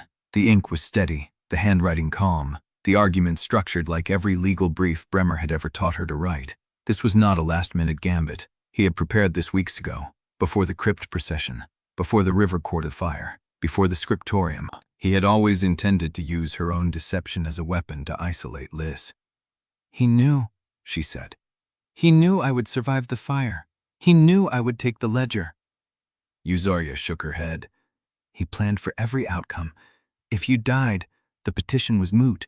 If you lived, he gave you the ledger so you would find this and understand what he had built around you." "And the torn page?" "I do not know, but I suspect the missing location is not a payment drop." Auriane looked at the raw edge of the page. The excision was deliberate. The remaining pages sat flush against the binding, the tear clean, the handwriting uninterrupted on the resso. "It is the name," she said. "The one who writes the ledgers." Eusoria said nothing. Edran stirred on the cot, his hand moving toward his ribs. The physician pressed him back down, murmuring something low, and he subsided with a sound that might have been a word or might have been air leaving his lungs. Auriane closed the ledger. "How long until the second confirmation?" 3 days, Eusoria said. Culdris set the date at the Conclave before we were interrupted. The terrace at dawn, open to the city, with the ward stone moved from the crypt to the Surrey's edge. They are moving the ward. The river ward was the original seat of the bloodline. The crypt was built later. Culdris believes the river stone will answer more clearly if the ceremony is held where the oldest oath was sworn. Auriane turned the ledger over in her hands. The leather was still warm. The smoke still clung to it. "I need to see the original codex citations," she said. "The ones Bremer used in his petition. I need to read them myself." "Where are they held?" "The Chancellery Annex. In the sealed shelf behind the jurist's bench. Only a sitting crown officer can open it." Eusoria's eyes met hers. "You are no longer a crown officer." "I am still the princess who wrote the succession procedures." Auriane stood. The cloak Eusoria had brought hung from her shoulders, dry and heavy, and she pulled it tight. "And I am still the woman who knows where every key is kept. By morning they will seal the annex. Then I go tonight. With Edran on a cot and no guard you trust." Auriane looked at him. The rise and fall of his chest was steady now. The color was returning to his face in patches, slow and uneven, like ink bleeding into wet paper. "I go," she said, "and I do not let the second confirmation happen until I know what Bremer left in those citations and who the last page was meant to protect." Eusoria reached for her hand. "You cannot save her alone." "I am not alone." Auriane looked at the window. The rain had stopped. The bells had gone quiet. The city was still, waiting, the dark before the first light of the 100th dawn. "I have a ledger, a sister, and a man who bled for me in a burning room. That is enough for one night. Where will I find you if the council summons you before dawn?" Auriane thought about it. "The same place I have been since this began. Under the throne, in servant linen, counting the steps between doors. If they want me, they will have to look where they have never learned to see." Eusoria smiled. It was not a happy smile, but it was real. "Then go. I will keep watch over your witness." Auriane crossed to the cot and looked down at Edran's face, his scarred eyebrow, the corner of his jaw, the hand that had pressed his own blood against his ribs to stop the flow. She did not touch him. "If you wake before I return," she said, "tell him the ledger has teeth, and tell him the last page is still missing." She turned. Behind her, Edran's voice came thin and cracked. "Tell me yourself." She stopped. His eyes were open, not fully, a slit of gray ring and dark pupil, but open.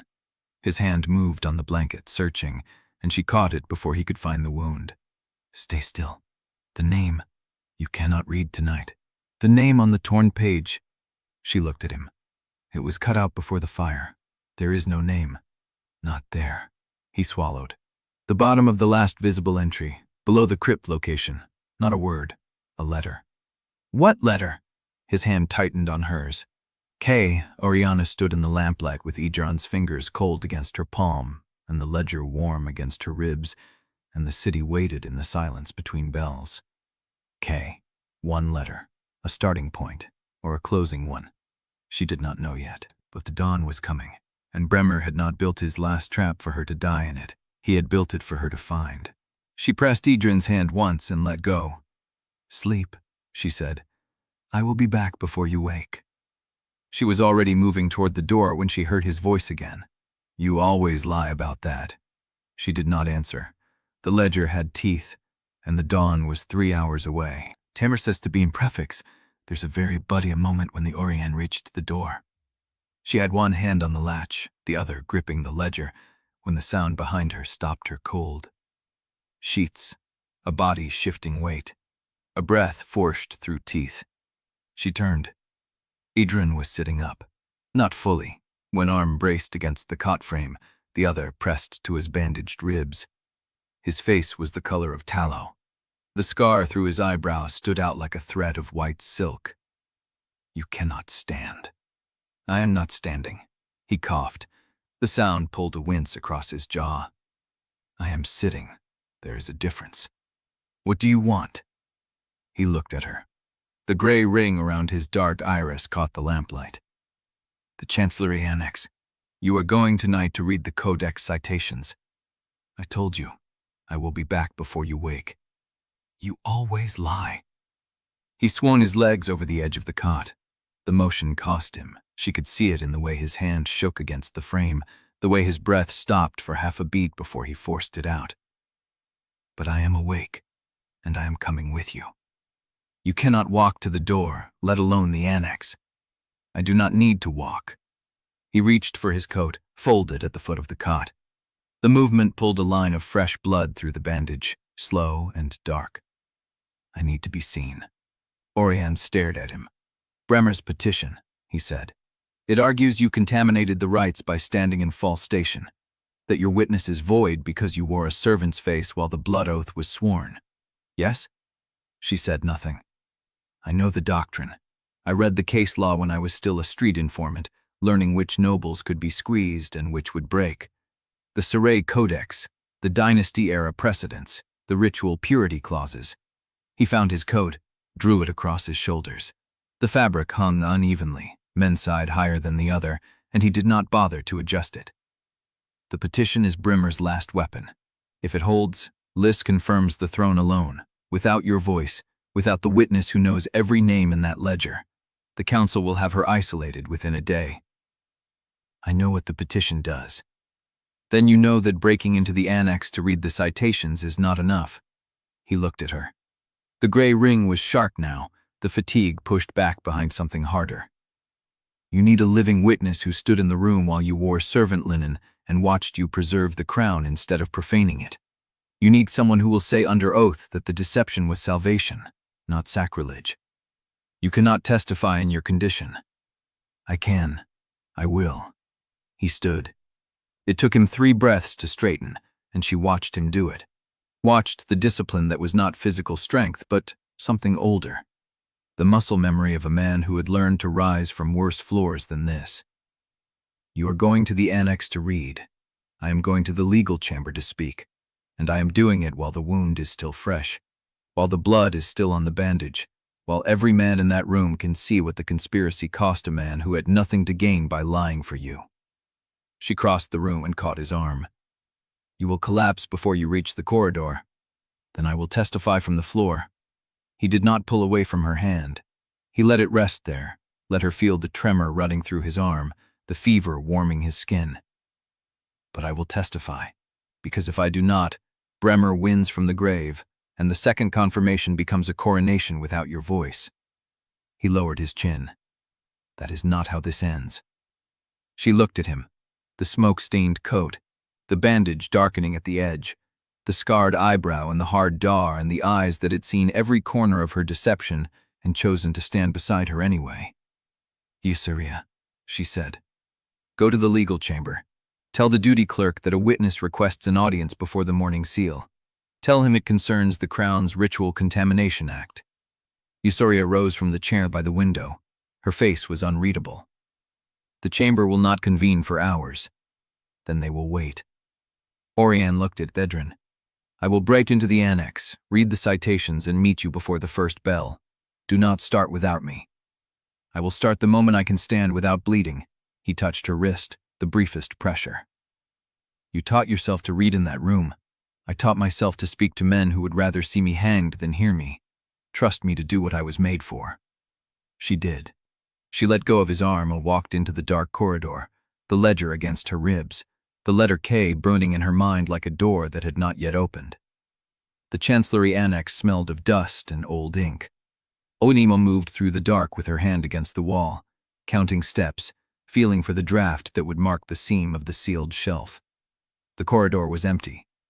The night clerks had been dismissed at the alarm, and no one had thought to post a guard on a room full of precedents while the realm groaned. The jurist's bench sat at the far end, a slab of dark wood polished by generations of palms. Behind it, the shelf was closed by a panel of iron-reinforced oak, the lock a 3-tumbler mechanism she had watched Bremer open 100 times. She had never watched him do it while holding a candle, but she had watched. She knelt, set the ledger on the floor, and worked the picks Ysseria had pressed into her palm before she left the room. The first tumbler gave under the second pressure, the third, the fifth. The panel swung open. Inside, 4 volumes of the Surrey Codex, bound in cracked leather, their spines marked with the dynasty seals. She pulled the 3rd volume and opened it to the shelf mark the novice had recited from memory. The passage was there. Ritual contamination by false station. Any participant in a blood rite who stands under a name not their own, or a rank not lawfully held, voids the witness of every person present who knew the deception and did not speak. She read it twice. Then she read the citation Bremer had added in the margin, his handwriting unmistakable, the ink fresh enough to catch the lamplight. Therefore, the second confirmation must proceed without the contaminated witness. She closed the volume and pulled the next. The dynasty-era precedent was there, too. A case from 200 years ago, a lady-in-waiting who had worn a princess's mourning veil for 3 days while the true heir recovered from fever. The Right Riki had declared her witness void, and the confirmation had been delayed by a full season while the realm debated whether the deception was treason or mercy. The margin note in Bremer's hand applied to Sellwyn's succession. The contaminated witness is Auriane. The oath mirror will not answer a hand that has worn 2 faces. She read it a 3rd time, then she closed the book. The petition was legally sound. The citations were real. Bremer had not forged the precedents. He had simply found the ones that cut deepest. She needed a counter-argument, a ruling, a living voice that could stand before the chamber and say the doctrine had been misapplied. She needed Edran. She found him in the legal chamber, standing at the witness rail with both hands braced against the wood, his knuckles white. The room was half full, men in dark wool and women in mourning crepe, their faces shop with scrupulous calculation. Marist sat at the far end, her hands folded on the table before her, her expression carved from the same stone as the crypt. Auriane slipped into the back row. Edran did not look at her. He looked at the jurist at the head of the chamber, a man with a face like a closed door, and he spoke. "I served the crown for 8 years. I have followed the princess through servant corridors, river alleys, and booming buildings. I saw her wear linen and carry ash and pull a child from a crossbow line while armed men hunted her. I saw her choose truth over the throne." The spymaster is correct. Every head turned. Auriane felt the air leave the room. Marist did not stand. She sat perfectly still, her hands folded, her face unreadable. The doctrine was written for a different age.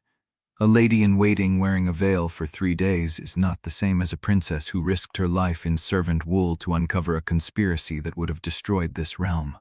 The citation is correct in letter. It is false in spirit. She paused. "I will testify to that effect when the petition is read." The room stirred. Men exchanged glances. The jurist's face did not change. Auriane willed past Marist's hands, still folded. Still. And then Marist's eyes lifted, not to the jurist, to Auriane. There was no warmth in them, no alliance, only a promise, sharp and cold, that would name its price when the chamber was empty. Auriane held her gaze.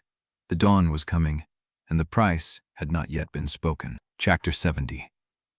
The announcement came at the hour between night and dawn, when the bells had not yet begun and the palace held its breath.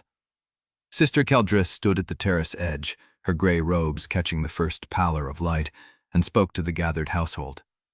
The second confirmation will proceed at full morning, not in the crypt, here, on the river terrace, where the Surrey can witness and the city may see what the court has tried to bury. The words landed like stones in still water. Servants stopped mid-step. A clerk dropped his pen. Someone in the shadows let out a breath that was half curse, half prayer. Auriane stood at the back of the crowd, her shoulder pressed against the cold stone of the archway, and watched the faces shift. Open terrace, open right, open killing ground. Caldris knew what she was doing. Moving the confirmation from crypt to Surrey, Edge stripped the conspirators of their advantage in closed chambers and dark corridors. It forced the attack into the light, where every eye in Valadoon could witness the blood ward answer, or fail. It also gave every archer in the city a clear shot. Auriane's hands found the stone behind her and held. The terrace filled as the morning grew.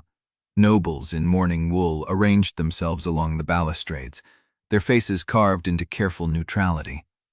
River Guild members pressed against the outer rail, their caps in their hands, their eyes fixed on the woman who had walked among them 3 weeks ago and now stood at the center of the realm's oldest rite. Liss stood at the wardstone, barefoot, her dark hair loose, her sleeves pushed to the elbows. She wore unbleached linen, no ornament, no crown, nothing to separate her from the river quarter she had left. Caldris had insisted on the plainness. The blood answers the woman, not the silk. Auriane stood 20 paces back, at the edge of the witness circle, where the law said the contaminated witness belonged. Edran was at her side, his bandaged arm pressed against his ribs, his face gray with the effort of standing. "You should be in bed," she said without looking at him. "You should be at the stone." "I cannot. The petition. The petition has not been read. The right has not been challenged. You are her witness until someone proves otherwise." She looked at him then. He was pale, the scar at his jaw standing out like a thread of white silk against the stubble, but his eyes were clear. "You look like you were about to fall. I look like I paid for this moment in blood." He managed a thin smile. "So did you. Stand where you belong." She did not move, but she felt the weight of his words settle in her chest, warm and sharp as the accession burned on her arm. Caldris raised her hands. The crowd fell silent. The river ran below the terrace, gray and heavy with the tide, and the morning light caught the surface in long, slow ripples. The wardstone had been moved from the crypt and set at the terrace's edge, a slab of dark river rock carved with the old Sellwyn knot, the same pattern that sealed the king's hidden letter. Liss stepped forward. The crowd held its breath. Auriane watched the bell towers. There were 3 of them visible from the terrace: the great tower at the palace's eastern corner, the smaller campanile above the Chandler's district, and the bell tower of St. Cyrate's chapel, where the false door had been oiled within the last day. 3 towers, 3 sightlines. Any one of them could hold an archer. She scanned the rooftops, the shadows, the narrow arrow slits in the stone. Nothing moved. No flash of metal, no shift of cloth. Caldris spoke the ritual words, her voice carrying across the terrace, across the river, across the city that had gathered to watch its future bleed onto the stone. "Liss Odara, born of the river, daughter of blood unacknowledged, the ward awaits your hand. If you carry the line, it will answer.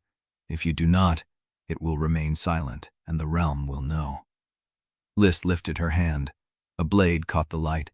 She drew it across her palm, quick and practiced, the way she had seen the crypt attendants do it. Blood welled, dark and bright, and she pressed her palm flat against the ward stone. The stone drank. Auriane watched the bell towers. A flicker at the eastern tower. A shift of shadow against stone, too fast for a bird, too deliberate for the wind. "Down," she said. Edran caught her arm. "What? Down, now!" She did not wait for him to move. She stepped forward, out of the witness circle, out of the contaminated margin, into the open space between Liss and the eastern tower. She did not know if she was protecting her sister or exposing herself. She only knew that the shot was coming, and someone had to stand in its path before it found the woman whose blood was already speaking to the stone. The ward stone answered. Light rose from the carved knot, amber and silver, the same color that had burned in the crypt when Liss's blood woke the dead king's names. It rippled across the terrace, slow and undeniable, and the crowd gasped. Keldris's voice rose above the sound. "The ward answers. The line confirms. She is the blood of—" The arrow took her in the shoulder, not Liss, Keldris. The keeper of the rites trembled, her gray robes darkening, the ritual words cut off mid-syllable. The crowd screamed. The terrace erupted into chaos. Auriane saw the second arrow before it left the bow. She saw the glint of the head, the angle of the shaft, the line it would trace across the morning light. She saw it would pass through the place where she was standing, the place where she had stepped forward, the place where Liss still stood with her hand pressed to the ward stone, her blood still seeding the light. She did not think. She moved. She crossed the distance in 3 strides, caught Liss by the arm, and pulled. The arrow struck the ward stone where Liss's chest had been, shattered against the carved knot, and fell to the terrace tiles in 2 clean pieces. The light on the stone went dark. The silence that followed was worse than the screaming. Auriane held Liss's arm, her grip tight enough to bruise, her breath ragged, her eyes fixed on the broken arrow at their feet. 3 towers, she said, her voice low enough that only Liss could hear. 3 shooters. They are not trying to kill one of us. Liss's face was pale, her hand still dripping blood onto the stone, but her voice did not shake. They are trying to kill both of us. Auriane looked up. The eastern tower was empty. The campanile was empty. The bell tower of St. Cerate's chapel, where the false door had been oiled within the last day, where the archer had escaped after the terrace attack, where someone had left a latch ready for a shooter who could move through walls, that tower still held a shadow, and the shadow was aiming at Marist. Chapter 71. The arrow had not yet found Marist. Auriane saw the line of it, the angle from the chapel bell tower, the way the shadow shifted as the archer adjusted aim. Marist stood frozen at the terrace edge, her black silk pressed flat against her body by the river wind, her face a mask of calculation that had not yet caught up to the fact that the shot was for her. "The Dowager," Auriane said. Liss turned, saw it, moved. But Auriane was already running. She crossed the terrace in a blind sprint, her servant shoes skidding on the wet stone, her hand reaching for nothing because there was nothing to reach. No shield, no weapon, no time. She did not know why she was running toward a woman who had tried to bury her sister's claim. She only knew that the conspiracy wanted Marist dead, and whatever the conspiracy wanted, she would stand against. The arrow released. Auriane saw it leave the bow, a dot thread against the morning sky, tracing a path that would end in the Dowager's chest. Then a figure stepped from the crowd, a man in palace livery, a captain's knot on his shoulder. Marist's own guard captain, the one who had stood at her shoulder through every council, every banquet, every private audience where the Dowager had maneuvered against the Sellwyn line. He stepped into the arrow's path, raised a small steel buckler from his belt, and caught the shot with a sound that rang across the terrace like a bell. The arrow splintered against the metal. The captain did not flinch. The terrace erupted into a second wave of chaos. Guards poured from the side doors, servants screamed, someone was shouting for physicians, for the city watch, for crossbows to return fire from the roof. Marist stood where she had been standing, untouched, her face unreadable. The captain lowered the buckler and turned to face the bell tower, his stance wide, his hand already signaling his squad to flank the chapel entrance. He did not look at the Dowager. He did not look at Auriane. He moved like a man who had been expecting the shot, who had prepared for it, who had positioned himself exactly where the arrow would fall. Auriane's lungs burned. She stopped running, her chest heaving, her mind racing through the implications. Marist's guard captain had known. He had been waiting. He had stepped into a line of fire that required perfect timing, perfect positioning, perfect knowledge of when the archer would loose. He had not been protecting Marist from an unknown threat. He had been prepared for this specific attack. Behind her, Liss was moving, her voice sharp and clear above the chaos. "Tovin, the river, now!" Auriane turned.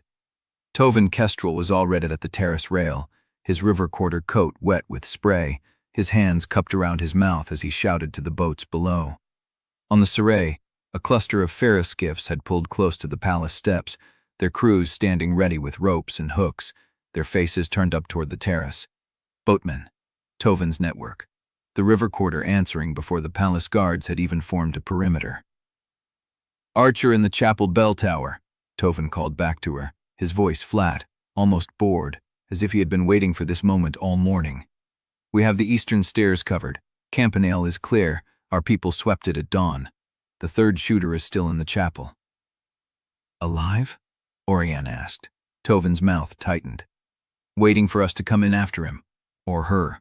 The door is barred from inside, and there is only one staircase." Auriane looked up at the bell tower. The shadow was still there. The archer had not fled, had not changed position, had not tried a second shot at the Dowager now that the captain had blocked it.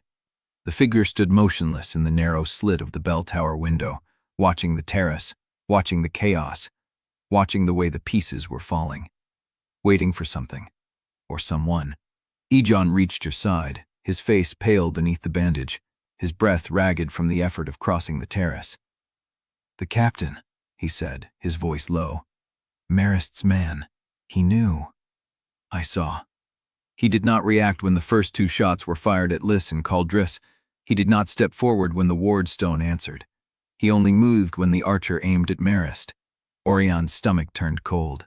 "Because the attack on Marist was not met of the plan," she said slowly. "The first two shots were the plan. The third was a deviation, and he was waiting to stop it." Edran's jaw tightened. Or he was waiting to confirm the target. She looked at him. He did not look away. "Marist's captain is not protecting the Dowager from assassins," he said. "He is protecting the conspiracy from Marist's death. She is still useful to them. The attack on her was someone else's move, someone who does not want her alive for the next round." Auriane's mind raced through the implications. If Marist's own guard captain was embedded in the conspiracy, if he had been waiting for the third shot because the third shot was not supposed to happen, then the Dowager was not the mastermind. She was a piece, a useful one, but a piece nonetheless, and someone else had decided it was time to remove her from the board. "The captain," Auriane said. "I need to speak to him. He is already sealed inside the Dowager's retinue. You will not reach him alone." "Then I will not go alone." She looked at Liss, who had reached the terrace rail, and was speaking to Tovin in low, rapid words, her hands still wrapped in the cloth she had torn from her sleeve, her blood still dark on the stone behind her.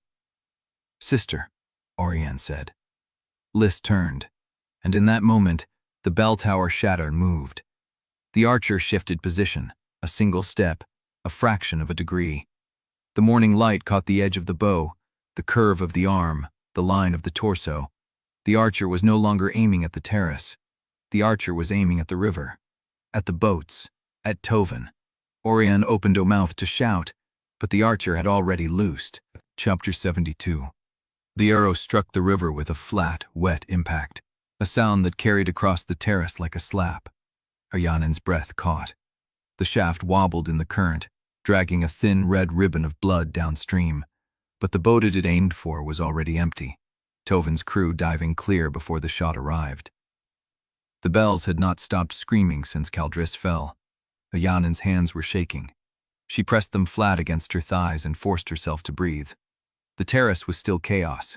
Nobles pressed against the walls, guards pouring from every door, river quarter boatmen vaulting the rail with ropes and hooks.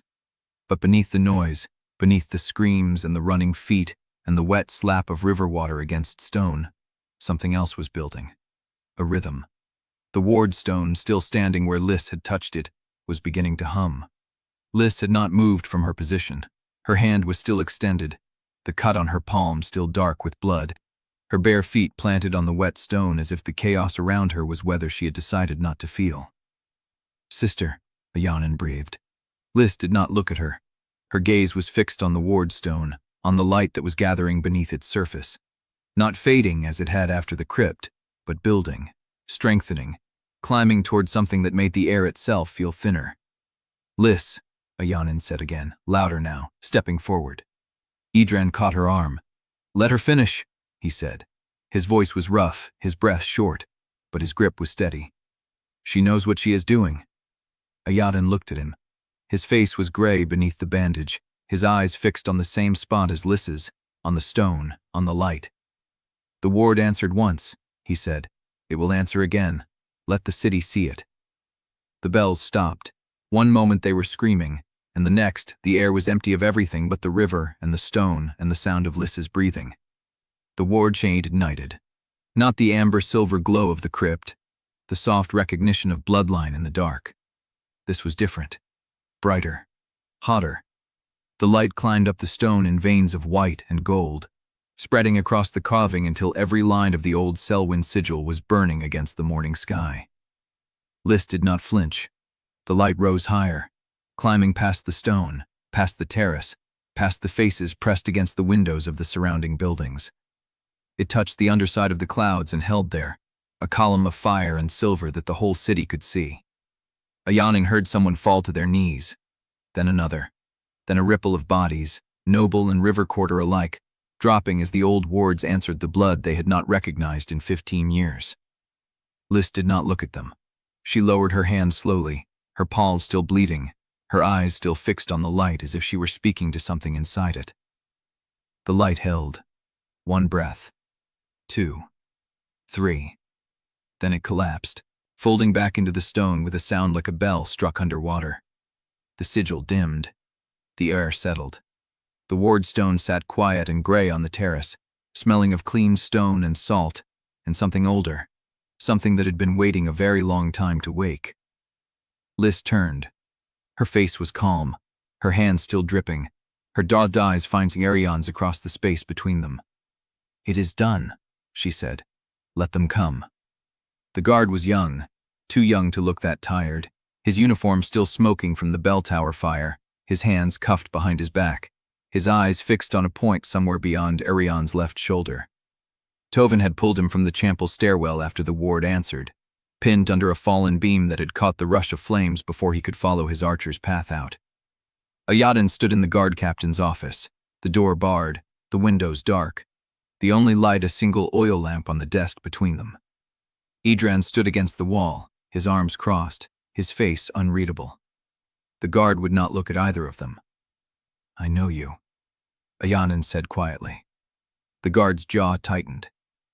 You served in the East Wing rotation. 2nd floor, 3rd door. You were on duty the night the Confessor died. No answer. I remember your face because you were the one who looked away when I passed. Not out of respect, out of caution. You did not want me to see you looking.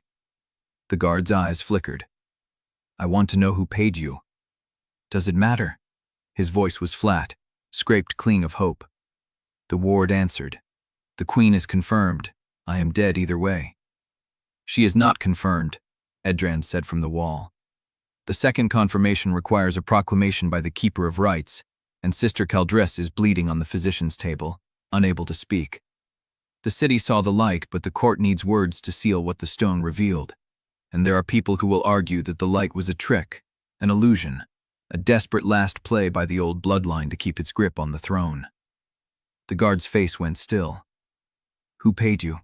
Auriane asked again. He was silent for a long moment. Then he spoke. The funds were released after the Chancellor's arrest. Auriane's blood went cold. Bremer's arrest. No, the guard's voice cracked. The first arrest, the Chamberlain, the one who held the keys to the sealed accounts. They released gold from the old notework, the one everyone thought was locked when Bremer fell. But someone still has the key. Someone still central. Someone no one looked at twice. Auriane's mind raced. The sealed accounts. The network that paid assassins, arsonists, false witnesses. The ledger that Kell wrote, not Bremer. The Chancellor, she said slowly. Master Aldred Ven. The guard shook his head. Ven was a signatory, a paid voice. He did not hold the keys. Then who? The guard lifted his eyes. He looked at Auriane as if she had already guessed the answer and was refusing to speak it aloud. The woman who sealed the crypt, he said. The one who knew the rites. The one who set the time of the terrace ceremony so the archers would have the sun at their backs. The air left Auriane's lungs. Sister Caldris, Chapter 73. The guard's confession hangs in the room like smoke.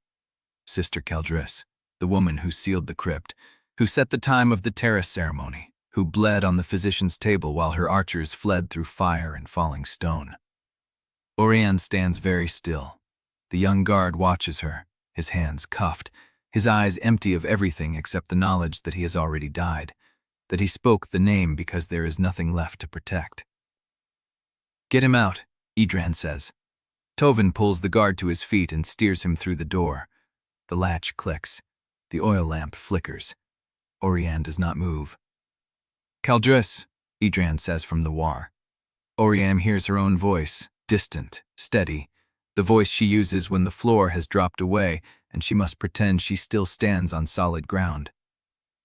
The woman who sealed the crypt, who kept the witness chain intact, who moved the confirmation to the terrace so the city could see the light. Auriane sits in the chair across from her. Yes. Both things are true? Yes. She turns. Fine, Liss. Tell her I am coming. I need a moment. Edran studies her face. He does not argue. He leaves. The door closes. Auriane stands alone in the captain's office, the lamp casting her shadow long across the boards, and she lets herself feel the full weight of what the guard said. Sister Caldris, keeper of the rites. The woman who stood at the altar and declared Liss's blood true. The woman who bled beside them, who took an arrow meant for the proclamation. The woman who set the archers in position. Auriane presses her palms flat against the desk and breathes. Control, she tells herself. You were raised to control. But the doctrine feels foreign in her mouth, like a language she has forgotten how to speak. She finds Liss in the withdrawing room off the Elysian Gallery.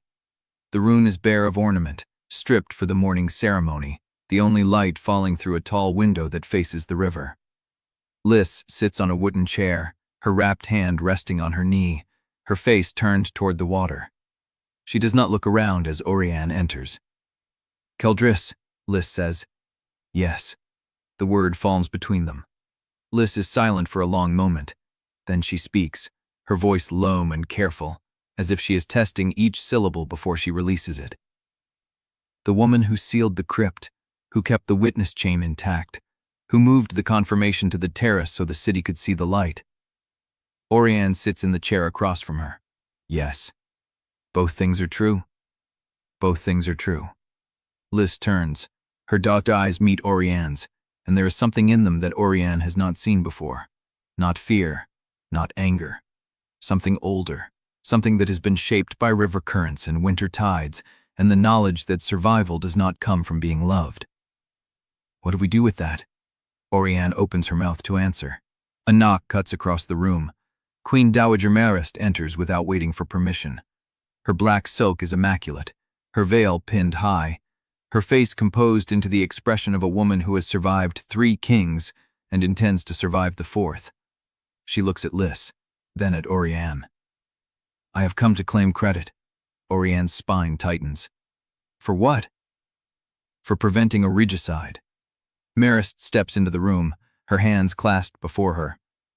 My guard captain blocked the arrow meant for me, but in doing so, he also prevented the archer from completing the intended sequence. Liss does not rise. Explain. Marist's gaze holds steady. 3 towers, 3 arrows. The first was meant for Caldris, to silence the proclamation. The second for Liss, to end the bloodline. The third for you, Auriane. Then why did it aim at you? Because I was never the original target. Marist's voice is smooth, unhurried, the voice of a woman who has rehearsed this conversation.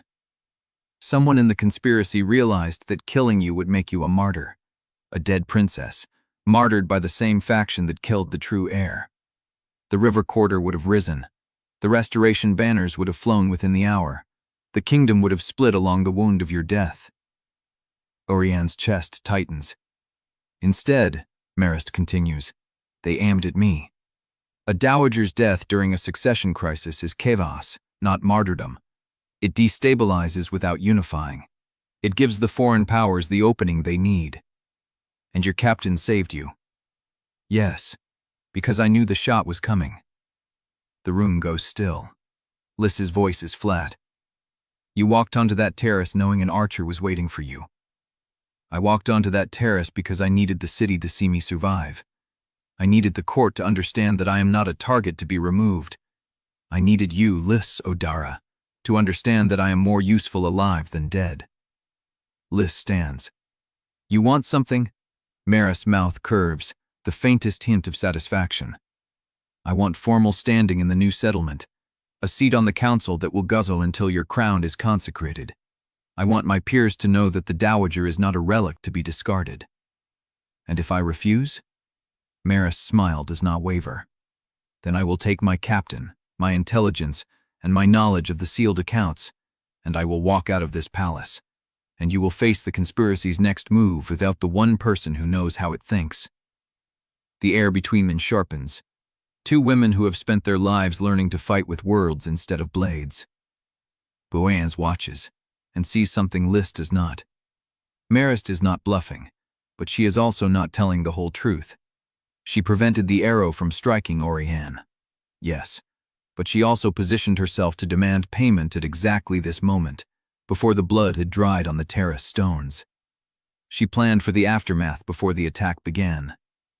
Sunset, Marist says. My chamber. A private bargain between women who understand that survival is not the same as victory. She turns and walks out. The door closes behind her. Liss stands at the window, her back to Auriane, her shoulders tight.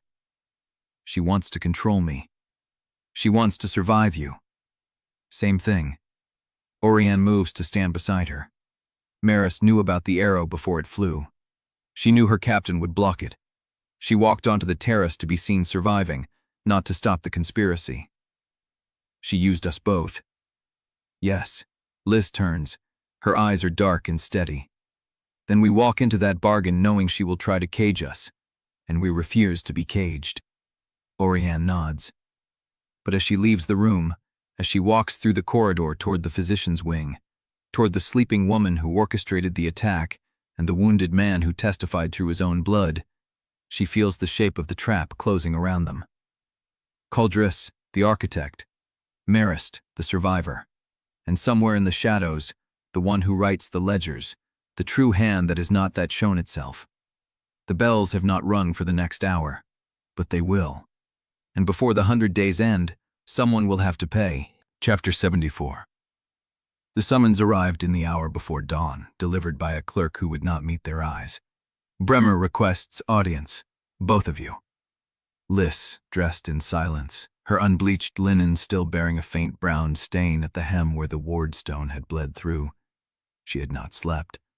Neither had Auriane. They walked the eastern corridor together without speaking, past guards who straightened at their approach, past servants who pressed themselves against the walls and watched with unreadable faces. The holding cells beneath the east tower had been reinforced after Bremer's first escape. A new iron door barred the stairwell. A new lock gleamed in the torchlight. The guard captain who met them at the base wore the same face as every man who had stood watch in this corridor since the arrest. Tired, weary, unsure whether he was guarding a prisoner or a monument. He will not stand for you, the captain said. Chained to the floor ring. Standard protocol after the tower breach. Auriane nodded. The vault door groaned open. The cell was smaller than she remembered. Stone walls, sweating damp. A single slit window at ground level that showed nothing but the gray scrape of earth. Bremer sat on the floor with his back against the far wall, his wrists chained to a ring bolted into the flagstones. He wore no coat, no collar, no ornament, just the plain gray tunic of a man stripped of rank. He looked older, but when he raised his head, his eyes were the same patient, assessing calm that had watched her learn to read, watched her learn to lie, watched her learn to rule. 2 heirs, he said. I asked for both. And here you are, standing together, breath in the same rhythm, shoulders set at the same angle. You have been practicing each other. Liss said nothing. Auriane stepped forward. We came because the captain said you requested audience, not because we owe you another word. Bremer's mouth curved. You came because you want to understand.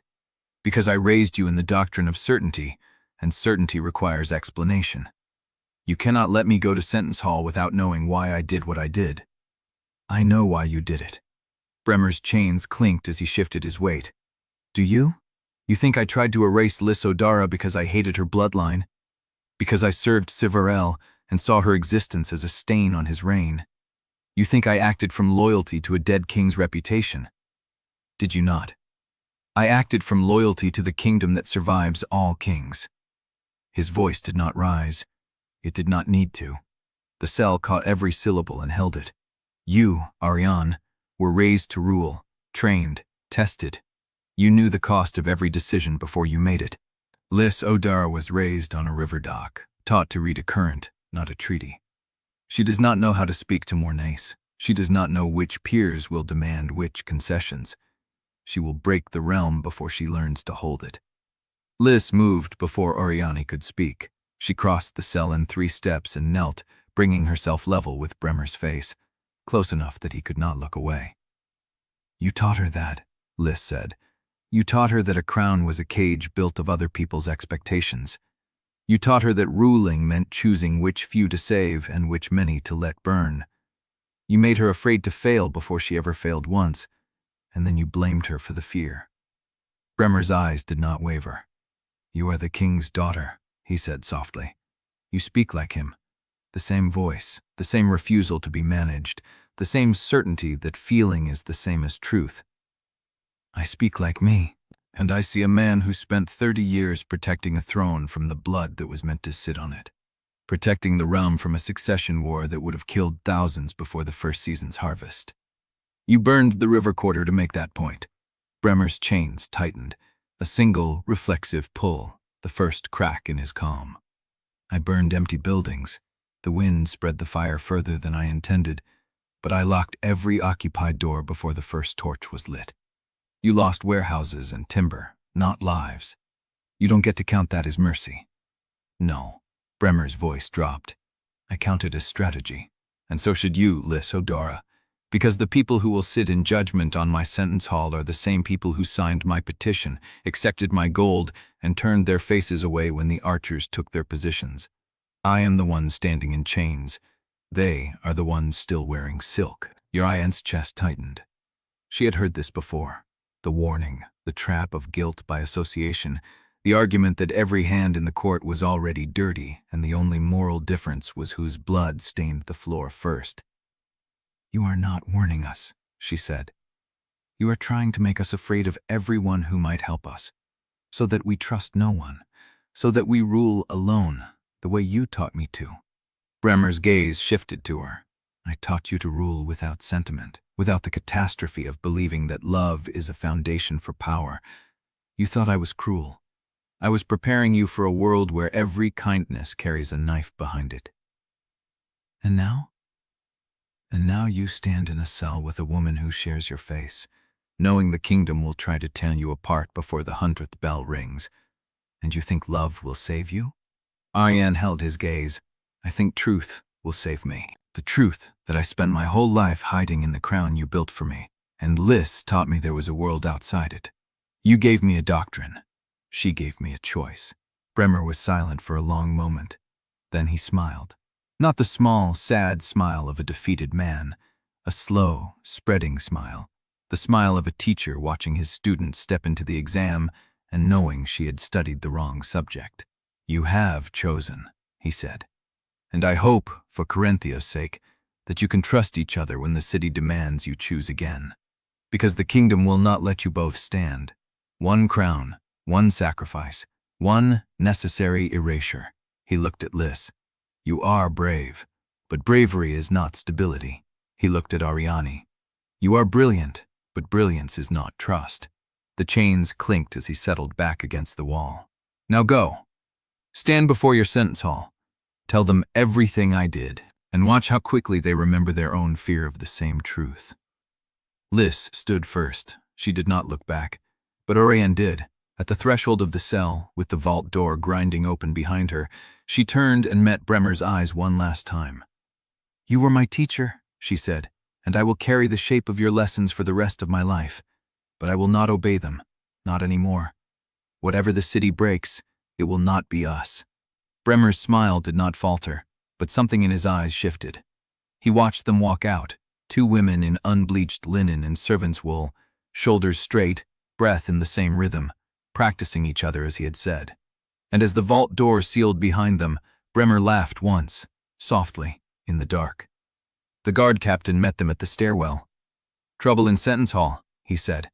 "The Tale envoy is demanding to speak before Bremer's statement. He says foreign recognition of the new throne depends on it." Liss closed her eyes. Auriane felt the shape of the trap closing again. One crown, one sacrifice, one necessary erasure. The bells began to ring. The terrify, on the Fulanus little bean, the ants weather had held so many witnesses. Auriane stood at the edge of the raised dais, Liss beside her in unbleached linen, as the chamber filled with bodies pressed shoulder to shoulder. Nobles in mourning wool, river guild masters in leather aprons, clerks with ink-stained fingers and sealed portfolios. The Tale envoy had claimed a position near the front, his fur-collared coat untouched by Carinthian black, and his eyes moved across the room with the patience of a man counting exits. The sentence hall was not a court, it was a chamber of record. A long stone room with tiered benches rising toward a vaulted ceiling where the painted constellations had faded to ghost lines. The presiding voice belonged to Master Yarrow, the River Guild man who had sat on Caldrice's conclave, and his gavel was a river stone set in oak.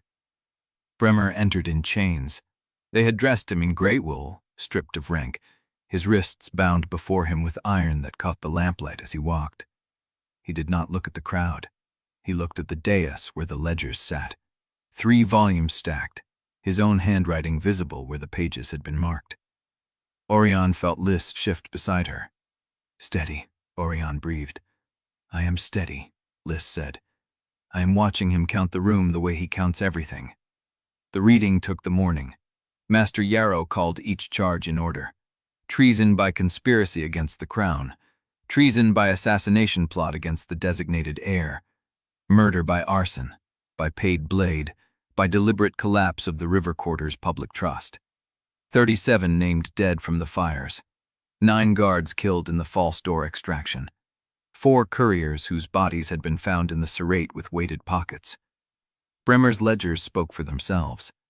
The 214 names, the payment drop locations mapped to Palace, Crypt, and Chandler's attic, the petition drafted before the first arrow flew, dated and sealed in his own hand, with 2 co-signatories whose names the court still did not know. Yoria Fenn stepped forward and read the Surrate Codex citation aloud. Her voice carried to the arches. The petitioner, Chancellor Othma Bremer, did prepare a legal claim voiding the witness capacity of Crown Princess Auriane Sellwyn under the doctrine of ritual contamination, citing 5 dynasty-era precedents and the argument that false station corrupts the truth of any oath. This document you've prepared weeks before the princess's deception was publicly known. It was a contingency, a trap, a sentence written in advance of any crime. Bremer did not flinch. When Auria finished, he lifted his chained hands slightly, a gesture of acknowledgement, not surrender. "The doctrine exists," he said. "I did not invent it. I simply knew the princess would give me cause to use it before the 100 days ended." Master Yarrow's gavel struck once. "You will speak when recognized, Chancellor." "I am not Chancellor," Bremer said.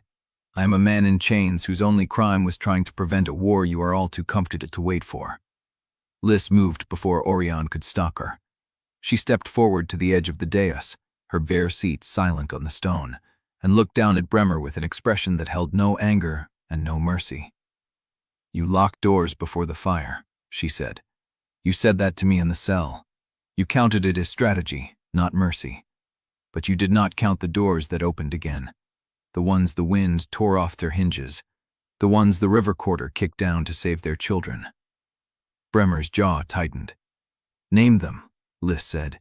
"The ones who died because your strategy had a gap." Silence. I cannot, Wyman, Bremer said. I do not know their names. Then you do not get to call it mercy. Liss stepped back. The room held its breath. Master Yarrow called for evidence. Edran Pike limped forward with a bandage still dark across his ribs, and he placed a stack of documents before the dais. The original sealed accounts. The transfer orders signed by Venn and countersigned by Bremer's personal seal. The record of the Tallery envoy's correspondence with the Chancellor's office, dated 3 weeks before the Mourning road attack. Bremer's composure cracked for the first time. He turned to look at the Tallery envoy. The envoy did not meet his eyes. Foreign involvement, Master Yarrow said, his voice flat. In a domestic succession crisis. Chancellor, explain. Bremer was quiet for a long moment. Then he laughed. Explain? He shook his head.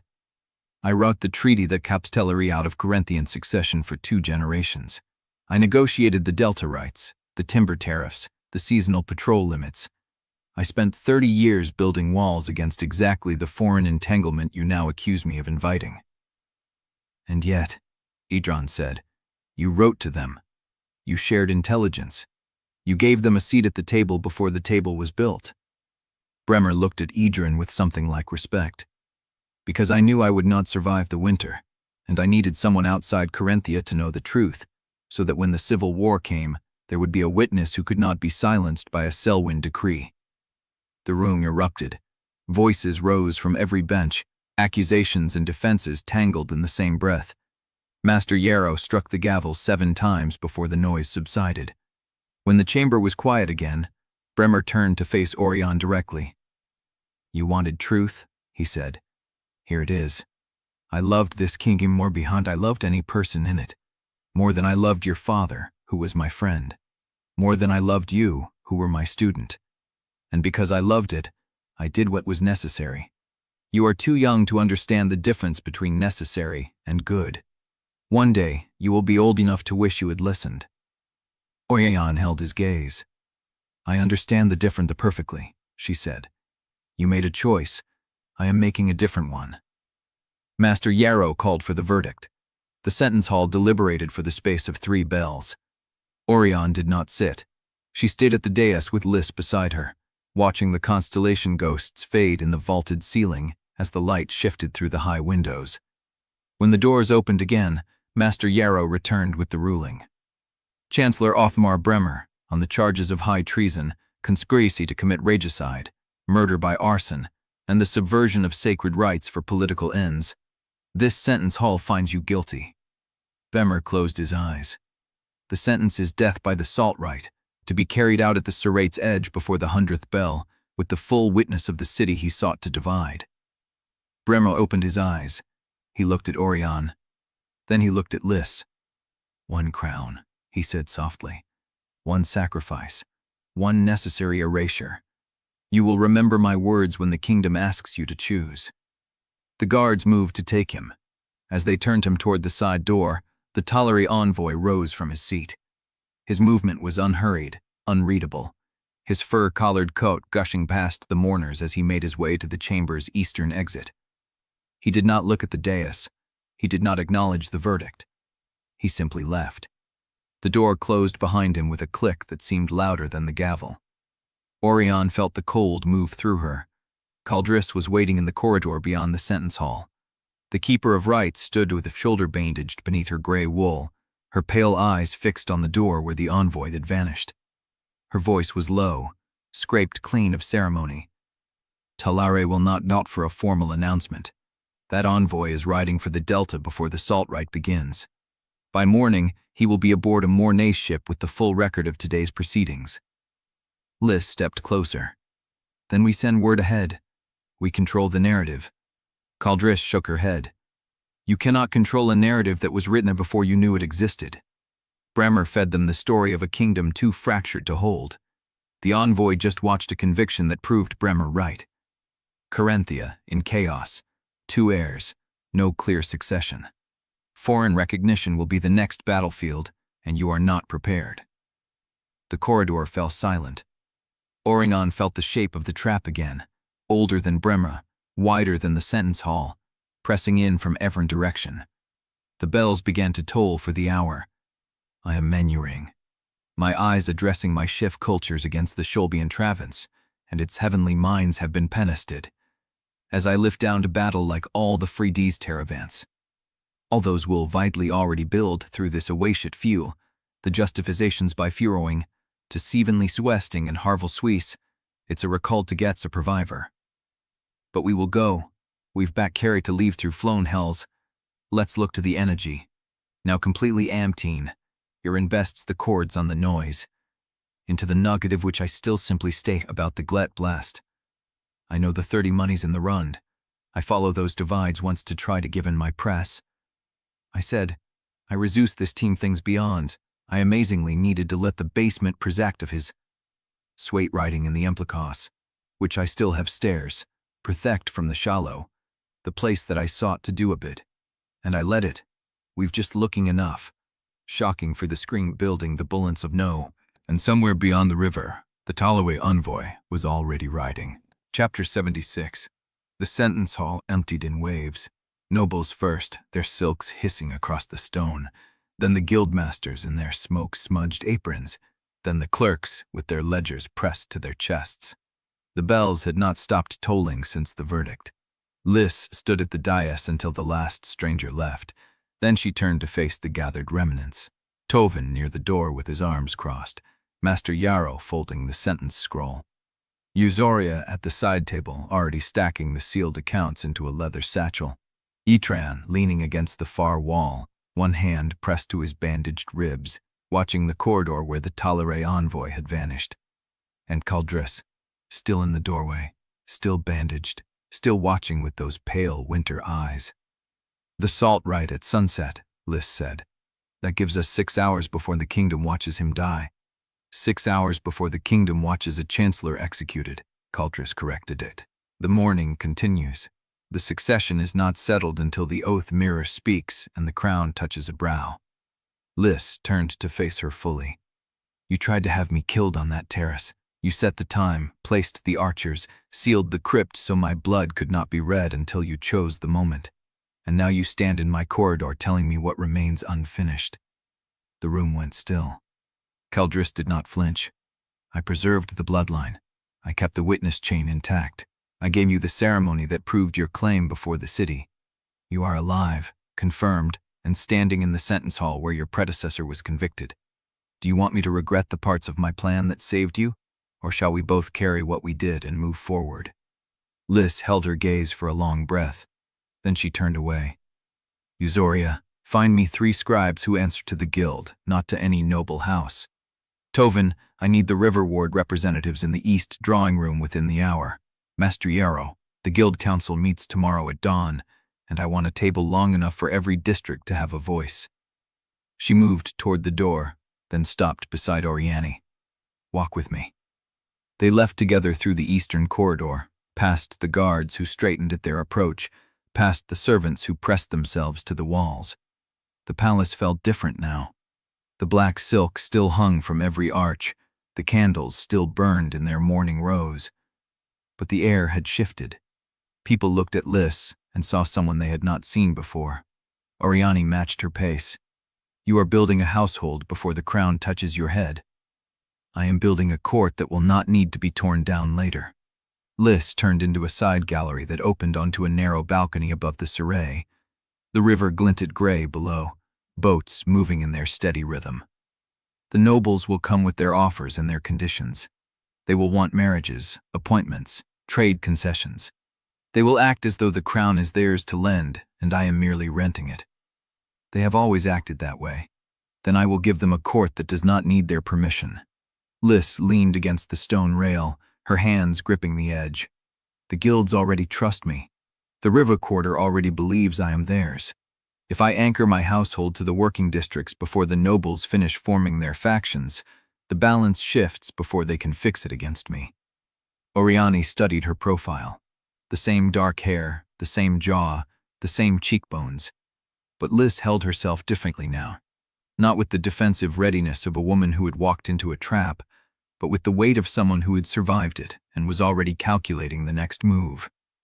You sound like you have been planning this, I have been planning this since the moment I stopped being a decoy. Liss turned to face her. I need you here, not as a claimant, not as a rival, as my sister, as the woman who knelt before the court and told the truth, as the counterweight the kingdom will need when the foreign envoys arrive and the nobles start testing which of us they can use against the other. The wind lifted from the river, carrying the smell of salt on wet stone. You are asking me to stay, Auriane said slowly, as your political counterpart. I am asking you to stay as my family. The politics follows. Liss's voice dropped. But I need your answer before the salt rite, because once Bremer is dead, the factions will regroup, and they will come for whichever of us looks weaker first. Auriane opened her mouth to answer. A stir arose from the gallery below, voices, urgent and overlapping. A runner in palace livery appeared at the balcony door, breathing hard. My lady, a word has spread from the sentence hall. The Eastern lords are gathering in the Glue Salon. They are saying the succession cannot hold with 2 living claimants. They are saying the only way to prevent civil war is to... He stopped. Liss turned. To what? The runner swallowed. To marry the former princess to a consolidated house. To bind the claims together. They are already naming candidates. The river sounded distant. Auriane felt the cold again. Not the cold of the crypt or the trap, but the cold of a door she had thought closed swinging open again. They want to marry me off, she said, as the settlement. Liss's hands tightened on the rail. They want to use you to seal the peace, she said. The same way Bremer wanted to use you. The same way Marist wanted to use you. The same way every faction in this kingdom sees you as a piece to be moved. And if I refuse? Liss's expression did not change, but something in her eyes shifted. Then the Eastern lords will call it obstruction. They will claim I am hoarding power. They will start the very war they claim to prevent, and they will blame us for refusing their solution. The runner stood frozen in the doorway, waiting for an answer. Auriane looked past him, past the gallery, past the river, toward the blue salon where the lords were already gathering. She could see them in her mind, seated in their mourning black, hands folded, voices measured, already dividing her future among themselves. Tell them, she said, that I will meet them within the hour. The runner bowed and fled. Liss caught Auriane's wrist. You cannot negotiate with people who have already decided your price. I know. Auriane turned to face her. But I can learn what they are willing to trade for what they think they want. And I can find out which of them is already in someone else's pocket. And then? Auriane looked toward the river, where the light was beginning to slant toward sunset. And then I will decide which of their candidates makes them most afraid. She turned from the balcony. Behind her, the whispers had already begun spreading through the palace like water through cracked stone. Trooper 77. 8 steps from the balcony door, a hand caught her wrist. Auriane turned. Edran stood in the shadow of a stone arch, his face half lit by the moon through the colonnade. The bandage beneath his tunic showed a dark bloom at the ribs, fresh blood seeping through the wool. You should be resting. So should you. His hand did not release her. But you are walking toward a room full of lords who have already pressed your future, and I am not going to watch from a distance while you negotiate with men who think they can buy you. They offer marriage, not coin. Same currency. His voice was rough, not with anger but with something closer to exhaustion. I know because I have spent the last hour listening to the rumors move through the galleries. They are already calling it the settlement match. They are already saying which house will get the former princess and which concessions the Eastern Bloc will demand in return. Auriane pulled her wrist free, but gently. Then you know why I have to go. If I refuse to meet them, they will claim obstruction. If I meet them and refuse every candidate, they will claim I am hoarding power. The only way to survive this room is to enter it. I am not telling you to stay away. Edran stepped closer. The moonlight caught the scar through his eyebrow, the hard line of his jaw. I am telling you that I cannot stand beside you in that room. I am a common-born spymaster with a wound that still bleeds and a reputation built on shadows. If I walk into the blue salon with you, they will use me as proof that you are compromised. They will call it a scandal and demand your removal from all political standing. I know. Then you understand what I am saying. She did. The cold settled deeper. They stood on the landing above the Surrey, the river sliding dot below them. the moon tracking silver across the water. From this height, the palace windows glowed like scattered embers, each one holding a conversation that would shape the hours ahead. "It was easier when we were hidden," she said. "When every touch was stolen and every word carried the risk of discovery. I knew how to move in that dark." "So did I." Edran leaned against the rail, his hands gripping the stone. "But we are not hidden anymore. Every faction in this palace watched me carry you from the scriptorium. They saw me stand at your side through the second confirmation. They heard me testify before the sentence hall with your name in my mouth." She turned to face her. "Our love is no longer the hidden danger. It is the visible one. And everyone now understands how to use it against us." The words hung between them, heavy and precise. Auriane felt the shape of them in her chest. Not a betrayal, not an accusation, but a truth delivered as gently as a blade could be placed. "Does that mean we stop?" she asked. Edran's expression did not soften, but something in it shifted. A crack, barely visible in the fortified mask he had worn since the fire. "No," he said, "but only if we never return to half-truths. I cannot spend the rest of my life wondering which version of you I am speaking to. I cannot love you in pieces while you govern in masks. If we are going to survive what comes next, and I mean truly survive it, then you have to promise me that the woman who knelt before the court and told the truth is the only woman I will ever have to love." Auriane's throat closed. She had spent her entire life building walls between what she felt and what she showed. Every relationship, every alliance, every confession had passed through a filter of strategy. She had loved her father through ceremony. She had trusted Bremer through calculation. She had even loved Edran through the safety of disguise. But he was asking for something she had never given anyone. Not her crown, not her claim, not her public surrender. Her honesty, unfiltered, unguarded, and permanent. "If I promise you that," she said slowly, "then I will fail at some point. I will lie by reflex before I realize I have done it. I will retreat into the mask because it has kept me alive for 24 years, and I do not know how to stop." "I know. And you will still stay?" Edran reached out. His hand found hers on the rail, fingers threading between her own. The touch was warm, calloused, steady. "I will stay," he said, "because I have already seen the woman beneath the mask. I have watched her choose truth over power. I have watched her kneel before a sister she could have destroyed. I have watched her walk into fire for people she was taught to treat as expendable." He squeezed her hand. "I do not need you to be perfect. I need you to be honest. That is the only condition I will ever ask of you again." Auriane fell down at their hands, joined on the cold stone rail. The river moved beneath them, dark and endless, carrying the city's secrets toward the delta. She opened her mouth to answer. A voice rose from the gallery below, sharp, insistent, carrying up through the colonnade. "The former princess is not in chambers. I was told she would be in the blue salon within the hour. Where is she being held?" Another voice, lower, administrative. "She is not being held, my lord. She was seen on the east balcony. She will come when she is ready." "She will come when the lords are ready to receive her. We did not travel from the eastern marches to wait on a woman's timing." The voices faded as they moved deeper into the palace, but the echo of them lingered. Edran's hand tightened on hers. "They are already impatient," he said, "and they will only grow more demanding as the salt rite approaches." "Then I should go." "Yes." Neither of them moved. The moon shifted behind a cloud, casting the landing into purple shadow. The river smell rose, salt and wet wood, and the distant tan of iron from the docks. "Edran." She said his name without weight, without strategy, just the sound of it. "Yes. I promise." He looked at her. The gray ring around his dark eyes caught the faint light, and she saw something break open in his face. Not release, not triumph. Something quieter, like the first crack in ice before the river takes it. He lifted her hand and pressed it to his mouth. Not a kiss, just the warmth of his breath against her knuckles. "Then I will be here when you come back," he said, "and I will still be here when they try to tear us apart."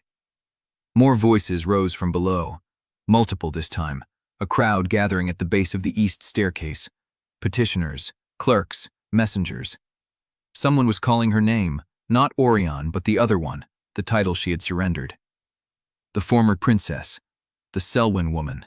She must answer the Eastern lords before the sun sets. The words carried up through the stone like water through cracked mortar. Edran released her hand. Auriane towed toward the staircase.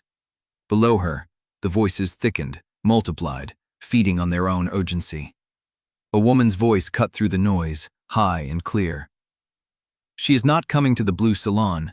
She is coming to Sentence Hall. The foreign envoys are demanding her testimony before the Salt Rite.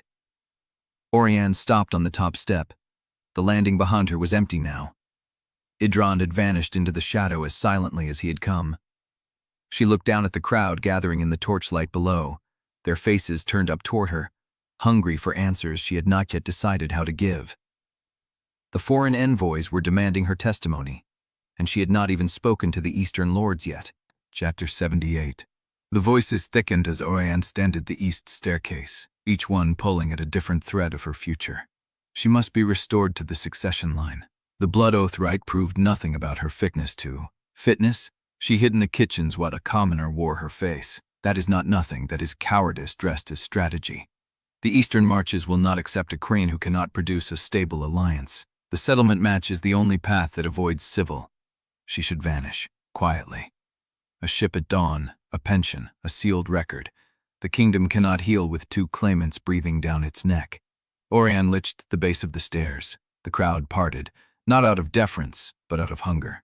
Faces turned toward her, nobles in gray mourning wool, guild masters in leather aprons, clerks clutching papers, a woman in black silk at the back whose posture she recognized before she saw the face. Marist had not left. Auriane stopped at the center of the open space. The torchlight caught her face, her hands, the coarse wool she still wore because she had not changed, because there had been no time, because every moment since the sentence hall had been a corridor she was running through without reaching the door. A broad-shouldered man in Eastern riding leather stepped forward, Lord something. She had met him once at a harvest feast 3 years ago. He looked at her the way men looked at disputed land. "Princess Auriane," he said, "the Eastern lords have prepared a proposal." "I am not a princess." The words came out flat, uninflected. She watched them land. The lord's mouth tightened. "You are the former heir. That is a distinction without a difference when the realm is deciding which face to follow. Then follow Liss.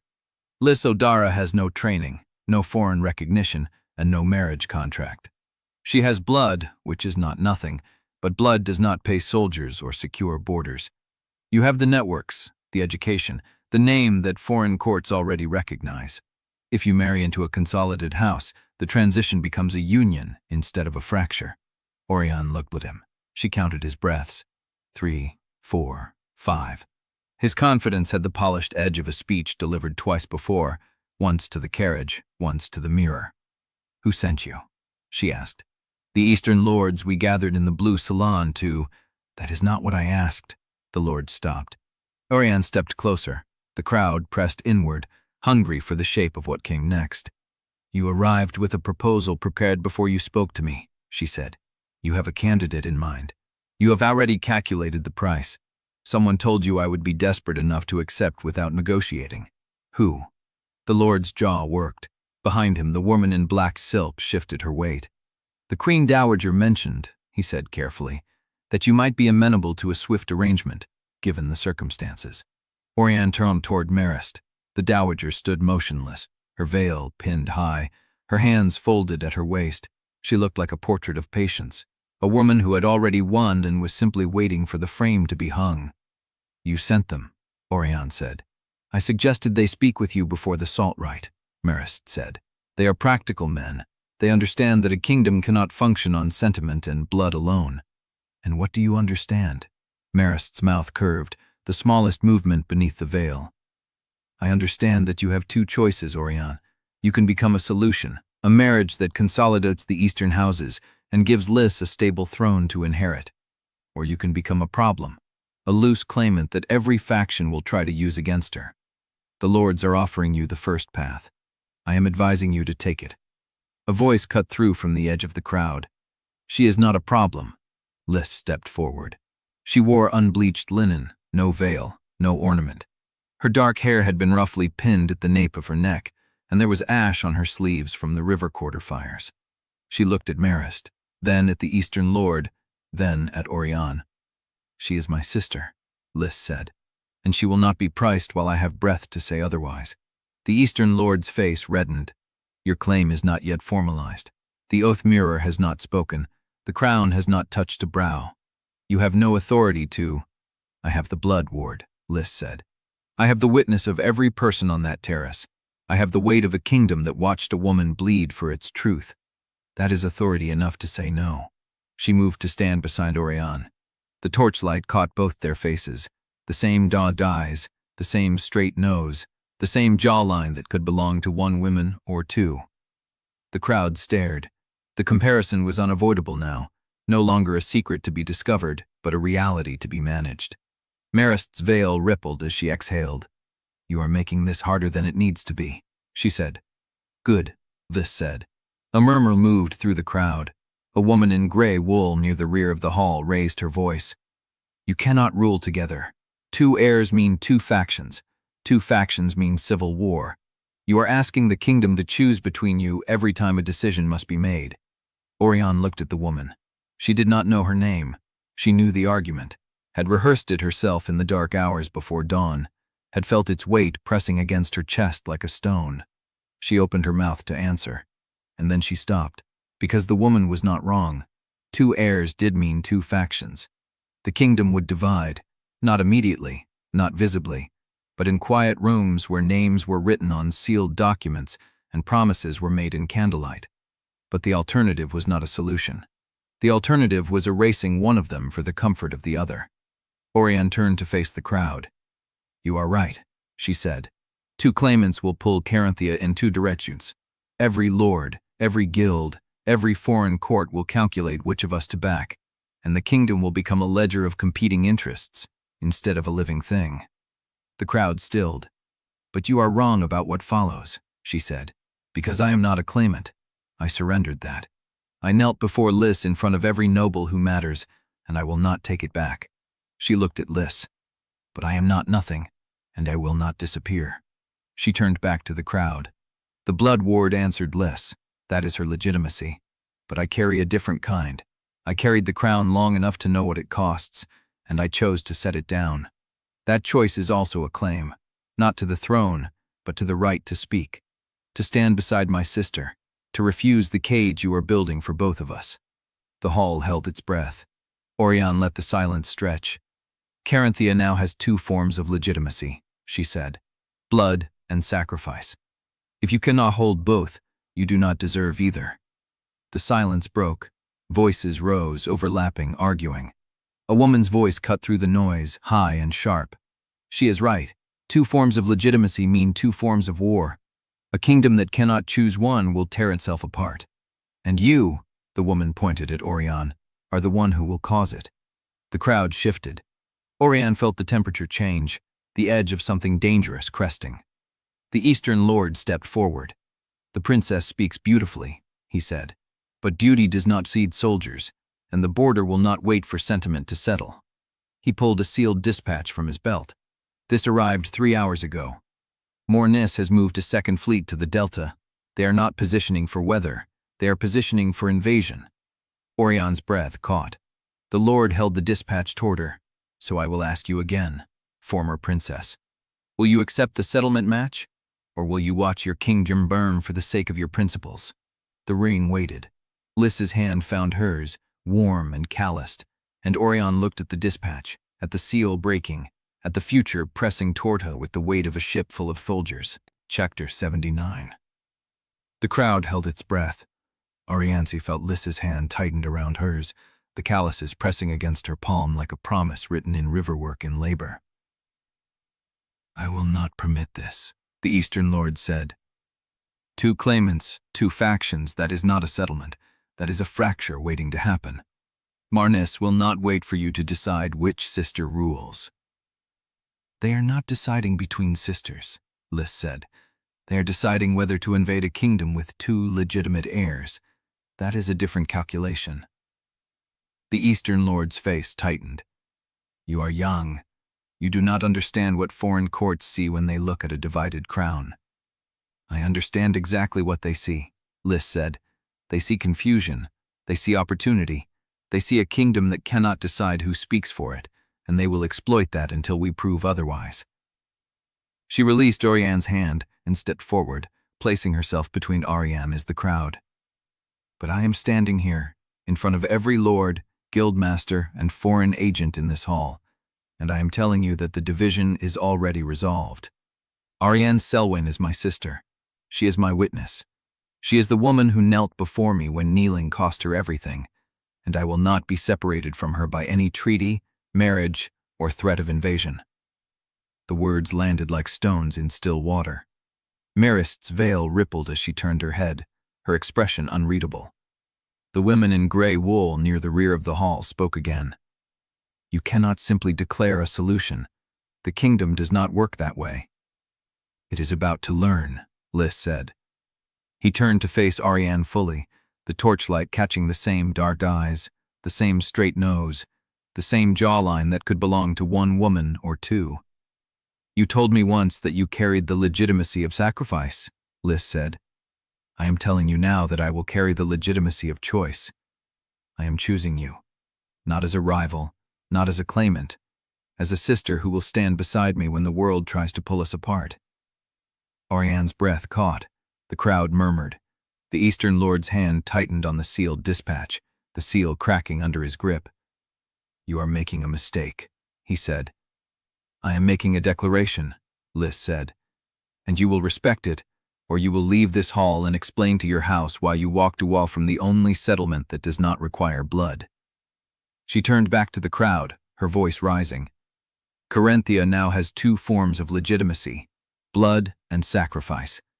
They are not in conflict. They are two sides of the same crown. Anyone who cannot hold both does not deserve to hold either. The hall fell silent. The woman in gray wool lowered her head.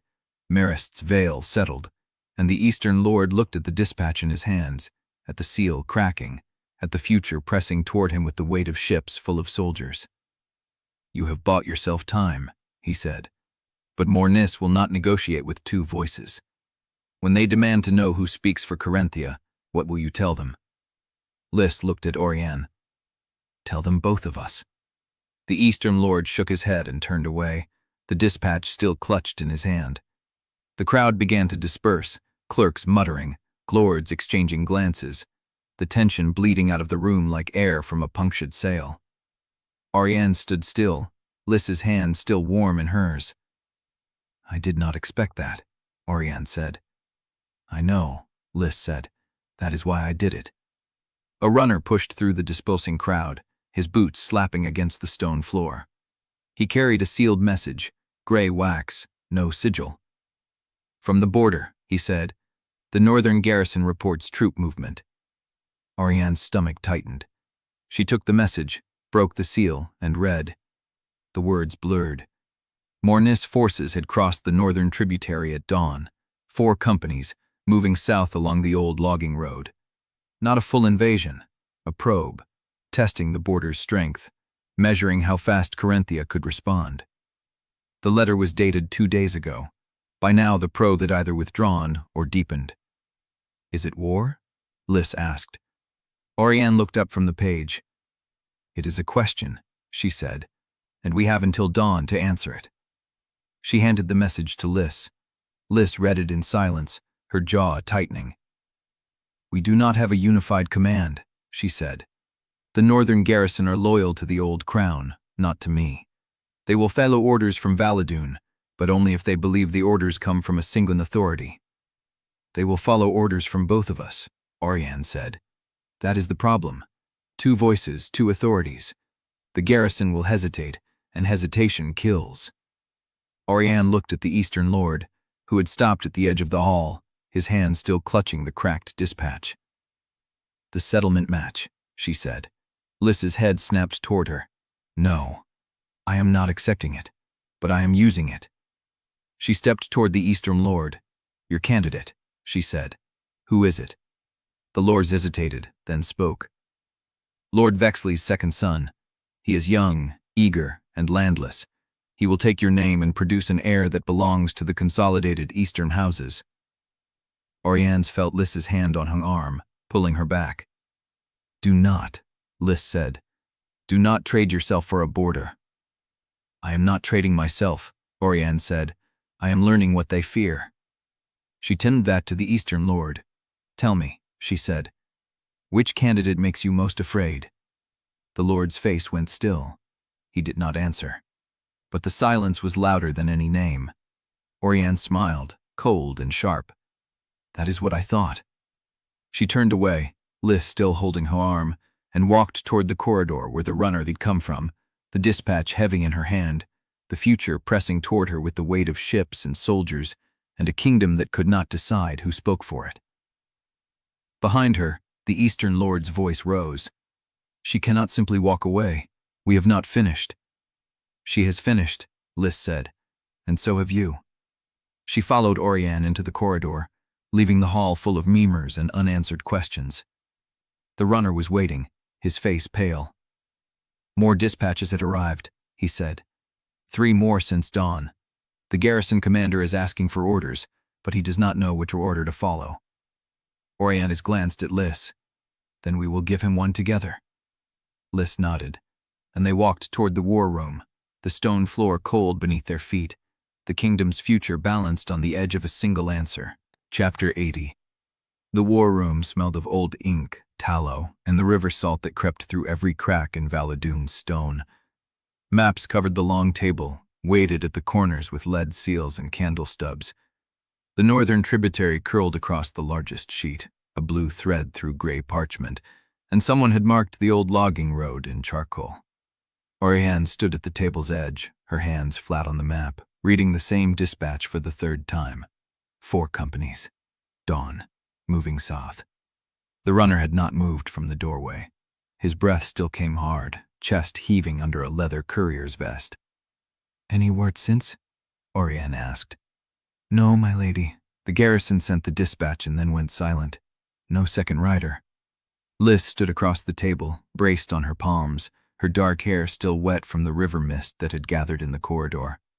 She looked at the map like it might speak. The silence means they are waiting, she said.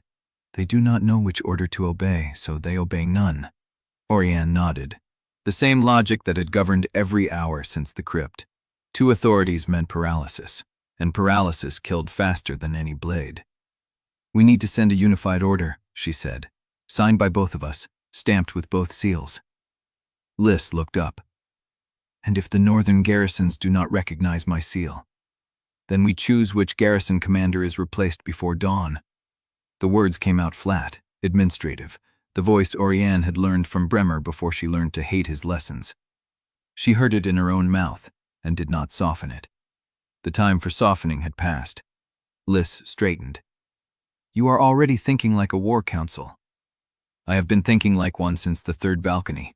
I just did not know the target yet. The runner shifted in the doorway. There is more, my lady.